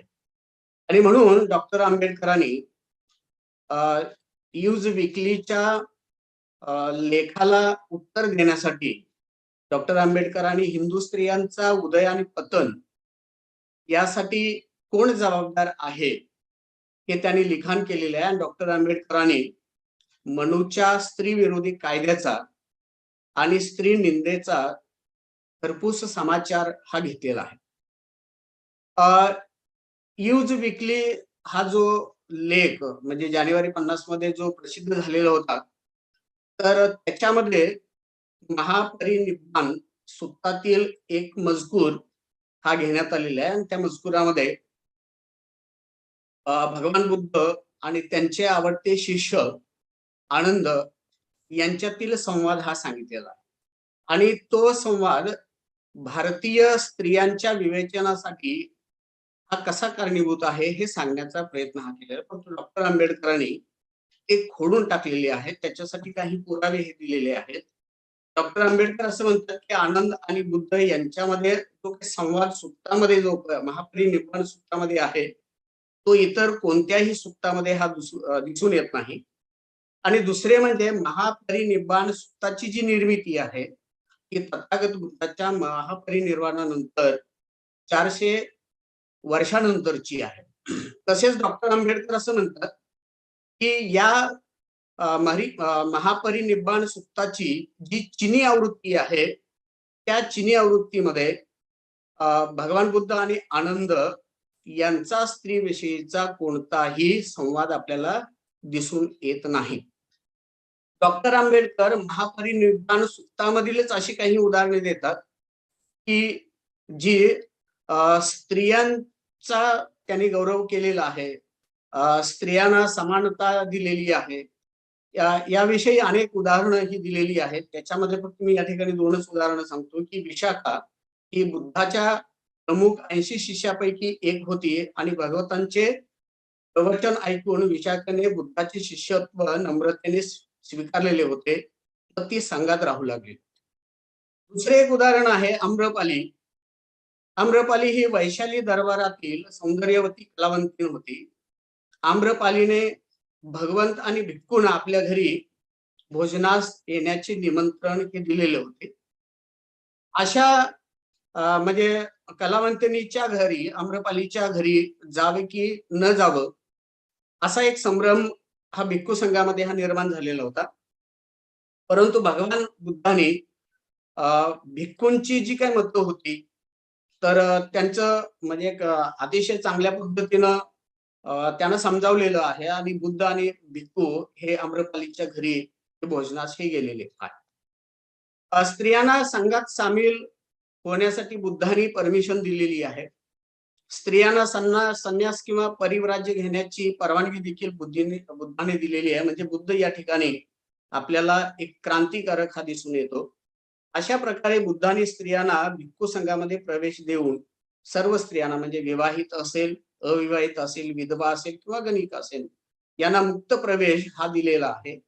स्त्रियांना बुद्धांनी प्रतिष्ठित, तर्कसंगत व स्वतंत्र व्यक्ती म्हणून जीवन जगण्यास सक्षम करण्याचा त्यांनी प्रयत्न केलेला आहे. त्याच वेळी आपल्याला असं दिसून येतं ब्राह्मणी शास्त्राने स्त्रियांना संन्यास घेण्याचा किंवा ज्ञान घेण्याचा अधिकार हा पूर्वीपासून नाकारलेला हा होता. आणि म्हणून डॉक्टर आंबेडकर असं म्हणतात की हिंदू स्त्रियांच्या पतनासाठी हे बुद्ध नाहीये तर केवळ मनूच हे जबाबदार आहेत. आणि म्हणून डॉक्टर आंबेडकर अतिशय स्पष्टपणे हे सिद्ध करतात की स्त्रियांच्या पतनासाठी मुख्यतः मनू जबाबदार आहे, बुद्ध नव्हे. मनू हा ब्राह्मणवादाचा खरा प्रतिनिधी आहे. तो स्त्रियावरच नाही तर शूद्रावरही अत्याचार करणारे कायदे त्याने तयार केलेले आहेत. दुसऱ्या बाजूला बुद्धाने स्त्रियांना न्याय व समानतेच्या वाटेवर पुरुषांच्या बरोबर उन्नत पातळीवर आणून त्यांना सशक्त करण्याचा प्रयत्न हा केलेला आहे. तर अशा पद्धतीने माझ्या या आर्टिकल मध्ये विचार मांडण्याचा मी प्रयत्न केलाय. या ठिकाणी ऑर्गनायझरनी मला माझे विचार मांडण्याची जी संधी दिली त्याबद्दल धन्यवाद. धन्यवाद वाघमारे सर. धन्यवाद सर. धन्यवाद sir. Who is the next? Sir. Vasanta, please. Vasanta, please continue. Yes, sir. I'm Vasanta. Thank you, sir. Please continue. Hello.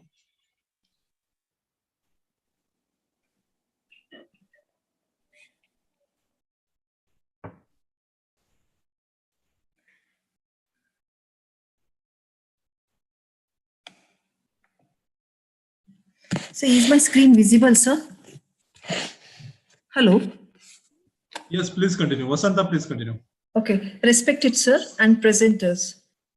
I'm Vasanta H, research scholar from Vijayanagara Sri Krishnadevara University, Ballari. Today I'm presenting my research paper on evaluation of training and development using Kirkpatrick model, a conceptual study. Introduction.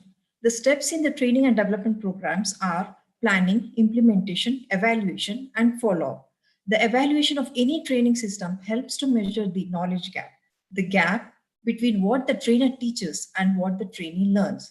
A training program is not complete until the methods and results are evaluated. A key to obtaining consistent success with training programs is to have a systematic approach to measurement and evaluation. Objective of the study: to study the evaluation of training and development in the organization using Kirkpatrick model. Research methodology: the research paper is an attempt of exploratory research based on the secondary data sourced from various journals. Kirkpatrick model of evaluation. This model has been introduced in 1959 by Donald Kirkpatrick. This is a very popular model that focuses on measuring 4 kinds of outcomes. Kirkpatrick divided the evaluation model into 4 parts: reaction, learning, behavior, and results. Reaction level. The main purpose of reaction evaluation is to enhance the quality of training programs. This should be measured immediately after the program. Level 1 evaluation should not just include reactions towards the overall program. It should also include measurement of participants' reactions or attitude towards specific components of the program, such as the topics, contents, methodology, instructor, etc. Learning level. Evaluation at this level wants to differentiate between what they already knew prior to training and what they actually learned during the training program.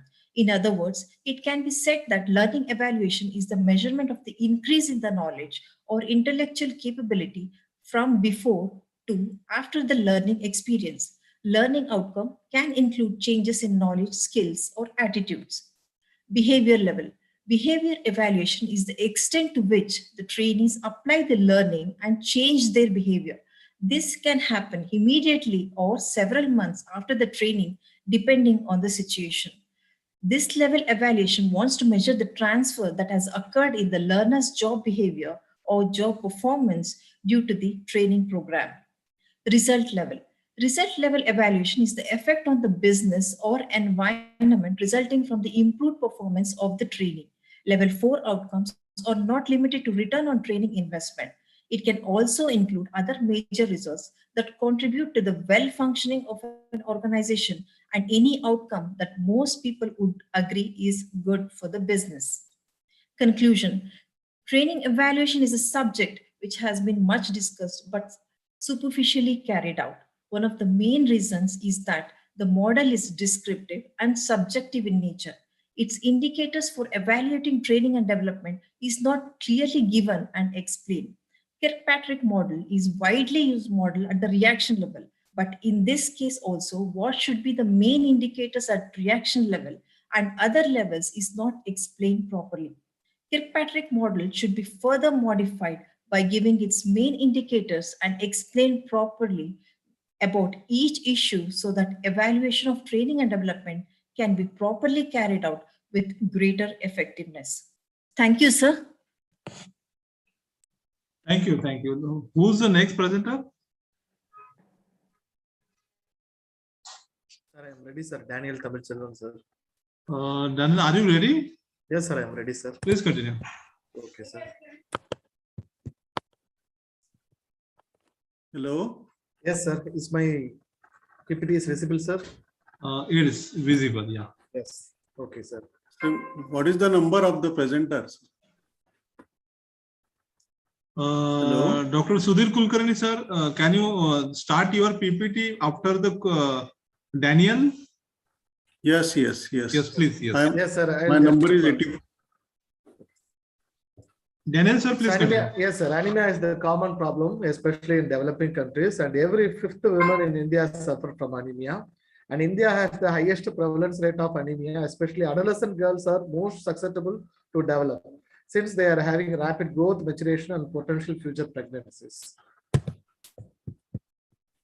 My aims and objectives of the study was to assess the KAP, that means knowledge, attitude, and practice regarding nutritional anemia and its prevention among BSc nursing girl students in selected college of Durg districts. And my objectives based on the statement to assess the KAP and to find out the correlation between the KAP and to find out the association between the knowledge, attitude, practice and with the demographic variables of the BSc nursing girl students. My research approach was quantitative approach with descriptive research design. My setting of the study was MJ College of Nursing, Bhilai. And students, girl students who are studying in the selected college will be selected as a sample. And total number of sample was 100 students. Non-probability quota sampling has been used to select the sample from each and every year. First year, second year, third year, fourth year, 25 students have been selected.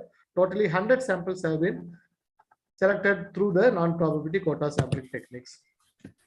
So findings show that majority of the students have inadequate knowledge. That means 88% of students, nursing students have inadequate knowledge, and 12% of students have moderately adequate knowledge, and none of them having the adequate knowledge. Regarding the attitude, majority of the students have moderately positive attitude. That means 80%, and 20% of the students have adequate positive attitude, and none of them having the negative attitude. And related to practices, majority 65% of the nursing students have moderately practices, and 25% of students have inadequate practices, and 10% of students have adequate practice level.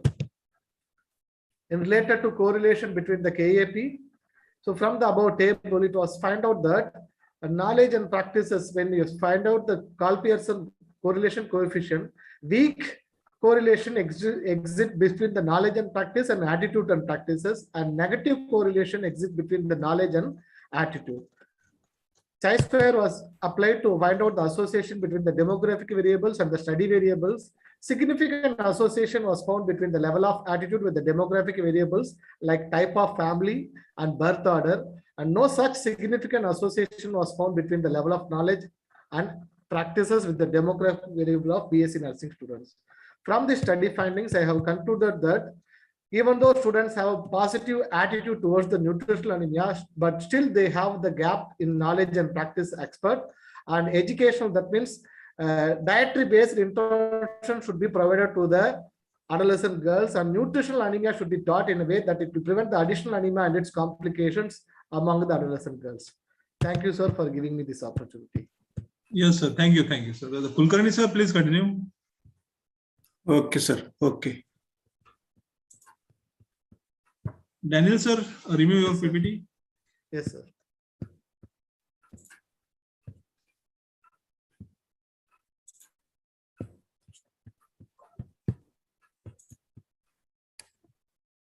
Hello. All the PPTs, Hello, sir.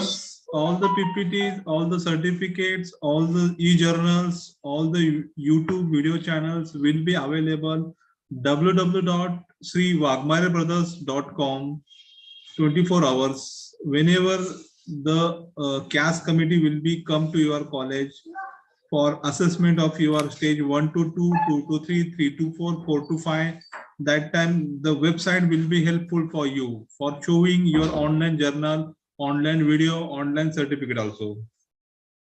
Sir, please continue. Is it Kulkarni, visible? sir, please continue. Am I audible? Yes, please continue. Hello. Yes, please continue. Okay. So this is the introduction. XRD and IR studies. XRD studies of lithium cobalt ferrite. So ferrites having the spinel structure and having general formula M divalent metal ions Fe2O4. Lithium ferrite is also one of the spinel class of ferromagnetic material dominating the field of microwave applications. Lithium ferrite is having general formula this lithium 0.5 Fe 2.5O4, and it possesses a very high Curie temperature of about 650 degrees centigrade. When it is properly prepared, it possesses very high electrical resistivity, square loop hysteresis, and low resistance line can be obtained. And lithium ferrite with cobalt, manganese, titanium, aluminum substitution are of technological importance for use in radars. So cobalt enters into octahedral B site. This ferrite has A and B site, that is a tetrahedral and octahedral site. So cobalt 2 plus ion enters at B site and makes a positive contribution to the magnetocrystalline anisotropy. So how to preparation and characterization part. So lithium cobalt ferrite was prepared by this formula from X equal to 0 to 1 using high purity air grade lithium carbonate, iron oxide and cobalt oxide. Pre-sintered at about 700 degrees centigrade for 10 hours, and final sintering was done at 950 degrees centigrade for 20 hours in air atmosphere. So the characterization was done, XRD patterns, X-ray diffraction patterns were recorded in the Shivaji University, Kolhapur. So CUK alpha 1.541 and 8 angstrom were used. All samples were scanned between the range 2 theta between 20 to 80 degrees. This is the XRD pattern which we have recorded for X equal to 0 for the lithium ferrite. And for the cobalt content versus lithium parameters table, and it is found that from 0 to 1 cobalt content increases, the lattice parameters also increases, and this is shown in this graph. Lattice parameters versus cobalt content, there is slightly change in the lattice parameter with increase in cobalt content. So what the result we have got, the lattice parameter for lithium ferrite is found to be 8.2577, which is in agreement with earlier reporters. Some reporters have reported slightly higher lattice parameter, which may be due to slightly higher sintering temperature used during final sintering. So as cobalt increases, the lattice parameter increases from 8.2577 angstrom to 8.5065 angstrom, which obeys the Raigd's law. So this is our results and discussion. So thank you for giving me an opportunity to the organizers for presenting my research paper. So thank you, Wagmare sir, and all your team members. Thank you. Thank you. So, sir, please remove your PPT. The next presenter, who would like to do the presentation? So Dr. Kamla Devi. Sir, 107, Dr. Savita Rasam. Kamla Devi? Yes, sir. Is this Kamla Devi? Yes, sir. Yes, sir. Please continue, Kamla Devi. Okay, sir. Sir, Nabonita Datto, I am also ready. If you give me chance, after her, I can give. Okay. Please. So my PPT is visible, sir.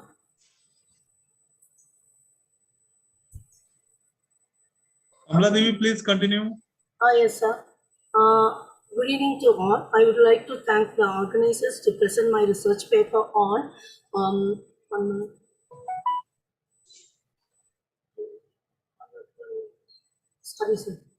historical climatology of tropical cyclone and its impact on Kadalur district of Tamil Nadu.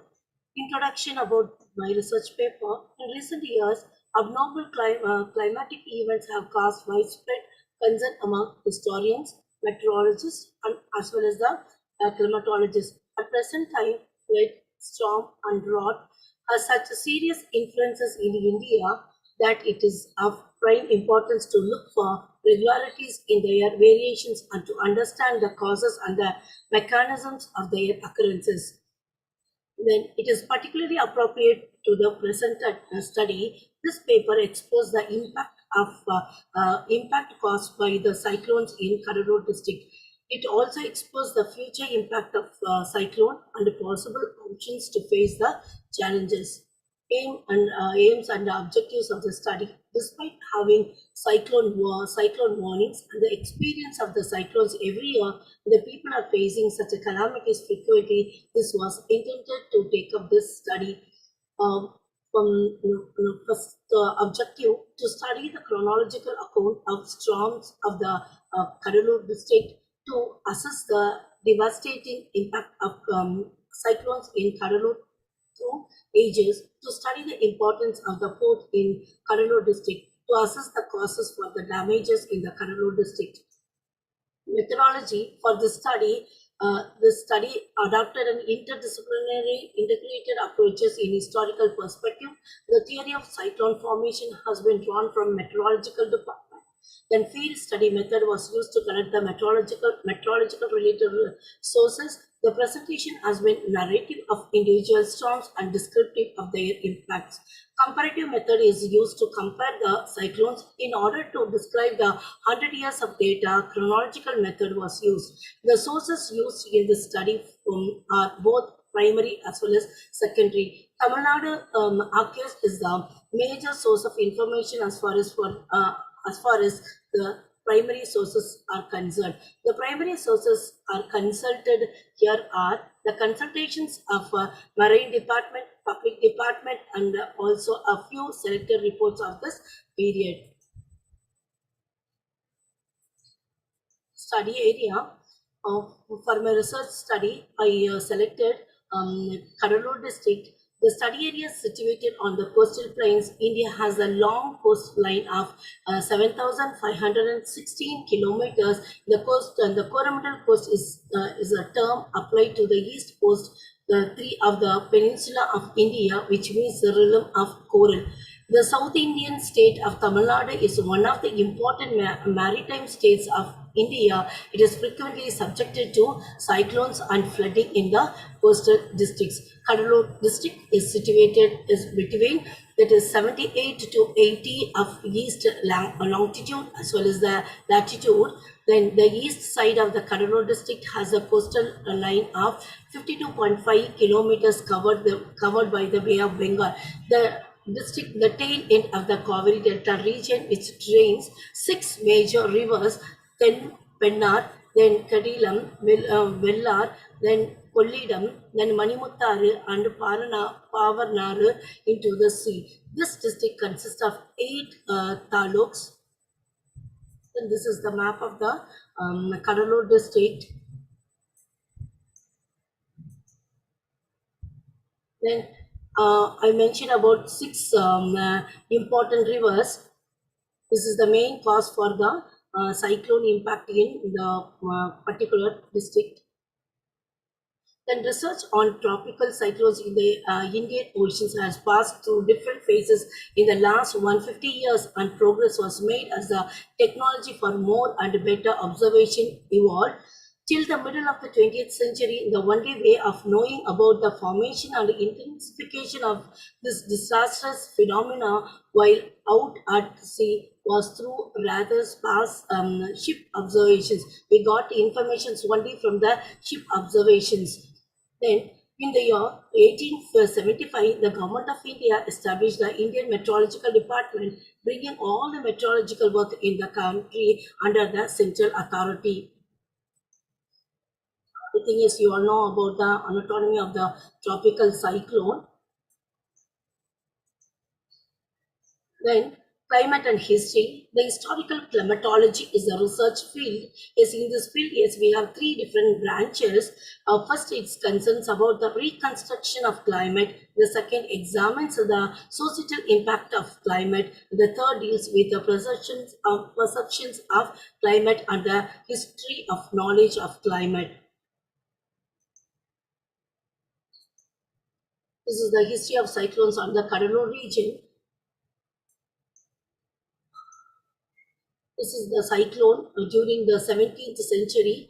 Yes, we are getting information from the Arasaratnam book. Yes, we had a volumes of book. From that book, yes, we got information regarding the cyclone affected in the Kadalur region during the 17th century and 18th century and 17th, 18th and 20th century. Now I'm going to tell you about the how the disaster affected the Kadalur district in the 21st century. Yes, very severe cyclonic storms for 2000. In the year 2000 is affected very badly. Then tsunami of 2004, it had its impact in Kadalur. Then Nisha cyclone in the year 2008. Then Thane cyclone in 2011.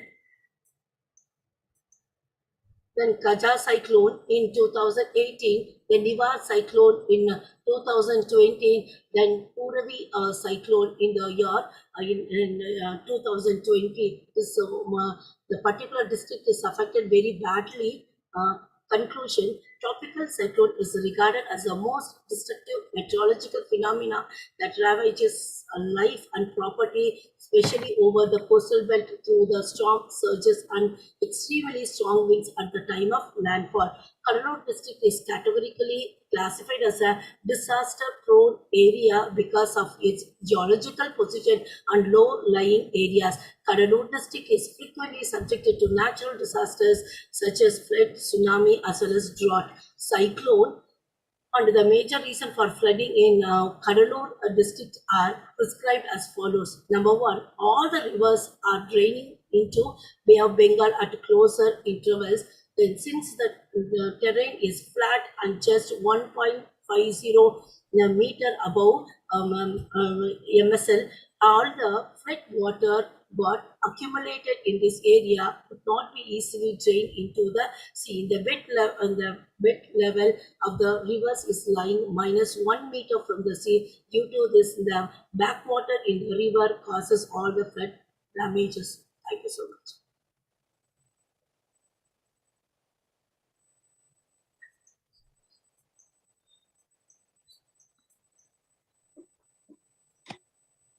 Sir, can I present now, Punita?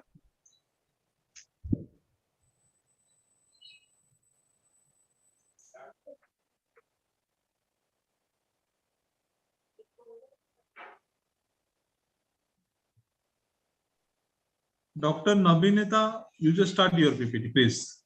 Yes, sir. Kamaladevi, how finish your PPT? Yes, sir. Hello, sir. Yes, please continue. Hello. Namanita Devi, please continue. I'm just sharing. Hello, Kishore sir. Please continue. Hello. Please Hello. continue. Yeah. Somlata Sharma, you are the next of Nabi Nita Devi. Okay, sir. Thank you. A very good evening to everyone present here. I'm facing some problem in sharing the PPT, so I'll just try to read out from the PPT. Is it okay, sir? Please continue. Yes. A very good evening to everyone present here. I would give a very short presentation based on the topic utilization of reproductive health services in India, a review. If you look at health, it is one of our basic fundamental rights, and we can all ask for it. Every country provides healthcare for its citizen, and every citizen has basically the right to get a quality of life. Women play an important role in the society, and there is need to protect their health. If you look at a malnourished mother, she gives birth to a malnourished child. The poverty and ill health is a vicious cycle which goes on and on. Reproductive health is a part of general health, and the women's reproductive health care is important for a women's social, economic, and human development. If we look into the Sustainable Development Goals, it wants to ensure healthy living for all age groups. It emphasizes on reduction of maternal mortality rates. The objective of this paper is to basically understand the utilization of reproductive health services in our country. It is a work which is done basically based on secondary data collected from different government reports and related works in this field. It tries to understand the utilization of reproductive services like the use of antenatal care, institutional delivery, and the use of contraceptives. Maternal mortality is an important indicator in determining the health of population. Like maternal deaths can be prevented if proper care is taken during pregnancy. Antenatal care refers to the care given to a pregnant woman. The reason for giving antenatal care is basically to see a healthy mother and a healthy child at the end of a pregnancy. Early registration of pregnancy is very helpful for identifying the high-risk pregnancy. If we look into the National Family Health Survey, that is NFHS 3, which was of 2005-06, we saw 43.9% women went for antenatal care in first trimester. It increased to 70% in NFHS 5, that is 2019-21, which is a real achievement. The number of women who had at least one antenatal care increased from 37% in NFHS 3 to 58.1% in NFHS 5. Protecting mothers against neonatal tetanus is an important part of antenatal care. The numbers increased from 76.3% in NFHS 3 to 92% in NFHS 5, which is a positive move towards maternal well-being. Pregnant women are given iron and folic acid to prevent anemia, sepsis, and preterm birth. The number of women who consumed iron and folic acid for at least 100 days when they were pregnant increased from 15.2% in NFHS 3 to 44.1% in NFHS 5. Now, the next area of concern is institutional birth. See, one of the main causes of maternal death is delivery taking place at home and by unskilled people. Now, the government is trying to focus on institutional delivery, which stresses on safe delivery, immediate attention to the newborn, and giving postnatal care. Institutional care is recommended for all high-risk pregnancy. The number of institutional births increased from 38.7% in NFHS 3 to 88.6% in NFHS 5, which is again a very positive move. The number of institutional births in public facility increased from 18% in NFHS 3 to 61.9% in NFHS 5. As for NFHS 5, we also see that the birth attended by the skilled health professional is 89.4%. Now, family planning, the next point which we will take into consideration is family planning, which is very important for public health development. Now, family planning is a very important health intervention. It is not only a health intervention, but its effect on the socio-economic condition of the country. We require to focus on the awareness about the family planning among the couples.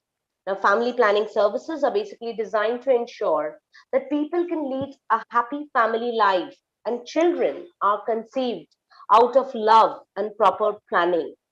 The number of people using any method of family planning has increased from 56.3% in NFHS 3 to 66.7% in NFHS 5. But we still need to create awareness about the different family planning methods. Female sterilization is practiced in India still, but when it comes to male sterilization, the number is very less and it has not increased over years. Now, if you look into the overall use of different contraceptive, it is not at all positive. But we see that the use of condoms is increasing. So we find that we still need to create a lot of health education programs where we need to motivate people so that they can adopt different contraceptive methods. In order to conclude, I would say all women have the right to live life with dignity. Women must have the right to take informed decisions and choices related to reproduction. There is need to counsel women to adopt family planning methods in order to reduce maternal mortality and improve maternal well-being. More focus should be given to antenatal care and institutional delivery.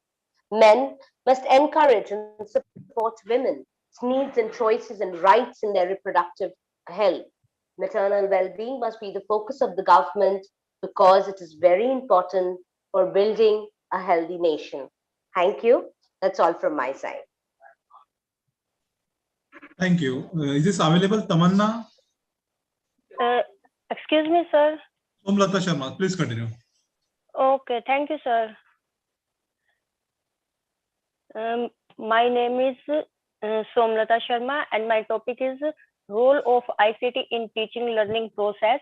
The impact of COVID-19 was felt all over the place. We practice social distancing while also keeping ourselves cooped up in our homes to prevent the spread of this unused virus. All schools, universities, offices, factories, and stores have been closed.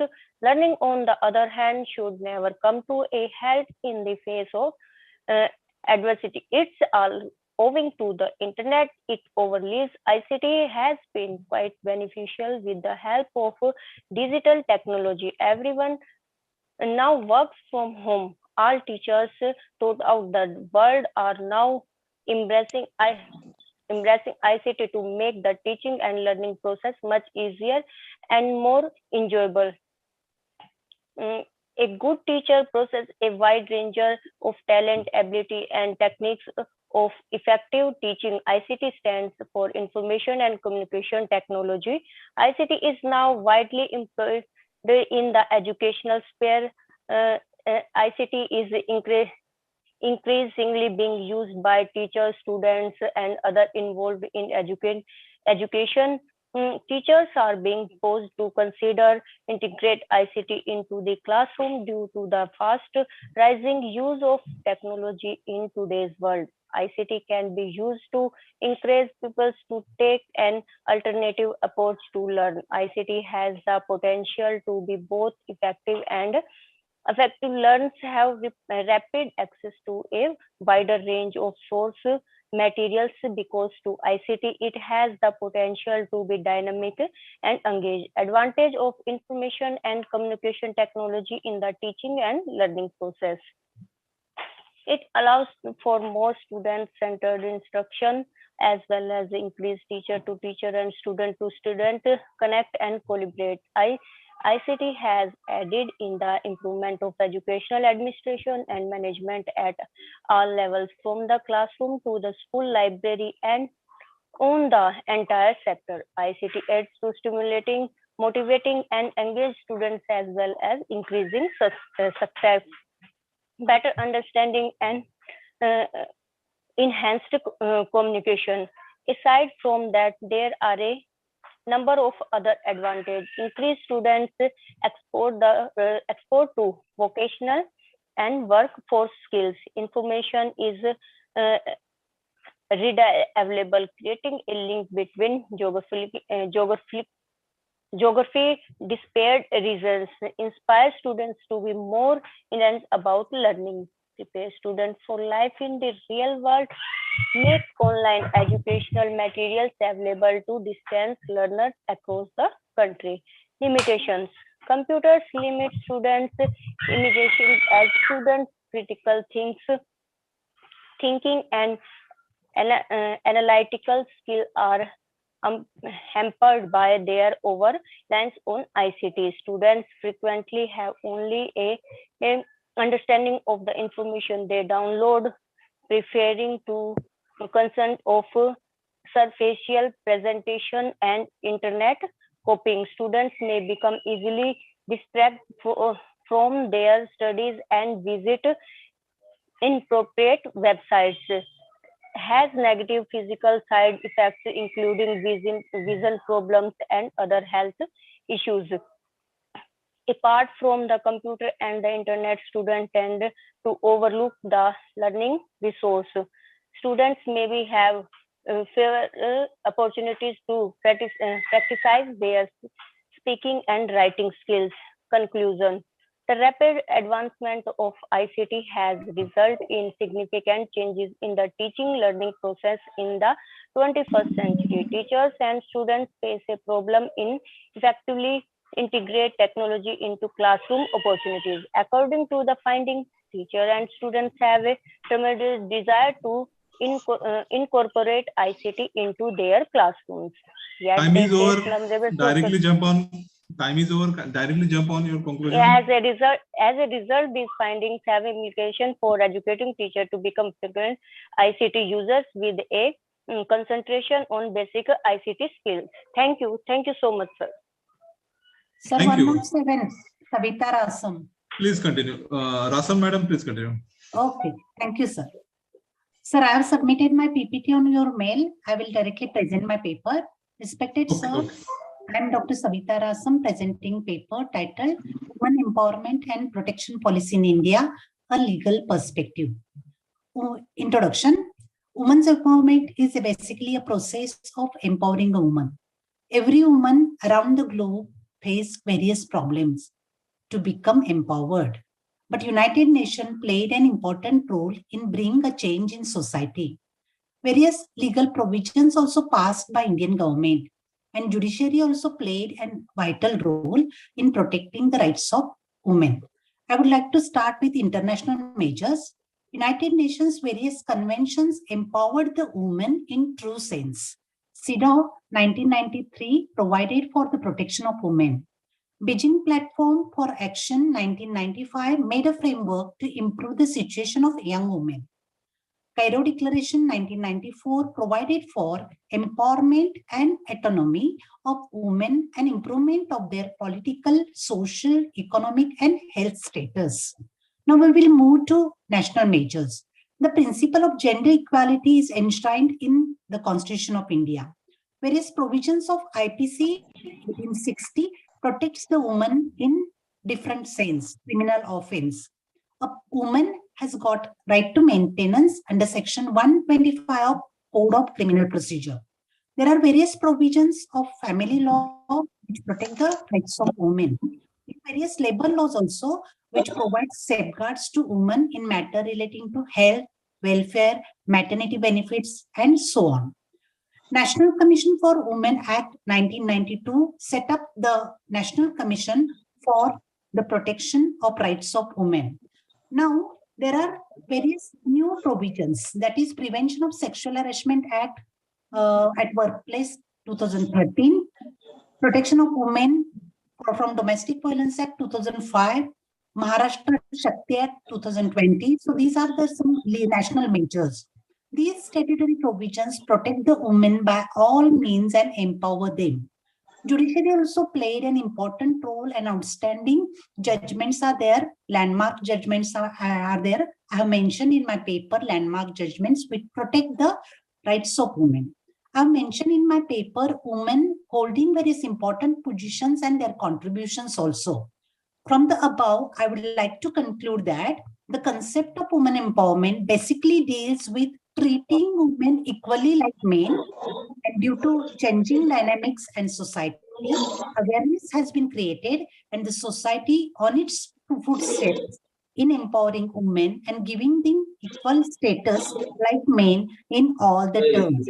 Thank you, sir. Thank you, organizers, for giving me an opportunity to present my paper. Thank you, sir. Thank you. Thank you, madam. Participants, do you want to present PPT? Yes, ma'am. Yes, sir, I am present. Yes, Varsha, sir. I would like to Varsha, madam, please continue. Thank you, sir.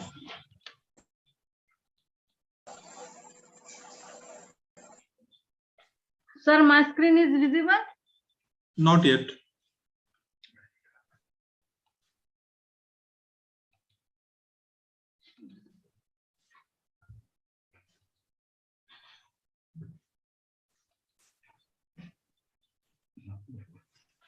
My screen is visible, sir? First, you open your PPT, then share. While sharing of your PPT, remember the name of your PPT, then click on that PPT only. Yeah, it is visible. Please continue. Thank you, sir. Good evening to all. I am Dr. Varsha Tapke from Brahmapuri, Maharashtra. My topic is significant role of physics education in technological development and difficulties. The schooling of physics maximum usually be oriented closer to accomplishing a higher future. The contribution of technology schooling within the society of today's financial system cannot be overemphasized. Jibril technology's maximum effective device for man's improvement. It has been diagnosed as a tool according to excellence in fixing socio-monetary issues of top fitness faculties, agriculture, employment, poverty, and lot of different issues, making a big improvement in underdevelopment country like Nigeria. The contribution of physics to the society. The significance of physics cannot be overemphasized because its bureaucracy, the fundamentals for technological development of any country.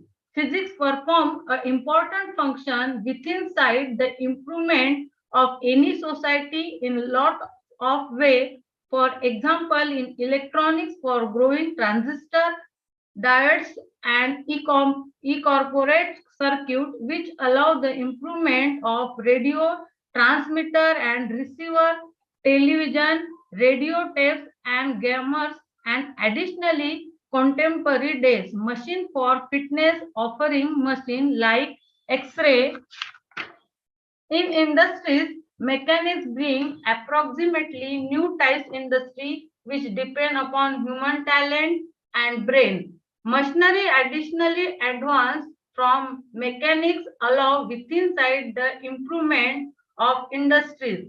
Electricity and electronic advance from the understanding of physics is used for the improvement of telephone, optics cable, phonographs, fiber, and additionally net that bring all elements of the sector together. Job opportunity for physicists. A physics can painting within the Ministry of Schooling and the Ministry of Technology and era as educator, educationalist, clinical advisor and planner. Construction and engineering industries require the understanding of physicists for making plan and growing enterprises.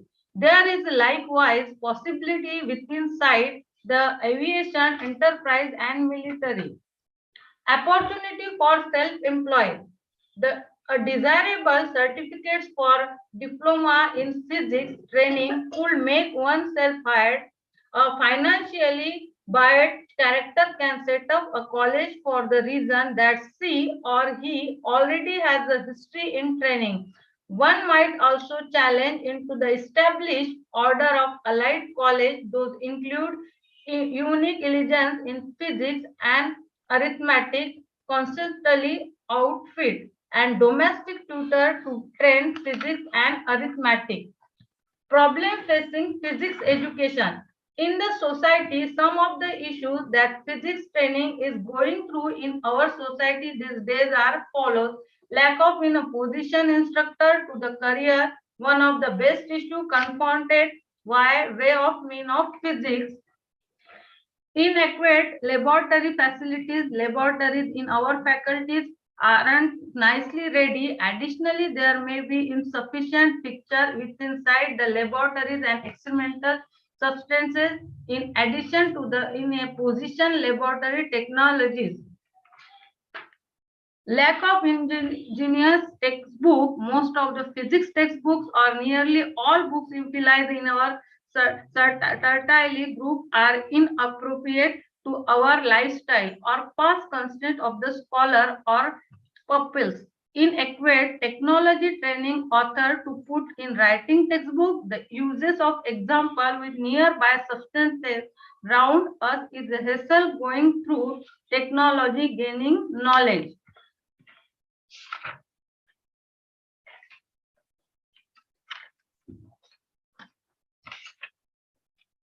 Recommendation for the hassle set following step must be recollect to make sure sustainable improvement of state and additional the empowerment of the society. Requirement of physics instruction must be based on merit.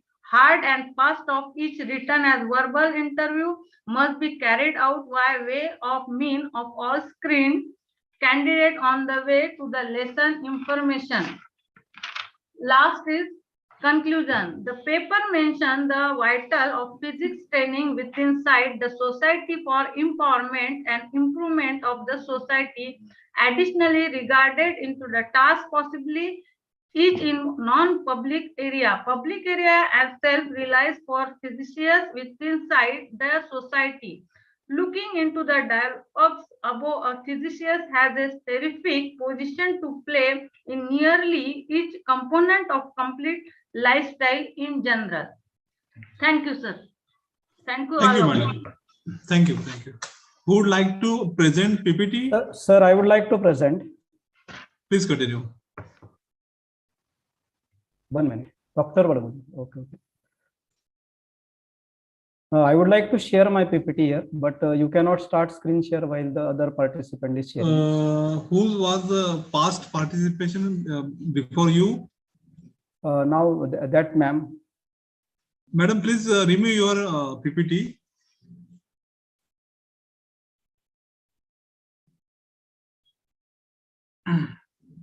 Varsha madam. Ma'am, remove your PPT if possible. Okay. Okay. 1 minute. Yes, it is removed. Sir, Okay. please continue. Yes, I would like to share.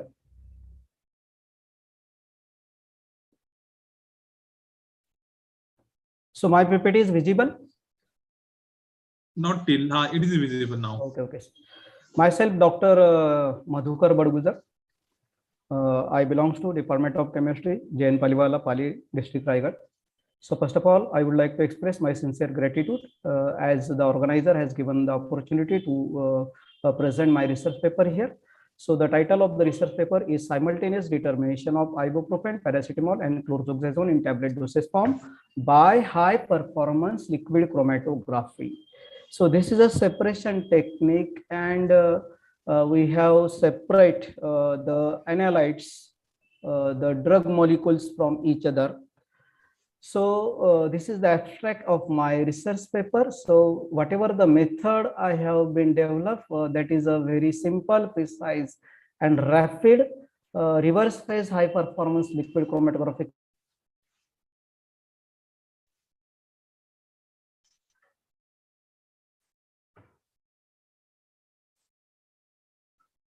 Sir आपका आवाज नहीं आ रहा है. You are not audible. Your voice. Okay. So, but I am not mute here. Okay, please continue. Please continue. Okay. So the chromatographic separation was performed on the column which have the length to 50 mm. Mobile phase is a mixture of phosphate buffer. So the composition of the mobile phase, it is 40-60. And in this case, we have kept the flow rate, it is 1.0 ml per minute. Now the wavelength which was set, it is around 230 nanometer. And the proposed method that was developed by us, that is validated for the validation parameter, linearity, accuracy, precision, limit of detection, and limit of quantification. Now the calibration was linear over the range 40 to 140 for ibuprofen, 32.5 to 97.5 for paracetamol, and 25 to 75 ppm for chlorhexidine. So this is the introduction part. Paracetamol, all of us know it is an analgesic antipyretic agent. Ibuprofen, it is a non-steroidal anti-inflammatory drug that is a very useful drug. And chlorhexidine, it is also the muscle relaxant drug. So these three drugs present in the tablet. The name of the tablet, it is Flexon MR, which contain 400 milligram ibuprofen, paracetamol 325 milligram, and chlorhexidine, it is around 250 milligram. So one of the important criteria in the method development, it is the selection of the chromatographic mode. So I have been select the reverse phase liquid chromatographic mode. And second criteria, it is the selection of the stationary phase. So inertial octadecylsilane column has been selected for the separation purpose. And one of the important thing is the selection of the mobile phase. So I have tried so many mobile phase, but finally I finalized the mobile phase, that is a mixture of acetonitrile, that is organic liquid, organic solvent, and the buffer, that is orthophosphoric acid, which is there. The pH has been adjusted by the orthophosphoric acid. And the composition of the mobile phase, it is 40-60. Okay. And the fourth criteria, it is the selection of the detector, UV detector, and the wavelength was set, it is 240 nanometer. The instrument that has been used by, that is a water HPLC. It is having isocratic pump, and the UV detector, and the software which has been used by us, that is a Millennium chromatographic software. So we have kept the flow rate, it is around 1.0 ml per minute. Injection volume in that instrument, it is 20 microliter. So later on we have taken the chromatogram. You can see in the PPT, the first criteria of the method, it is a specificity. So there are 3 peaks has been obtained, and the chromatogram shows that there is no any interference. So this peak belongs to paracetamol, this peak belongs to chlorhexidine, and the last one, it is belongs to ibuprofen, and it requires a very short time, around only 6.2 minutes. All the 3 drugs are separated from each other, and I got very good resolution among the peak. There is no any interference. So it indicates that my method is a very specific method. There is no interference of placebo or another ingredients which are present in the tablet. Okay. Then I use the second criteria, the validation parameter, that is linearity. Okay, so these are the linearity graphs which has been shown here. So there is a very good correlation between the concentration and the peak area. You can see linearity, and it is assigned by the correlation coefficient, which is very good here, 0.999 for all the 3 drug molecules, ibuprofen, paracetamol, and chlorhexidine. So it means that my method is gives very good response to the concentration as well as the peak area. Very good correlation is there. Then this is the system precision data which is shown here. Then accuracy. So accuracy, it is performed by the standard addition method. So I have used here 100% level of that drug. So for ibuprofen, it is 80 ppm.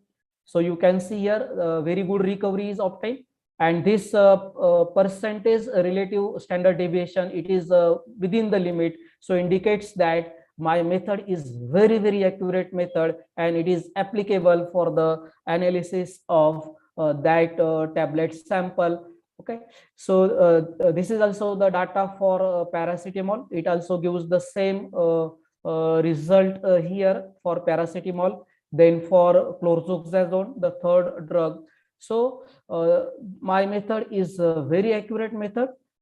And later on, the method application, so validated HPLC method applied to the simultaneous determination of these three analytes in the tablet dosage form, and the sample were analyzed and the assay results are shown here. So very good results I got. The tablet contain here, you can see 400 milligram. So I got here 405. So the percentage assay, it is 100%. I got here the result, and percentage relative standard deviation is under the limit. Similarly for paracetamol, the 99.79% assay I got here, and for chlorzoxazone it is around 100. Okay, so this is the method application. All the content which are in the tablet, I got very good results. Whatever the content present in the tablet, I got that content, that quantity of the drug which is present into the tablet. So now the results and discussion. The proposed method show that it requires a very short elution time. It satisfies the condition of the green chemistry. Low quantity of the solvent is required. It gives a very good separation between the three analytes. It requires a lesser time. Then SST also gives a very good result. Okay, accuracy of the method was determined by the standard addition method, and it gives also the good results. Okay, so finally the conclusion of the method is that the isocratic reverse phase high performance liquid chromatographic method has to be proved to be a simple, specific, precise and accurate, and it is suitable for simultaneous determination of ibuprofen, paracetamol and chlorzoxazone. So the proposed method gives a very good resolution among the analytes, and the method is very simple, rapid, and there is no any complications or arises during the separation of the three analytes, and also high percent of recovery shows that the method is free from interference of excipient present in the formulation, and the method is accurate and it can be applicable for routine analysis for the chemist. So thanks to the organizer who has given the opportunity to me to present this my research paper. Once again, thank you, sir. Thank you, sir. Thank you. Who want to do the presentation of PPT? Dear participants. Sir. Yes, please continue. So, but I want to ask you one thing, that I register myself in the morning itself. So no problem. Just continue. Have just done your payment? Send your PPT.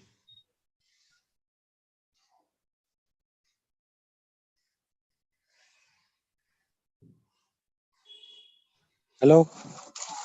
Yes, please continue. Hello. Ravichandra Narayan Kamble, please continue. Sir, is it visible? Yes, yeah, visible. Yeah. Please so my topic is a study of investment awareness among rural youths with special reference to undergraduates in Lanza Tahsil. So here,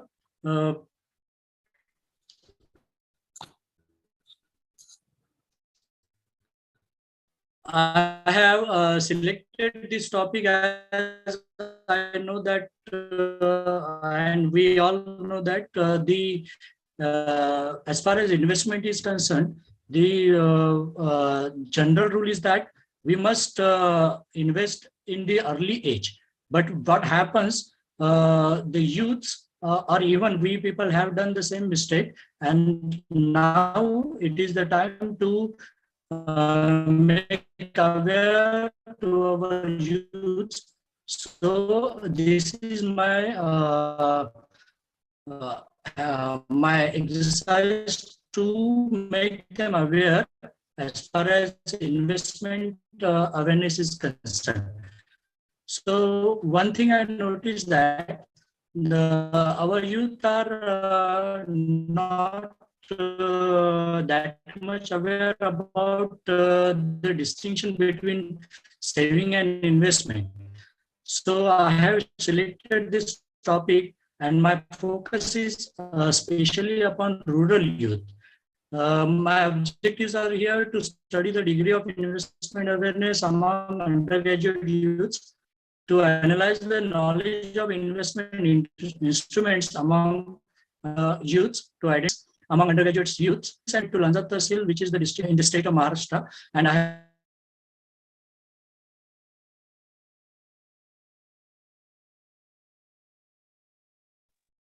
think so. Internet connection is lost. Do you want, dear participant, want to present the PPT? Yes, sir. Hello. Okay, sir. Please Continue. Please continue. So sorry, sir. My it was disconnection from my side.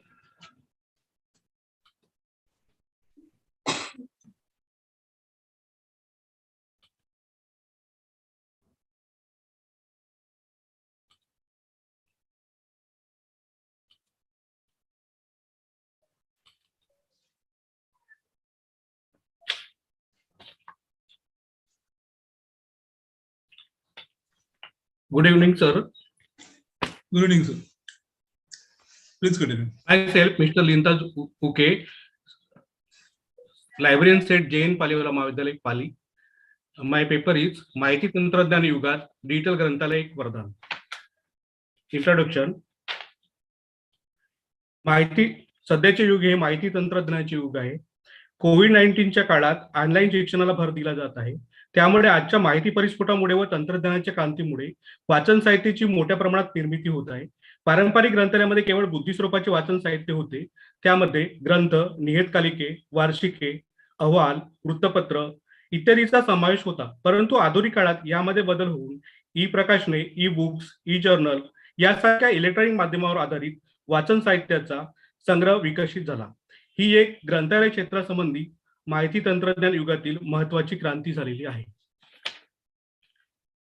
ग्रंथालयाचे एकूण 3 प्रकार: पारंपरिक ग्रंथालय, hybrid ग्रंथालय, electronic ग्रंथालय व digital ग्रंथालय.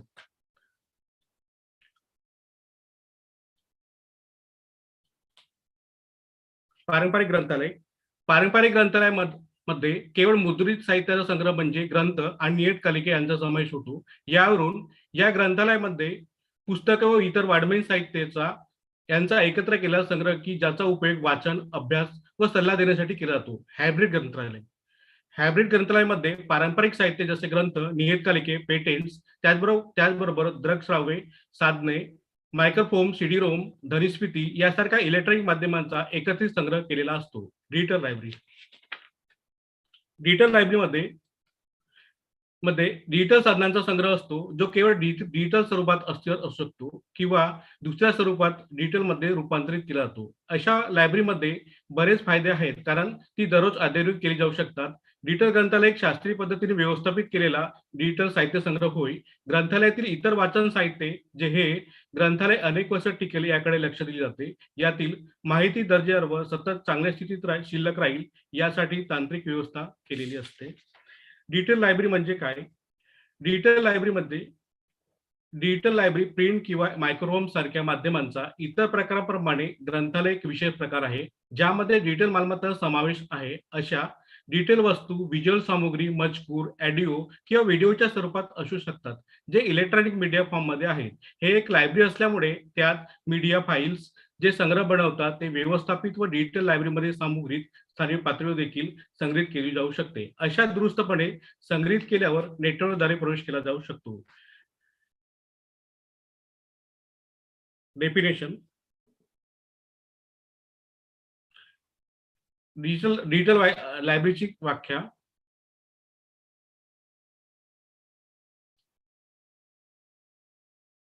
आमच्या मते डिजिटल ग्रंथालय आमच्या मते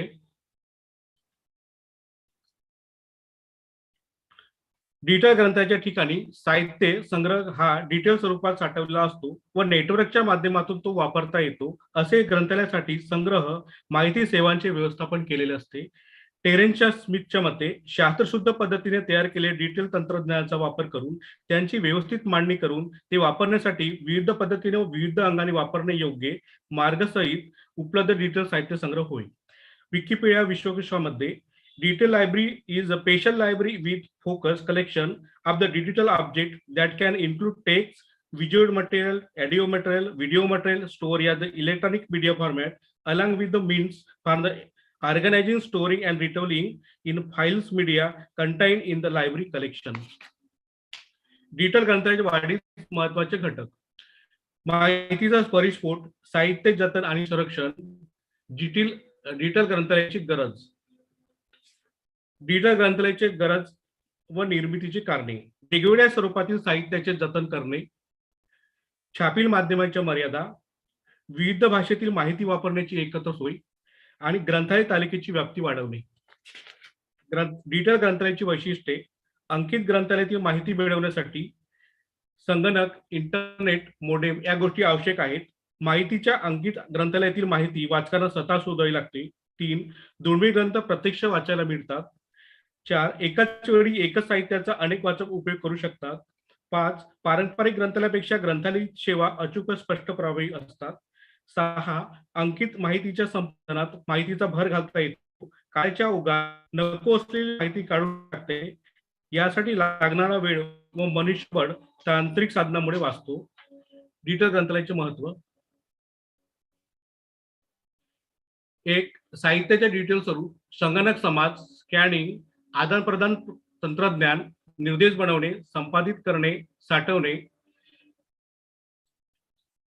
डिटेल ग्रंथालयाच्या मर्यादा: कौशल्याचा अभाव, कॉपीराईट, प्रवेशाची गती, जास्त किंमत, तांत्रिक अपरिचितता, ब्रँड विक, कार्यक्षमता. डिटेल ग्रंथालयाचे फायदे: कोणतीही भौतिक सीमा नाही, 24 तास उपलब्धता, एकाधिक प्रवेश, माहितीची पुनर्प्राप्ती. 5. जतन आणि संवर्धन, जागेची उपलब्धता. 6. 7. नेटवर्किंग. 8. जास्त किंमत. 9. काळजी करण्याची गरज नाही. डिजिटायझेशनचे फायदे: डिटेल क्षेत्रामुळे भविष्यात साहित्य संग्रह स्थलांतर करणे सोयीचे झाले. 2. डिजिटायझेशन केलेल्या साहित्याचा अनेक माध्यमांनी वेगळ्या प्रती काढता येतात. 3. डिजिटायझेशन केलेल्या माहितीमध्ये संपादनाचे काम म्हणजे कोणत्या वेळी कोणत्या पाण्यात मजकूर काढून टाकता येते किंवा त्यात हवा असलेला मजकूर घालता येतो, त्यामुळे प्रतीत कोणताही बदल करावा लागत नाही. 4. कोणत्या प्रकारच्या ज्ञानाची चित्रे, ग्रंथ किंवा आवाज कोणत्याही ठिकाणी उपलब्ध करून देणे हे डिजिटायझेशन झालेले आहे. एकाच प्रकारची माहिती अनेक उपयोजकांना वेगवेगळ्या ठिकाणी उपलब्ध होऊ शकते. डिजिटायझेशनचे तोटे: 1. दुर्मिळ झालेल्या ग्रंथांच्या पानांचे जास्तीत जास्त स्कॅनिंग केल्यामुळे ग्रंथांच्या पानांचे तुकडे पडतात. 2. डिजिटायझेशनचे काम खर्चिक काम आहे. 3. डिजिटल माहिती उपलब्ध करून घेण्यासाठी संगणक व इंटरनेट जोडणे आवश्यक आहे. निष्कर्ष: कोविड-19 या महामारीच्या काळात ऑनलाईन शिक्षणावर भर देण्यात आला, परंतु ऑनलाईन शिक्षण घेत असताना नेटवर्क, इंटरनेट व कनेक्टिव्हिटीची गरज असते. वर्तमान काळात डिजिटल ग्रंथालयातील माहितीचे स्रोत डिजिटल स्वरूपात असल्यामुळे एकापेक्षा अधिक वाचकांना त्याचा वापर एकाच वेळी करता येऊ शकतो. परंतु डिजिटल ग्रंथालय ऑनलाईन असल्यामुळे ग्रामीण भागातील महाविद्यालयामध्ये नेटवर्क कनेक्टिव्हिटीची आवश्यकता असते, परंतु ग्रामीण भागातील महाविद्यालयामध्ये नेटवर्क कनेक्टिव्हिटी उपलब्ध होत नाही. त्यामुळे ग्रामीण भागातील महाविद्यालयांना विद्यार्थ्यांना जास्तीत जास्त नेटवर्क कनेक्टिव्हिटी उपलब्ध करून देणे हे काळाची गरज आहे. तेव्हा कुठे डिजिटल ग्रंथालय सेवा पुरवता येतील. Thank you sir. Waghmare sir, thank you. Waghmare sir, thank you. Who would like to present the next? Waghmare sir, Waghmare sir, please one by one, please. Waghmare sir, please continue. Ravichandra. Ravichandra, sir, sorry sir, I lost my connectivity. So you do one thing. Yeah. You read your PPT, directly jump on your conclusion. Okay, sir. Okay, so my study is about investment awareness among rural youths And just now, before this, I have submitted my objectives that to study degree of investment awareness, then knowledge of investment instrument to analyze it, then to identify investment preferences among undergraduate youths, then to study the level of acquisition of investment skills, and to suggest some skills and ways to accelerate the investment. Then I am straightway, as you suggested, I am straightway jumping to my conclusions. So it is observed that highly educated youths are having difficulties to distinguish savings and investment. I observed that 70% of them, they think similar. Youths, almost 78% are having limited financial resources to process further for saving and investment. So lack of adequate and suitable employment opportunities, this is happening. So high rate of migration towards developed cities is there. And then youths, almost 83% youths face many challenges to identify the investment instruments. So extra efforts should be taken to literate the sense of investment among the rural youth, and especially it should be institutional efforts should be there. So thank you very much, sir, from my side. Thank you, sir. Who would like to present the PPT? Remaining participants? Who would like to present the PPT?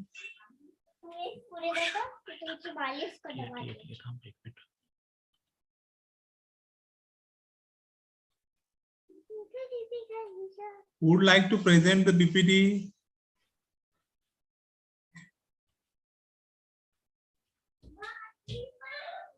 I think, sir, there is no anyone.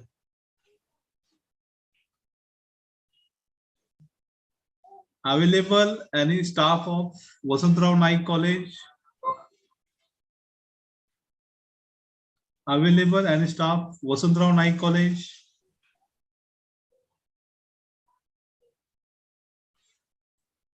Sir, I'm the student of Vasantrao Naik College.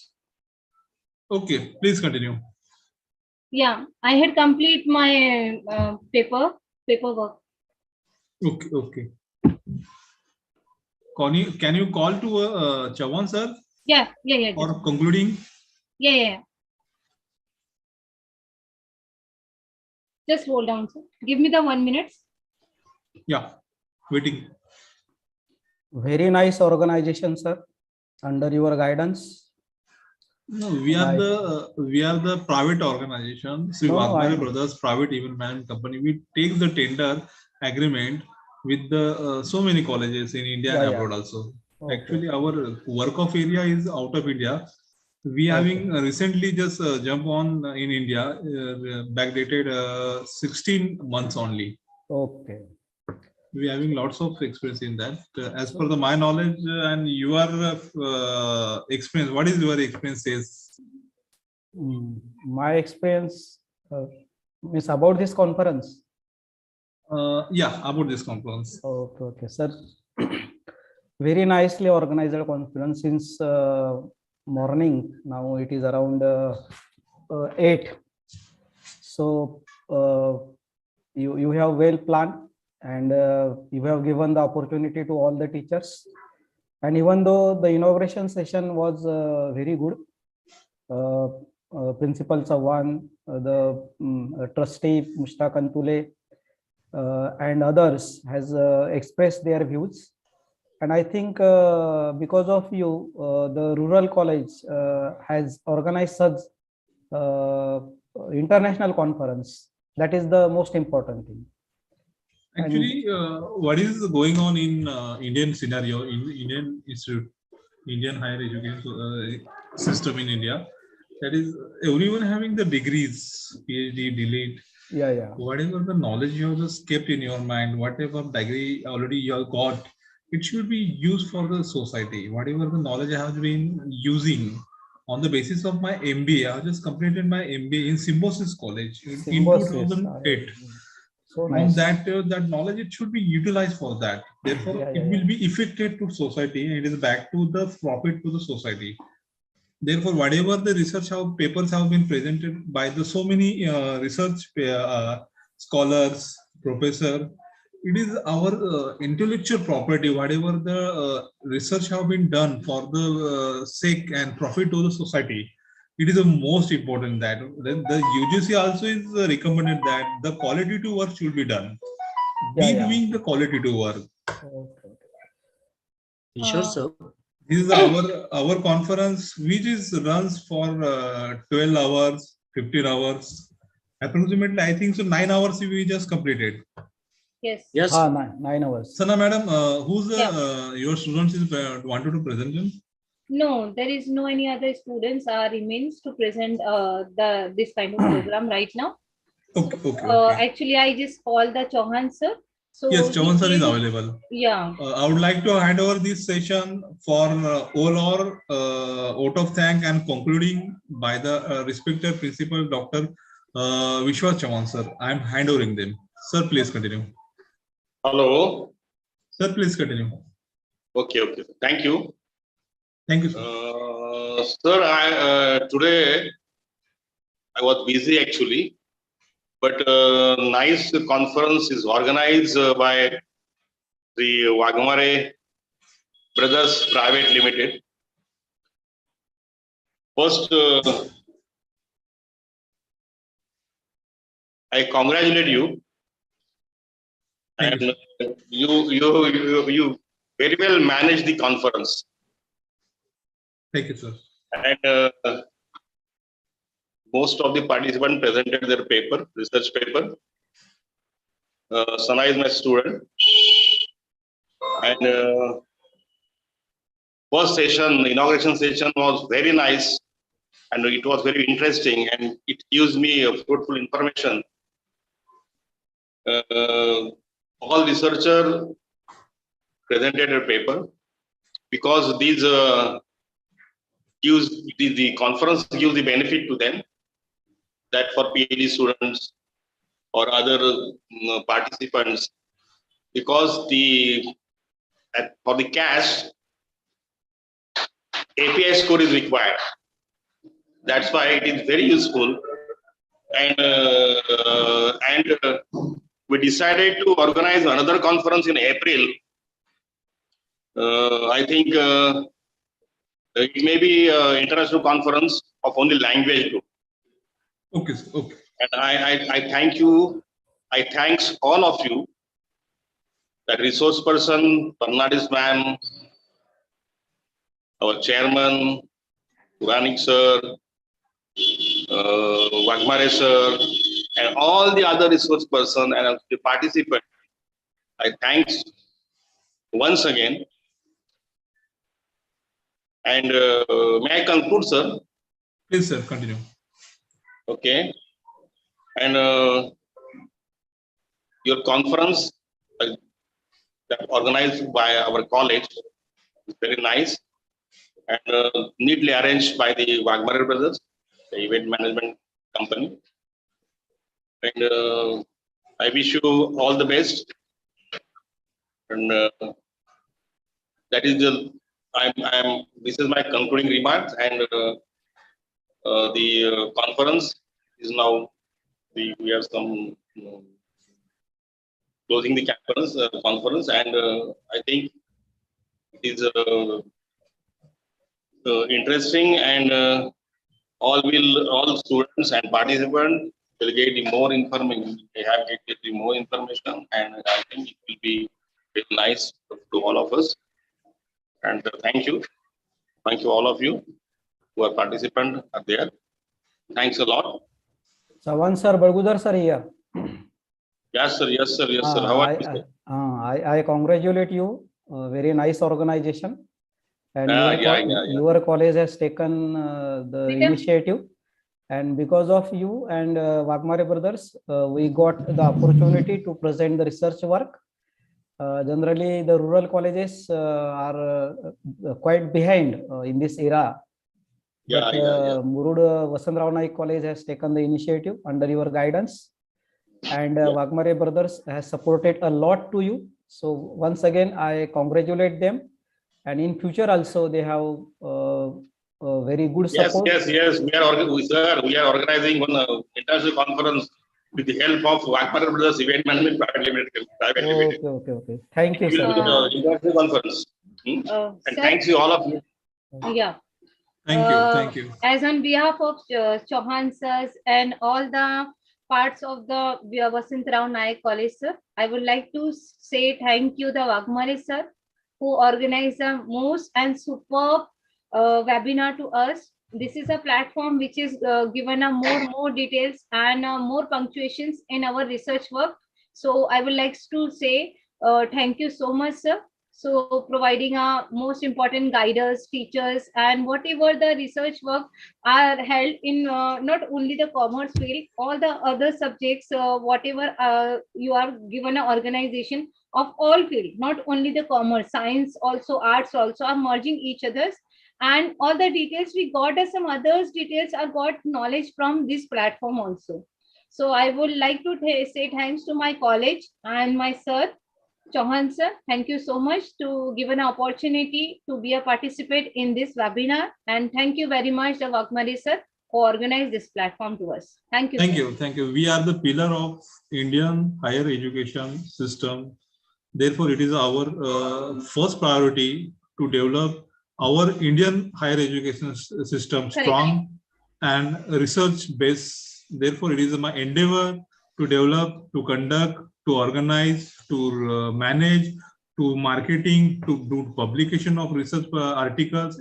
Therefore, it is my truly heartily what do we say, the views to develop our education society of India. It is my endeavor. Thank you, sir, for giving the opportunity. I would like to stop here and end the session of this conference. May I end, sir?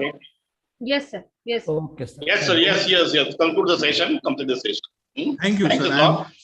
Thanks all of you. Thanks all of you. Thanks. Thank you, sir. Very nice. Very nice. Thank you, sir. I'm ending the conference. Okay.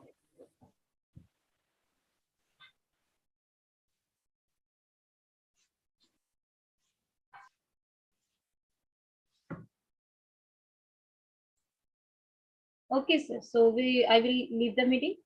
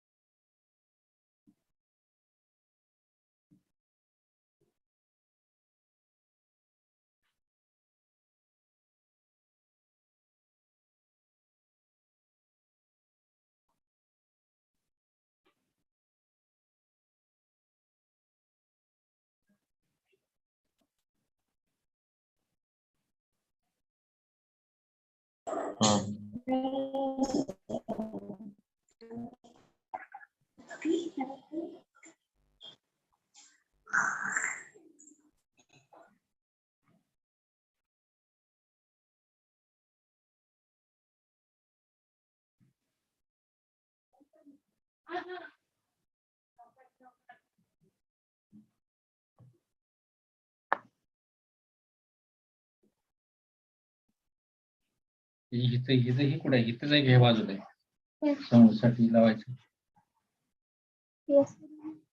तेच काही छोटा आहेत सगळ्यात लागत का नाही. आवाज येत नाही.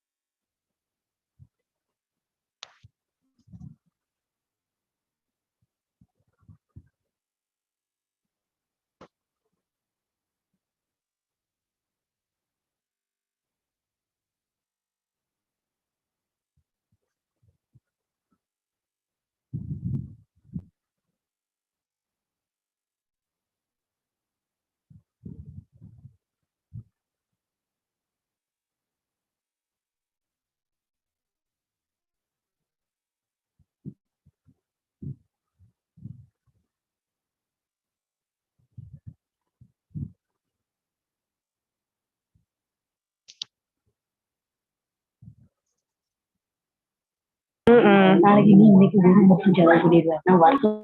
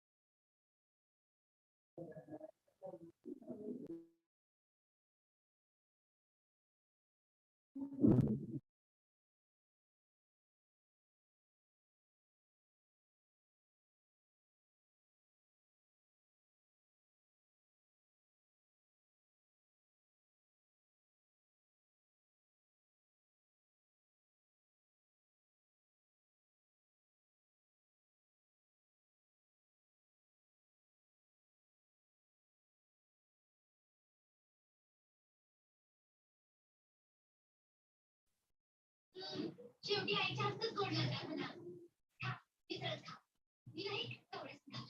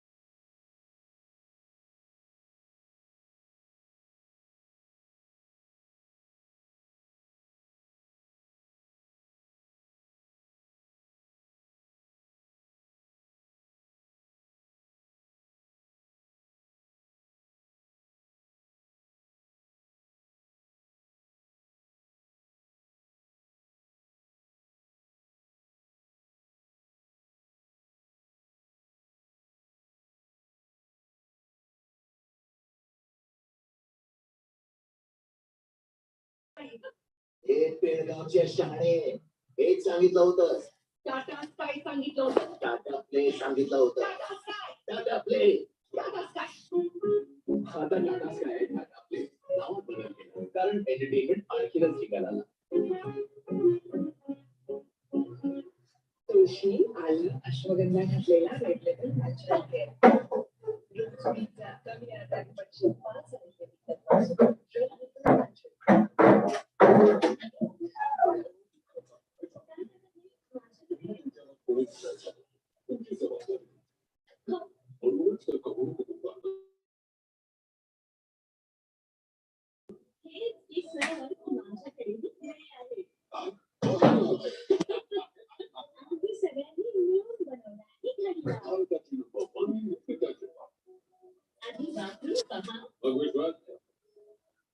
5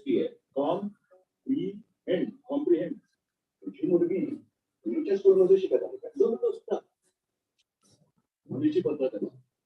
सिलेब्रिफिकेशन तो शब्द उच्चारायला कठीण जाईल असं बोला आणि स्कॅनिंग आणि